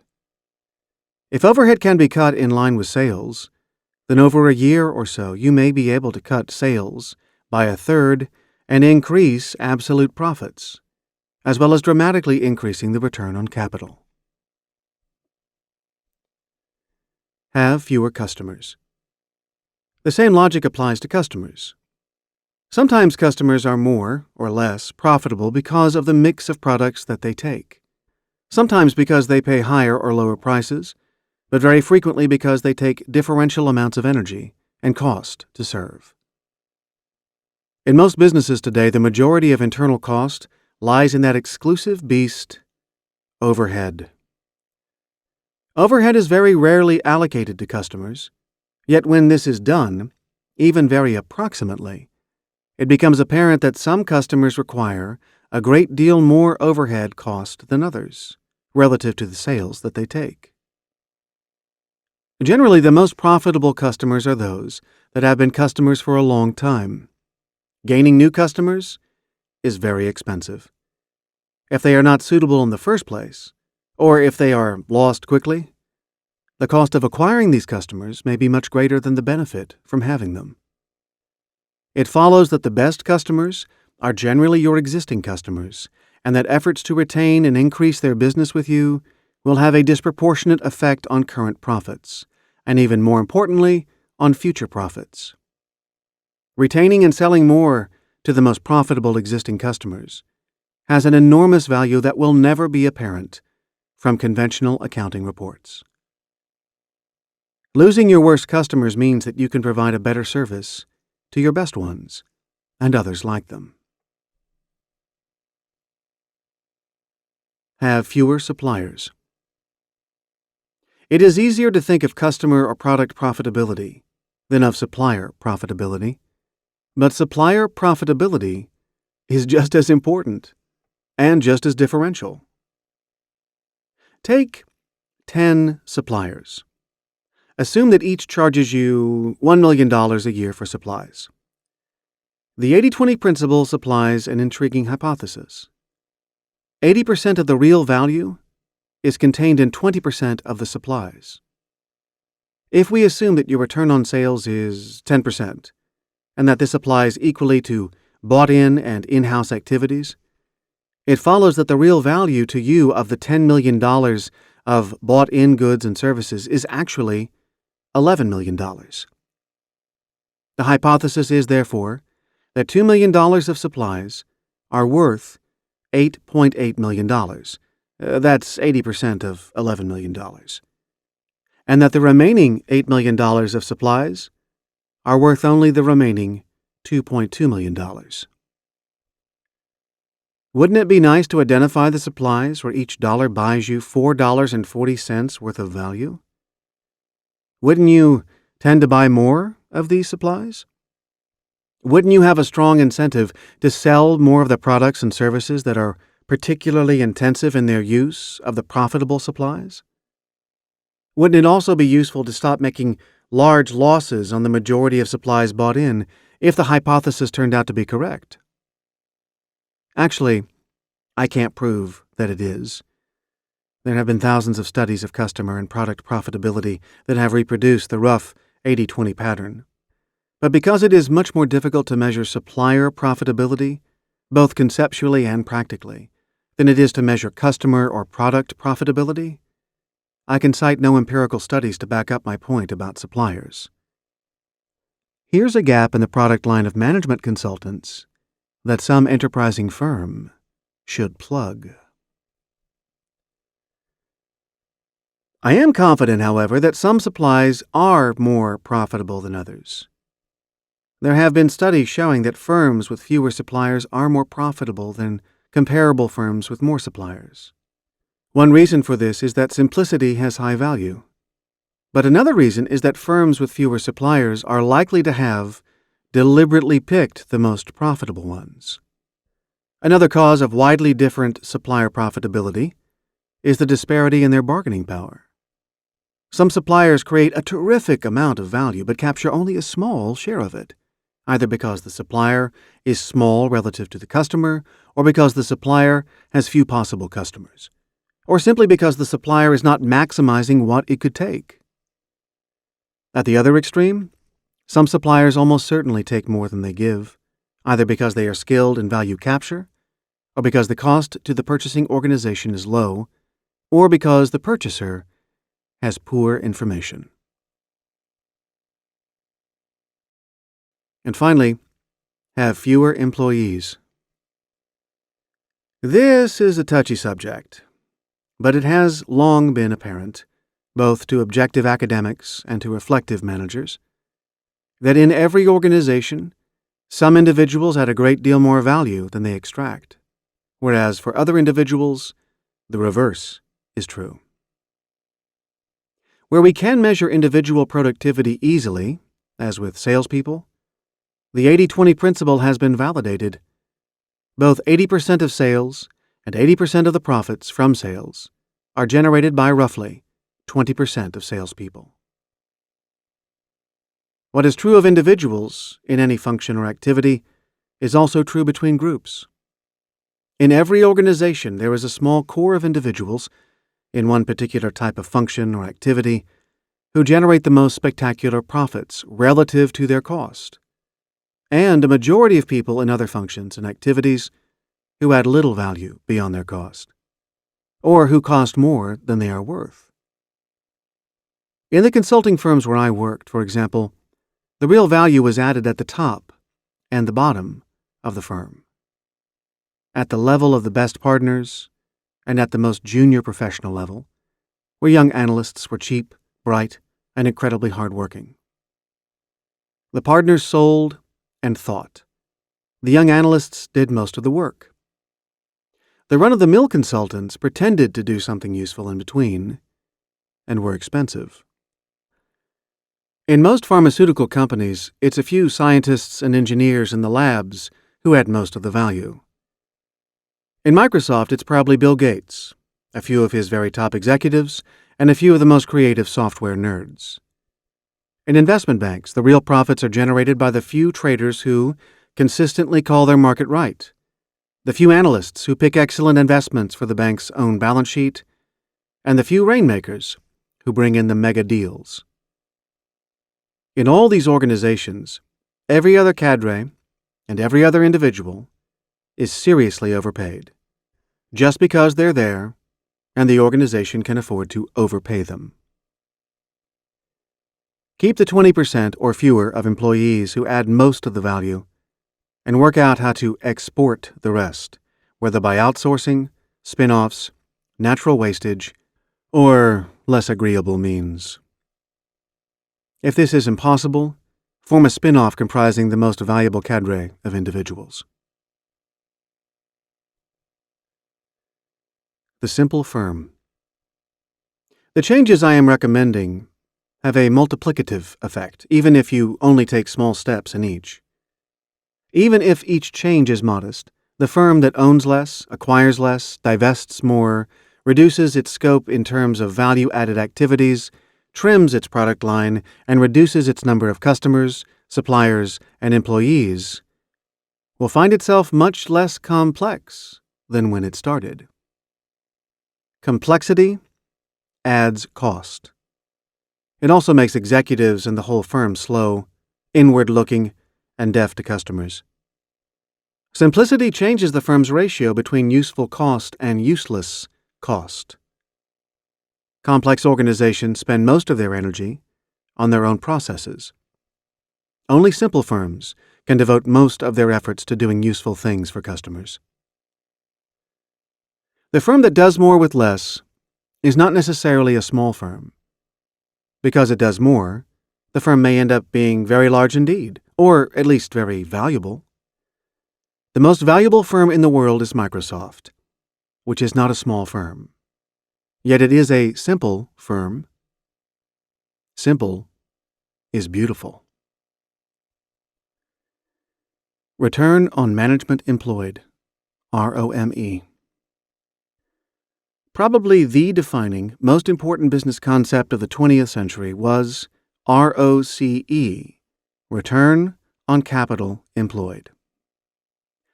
The defining business concept of the 21st century could prove to be ROME, which stands for Return on Management Employed, or Return on Management Effort.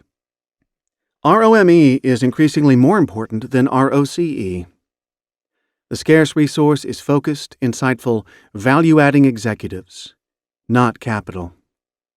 Ideas, brains, knowledge, technical skills, and the sheer ability to get sensible things done. These have more value and rarity than cash. Whether it knows it or not, the simple firm has worked this out. It is trying to maximize ROME, not ROCE. More complex firms will do well to classify all their business segments on a 2x2 matrix, looking at ROME and ROCE. Only businesses with high ROCE and high ROME will be retained as part of the core. The rest should be spun off or sold. Even businesses with high ROCE are not really as profitable as they look if they also have a low ROME. They are hogging the scarce resource. Financial controllers and CFOs are looking out for high ROCE and are parsimonious with cash. Who is looking out for ROME? Who is ensuring that it is doled out parsimoniously only to businesses with really good returns? Focus on the 20% of businesses that have high ROCE and high ROME, the few that really do offer great returns on what is truly scarce. If there is a conflict between ROCE and ROME, give priority to the latter. Charm. In the 1950s, particle physicists working in quantum electrodynamics, known as QED, began developing electroweak theory. In the 1970s, Sheldon Lee Glashow, born in 1932, son of a Russian immigrant to the U.S., proved that in addition to the subatomic quarks called up, down, and strange, there was a fourth quark, dubbed charm. The theory explains how particles interact with each other.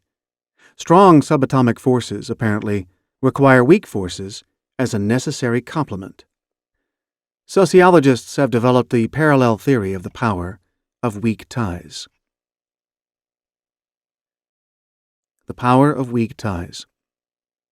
A weak tie is one where there is no direct ownership, financial interest, control, contract, or affiliation, but where there is some connection as a result of knowledge, indirect links, a friend of a friend, geography, professional group, or some other accidental or incidental conduit. One example of the power of weak ties is how people find out about jobs. Apart from advertisements and headhunters, the main source of information is not from close friends and family or existing employers, but via informal networks, friends of friends, and information randomly accessed from other sources. Or take two communities threatened with disruption by major road projects. In one community, there were plenty of strong ties within monolithic organizations, like the church, a few large organizations, and the local council, but few links across the boundaries of the strong ties. Each group kept itself to itself. In the other community, there were few strong ties, but a multiplicity of weak ties between smaller clusters of interest groups, none of which was itself very strong or influential. In the first community, the monolithic groups each kicked up an enormous fuss, but could not mobilize across a broad front. Each group was ignored. In the second community, The weak ties gradually produced a groundswell of united ad hoc protest that was successful in blocking the road project. Silicon Valley epitomizes the power of weak ties. Here are a large number of independent, fiercely competitive businesses.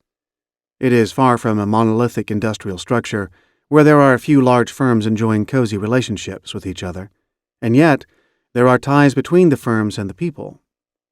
Executives swap jobs frequently. They gossip in bars, they go to industry conventions, they engage in ad hoc collaboration. They play sport together, they share information. By way of contrast, Route 128 outside of Boston has the same industrial structure, many competing firms, but far fewer of the informal weak ties. People are much more secretive and insulated from each other, and engage far less in a wide range of social contacts. The power of weak ties is closely related to another power law we examined in Chapter 5, Jared Diamond's principle of intermediate fragmentation, which states that you don't want excessive unity and you don't want excessive fragmentation. Instead, you want your human society or business to be broken up into a number of groups that compete with each other, but that also maintain relatively free communication. So what? The power of weak ties illuminates both the 80-20 principle and the way in which influence can be exerted across boundaries. If weak ties will do, you don't need strong ties. You don't need ownership. You don't even need control. You can achieve 80% of your objective with only 20% of the ammunition. In fact, strong ties may be less effective than weak ties, because strong ties encourage a sense of internal identity that removes the appetite for, or the ability to digest, a whole range of weak external ties. Von Forster's theorem. Derived from modern cybernetic theory, von Forster's theorem says that the more rigidly connected parts of a system are, the less influence they will have on the system as a whole. Each rigidly connected element of the system will be more alienated from the whole system. Excessive control can therefore be counterproductive, and will certainly lower the potential value and cohesion of the whole system.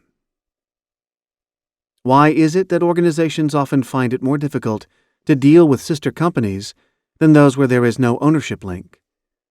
Why do executives often find their own weak ties, their own informal networks held together by nothing more than chance, vague mutual empathy, and the possibility of doing useful business together, more useful than the strong ties of organizational culture and common interest? The 50-to-5 principle. The 50-to-5 principle is very useful and very snappy. Typically, 50% of a company's customers, products, components, and suppliers comprise a mere 5% or less of sales and profits. The profits may even be negative. Therefore, eliminate the low-volume customers, products, components, and suppliers. Result? Only a very small drop in sales, but a large reduction in complexity. Whether or not the numbers show it, an increase in real profits is almost inevitable. For instance, in the early 1990s, Corning conducted a 50-to-5 analysis at 2 plants producing ceramic substrates for auto exhaust systems, one in Greenville, Ohio, and the other in Kaiserslautern, Germany. The 50-to-5 principle worked. Out of the 450 products made at Greenville, half produced 96.3% of total sales.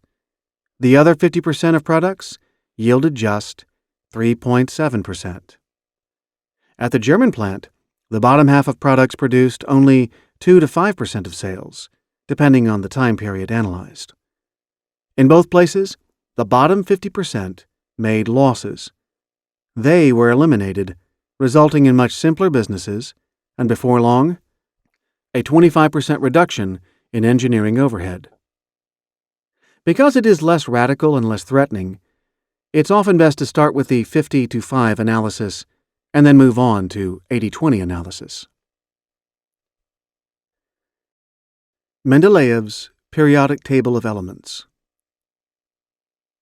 A methodology with strong similarities to the 80-20 principle was developed in 1869 by Dmitry Mendeleev (1834 to 1907), a great Russian chemist. Looking at chemical elements and trying to find their underlying unity, Mendeleev noticed that, as he said, the size of the atomic weight determines the nature of the elements. Chemicals with similar properties have similar weights.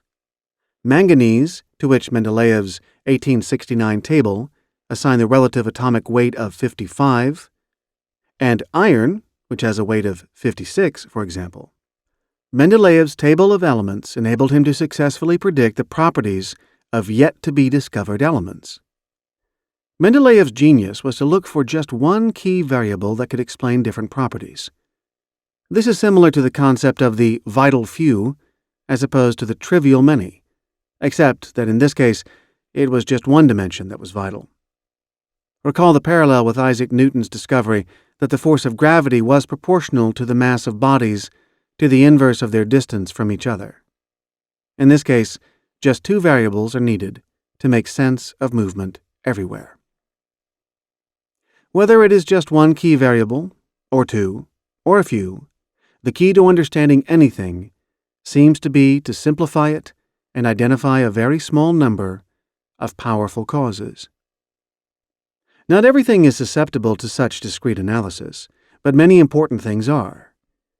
It is always worth trying to isolate between 1 and 3 important variables that may be causing most or all of what you are trying to explain.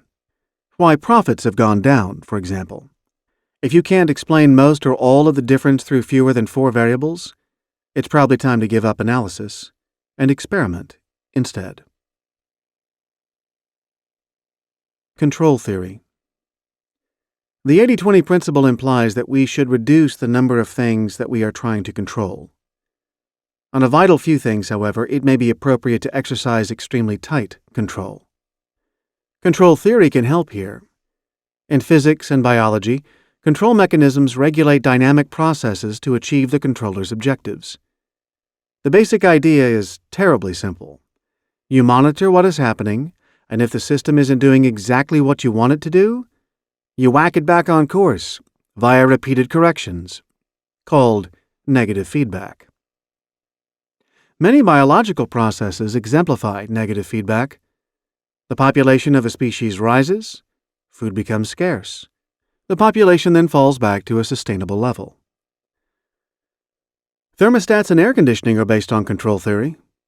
Attempts are now being made to use it to control complex systems such as irregular heartbeats, nerve impulses, or artificial satellites. Whereas many attempts by humanity to exert control over the environment have proved disappointing, control theory, because it is part of the warp of nature itself, may prove to be an extremely effective tool. According to Ian Stewart, in the future we may well use it, control theory, to control the flow of turbulent air past an aircraft wing, the population of codfish off the coast of Newfoundland, or the migration of locusts in North Africa. And we may use it to send supplies to our newly constructed moon base using only half the fuel now required. Control theory can only work if it is possible to define the outposts you want precisely and to measure them precisely too. Budgeting is a form of control mechanism, and the accounting systems that reduce the complex reality of business life to a few figures that can be measured and monitored are a good example of the value and limitations of control theory. The system of budget monitoring works quite well, but only if we all believe in the validity of the numbers presented. In reality, the information presented is necessarily distorted, and only part of what should really be monitored. Yet, alternative systems have proved too complex and unworkable. Therefore, if you're going to attempt to control something, you do need to think very carefully about the value of your measurements and whether you will really be achieving the results you want. It's a boring cliché that what gets measured gets done. Yet, the truly important things are usually the ones least measured and monitored, either because it is inherently impossible to do so, or because insufficient thought is given to what the measurement means. As an example of the latter, take a new product launch, where the system monitors rates of trial by consumers. This is frequently done, Yet it is the wrong measure. What matters is not trial, but repurchase rates after trial. Because repurchase is more difficult to track, the wrong measure is often used, and the whole effort has no value. Only use control theory if you are sure that you are going to measure the really important thing and that it can be measured precisely. Then do the following. 1. Define precisely what you are trying to do and how you will measure the output. 2. Measure the output. 3. Expect the output to differ from the plan.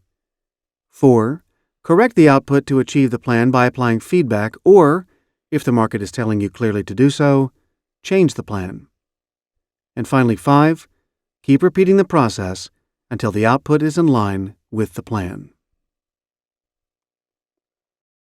Fermat's principle of least time. The French mathematician Pierre de Fermat, 1601 to 1665, discovered that a ray of light traveling between 2 points will go the way that takes least time, not the shortest route. His mathematical proof of the principle of least time led to the laws of reflection and refraction. And going the quickest way, light is minimizing its scarcest resource, time. We can apply the same principle in business by thinking not about time, but about what is the scarcest resource.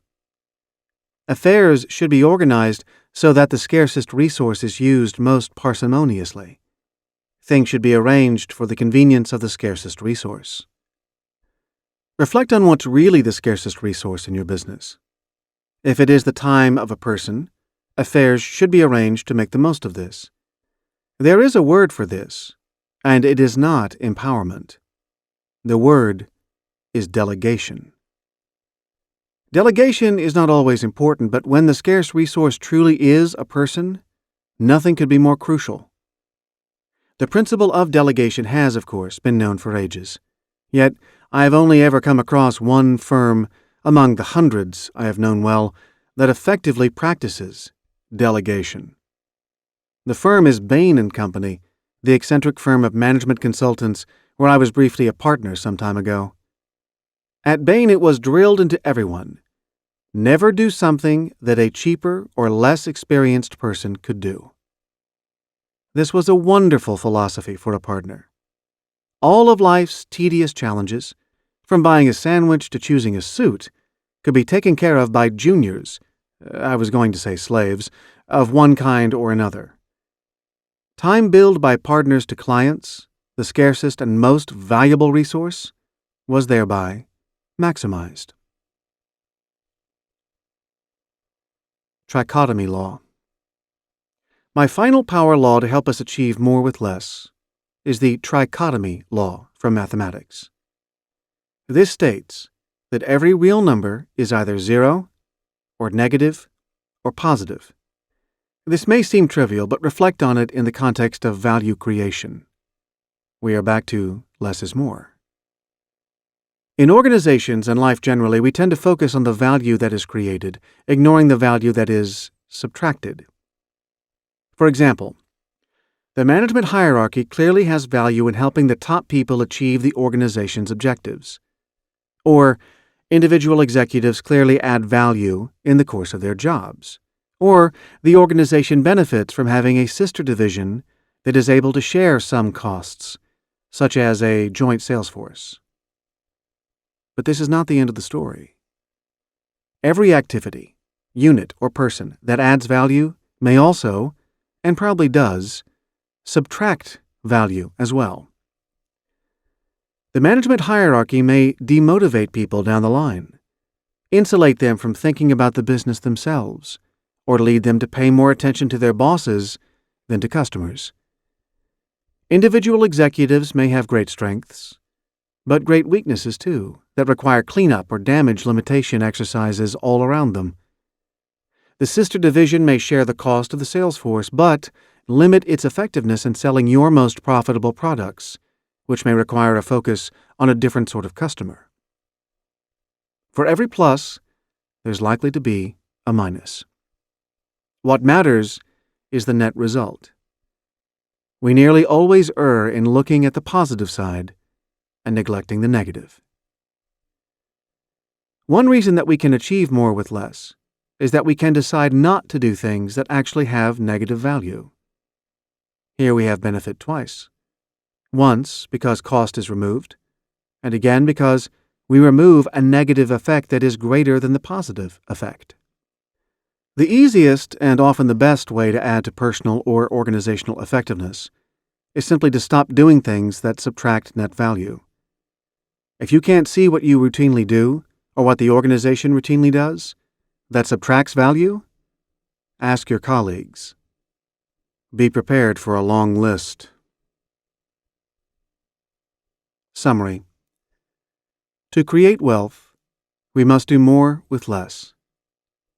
The 80-20 principle describes how the world works and shows us how to do more with less. The secret is to identify the powerful forces that have more than their fair share of impact. If they are forces that can help us, we should try to maximize them and ride them. If they are harmful forces, we must remove or avoid them.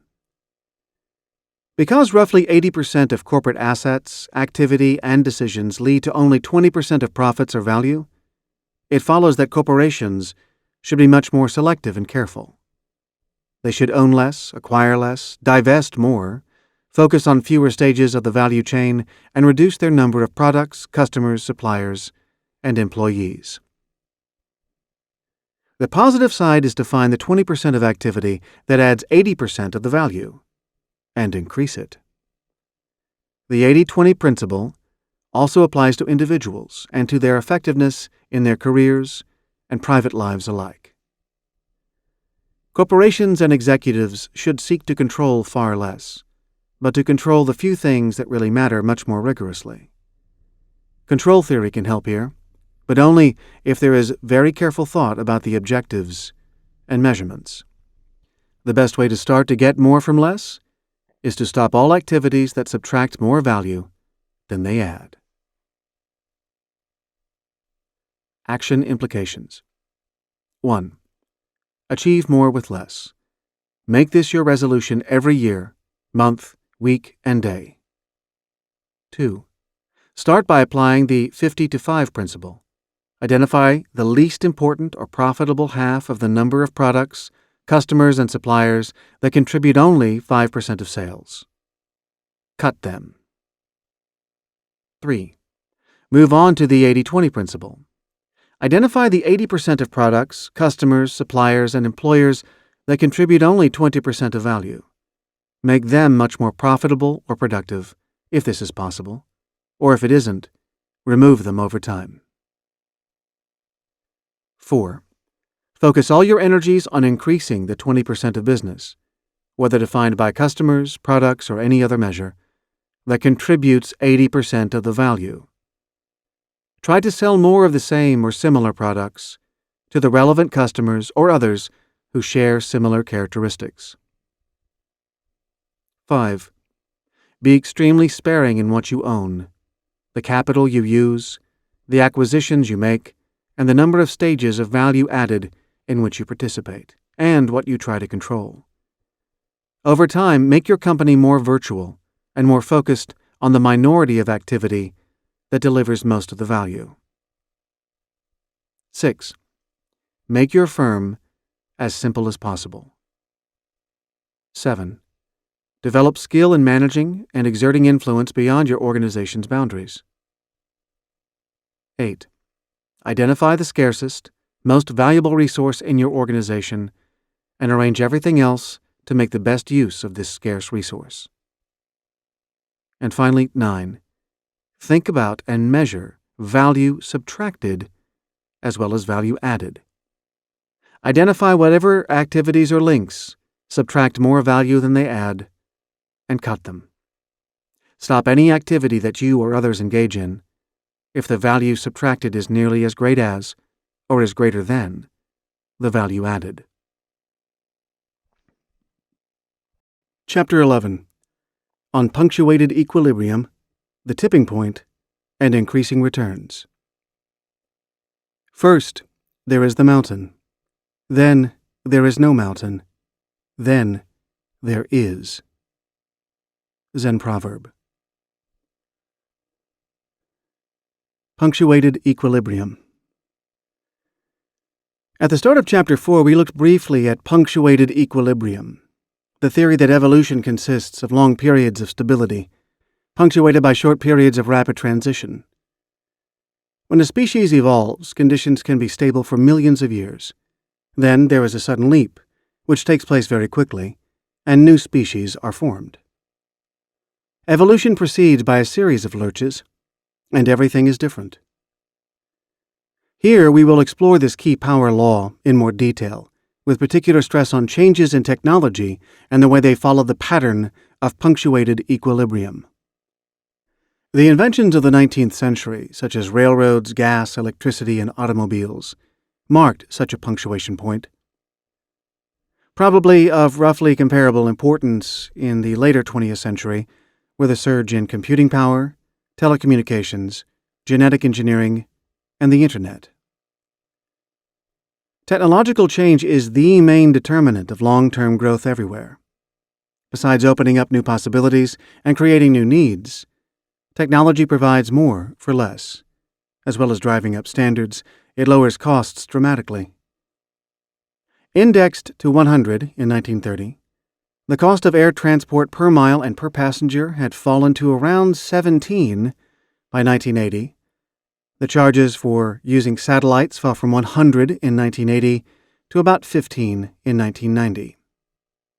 The cost of a 3-minute phone call from New York to London fell from 100 in 1940 to about 2 today. The most important technological changes are the general purpose or enabling technologies that transform economies and societies, that punctuate the equilibrium.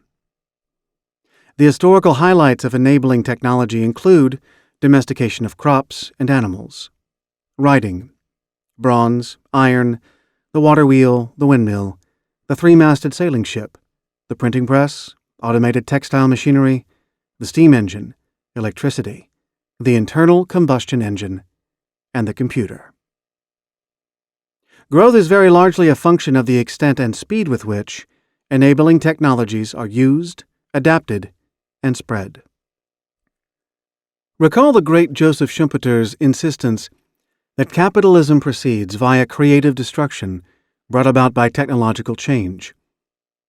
When a punctuated point is reached, the implications can be exhilarating or scary, depending on which side of the divide you sit. If you are a traditional farmer, determined to follow the way that crops have been planted and grown for 1,000 years, the arrival of genetically modified crops is a threat. If you're a leader in the new methods and can triple productivity while also raising resistance to disease, there is a big opportunity. The warning period of embryonic pre-change. Punctuated equilibrium has some very intriguing and potentially profitable characteristics. Technology may lie latent or largely unexploited for several years before suddenly taking off. The potter's wheel, for instance, was invented before 1500 BC, but only applied to spinning 2.5 millennia later. Eyeglasses were invented in the 13th century by the monk Roger Bacon, who died in 1294, but only exploited on a mass scale in modern times. Leonardo da Vinci drew prototype helicopters and much else besides, but lacked enabling power mechanisms. Capitalism's advance in the 18th century greatly shortened the period between invention and rapid deployment of new technologies. Steam power was applied within decades to every conceivable use: factories, steamships, railroad locomotives. Markets supplied incentives to introduce and diffuse new technologies. Even today, however, new technologies do not take off immediately on invention. Instead, they spend years lurking in the profitless limbo of the enthusiasts and the pioneer before exploding into mass markets. Cell phones, video recorders, and the Internet being examples. The pattern is not simply stability, then punctuation, then new equilibrium, but rather stability for a long time, followed by a much shorter but significant period of embryonic change, followed by the punctuation and then rapid transition to the new equilibrium. Change does not happen out of the blue sky. There is a warning, or warm-up, or pre-punctuation gestation period when the nature of the embryonic change is apparent to alert eyes, and yet has not happened. Plague theory. Plague theory charts how infectious diseases spread. It turns out the progress of any such disease, from the Black Death to AIDS to less serious infections, can be projected fairly accurately by calculating the proportion of the relevant population that has been infected at a few different time points, meaning years, months, or days, and then extrapolating what will happen if the rate of growth of the disease, as measured by the ratio of the infected to the not yet infected, remains constant. It is reasonable to assume that the rate of infection will be roughly constant if we adjust for the proportions of the population that, at any given time, are infected or healthy. It is worth explaining the formula because it is particularly useful in estimating how fast any new technology or new business method will spread. Assume that in month 1, 100 people will have the plague out of a population of 1 million. So, 999,900 don't have the plague. By month 2, 500 people have the plague, and 999,500 don't. In the third month, 2,500 are infected, and 997,500 are healthy. With just 3 data points like this, there is a good chance that we can predict how many people will have the plague in months 4 to 48.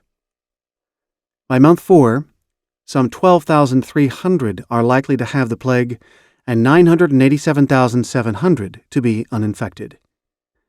The formula for the projections is X is equal to F divided by 1 minus F, where X is the factor by which to measure growth, F is the percentage of the relevant population with the plague, and 1 minus F is equal to the percentage of the population not infected with the plague. The theory holds that the rate of growth in X will remain constant. What typically happens is that the proportion of the population affected by the plague will now grow rapidly and at an accelerating rate.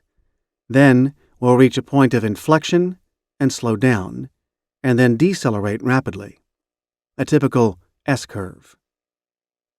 The fast initial growth comes when the number of people who are infected and can therefore infect other people reaches a certain critical level. The rate of increase in infection slows down when most of those susceptible to infection have been infected and the disease runs out of new people to colonize. The tipping point. If action can be taken to keep the disease below a certain critical level, then it may never reach the point of rapid acceleration, and the proportion of the population affected may end up being a fraction of what it would otherwise have been. The point at which rapid acceleration begins is known as the tipping point, when the disease tips over from being a low-level outbreak to a fully blown public health crisis. We can think of it also as the time that the disease acquires critical mass. The tipping point is therefore very similar to the time of punctuation in punctuated equilibrium. The metaphor is more graphic. 1 minute you are pushing water uphill, then you reach the tipping point and it's all downhill from there. All new technologies that punctuate an existing equilibrium and then replace it with another equilibrium must pass their tipping point. If they don't, they will never become dominant or cause significant change to a business system. The same idea can be applied to any new product, fad, or trend. A new social habit, such as jogging, taking ecstasy, rollerblading, or following a new rock group, may initially make little headway. It may stay confined to a small subculture or area. Then it may begin to gather momentum. If it crosses an invisible line, it may never look back. If it doesn't cross the line, it will remain a small minority interest. That invisible line is the tipping point. The idea of the tipping point is enormously valuable if you are trying to launch a new technology or product, or trying to assess what impact someone else's innovation will have. The key point is that at no stage is effort or expense proportional to results. In the earlier stages, a terrific amount of cash and energy may be invested, with little apparent payoff. At this point, many pioneers cut their losses. Yet, if the tipping point can be reached, it's all downhill from there. Sales and profits snowball, with relatively little incremental investment. Microsoft's profits were tiny for its first 10 years, but once the tipping point was reached around 1985, they exploded. So too for Federal Express. Beyond its tipping point, in the early 1980s, it was impossible not to compound profits like crazy.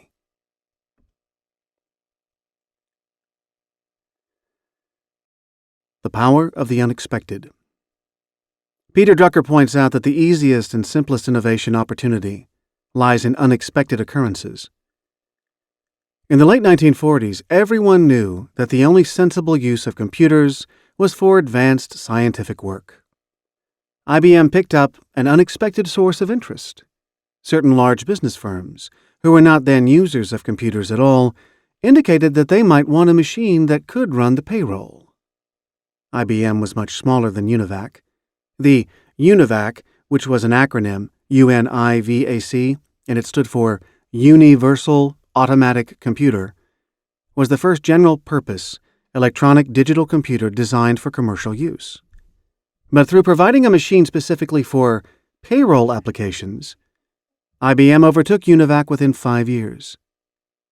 Unexpected successes, shrewdly observed, can transform an industry and overturn competitors' rankings. Drucker also demonstrates that unexpected failures may be just as fertile a source of insight as successes. The Ford Edsel was the best planned and designed car in automobile history, yet it stunned the industry by being its biggest failure. Ford, very wisely, wanted to find out why. What was happening in the industry that ran counter to everyone's assumptions? The Ford people discovered that the prevalent segmentation of the industry by income groups was giving way to the new segmentation of lifestyles. Hence, Ford developed the Mustang, a personality-based car that restored the company's fortunes. The unexpected is often a tremendous clue to developments that are reaching their tipping point. Crossing the chasm. In the 1950s, marketing theorists proposed a useful model of how new technologies and products are adopted. First, by innovators, then by early adopters, then by the early majority of users, then by the late majority, and finally, by the troglodyte laggards. An original and incredibly useful twist to this general model was proposed in the 1990s by Jeffrey Moore, a California-based high-tech marketing guru. In his brilliant book titled Crossing the Chasm, Moore points out that in the early days it is easy for a new technology or product to sell itself, since the people who will try it will be innovators who love technology or something new for its own sake. Typically, the founder of a high-tech company will be a techie, an enthusiast, an evangelist of the new way. For him, selling to innovators is natural and involves no need to reframe the message. But when it comes to selling to the early adopters, and still more to the early majority of users, there is a major barrier, or gap, to be crossed. What Moore calls the chasm. The chasm is there because the mainstream market is not impressed by technology per se. If anything, the mainstream market is intimidated by technology. The mainstream market wants better performance, lower cost, and all the boring, normal purchase criteria. And it wants to be sure above all that the new product and technology is reliable, here to stay, and an integral part of the mainstream market, rather than a plaything for technophiles. This requires a quite different marketing and selling approach to that of the early days. Technological enthusiasm becomes counterproductive. The message must be functional benefits, and superior performance. This is the chasm that many incipient technologies and very young companies cannot cross. If they can't cross the chasm, they disappear into it, never to be heard of again. Moore's model helps to explain why there is what I call the warning or warm-up period, during which the new technology is evident but not yet conquering the world. The model also gives the astute observer the tools with which to predict whether or not the new technology will make it, and some insight as to when. Unless the technology can sell itself to mainstream customers, which is very unlikely, it requires particularly careful product design and marketing to make it very user-friendly. The technology will only cross the chasm if it is dressed up to look much less innovative and subversive than it really is. The technology needs the Trojan horse of mainstream marketing to persuade mainstream customers to let it into their lives. Unless and until this is evident, the new technology will stay in the wilderness. Cars must appear like horse-drawn carriages, hence horseless carriage. Airplanes have to look like trains, with aisles and windows and an engine at the front, not like birds or bats. The PC has to resemble a typewriter. The Internet has to seem like an extension of earlier software tools linked to the well-established PC. Exponential growth. Albert Einstein, asked what was the greatest force in the world, replied, without hesitation, compound interest. It takes a genius to really understand the nature and impact of growth over a long period. Experiments have shown that even educated and highly numerate people tend to profoundly underestimate the impact of growth. For example, in one study, subjects were asked to estimate the necessary capacity for a tractor factory that starts in 1976 with a capacity of 1,000 tractors and where demand increases at 6% a year. How many tractors, they were asked, would the factory have to make in 1990, 2020, 2050, and 2080? The typical answer showed a gradual and linear increase, and the estimates up to 1990 were pretty close to the real answer. But thereafter, the correct answer shot up exponentially, while the estimates continued to show steady growth. By 2080, the typical respondent estimated around 30,000 tractors would be needed, whereas the right answer was about 350,000, more than 10 times that level. Or try this puzzle.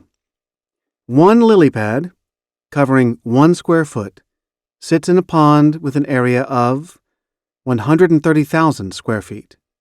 After a week, there are 2 lily pads. After 2 weeks, 4 pads. Estimate how long it will take to cover the entire pond. After 16 weeks, half the pond is covered. Now, estimate again. How long before the whole pond is covered with lilies?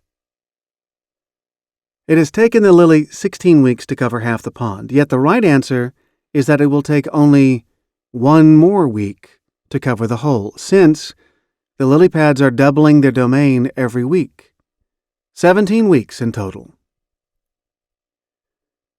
Remember the fable about the Indian king who wanted to reward the inventor of chess? All the inventor wanted was a few grains of rice, 1 for the first square on the chessboard, 2 for the second, 4 for the third, and so on for all the squares.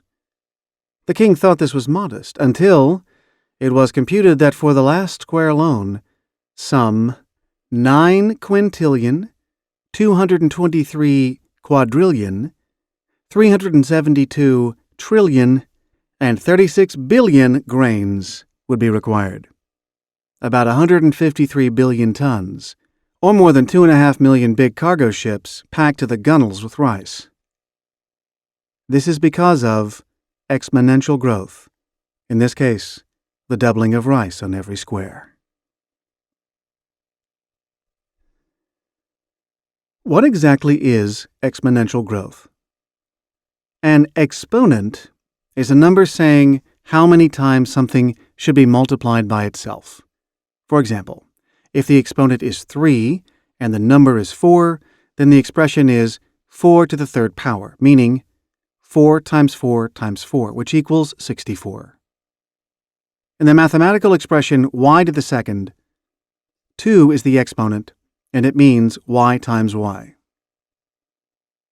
How is exponential growth different from linear growth? In linear growth, something increases in size by the same amount at each step, not by the same multiple. If I start out owning $1,000 and increase it by $100 each year, after 10 years I will have doubled my money to $2,000. This is a linear increase, the same amount each year. But if I start out with $1,000 and increase it by 10% each year, after 10 years I will have $2,594. This is exponential growth, a constant multiple, that is 1.1, of growth each year. If I carried on for another 10 years, linear growth would give me a total of $3,000, but exponential growth, $6,727. Any market or business that grows at 10% or more for a significant stretch of time will have a far greater effect in terms of value creation than we would intuitively estimate. Some businesses, such as IBM or McDonald's in the period from 1950 to 1985, or Microsoft in the 1990s, managed to grow at more than 15% per annum, producing fantastic increases in wealth. If you start with $100 and grow it by 15% per annum for 25 years, you end up with $3,292, nearly 33 times as much as you started with. A slightly higher gain in percentage terms ends up making a large difference.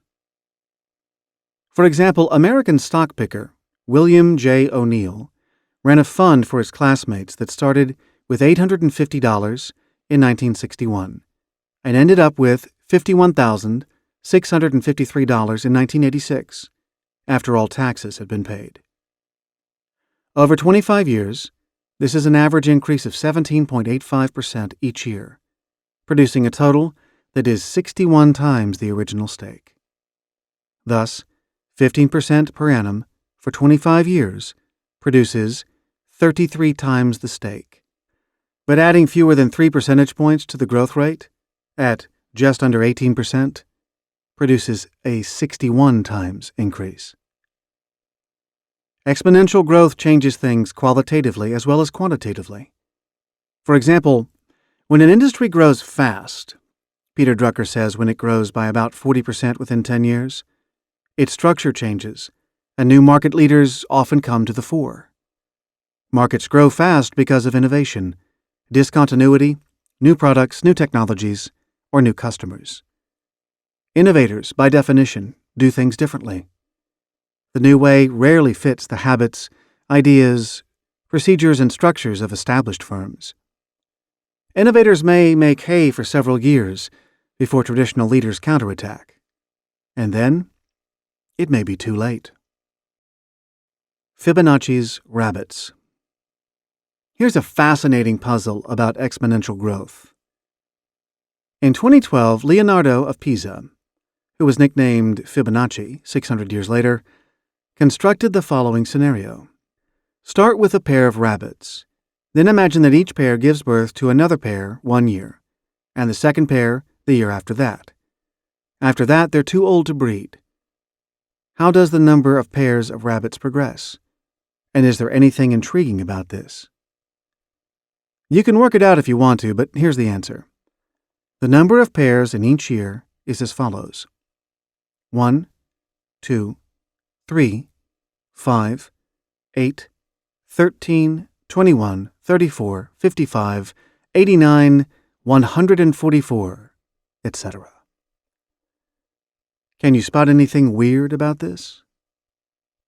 There are actually two amazing things. One is that from the third number onwards, each following number is the sum of the two preceding numbers, such as 3 plus 5 equals 8. The other is that each year's number is bigger than the year before's. after year 3, by a virtually constant ratio, which soon becomes very close to 1.618. In other words, there is a constant rate of growth of just over 60%. There are good mathematical explanations for Fibonacci's rabbits, for which, fortunately, we don't have space. The rabbits do, however, illustrate the power of exponential growth, as well as the fact that even apparently reasonable growth like this can't go on for too long. After 114 years of Fibonacci rabbit growth, the volume of rabbits would exceed the volume of the universe, and all humans would be dead, smothered beneath the bunny mass. Fur-fetched indeed. Big Bang. A more extreme form of exponential growth was probably responsible for the start of the universe. Astronomers and physicists now generally accept the Big Bang theory, according to which the universe started at an unimaginably small size and then doubled in a split second 100 times, enough to make it the size of a small grapefruit. This period of inflation or exponential growth then ended, and linear growth took over, with an expanding fireball creating the universe that we know today. Creation of any sort involves exponential growth. The interesting lesson is that with exponential growth, you don't need to start big. In fact, you can start extremely small.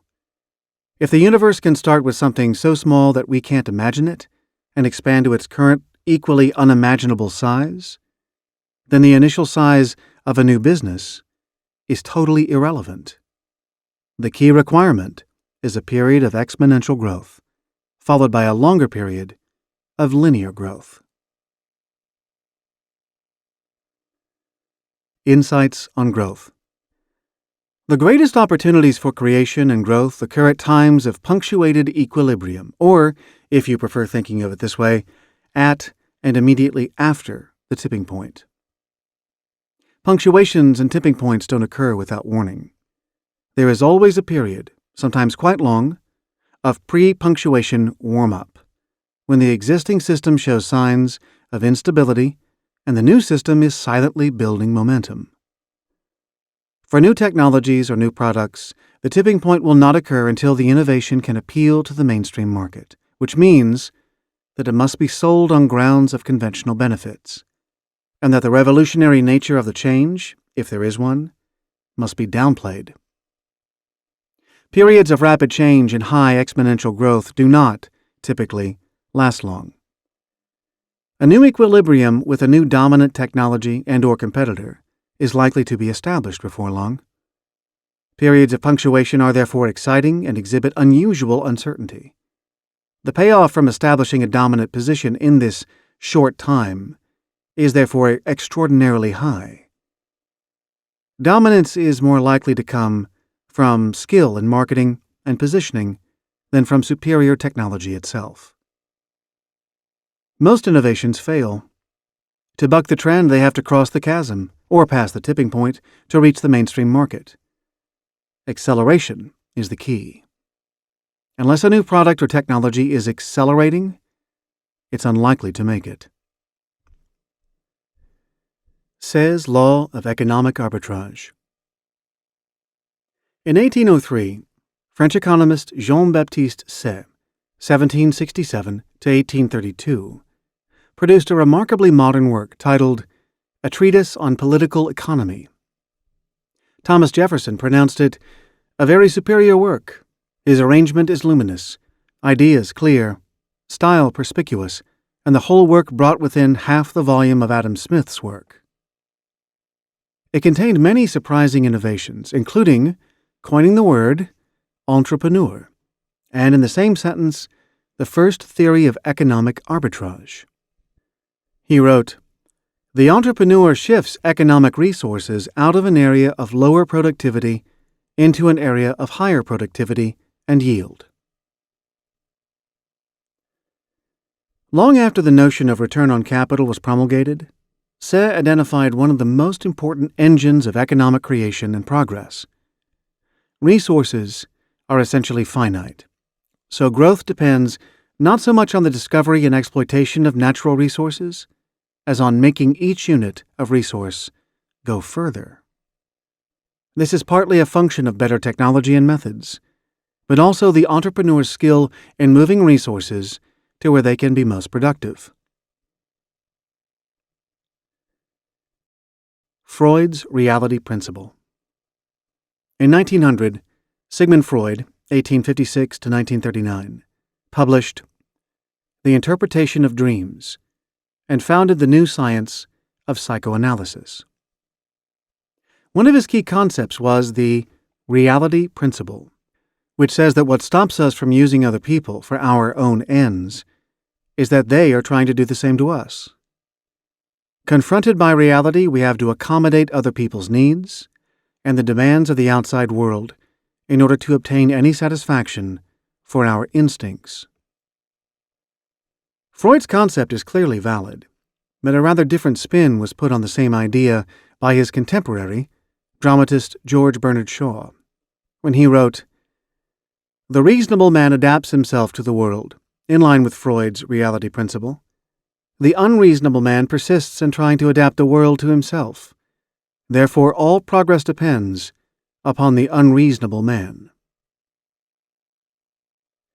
Creation and entrepreneurship require the supply of new ideas, new methods, and unreasonable approaches. In insisting that automobiles should be bought by working men and not just by the rich, was Henry Ford being reasonable or unreasonable? He certainly was not following demand, since there was no demand for cars except for the rich. Ford refused to accept the world as it was. He persisted in trying to adapt the world to his vision.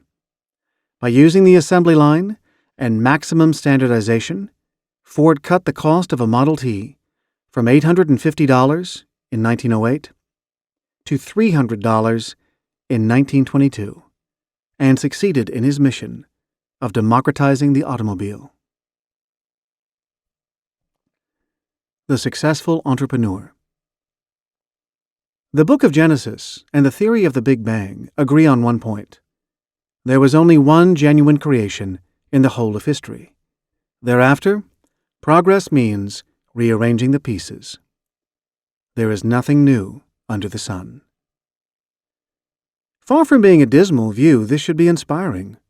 All that is needed to add to human wealth is to take a given set of resources and shift them from areas of low productivity to areas of high productivity. All economic progress rests on this economic arbitrage of this type. This is good news. Arbitrage is easier than creation.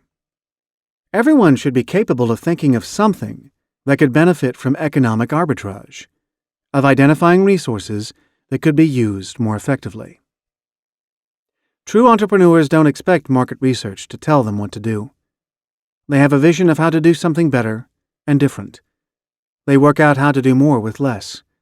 They shift resources from low to high value uses, and they are persistent and unreasonable until the world has conceded their point. The law of diminishing returns. One of the most influential and long-running ideas about how markets and businesses operate is the law of diminishing returns, developed around 1767 by French economist Robert Jacques Turgot. This law says that after a point, increases in effort or investment result in diminishing returns. That is, the incremental value declines. To a hungry woman, a loaf of bread has high value. The second loaf has less. The 10th may have very little value. If you hire additional peasants to till the same plot of land, beyond a certain point, diminishing returns set in. A century later, the British classical economists, led by Alfred Marshall, extended this idea to markets and firms. Products or companies that lead a market run into diminishing returns.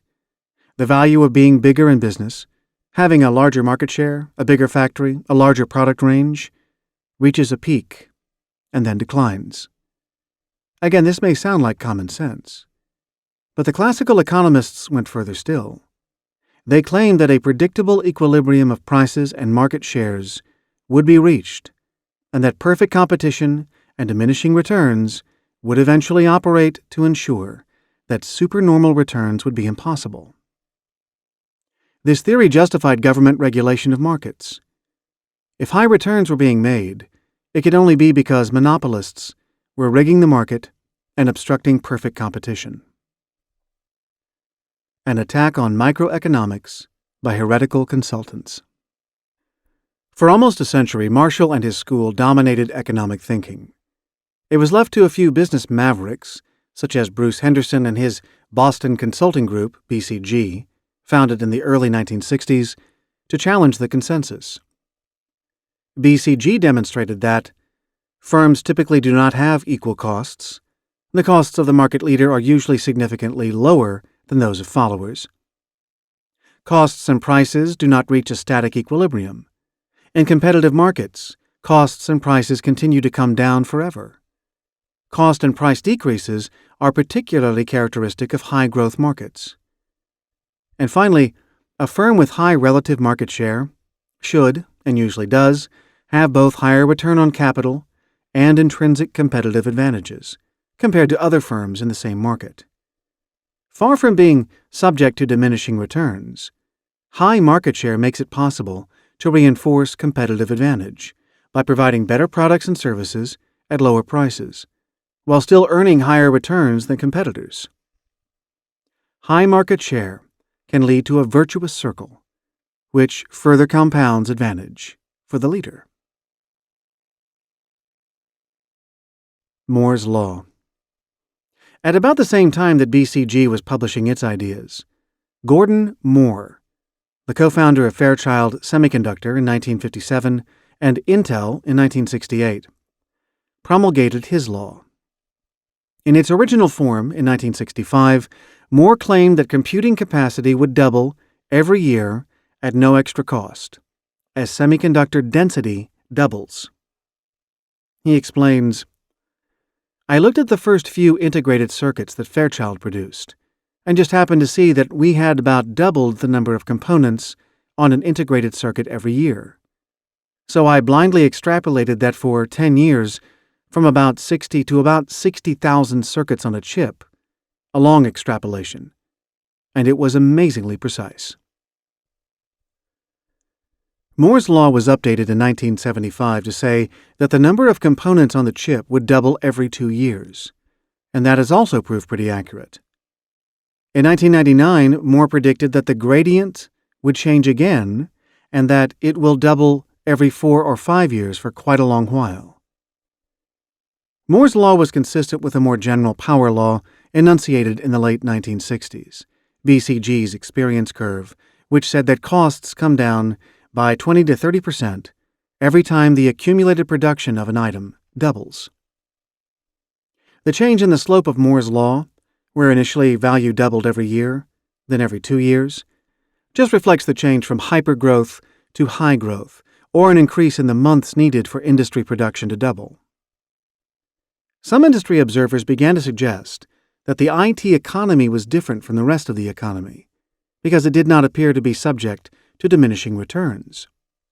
BCG, however, had an intellectual framework suggesting that the world of IT was just a fast-growth version of the whole economy. BCG's views did not, however, reach their tipping point. They remained largely ignored. BCG lacked two things. It did not have the professional academic credentials to be taken seriously by economists, nor did it find a snappy name to encapsulate its new version of economics. The Law of Increasing Returns. Then around 1980, along came W. Brian Arthur, an economist from Northern Ireland who worked in the United States, who was heavily influenced by the ideas of chaos. Brian Arthur had both professional credentials and the bright idea of branding his thinking as increasing returns. He also had the good sense not to take on the economic establishment head-on.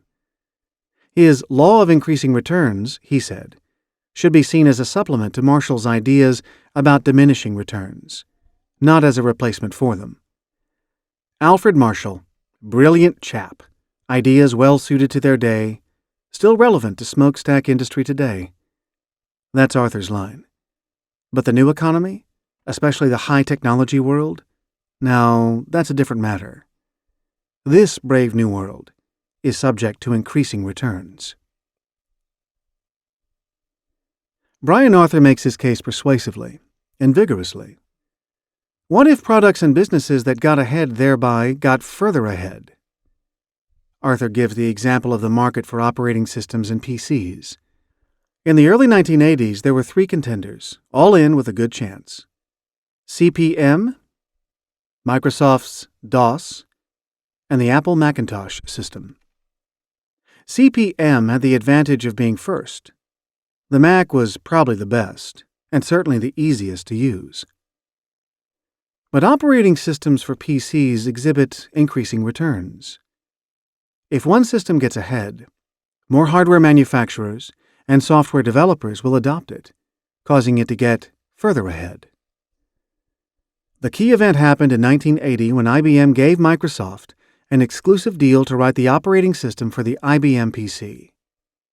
Although the latter was not a great machine, the growing base of DOS IBM users attracted independent software houses, such as Lotus, to write for DOS. Once DOS IBM had established a clear lead, it was bound to get further ahead because the costs to switch to another system were too high. Microsoft then benefited from economies of scale, being able to spread its costs over a larger user base than competitors, thus enabling Microsoft both to enjoy fatter margins and also to spend more to improve its system.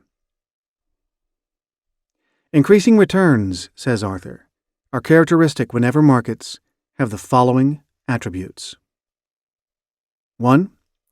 High upfront costs, especially in R&D rather than production. The first sale of Windows cost Microsoft $50 million. The second, $3. These economics make leadership extremely valuable and difficult to challenge. 2. Network effects. Many high-tech products must be compatible with a network of users. Therefore, a popular product or system is likely to become the standard. Also, network economics are different from traditional economics. Network effects are so important that I'll expand on them shortly. And finally, 3. Customer groove-in. High-tech products are difficult to use and also have several generations of product. Users have to invest in training.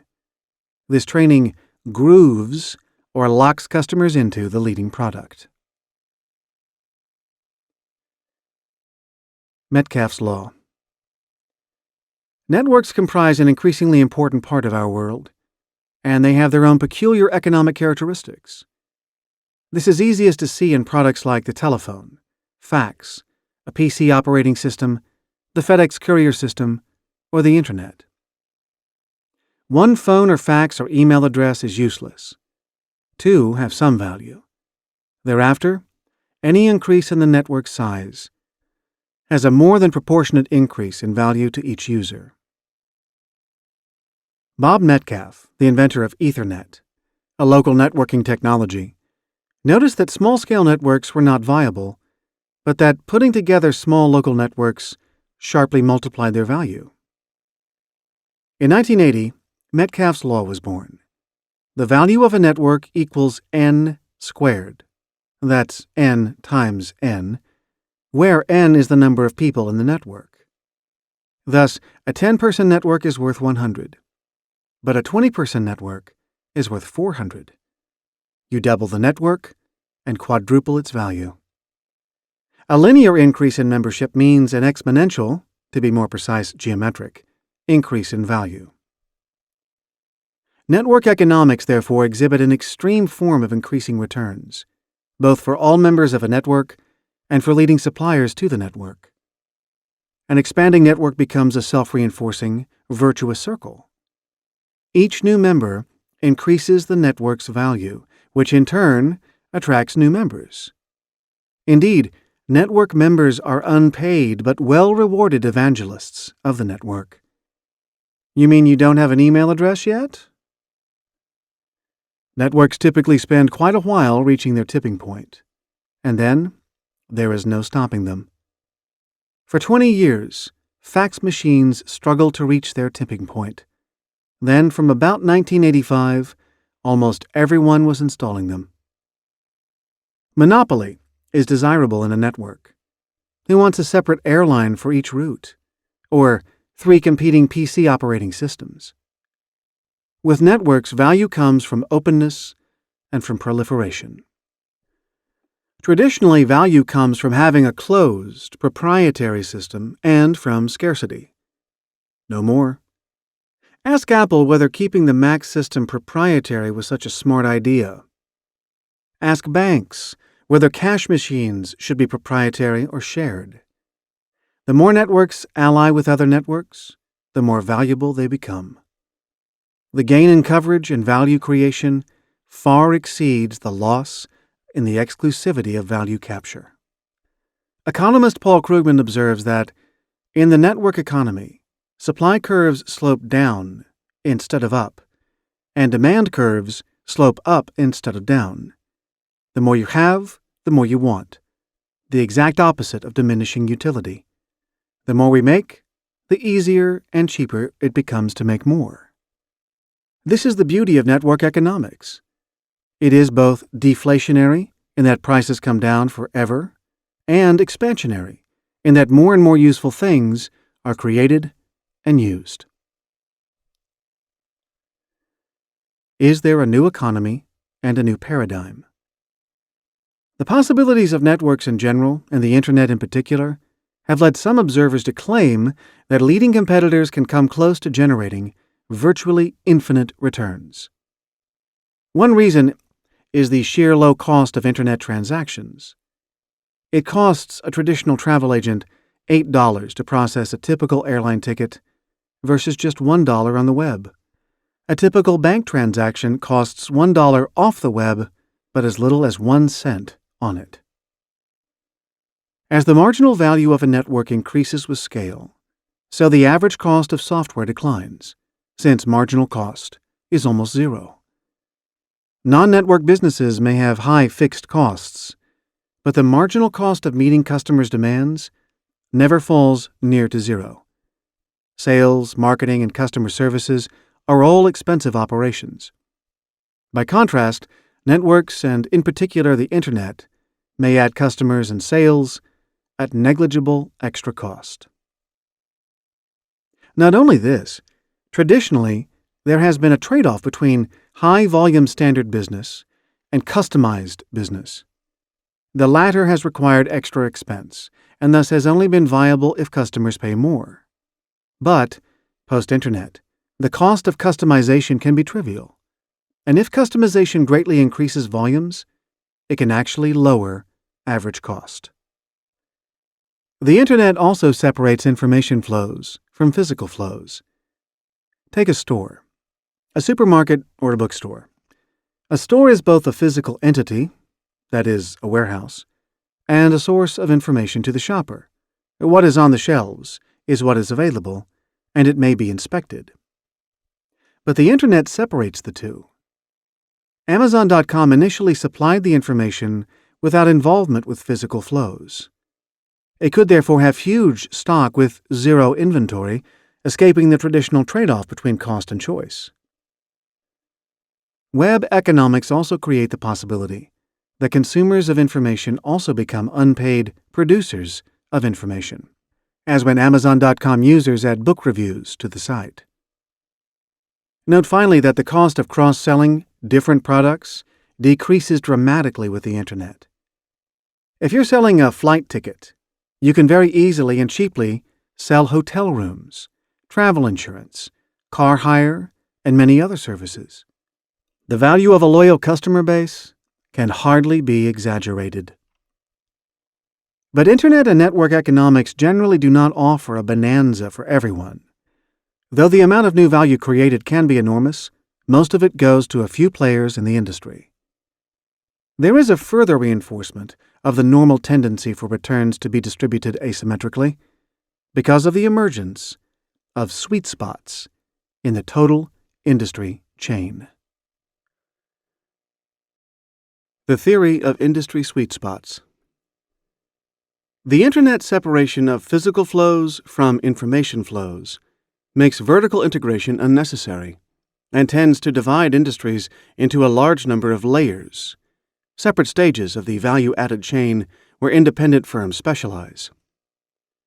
But whereas traditionally it was an industry or segment leader that made high returns, now it is the leader in certain layers only, probably just 1 or 2 layers, who will make high returns. And everyone else in the industry, including the leaders, in the non-favored layers, may struggle to cover the cost of capital. The Boston Consulting Group calls the favored layers sweet spots. An excellent instance where the sweet spot in an industry takes a quite disproportionate share of the industry's total profits is in the case of Microsoft and PC operating systems. Microsoft's near monopoly of the software layer gives it a very large share of total industry profits, despite Windows comprising only 2% of the total industry cost structure. The actual production of PCs comprises 75% of the industry cost structure and capital employed, but only a small percentage of total industry profits. The race to establish dominant standards in sweet spots. Establishing competitive advantage in the new environment requires recognition of the strategic layers in an industry, the sweet spots, then their domination, if necessary in alliance with another powerful industry player. To establish dominance in the sweet spot, in turn, requires establishing a dominant standard. Thereafter, it requires careful orchestration of players in the other industry layers, the suppliers and users of the sweet spot products. To stop the orchestrated becoming powerful, you have to divide and rule, and ensure that no one else can supply a differentiated and valuable product. Otherwise, the orchestrated will bite back.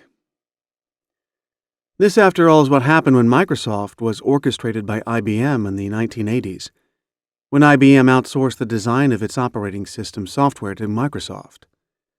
Later, the balance of power shifted decisively because Microsoft's market size and value increased faster than IBM's because of open architecture, which allowed Microsoft to supply IBM's competitors, and because there was no attractive alternative to Microsoft's products. Competitive advantage, based on standards, not cost, may be temporary. Because competitive advantage becomes based more on dominant standards than low costs, it may become more difficult to sustain. There is always the risk that an innovative competitor may find the next sweet spot in the system. Microsoft can't rest on its laurels. Netscape and its friends are prompting network computing, where any PC operating system, including Windows, is subordinate to a new high-value strategic layer controlled by a Java-enabled browser. To defend its dominant position, Microsoft scrambled to incorporate browser technology into its operating system. So what has changed in the new economy? The number and diversity of competitive segments have increased as vertical integration falls apart. There are more layers. Dominance still offers very high returns, in fact higher than ever because more customer value can be added at lower incremental cost.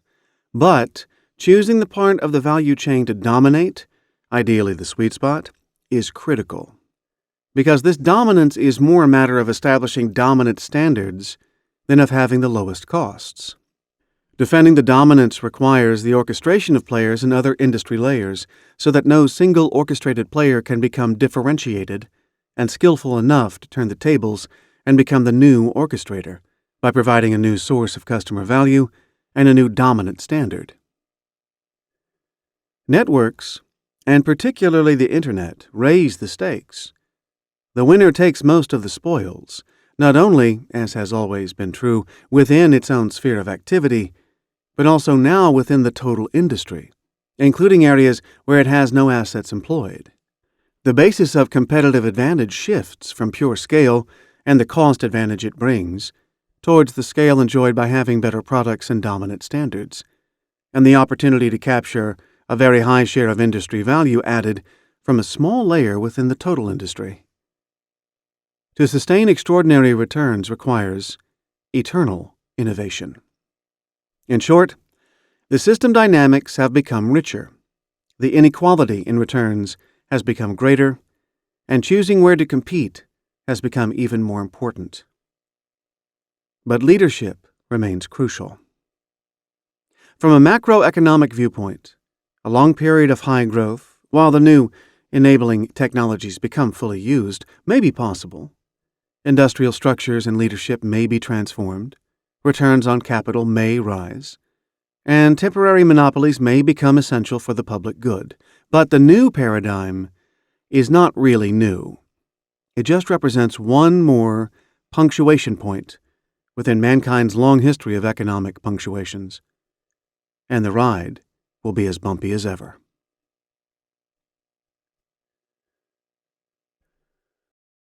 Are there two economies and two sets of economics? Brian Arthur argues that there are really two different economies, and that different economic and management theory is applicable to each. He writes, "We can usefully think of two economic regimes, or worlds. A bulk production world, yielding products that essentially are congealed resources with a little knowledge, and operating according to Marshall's principles of diminishing returns, and a knowledge-based part of the economy yielding products that essentially are congealed knowledge with a little resources and operating under increasing returns.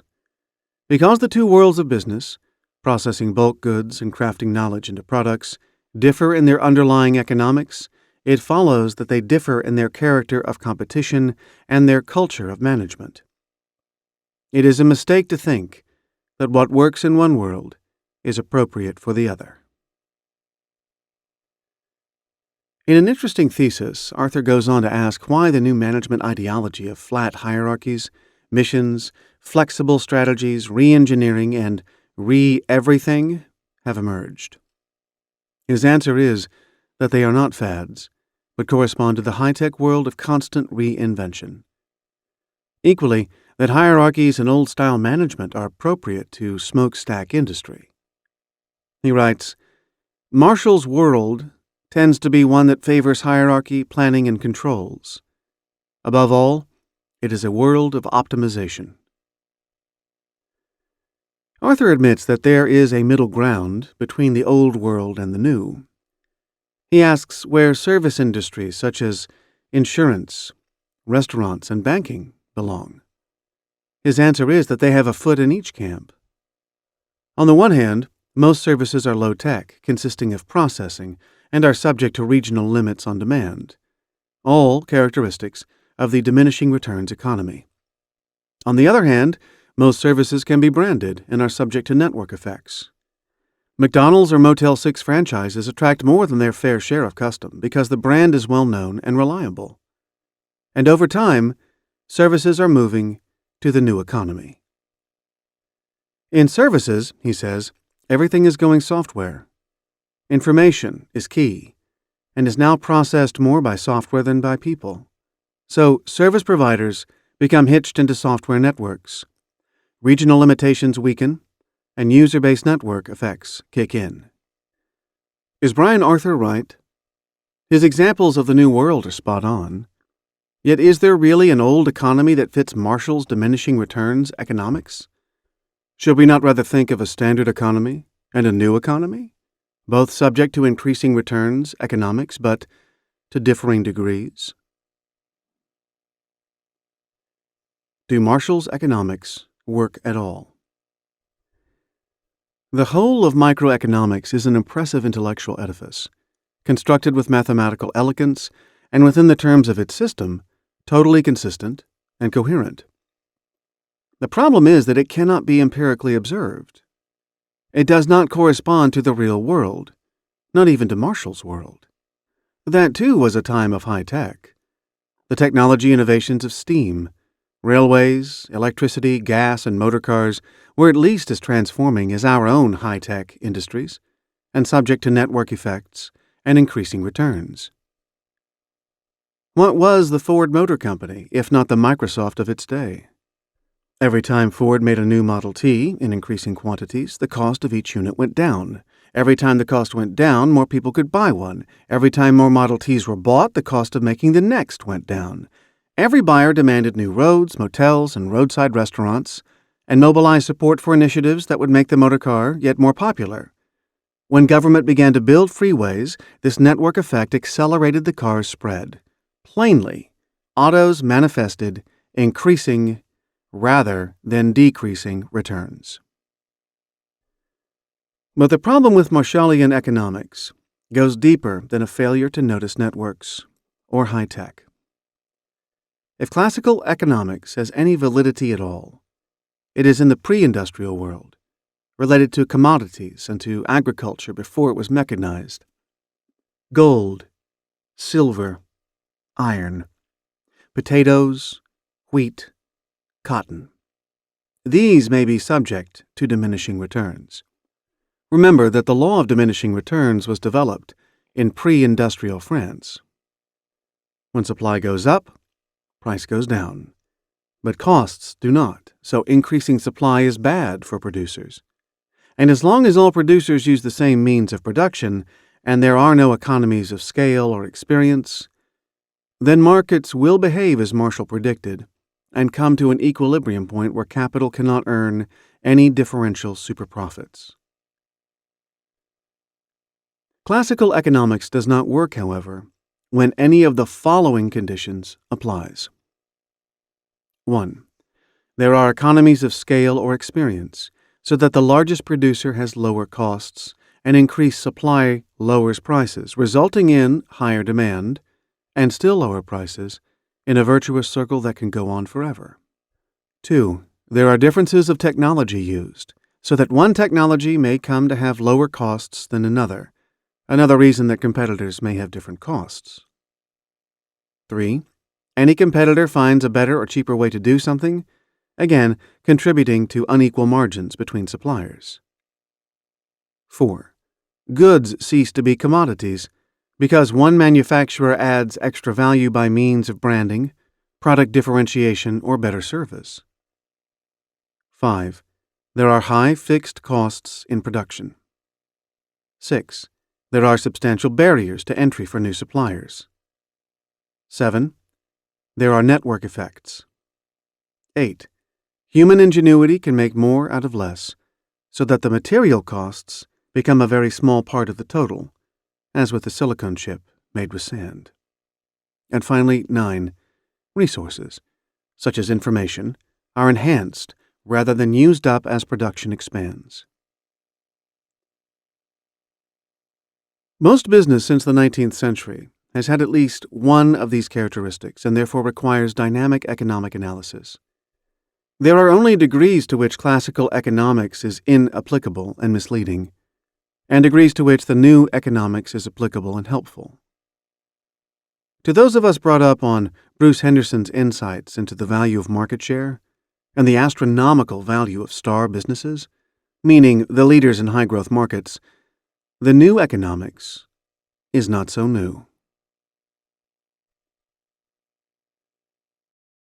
Different management styles for different types of business.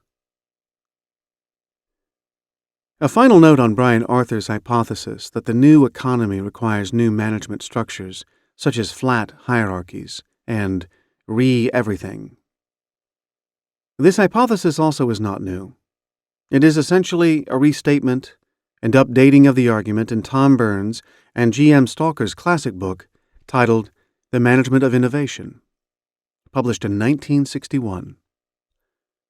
Stuart Craner says that the book identified the organic organization characterized by networks, shared vision and values, and teamwork.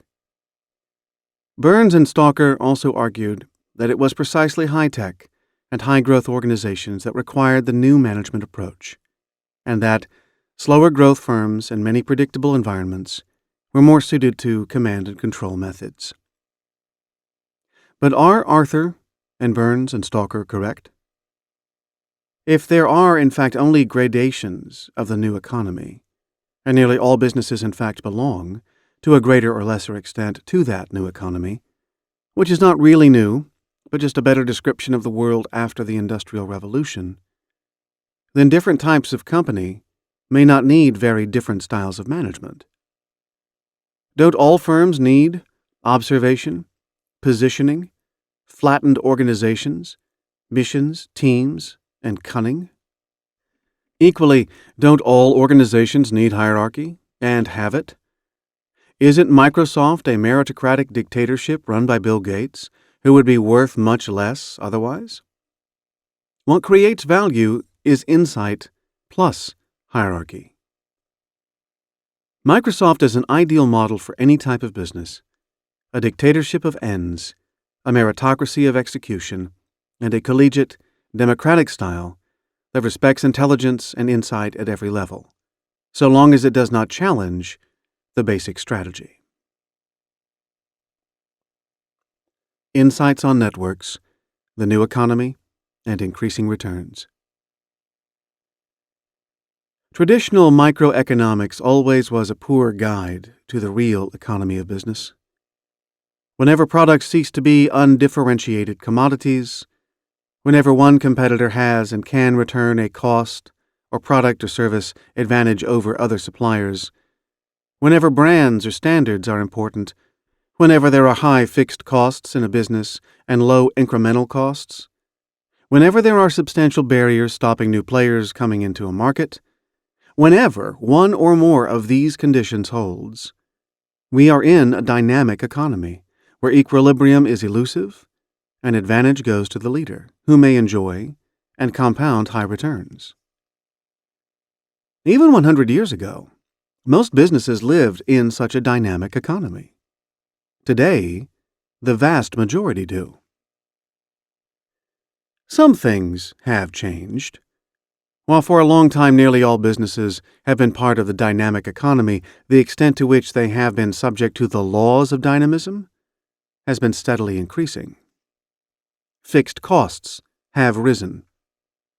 The cost of overhead, in the form of highly qualified and expensive professionals, has steadily increased.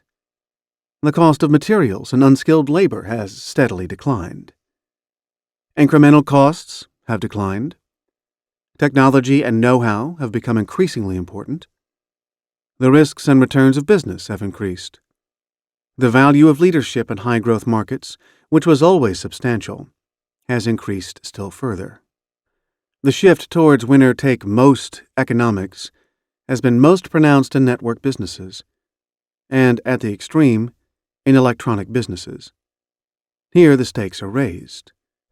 The few winners may make fantastic returns, grabbing most of the industry value added despite participating in only a thin strategic layer, the industry sweet spot. The many losers will be stuck in their cash traps. Two long-standing rules of business strategy have only become more important. Do whatever is necessary to move ahead of competitors, and cut your losses when someone else has reached that point. To these, we may add two new rules.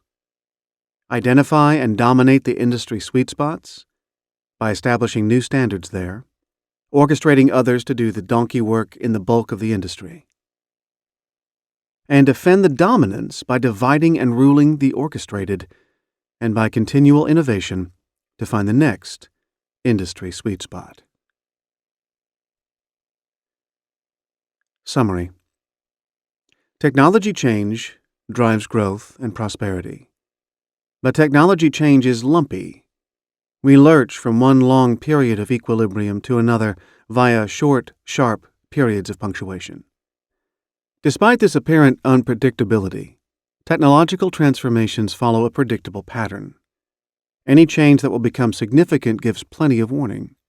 It accelerates as it approaches its tipping point, beyond which it becomes much easier and more rapid. The easiest and best clue to transformation is unexpected occurrences, unexpected successes, and equally, unexpected failures. These always present huge but usually neglected opportunities. Rapid market growth usually overturns established company pecking orders. The value of a business that can establish new market leadership and sustain high growth for at least 10 to 15 years is usually greatly underestimated. Entropy can be defeated by entrepreneurship. Everyone can be a successful entrepreneur if they can spot an underutilized resource and move it to a higher value context. Virtually all business is subject to increasing returns. Network businesses exemplify this to an extreme, but although returns increase for the total market, and all customers benefit, the benefit to firms is very heavily skewed towards the few leaders in the industry sweet spots. Most players in high-growth businesses will be losers, just like in any other business. The only difference is that the stakes are higher. Action implications. 1. Identify sweet spots in emerging networks and dominate them by creating a new standard of value. Find the best possible ally or allies and strike a deal with them before anyone else. Confine your part in the industry to the chosen sweet spots and orchestrate suppliers carefully. Ensure that no supplier can develop its own distinctive standard on which you become dependent. 2. Don't play in network markets unless you can win, or unless you have a fair chance of winning and are using other people's money to punt with. 3. Find a high-growth market that you can dominate, even if it isn't a network market. Start by identifying a technology or superior way of doing business that is approaching but has not yet reached its tipping point. Become the best exponent of the new approach. 4. Find an undervalued resource and apply it to a new market. And finally, 5. Cut your losses if you can't overhaul the market leader, especially in markets with high fixed costs and low incremental costs. Chapter 12. On the Paradox of Enrichment, Entropy, and Unintended Consequences. Nothing fails like success. Richard Pascal. The Power Laws of Caution. In just 13 years, between 1970 and 1983, 1/3 of the 1970 Fortune 500 top U.S. firms vanished into the corporate Bermuda Triangle. Few of them actually went bust. Most were taken over or merged with other companies, but still, it's a remarkable attrition rate. In 1982, the most successful business book of all time was published, In Search of Excellence by Tom Peters and Bob Waterman. 2 years later, Businessweek ran a cover story under the strapline, Oops, gleefully chronicling the fall from grace of many of the 75 excellent companies. Later on, one of the most apparently impregnable and super successful of the excellent companies, IBM, nearly went bust. Yet Peters and Waterman had been careful in their selections. The average life expectancy of a multinational company, according to Ari de Hoysch, a former Shell executive, is between 40 and 50 years. A study of firms of all sizes, covering Japan and most European countries, showed an average life expectancy of just 12.5 years. These 3 examples show what perhaps we all sense anyway, that it's difficult to sustain success, and that even very successful corporations suffer from the occupational hazard of all corporations. They live and die by the market and competition comprises not just that for customers, but also for corporate control via takeovers. No other major institution is as exposed to failure as is the corporation. And so it should be. If corporations were not exposed, we would not enjoy high living standards, and the fruits of sustained success are so high, especially for investors and top executives, that it should be difficult to keep ahead. Can systems thinking help us here? The answer is a qualified yes. There is no simple or overarching recommendation. Instead, we have to piece together insights from a number of power laws of caution. In doing so, we learn to treat success with caution and humility.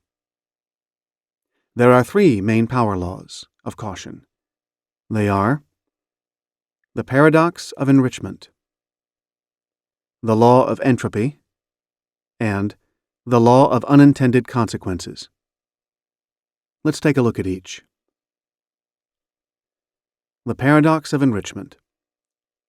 Studies in ecology have confirmed that the number of predators and prey tend to oscillate together in fairly regular cycles.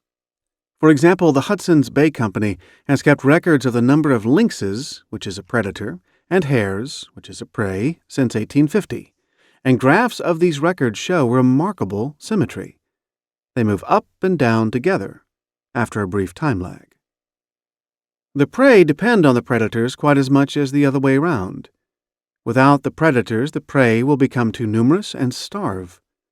Both populations benefit from what we may call a swinging cycle, where the numbers swing up and down, but without reaching unsustainable peaks or troughs. The cycle moves around a central point, or swinging equilibrium. Now here comes the paradox of enrichment. If some apparently benign environmental change allows the population of the prey to go up substantially, this may, strangely, be bad for both predators and prey.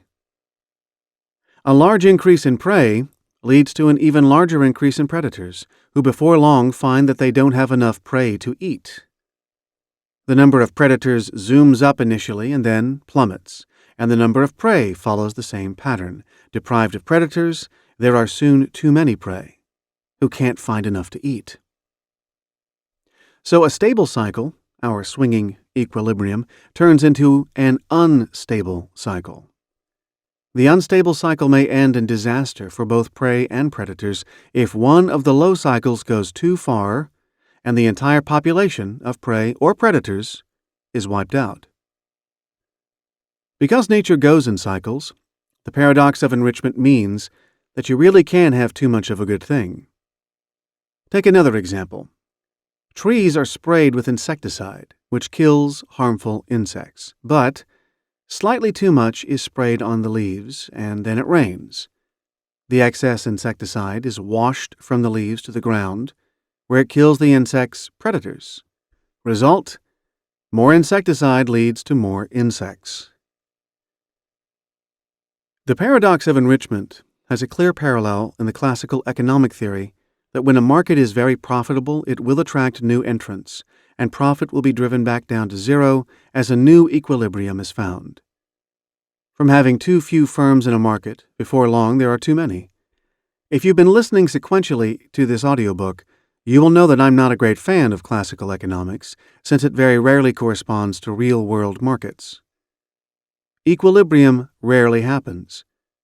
But what happens in markets is that they are cycles, which we may divide into 3 types: swinging equilibrium, virtuous cycles, and vicious cycles. Let's take a look at those 3. Swinging equilibrium.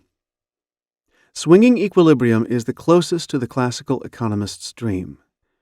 Equilibrium almost never happens, but the system swings up and down in predictable and functional ways, just as control theory says it should. This is the world of Canadian hares and lynxes, of a thermostat controlling room temperature, or the stock market's bear and bull oscillations, although, in the latter case, there is a secular trend upward. In my experience, only small parts of the business world follow this pattern. Commodity prices make a good example. Markets are only like this if they have very low barriers to entry and exit, undifferentiated products and services, and no possible advantages from scale, technology, or doing things more cleverly than others. Some markets come pretty close to this, and the pickings are almost as meager as classical theory predicts. One can think of the market for cheap bed and breakfast accommodation, for unskilled labor, or, in poor countries, the selling of firewood or watermelons by the roadside. Happily, most of economic life is not like this. Virtuous cycles. The quest for business success is the quest for a virtuous cycle. This happens when a player differentiates his product or service so that he can enjoy a higher margin than competitors and yet have a larger market share than them.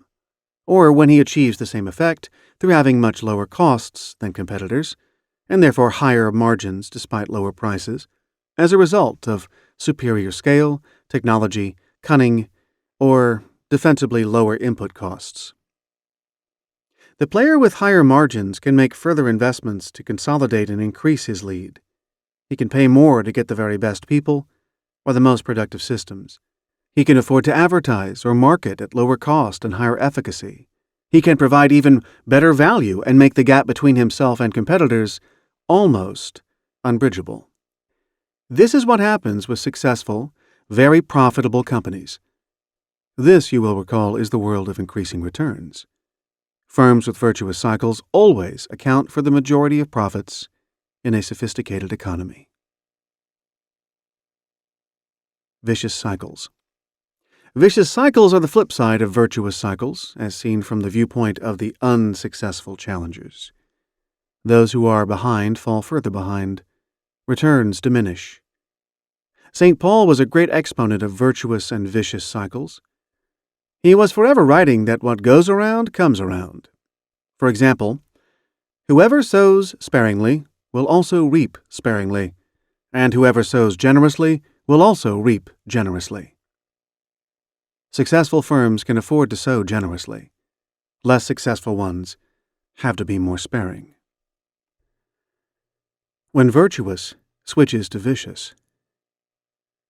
The danger for successful firms is when something happens in the system to turn a virtuous cycle into a vicious cycle. How can this happen? One way is via the paradox of enrichment. You can have too much of a good thing. Too much success makes you arrogant, complacent, or greedy. You ignore a new technology that has the potential to provide a better or cheaper service, because your success is built on the old technology. You make such fat profits that your managers or your unions raise the firm's costs beyond those of rivals. You stop listening to customers. You already know what they want, and they're always whinging anyway. You stop hiring new talent, or else you hire talented people but stop them doing anything new. You use highly rated paper to take over other firms, paying more than the target is worth, and then you destroy value there by making them do things your way. You diversify into new products and services where you have no competitive advantage. You make the firm bigger, more complex, more heterogeneous, less manageable, and less like a clan. If you do any of these things, nothing fails like success. This is the paradox of enrichment. When the paradox of enrichment operates in business, there is a moral flaw. But with the second of our three power laws of caution, the law of entropy, there is an amoral physical force poised to derail our momentum. The law of entropy. Entropy was coined by the German physicist Rudolf Julius Emanuel Clausius to mean the tendency of things to run down and wear out. He wrote in 1865, "I propose to call the magnitude S, which is energy unavailable for work, the entropy of the body, from the Greek word trope, meaning transformation.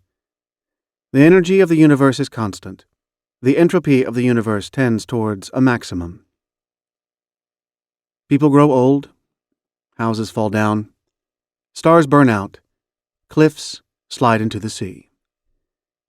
The law of entropy is a restatement of the first two laws of thermodynamics, developed in the years before 1850 in the quest to build better steam engines. French physicist Nicolas Leonard Sadi-Carnot found that when heat is lost, it is possible to get work out of the process. An Englishman, James Prescott Joule, discovered the converse, that when there is work, extra heat also arises. The first law of thermodynamics, arrived at separately by Joule and German scientist Julius Robert von Mayer, states that energy can neither be created nor destroyed. It can only change form. Then in 1850, Clausius, building on Carnot's work, gave us the second law of thermodynamics. Any chemical system, be it solid, liquid, or gas, will tend toward maximum disorder. Energy flows in one direction only, towards thermal equilibrium. Heat is transferred from one body to another, and this transfer cannot be reversed. Heat can only be used up once. It flows into the cooler body and can't be retrieved from it without adding yet more energy. As the great Scottish scientist James Clerk Maxwell, 1831 to 1879, remarked, "If you throw a tumbler full of water into the sea, you cannot get the same tumbler of water out again." The law of entropy has parallels to two biological concepts that we examined in Part 1, the Red Queen effect and the evolutionary arms race. The world changes, and to preserve what we had before, we have to do more than we did yesterday. Things can be maintained, or even improved. Paint from a house may fade, but it can be painted again better than it ever was. But it requires new action. A system's energy is discharged and lost to it, so life requires infusions of new energy. To maintain success requires constant effort. The natural condition is not equilibrium. It's entropy. A company's competitive position rests on a bundle of unique resources and relationships that are alive and restive. Like all systems and all relationships, if they are not tended, reinforced, and renewed, they'll falter and fall apart.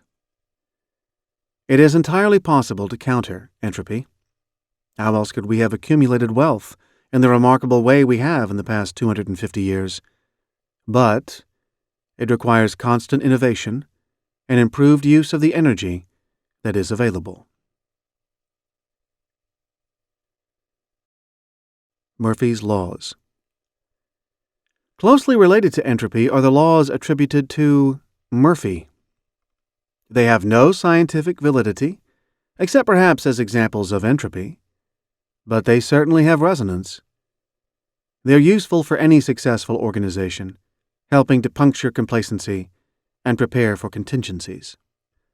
Murphy may have been apocryphal, like the ubiquitous Kilroy during the Second World War, or possibly he was Captain Ed Murphy of the Edwards Air Force Base, who said of an incompetent technician, "If there's any way to do it wrong, he will." There is now a very large number of Murphy's Laws. Here's a useful selection. If anything can go wrong, it will. If several things can go wrong, the one that will cause the most damage will go wrong first. If anything just cannot go wrong, it will anyway. For example, the Titanic. If you realize that there are 4 ways in which something could go wrong and circumvent them, then a 5th way will promptly develop. Left to themselves, things go from bad to worse. If everything is going well, you have overlooked something. Nature always sides with the hidden flaw. Nothing is as simple as it seems. Everything takes much longer than you expect. It's impossible to make anything foolproof. Fools are so ingenious. If the experts have spent a huge amount of time and failed to find the answer, it will be immediately obvious to the first unqualified person they ask. When things go wrong somewhere, they go wrong everywhere. Whatever you want to do, you have to do something else first. Figures that are obviously correct will contain errors.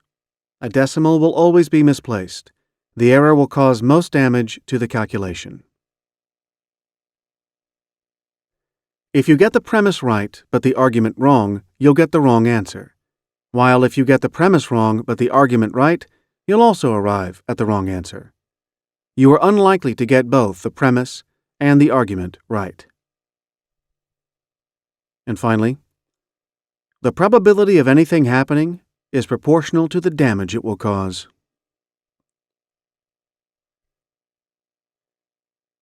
The law of unintended consequences. The third common way in which success turns to failure is through the unintended consequences of well-intentioned actions. Here there is simple miscalculation based on failure to understand how systems operate. Dietrich Dorner, professor of psychology at Germany's University of Bamberg, has written a fascinating book titled The Logic of Failure, which explores why intelligent people and institutions can proceed with care and goodwill and yet often produce disastrous results. He says that the problem lies in our patterns of thought, which are linear and take one thing at a time, thinking in terms of cause and effect.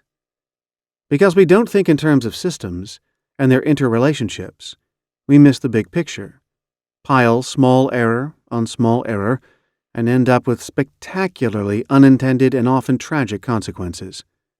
Dorner's ideas derive from systems thinking and clearly relate to ideas that we explored in relation to quantum mechanics in Chapter 6 and chaos and complexity in Chapter 9. Dorner gives many examples of disasters. Why did the well-qualified engineers who planned the Aswan Dam, and whose simple aim was to bring cheap electricity to Egypt, not realize that the annual floods that they would stop had kept the Nile Valley rich and fertile for millennia? Why do planners of health programs in poor countries not take into account that increasing the numbers alive will also increase demand for food, and that without extra food production, improved health care will just lead to malnutrition and sometimes famine? Why did the operators of reactor number 4 of the atomic energy plant at Chernobyl, who had just won a safety award, end up with the ghastly explosion of April 26, 1986? On a less horrific scale, what about the mayor and city council who dealt with traffic congestion and air pollution in a city by installing speed bumps and a 20-mile-an-hour speed limit? What could go wrong here? Quite a lot. The cars had to travel in second gear, so they were noisier and produced more exhaust. Shopping trips took longer, and the number of cars in the city center actually increased. But that was self-correcting. After a while, fewer people shopped downtown, preferring the big new mall on the edge of a neighboring town. That solved the noise and pollution problems, but led to many shops in the city closing. Tax revenues plummeted. Taxes had to be raised on the remaining businesses, which just reinforced the cycle of decline. All caused by a few speed bumps in a noble cause. The theory of the second best. The example of the speed bumps links nicely to a theory beloved of economists, and especially those in the area of public policy.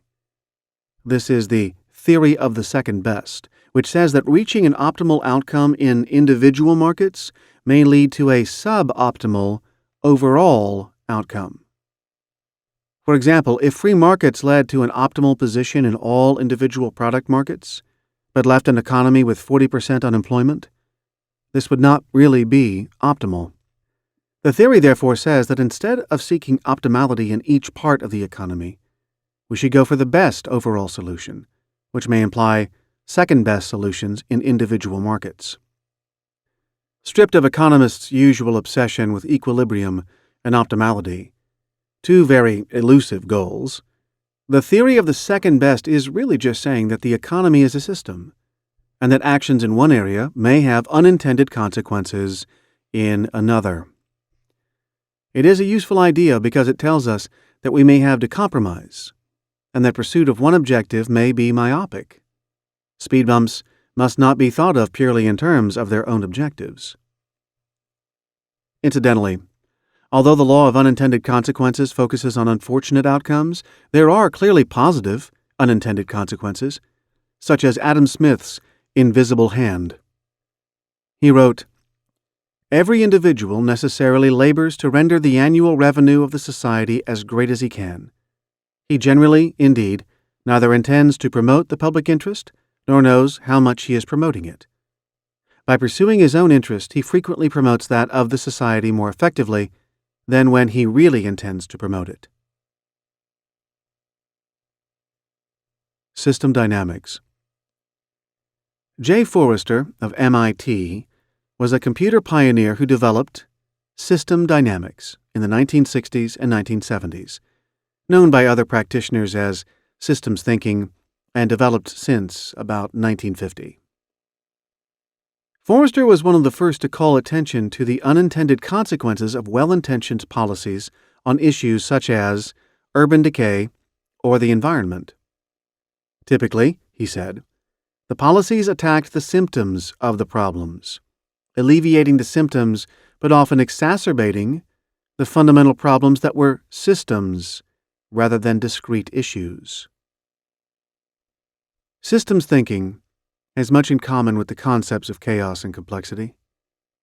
The intention in all cases is to identify the underlying system that operates in order to find long-term solutions rather than short-term palliatives. Avoiding unintended consequences.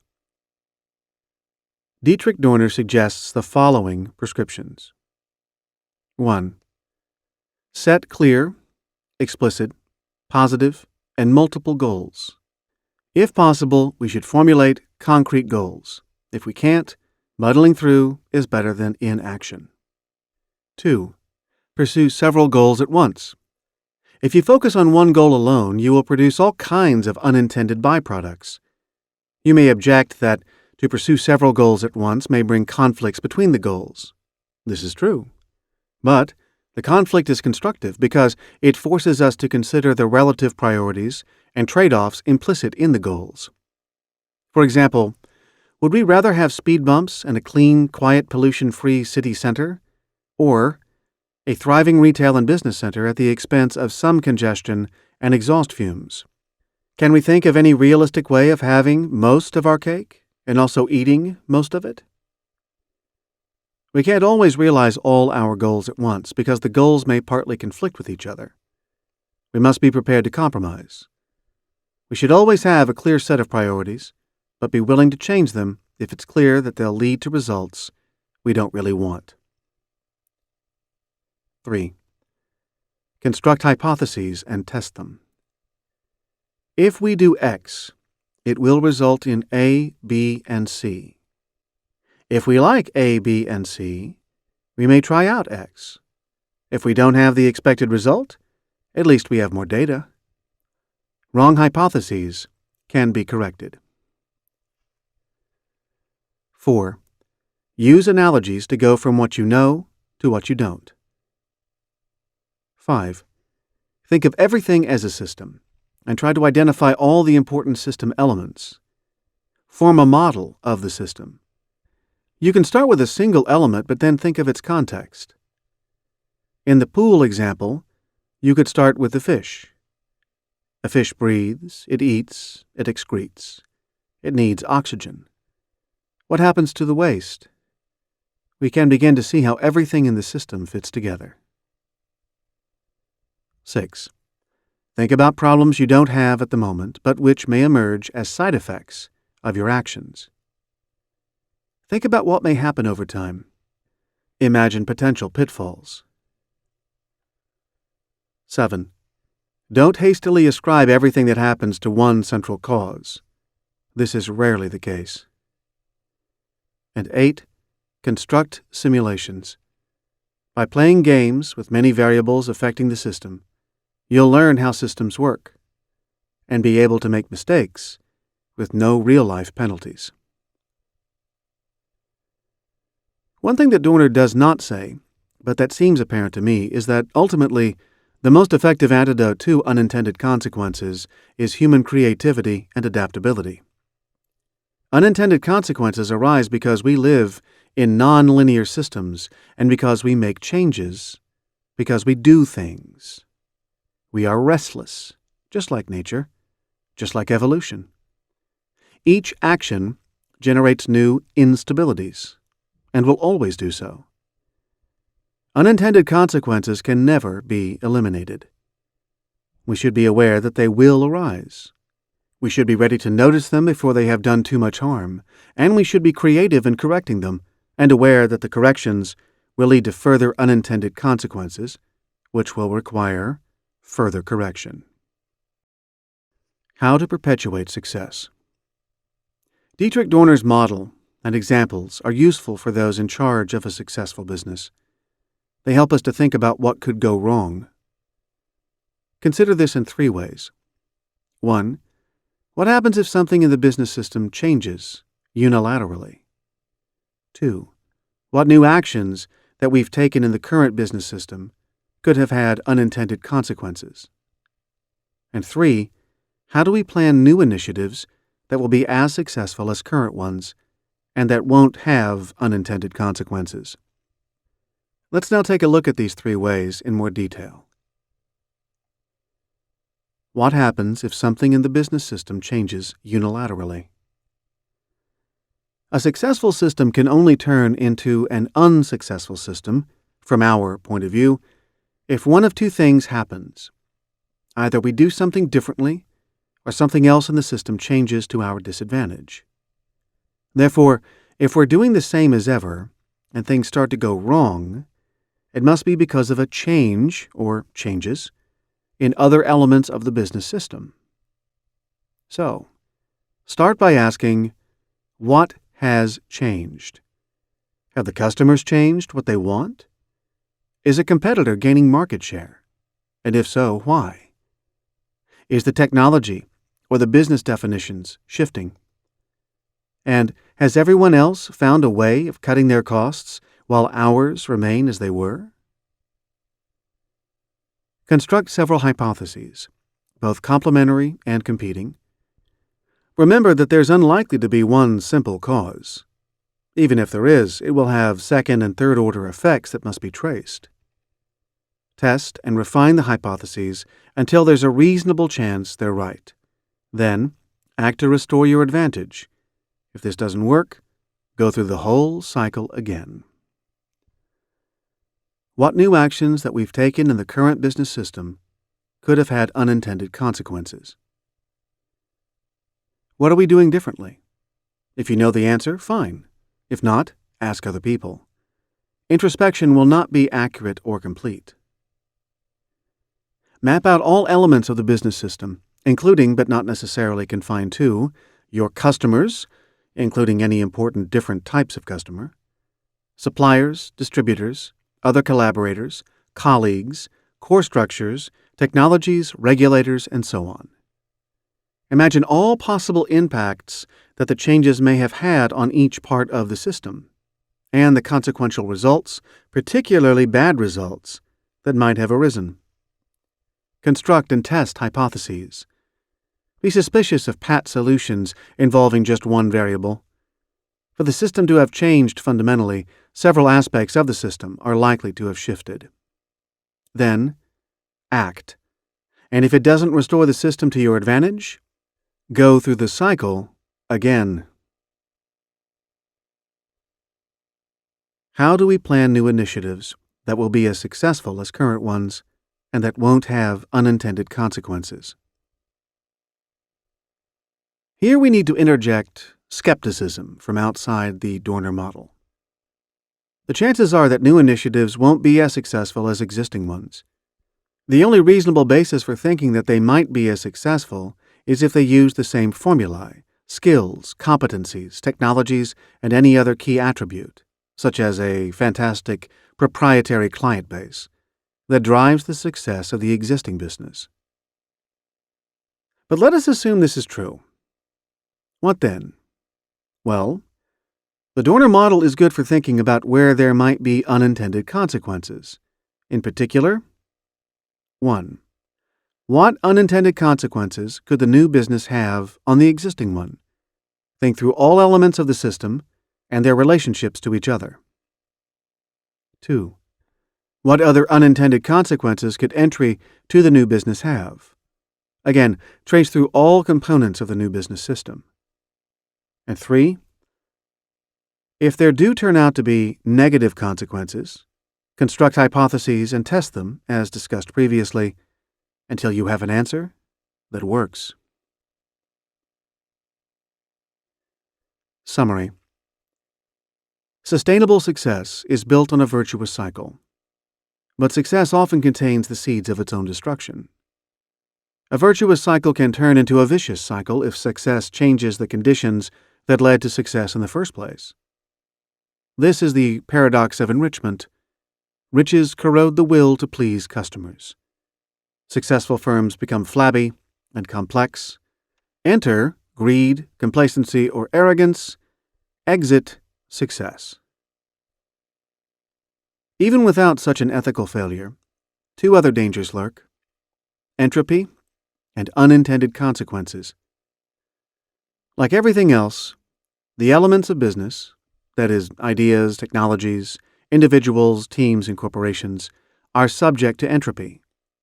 Without maintenance and renewal, all these elements will wind down. Business conditions are always becoming more stringent. Everything is always becoming something else. Entropy is hardest on yesterday's winners. Success has to be reinvented, yet past success makes future success difficult. Firms that have extracted more value than they have added will be especially vulnerable. Their pool of collaborators will dry up.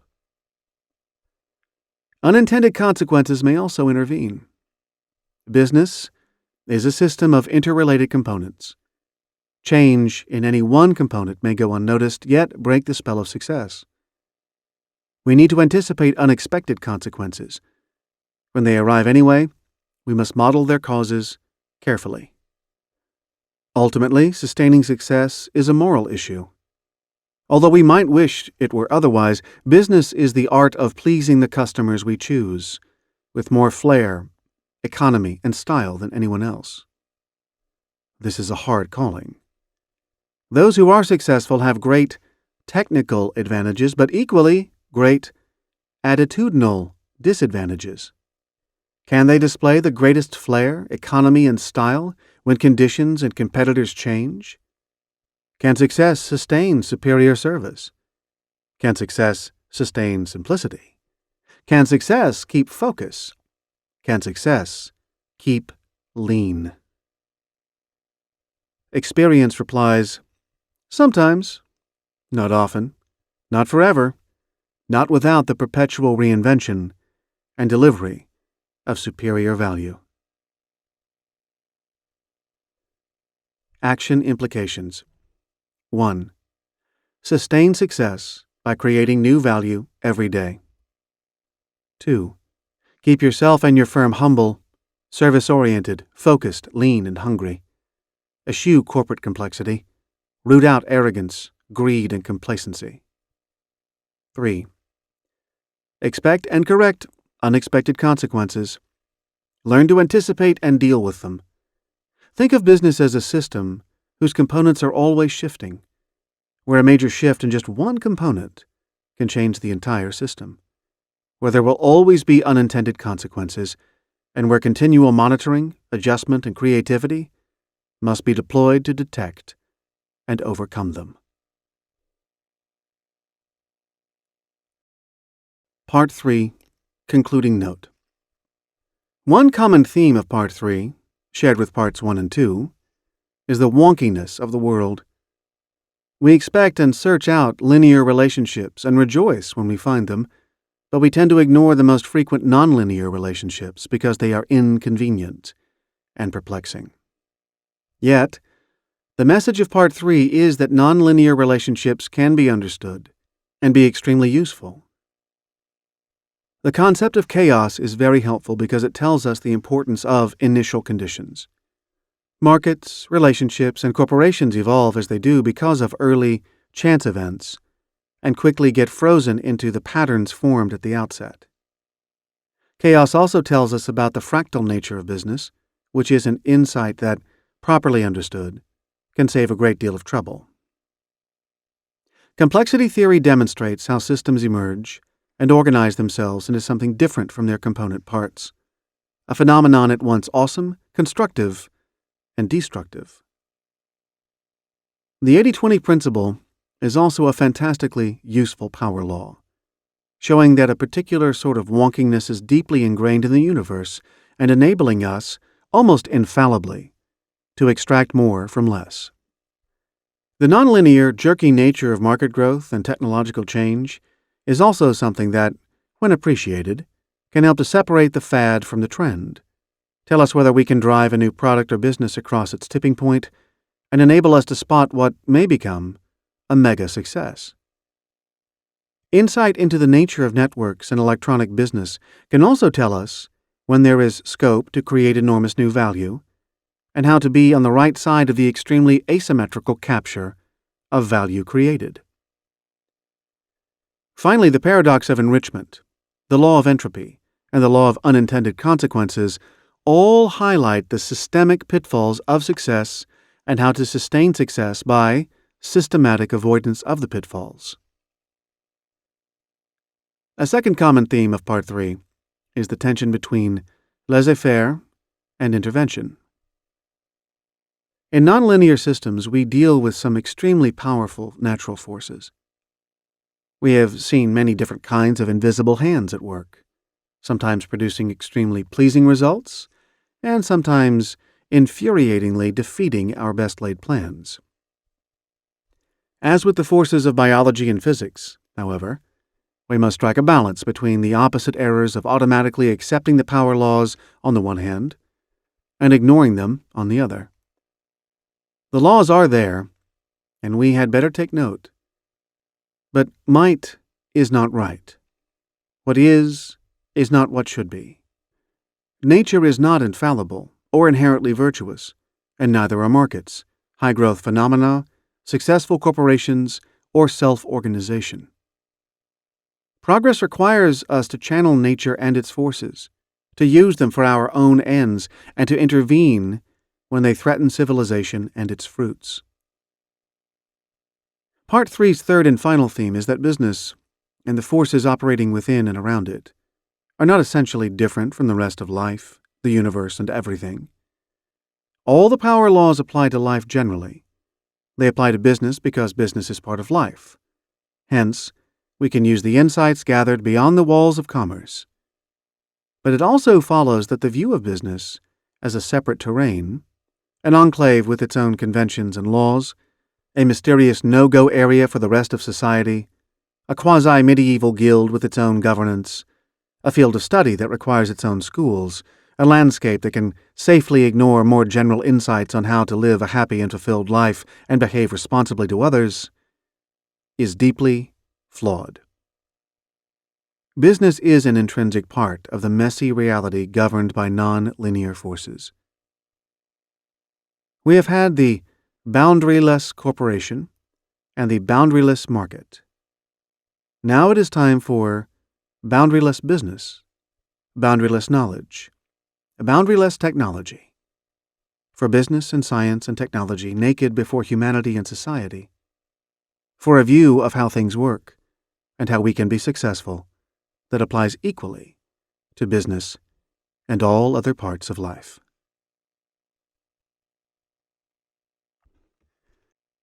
Part 4. So what? Introduction to Part 4. The finale answers the question, so what? By asking where the science of the past 4 centuries has taken us. In one sense, we are left with more questions than answers. The more we know, the more we realize how little we know. Finale. On the Gospel according to the Power Laws. We are better at predicting events at the edge of the galaxy or inside the nucleus of an atom than whether it will rain on Auntie's garden party 3 Sundays from now, because the problem turns out to be different. It is the best possible time to be alive, when almost everything you thought you knew is wrong. Tom Stoppard, from his play Arcadia. All aspects of business, all products, all activities, all methods, have an information structure at their core that has long been hidden, just like the genetic code of plants. Executives will have to create new genetic structures for their businesses. Jay Walker, Internet Entrepreneur. The Scientific Laws Driving Progress. In 1859, Charles Darwin closed his account of evolution by natural selection with a skillful contrast between the exuberance of nature and the economy of the scientific laws that had produced such a pleasing result.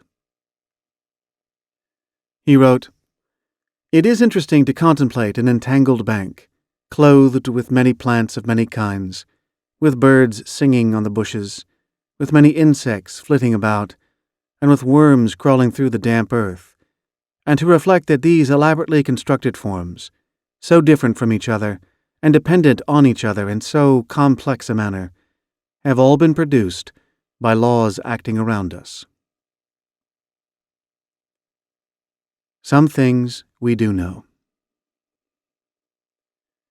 Darwin's account of evolution by natural selection is a marvel of inference and insight, where God is gently shunted to the sidelines, and creation from the first form of life to the rich complexity of countless species is reduced to one simple dialectical process: growth via sex, inheritance, variation, a ratio of population increase so high as to lead to a struggle for life, and therefore a natural selection, divergence of character, and the extinction of less improved forms.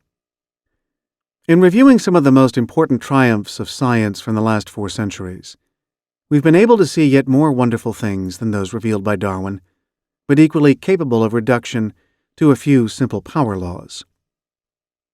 We've looked at the remarkable triumphs of physics, which have shown not only how the same rules of motion apply on heaven and earth, but also the astonishing way that the smallest parts of matter operate, and the awesome power that can be generated by such understanding.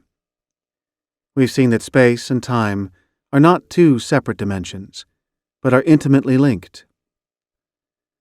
We know how Darwin's evolution by natural selection operates, and the incredible information power packed in exactly the same way into the genes of all living organisms. We know that genes replicate themselves by using organisms as vehicles. We suspect that our genes are not fully aligned either to our own objectives or to commercial, urban society. We see human appropriation and creation of knowledge as an alternative and additional form of replication to that of genes, one that may enable humans to drive parts of the evolutionary process in the direction we want.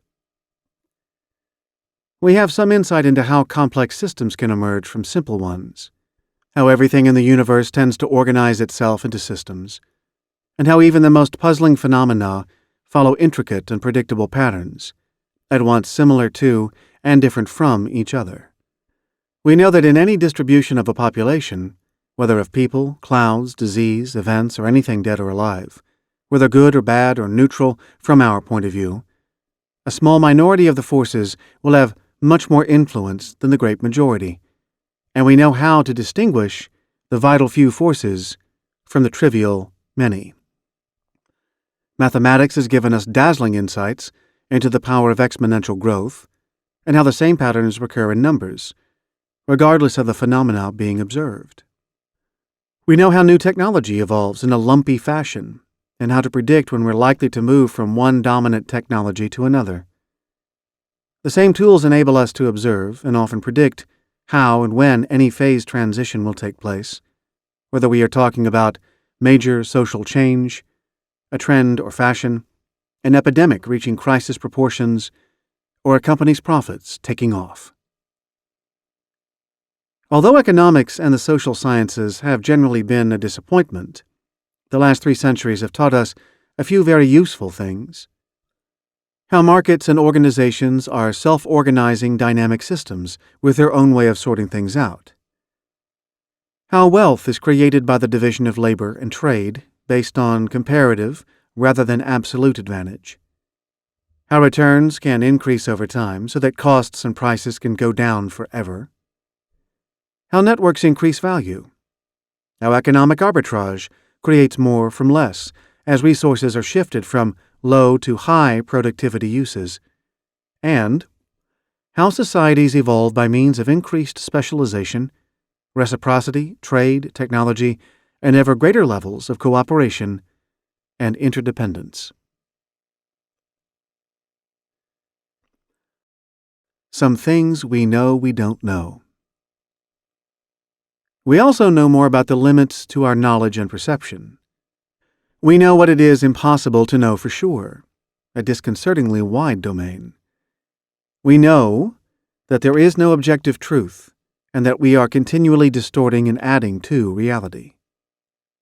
We see that the most important things we can create are concepts, ideas, hypotheses, and that these take on a life of their own. Information and imagination are our evolutionary aces in our game with the inscrutable universe, which hitherto has monopolized the best cards. We know that uncertainty is at the heart of the universe. Although we can find laws describing what happens, they are stochastic rather than deterministic. We need to think in terms of probabilities rather than certainties. We know that chance is central to all life. We know that we humans sit in a very odd relationship to our environment. We suspect that our genes are out of sync with the society we have created and that our emotions have not caught up with our reason. We are not sure whether we are controlling our genes or they are controlling us. The chances are that an intriguing battle is on, both for each individual and for society as a whole. We also don't know whether our universe is the only one with intelligent life, whether there are other universes from which we may have branched out in space and or in time, or how much longer Earth and the universe will last. Oh, and yes, Tom Stoppard is right. We don't know whether it will rain at Auntie's garden party. Darwin would have been amazed at how much more we know, and at how much less. The power laws change our perspective.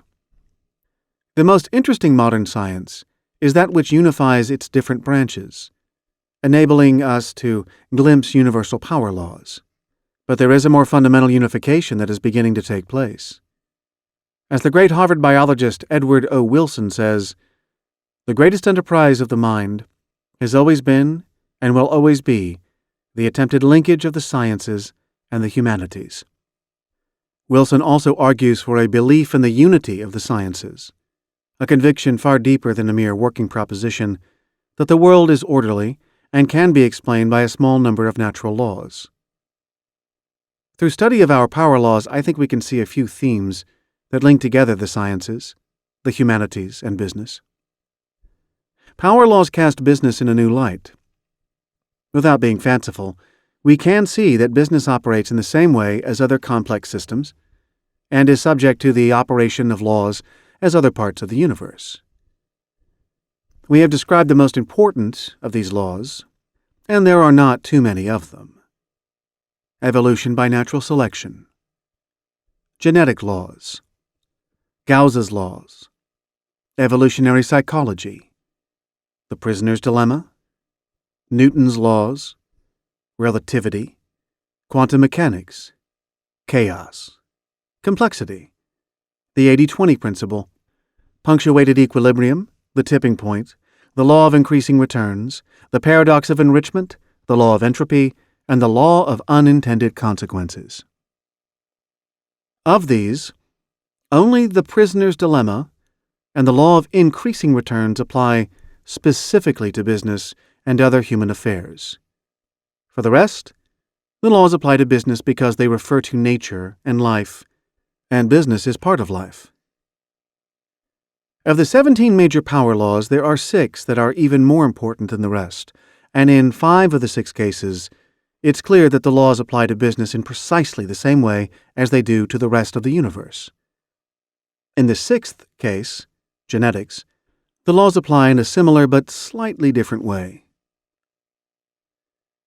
These 6 preeminent power laws are evolution by natural selection, genetic laws, Gauss's laws, these 3 forming a natural cluster of biological laws that fit perfectly with each other, and chaos, complexity, and the 80-20 principle, which comprise another snugly fitting cluster of non-linear laws. Let's take a look at each group. The biological laws. Business evolves by selection in the same way that nature does.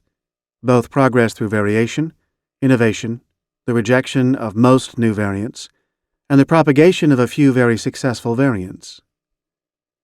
Generalities generate differentiations. Differentiations become generalities from which other differentiations emerge. Development depends on co-development. In nature, of other genes and organisms. In business, of other elements of information and of business vehicles, animate and inanimate.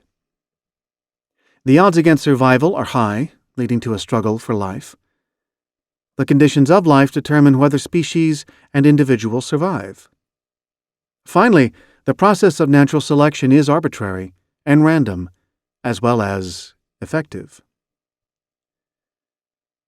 The best guarantee of survival and good fortune is to have good genes.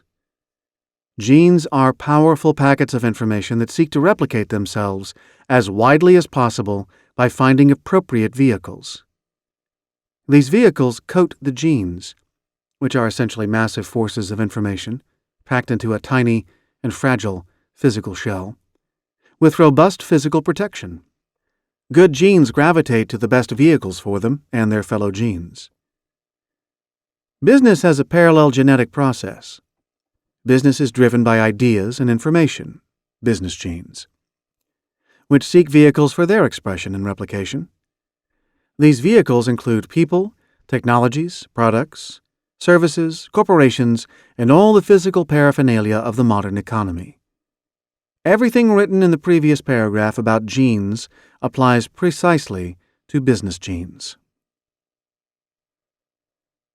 The difference between biological genetics and business genetics lies here. Organisms are passive recipients of genes. In business, there is a degree of choice available for proactive individuals and groups of people.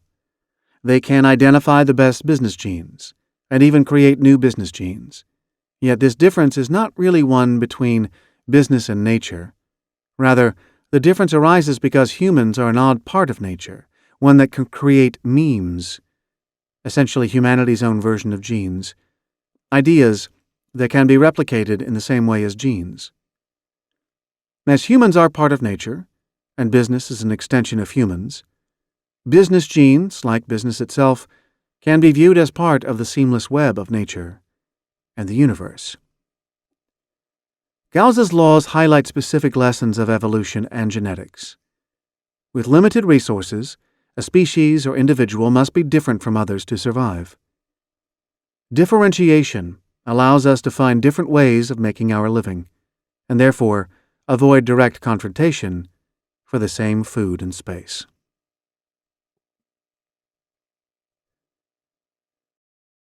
The nonlinear laws.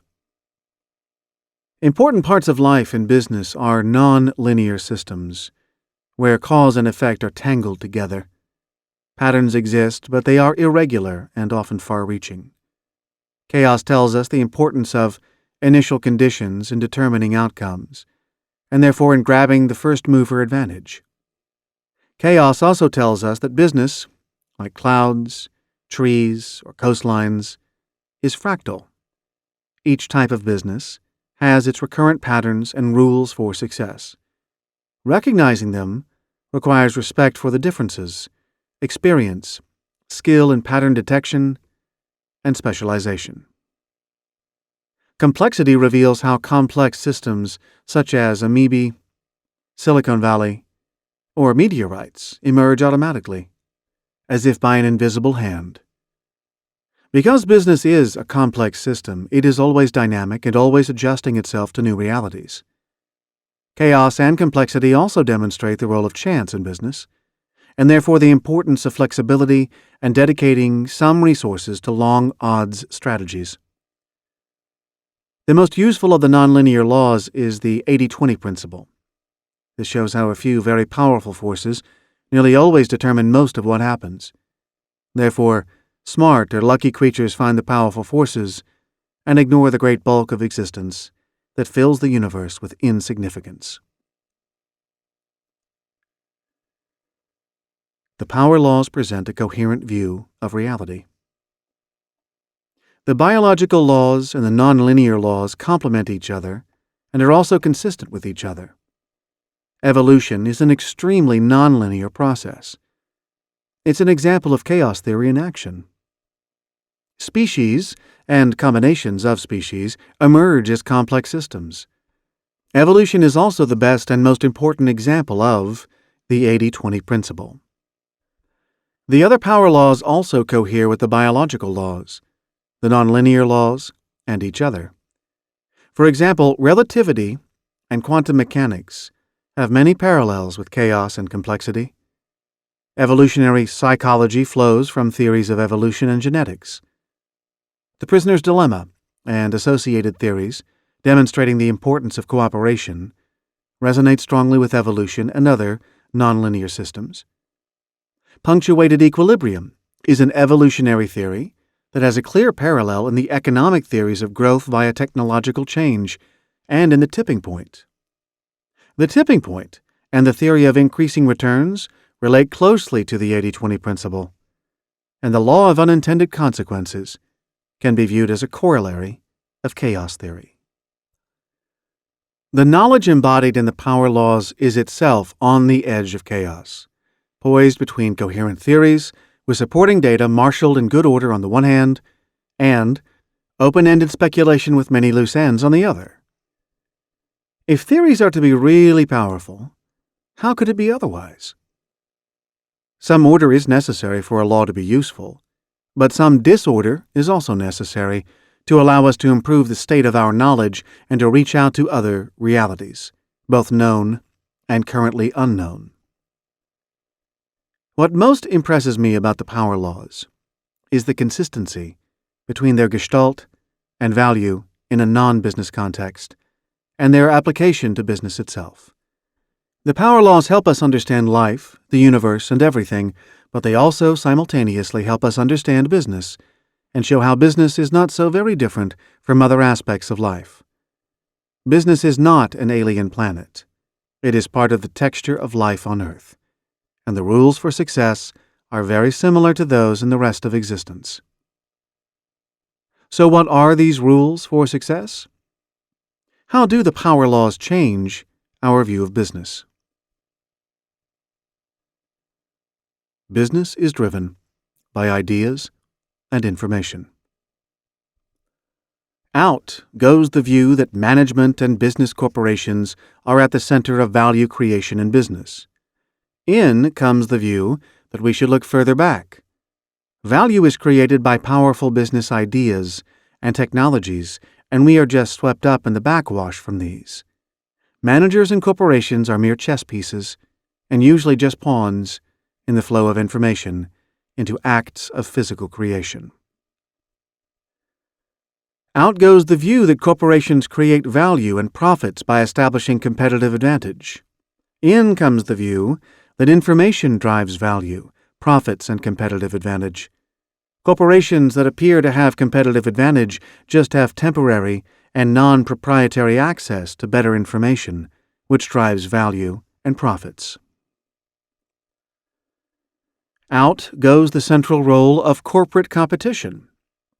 In comes the view that the fundamental unit of value in business is economic information comprising business genes. The driving forces are science, technology in the broadest sense, other forms of useful information, open markets, and people as individual scientists, technologists, entrepreneurs, and executives. Every business is an information business and succeeds to the extent that it is a superior vehicle for powerful information.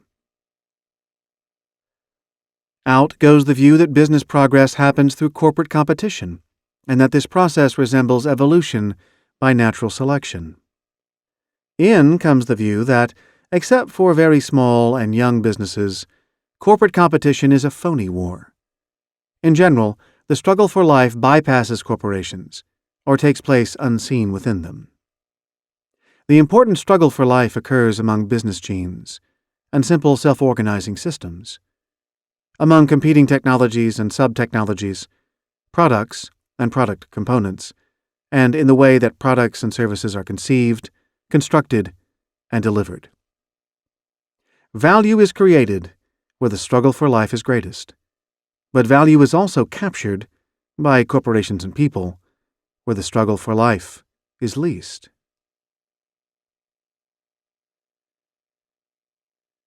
The valuation creation process proceeds via innovation and natural selection. Out goes the view that innovation is a minority activity.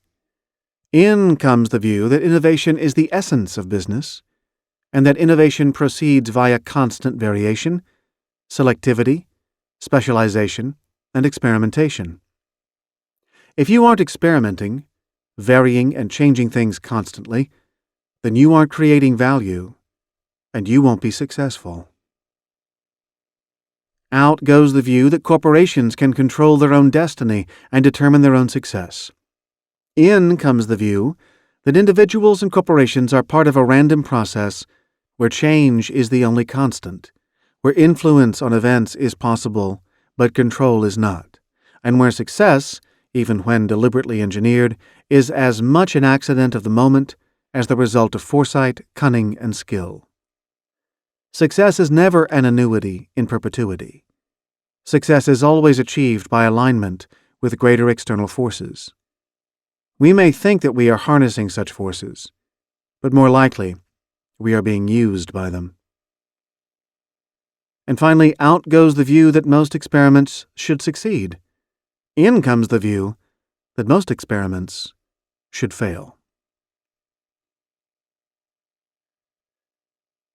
A new information medium threatens to bring about punctuated disequilibrium. Out goes the view that business proceeds according to immutable laws of economics and strategy.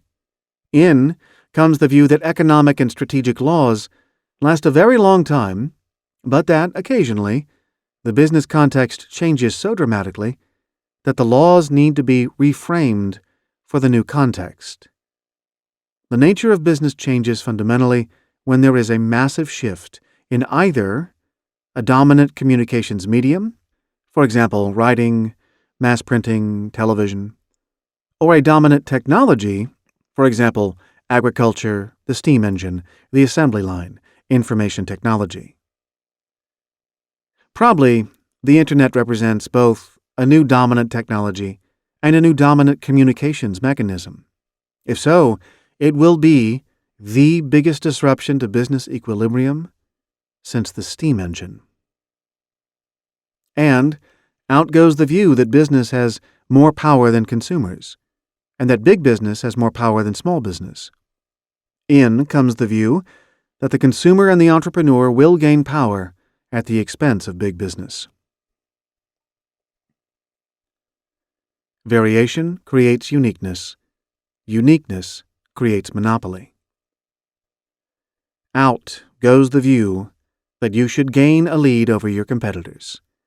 In comes the view that you should create your own new business space, where there are no competitors and where the gravity of competition cannot depress returns. And out goes the quest for monopoly by dominating accepted business models. In comes the quest for monopoly by creating uniqueness. Finding the right growth requires great skill and selectivity. Out goes the view that it is difficult to find growth. In comes the view that most growth is futile and profitless. Out goes the view that growth comes from entering new markets. In comes the view that profitable growth comes from creating new markets out of promising raw material that is lying around unused. Profitable growth arises by identifying technologies, ways of doing things, and social trends that are accelerating fast, yet have not quite reached their tipping points. Out goes the view that growth is a matter of mobilizing corporate resources to conquer new worlds. In comes the view that growth comes from creating new value for customers. New value is created from better ideas. Better ideas use fewer or cheaper resources to satisfy certain customers more. And out goes the view that vertical integration is sensible, or that corporations should operate in most or all elements of the value chain. In comes the view that there are sweet spots in every industry, which give the majority of the profits of the value chain to participation in only a small number of its activities. less is better. Out goes the view that more is better. In comes the view that less is better, and that very often less is more. And out goes the view that most effort is, or should be, rewarded. In comes the view that most effort is wasted. Most big results come from small proportions of input. Don't build cathedrals. Do build open networks with increasing returns. Out goes the view that corporations should own strategic assets and that high profits require extensive control. In comes the view that corporations should own and control less and influence more. Out goes the view that potential acquisitions should be high on the management agenda. In comes the view that formal or informal alliances between corporations cost much less than acquisitions and yet can deliver almost as much benefit, and sometimes more benefit, than acquisitions. Out goes the law of diminishing returns. In comes the law of increasing returns. The best example of increasing returns is information itself. Good information always has increasing returns and infinite marginal returns. Information does not wear out or degrade when it is used. Instead, it increases in reach, depth, and value. Information, once sold, can be resold indefinitely. If the number of users of information increases forever, its cost decreases forever. Out goes the view that corporations and markets should resemble cathedrals or forts. In comes the view of markets as bazaars, open to all comers, and corporations as traders in bazaars. Out goes the view that corporate secrets must be protected. In comes the view that secrets not exposed to use beyond the corporation will soon cease to be useful. Out goes the view that corporations should avoid leakage of their know-how. In comes the view that some leakage is desirable, and leakage in requires leakage out, and leakage in is invaluable. Out goes the view that corporations should create and defend their own proprietary business systems. In comes the view that corporations should cooperate with other corporations and users to create common open networks. Use both reason and passion. Out goes the view that business is largely a matter of rational calculation. Out goes the view that the business world is largely composed of linear cause and effect relationships. In comes the view that business is both a matter of rational calculation and a matter of irrational passion. In comes the view that creativity is both a rational and an irrational process. In comes the view that business context is both linear and nonlinear in roughly equal proportions. Out goes the view that there is always one dominant route to success. In comes the view that there are always multiple routes to success. And out goes the view that business is always black, white, or gray. In comes the view that business is always colorful, and that it can be both black and white at the same time. The opposite of a great business truth is not a fallacy. The opposite of a great business truth is another great business truth. Back the favorite heavily, and a few outsiders lightly. Out goes the view that business is a money-making machine. In comes the view that business is a book of bets. And out goes the view that a firm should place several large bets. Out also goes the view that you should bet the company on one proposition. In comes the view that a firm should have one main bet, but also a number of small bets at long odds. And finally, sustain success by gaining and giving loyalty, and by continual improvement. Out goes the view that nothing succeeds like success. In comes the view that nothing fails like success, that enrichment, entropy, and unintended consequences are endemic, and that each day brings a fresh struggle to create new value and hence perpetuate success. And out goes the view that competition, in a series of discrete transactions, is at the heart of a market economy, and that learning how to compete effectively is one of the most important things for corporations and executives. In comes the view that competition is vital for an economy, but that competition largely takes care of itself, that business is a series of related transactions, linked together by cooperation, loyalty, networks, serial reciprocity, and reputations, and that learning how to cooperate with the best cooperators is the single most important individual and corporate competence. The Gospel according to the Power Laws. In the beginning was information. Each day brought and brings more and better information. All business is information, the gathering, creation, refinement, combination, processing, and delivery of information. Information goes into products and services, but the information is not consumed. Rather, new information is created. Information is retained and enhanced, alive and bubbling, in the brains of business people and in the networks and vehicles set up to provide goods and services. The universe is restless, dynamic, ever-changing, expanding. Information begets information. More information, better information. More diverse information, more specialized information, more accurate information. The universe is endlessly creative, endlessly destructive. It makes mistakes, corrects mistakes, and then corrects the corrections, which themselves contain mistakes, which require correction, in an endless cycle that always increases richness, but never reaches perfection. Information can never be complete, never be consistent, and never be absolutely true. Business exists to satisfy and create human needs and wants, to create and enhance civilized conditions of life. Business thrives if they do this well and differently, but, happily, they will never do it perfectly. The business universe can therefore expand forever, because there is always room for something more and something better. All progress requires improvement. A new product or service, or the delivery of existing ones in cheaper, better, or more convenient forms. Improvement requires experimentation, variation, and market exposure.